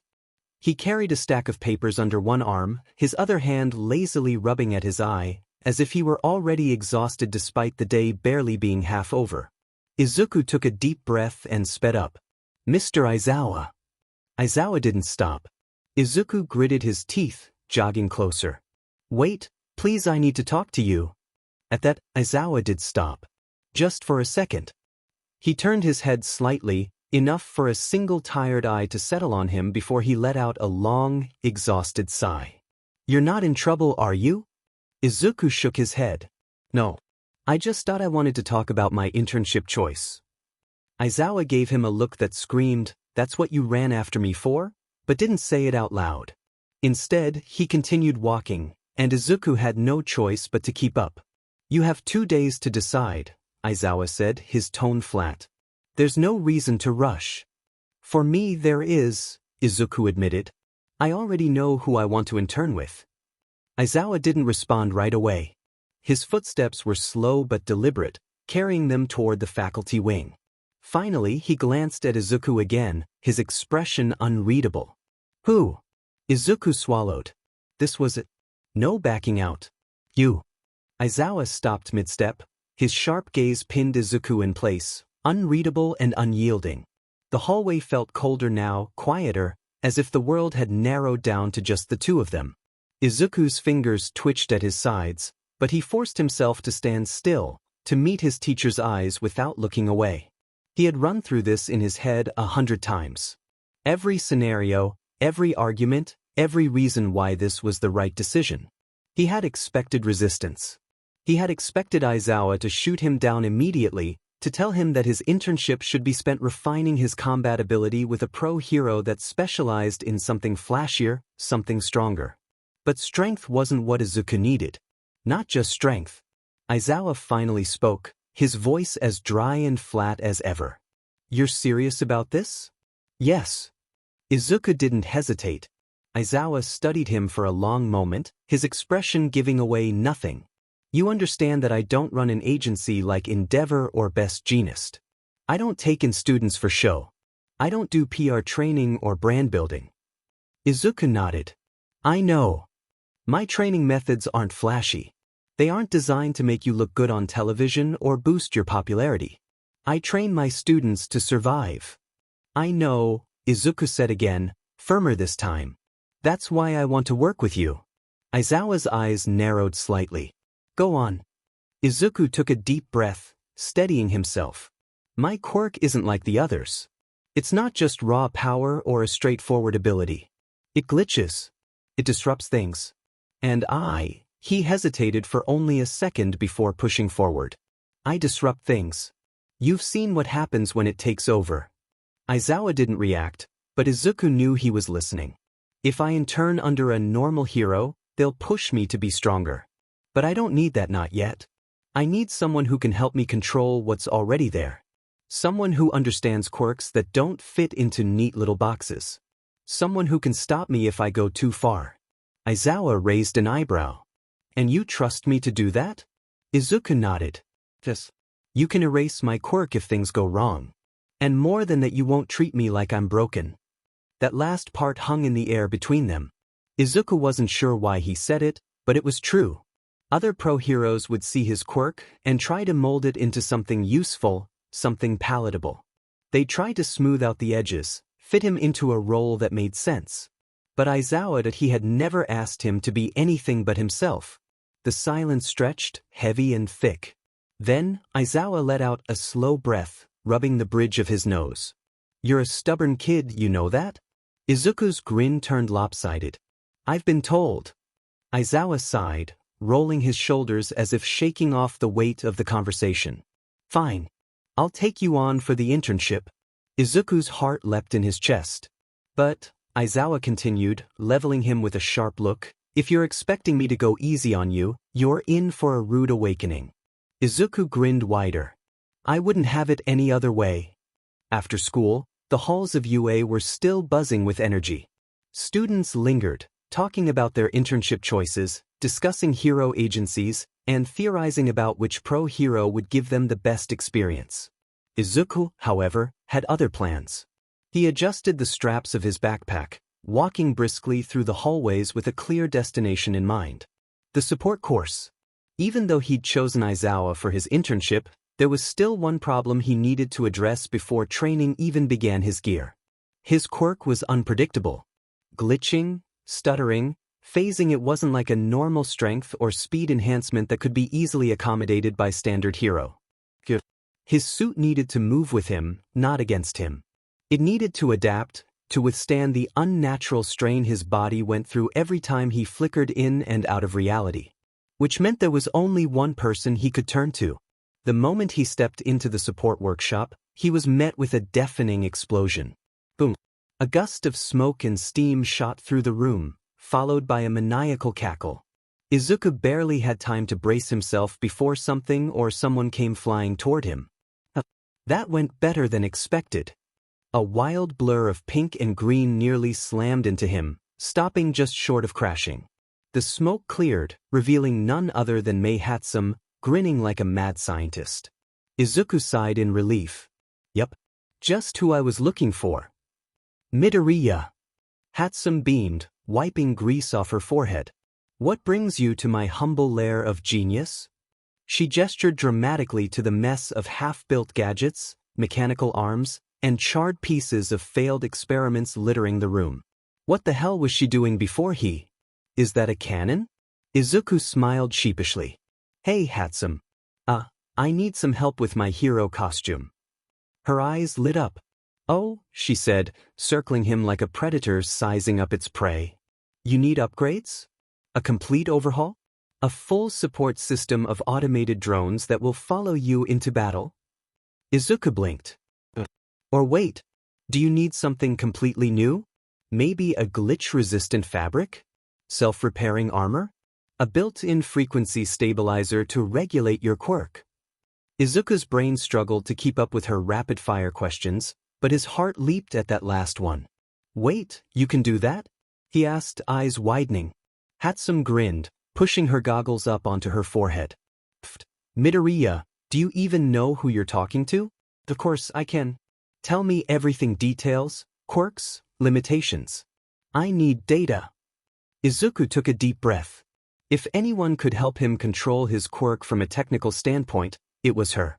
And if he was going to train under Aizawa, he needed to make sure his body and his suit could keep up.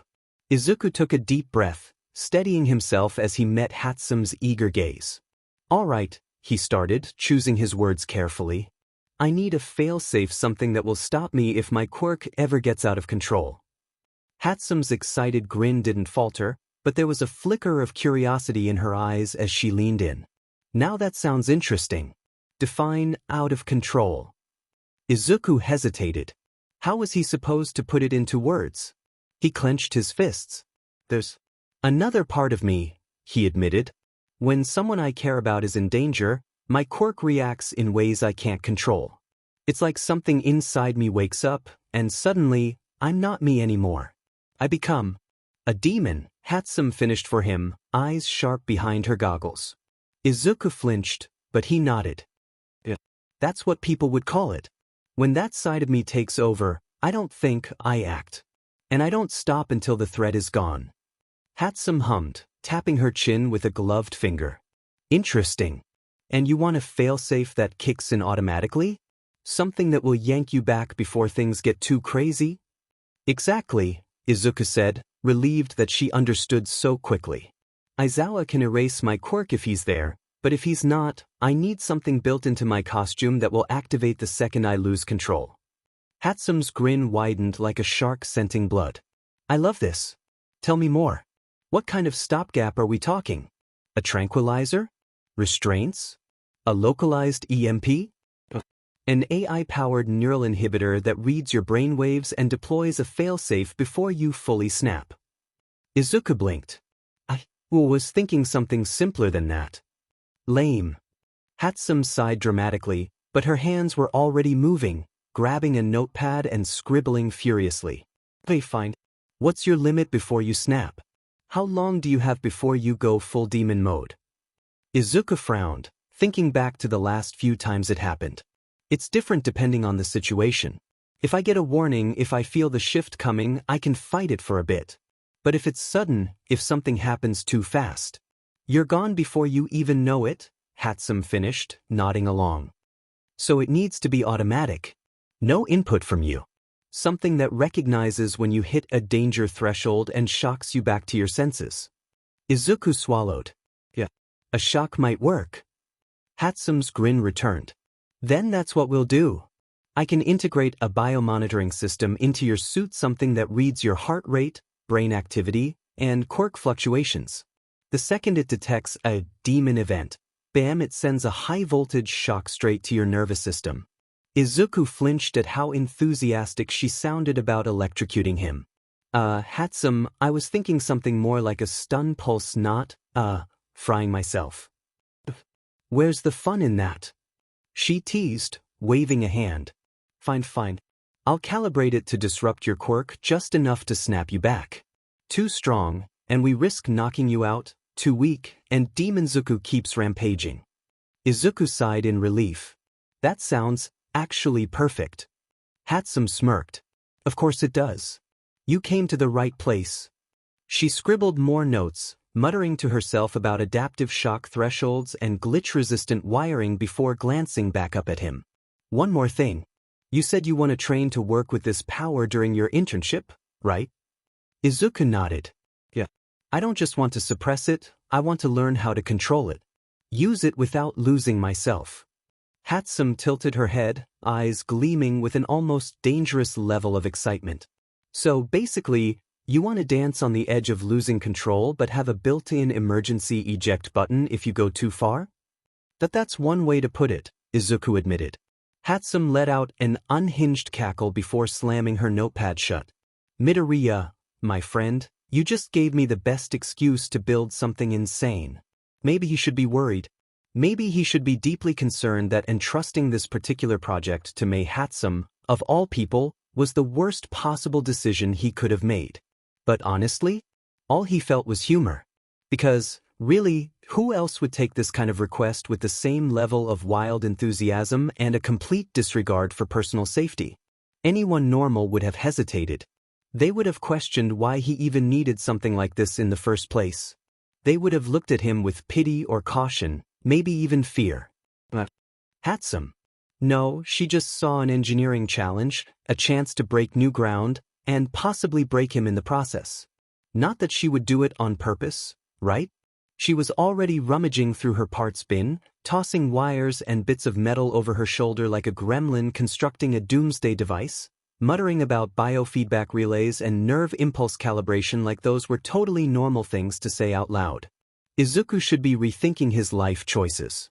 Instead, he leaned against the workbench, watching her with something that could only be described as resigned amusement. So, exactly how many prototypes do you think this is going to take? He asked, crossing his arms. Hatsum didn't even look up. Oh, definitely more than 5. Probably less than 20. Maybe. She finally glanced at him, grinning like she hadn't just casually suggested that he might have to endure nearly 20 rounds of electroshock testing. What? You wanted perfection, didn't you? Izuku sighed dramatically. Great. Love that for me. Should I write my will now or after the first trial run?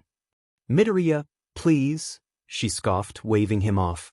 What kind of engineer do you think I am? The kind who launched herself out of a cannon because she forgot to install a braking system. Okay, first of all, that was a controlled test. Was it? Second of all, I promise this'll work. Probably.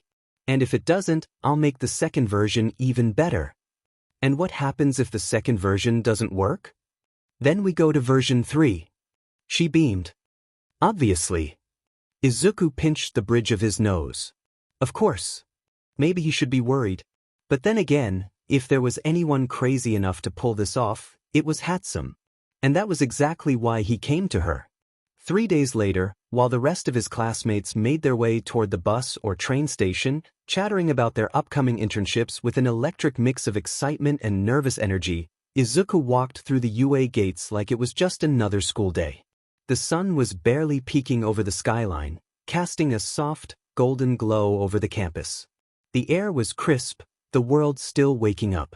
But instead of boarding a train to some prestigious hero agency, instead of heading toward an internship that would boost his reputation or give him flashy battle experience, he was here.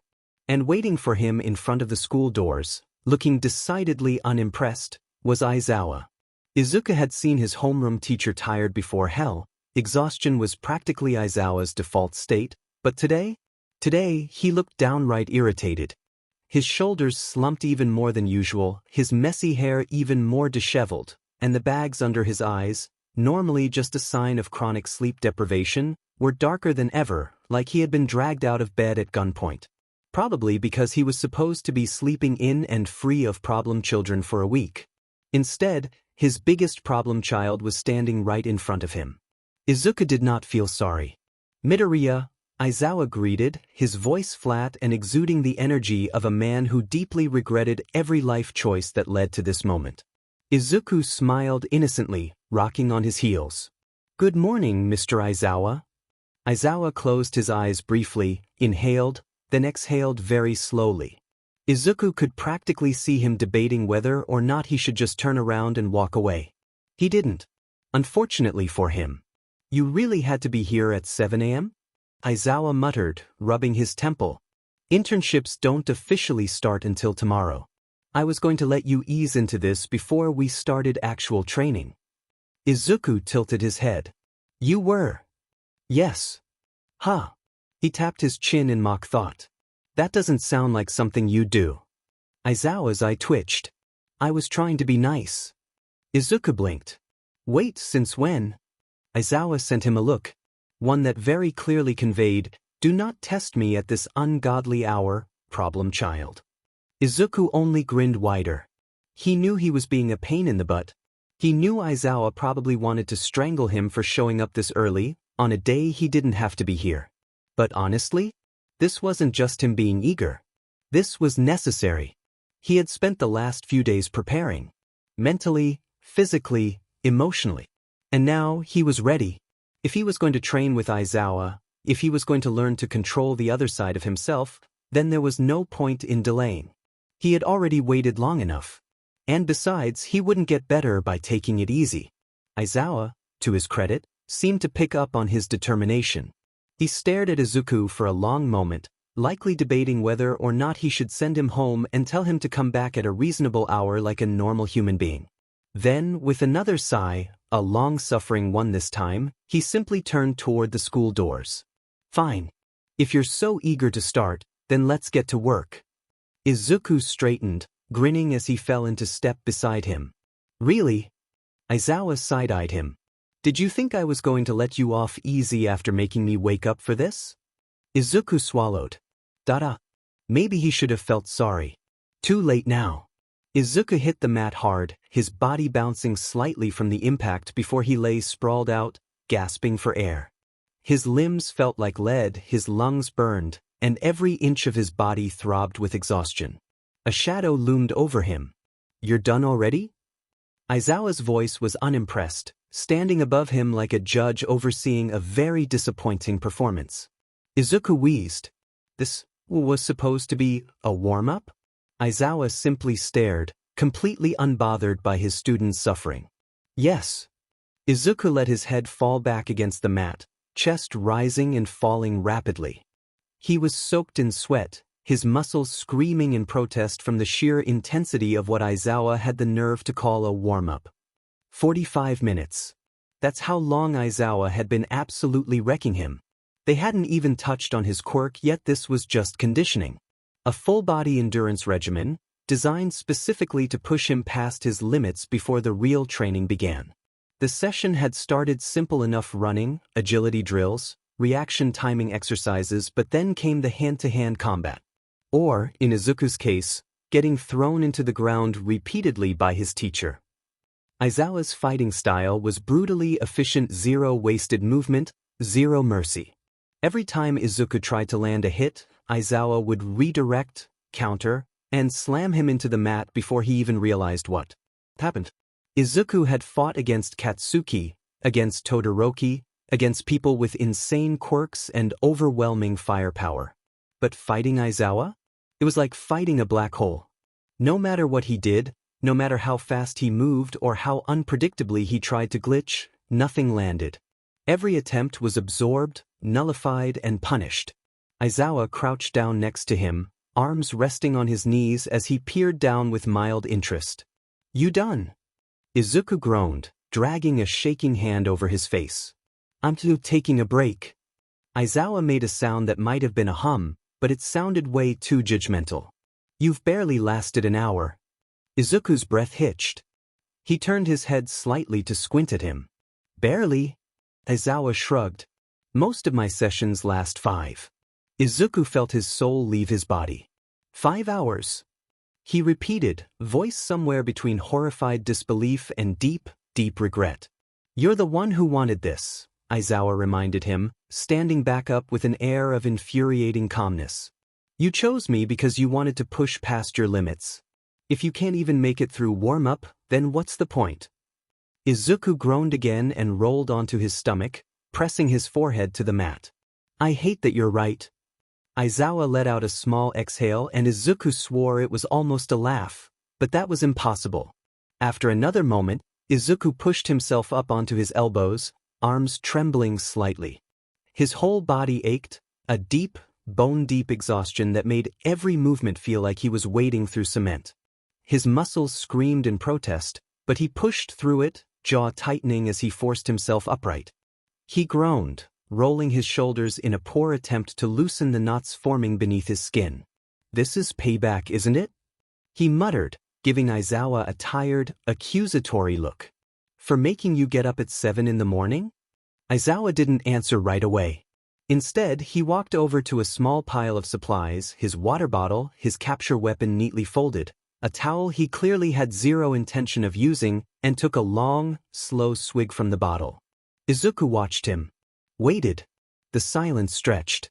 Finally, Aizawa exhaled, rolling his shoulders slightly. I had a very long night. Izuku blinked, then narrowed his eyes. He drawled. And what exactly were you doing last night that made you extra grumpy today? Did you get stuck in an alleyway again and have to wait for Present Mike to find you? Aizawa didn't even blink. I'm not just a teacher, Midoriya. Izuku tilted his head, crossing his arms despite the burning protest in his biceps. That doesn't deny my question. Aizawa sighed, rubbing the bridge of his nose. Do you want me to add an extra hour to your training? Izuku's mouth opened then snapped shut. All right. Not pushing that button. Still, he couldn't help the slight widen of his grin, wiping sweat from his forehead. So, in other words, yes? Aizawa stared at him. Get back on the mat. Izuku laughed despite himself. Hey, you didn't say no. Aizawa gave him a flat look, then took another slow sip of his water before finally saying, Training starts in 5 seconds. If you're not standing by then, you're running laps until lunch. Izuku's amusement died immediately. I'm up.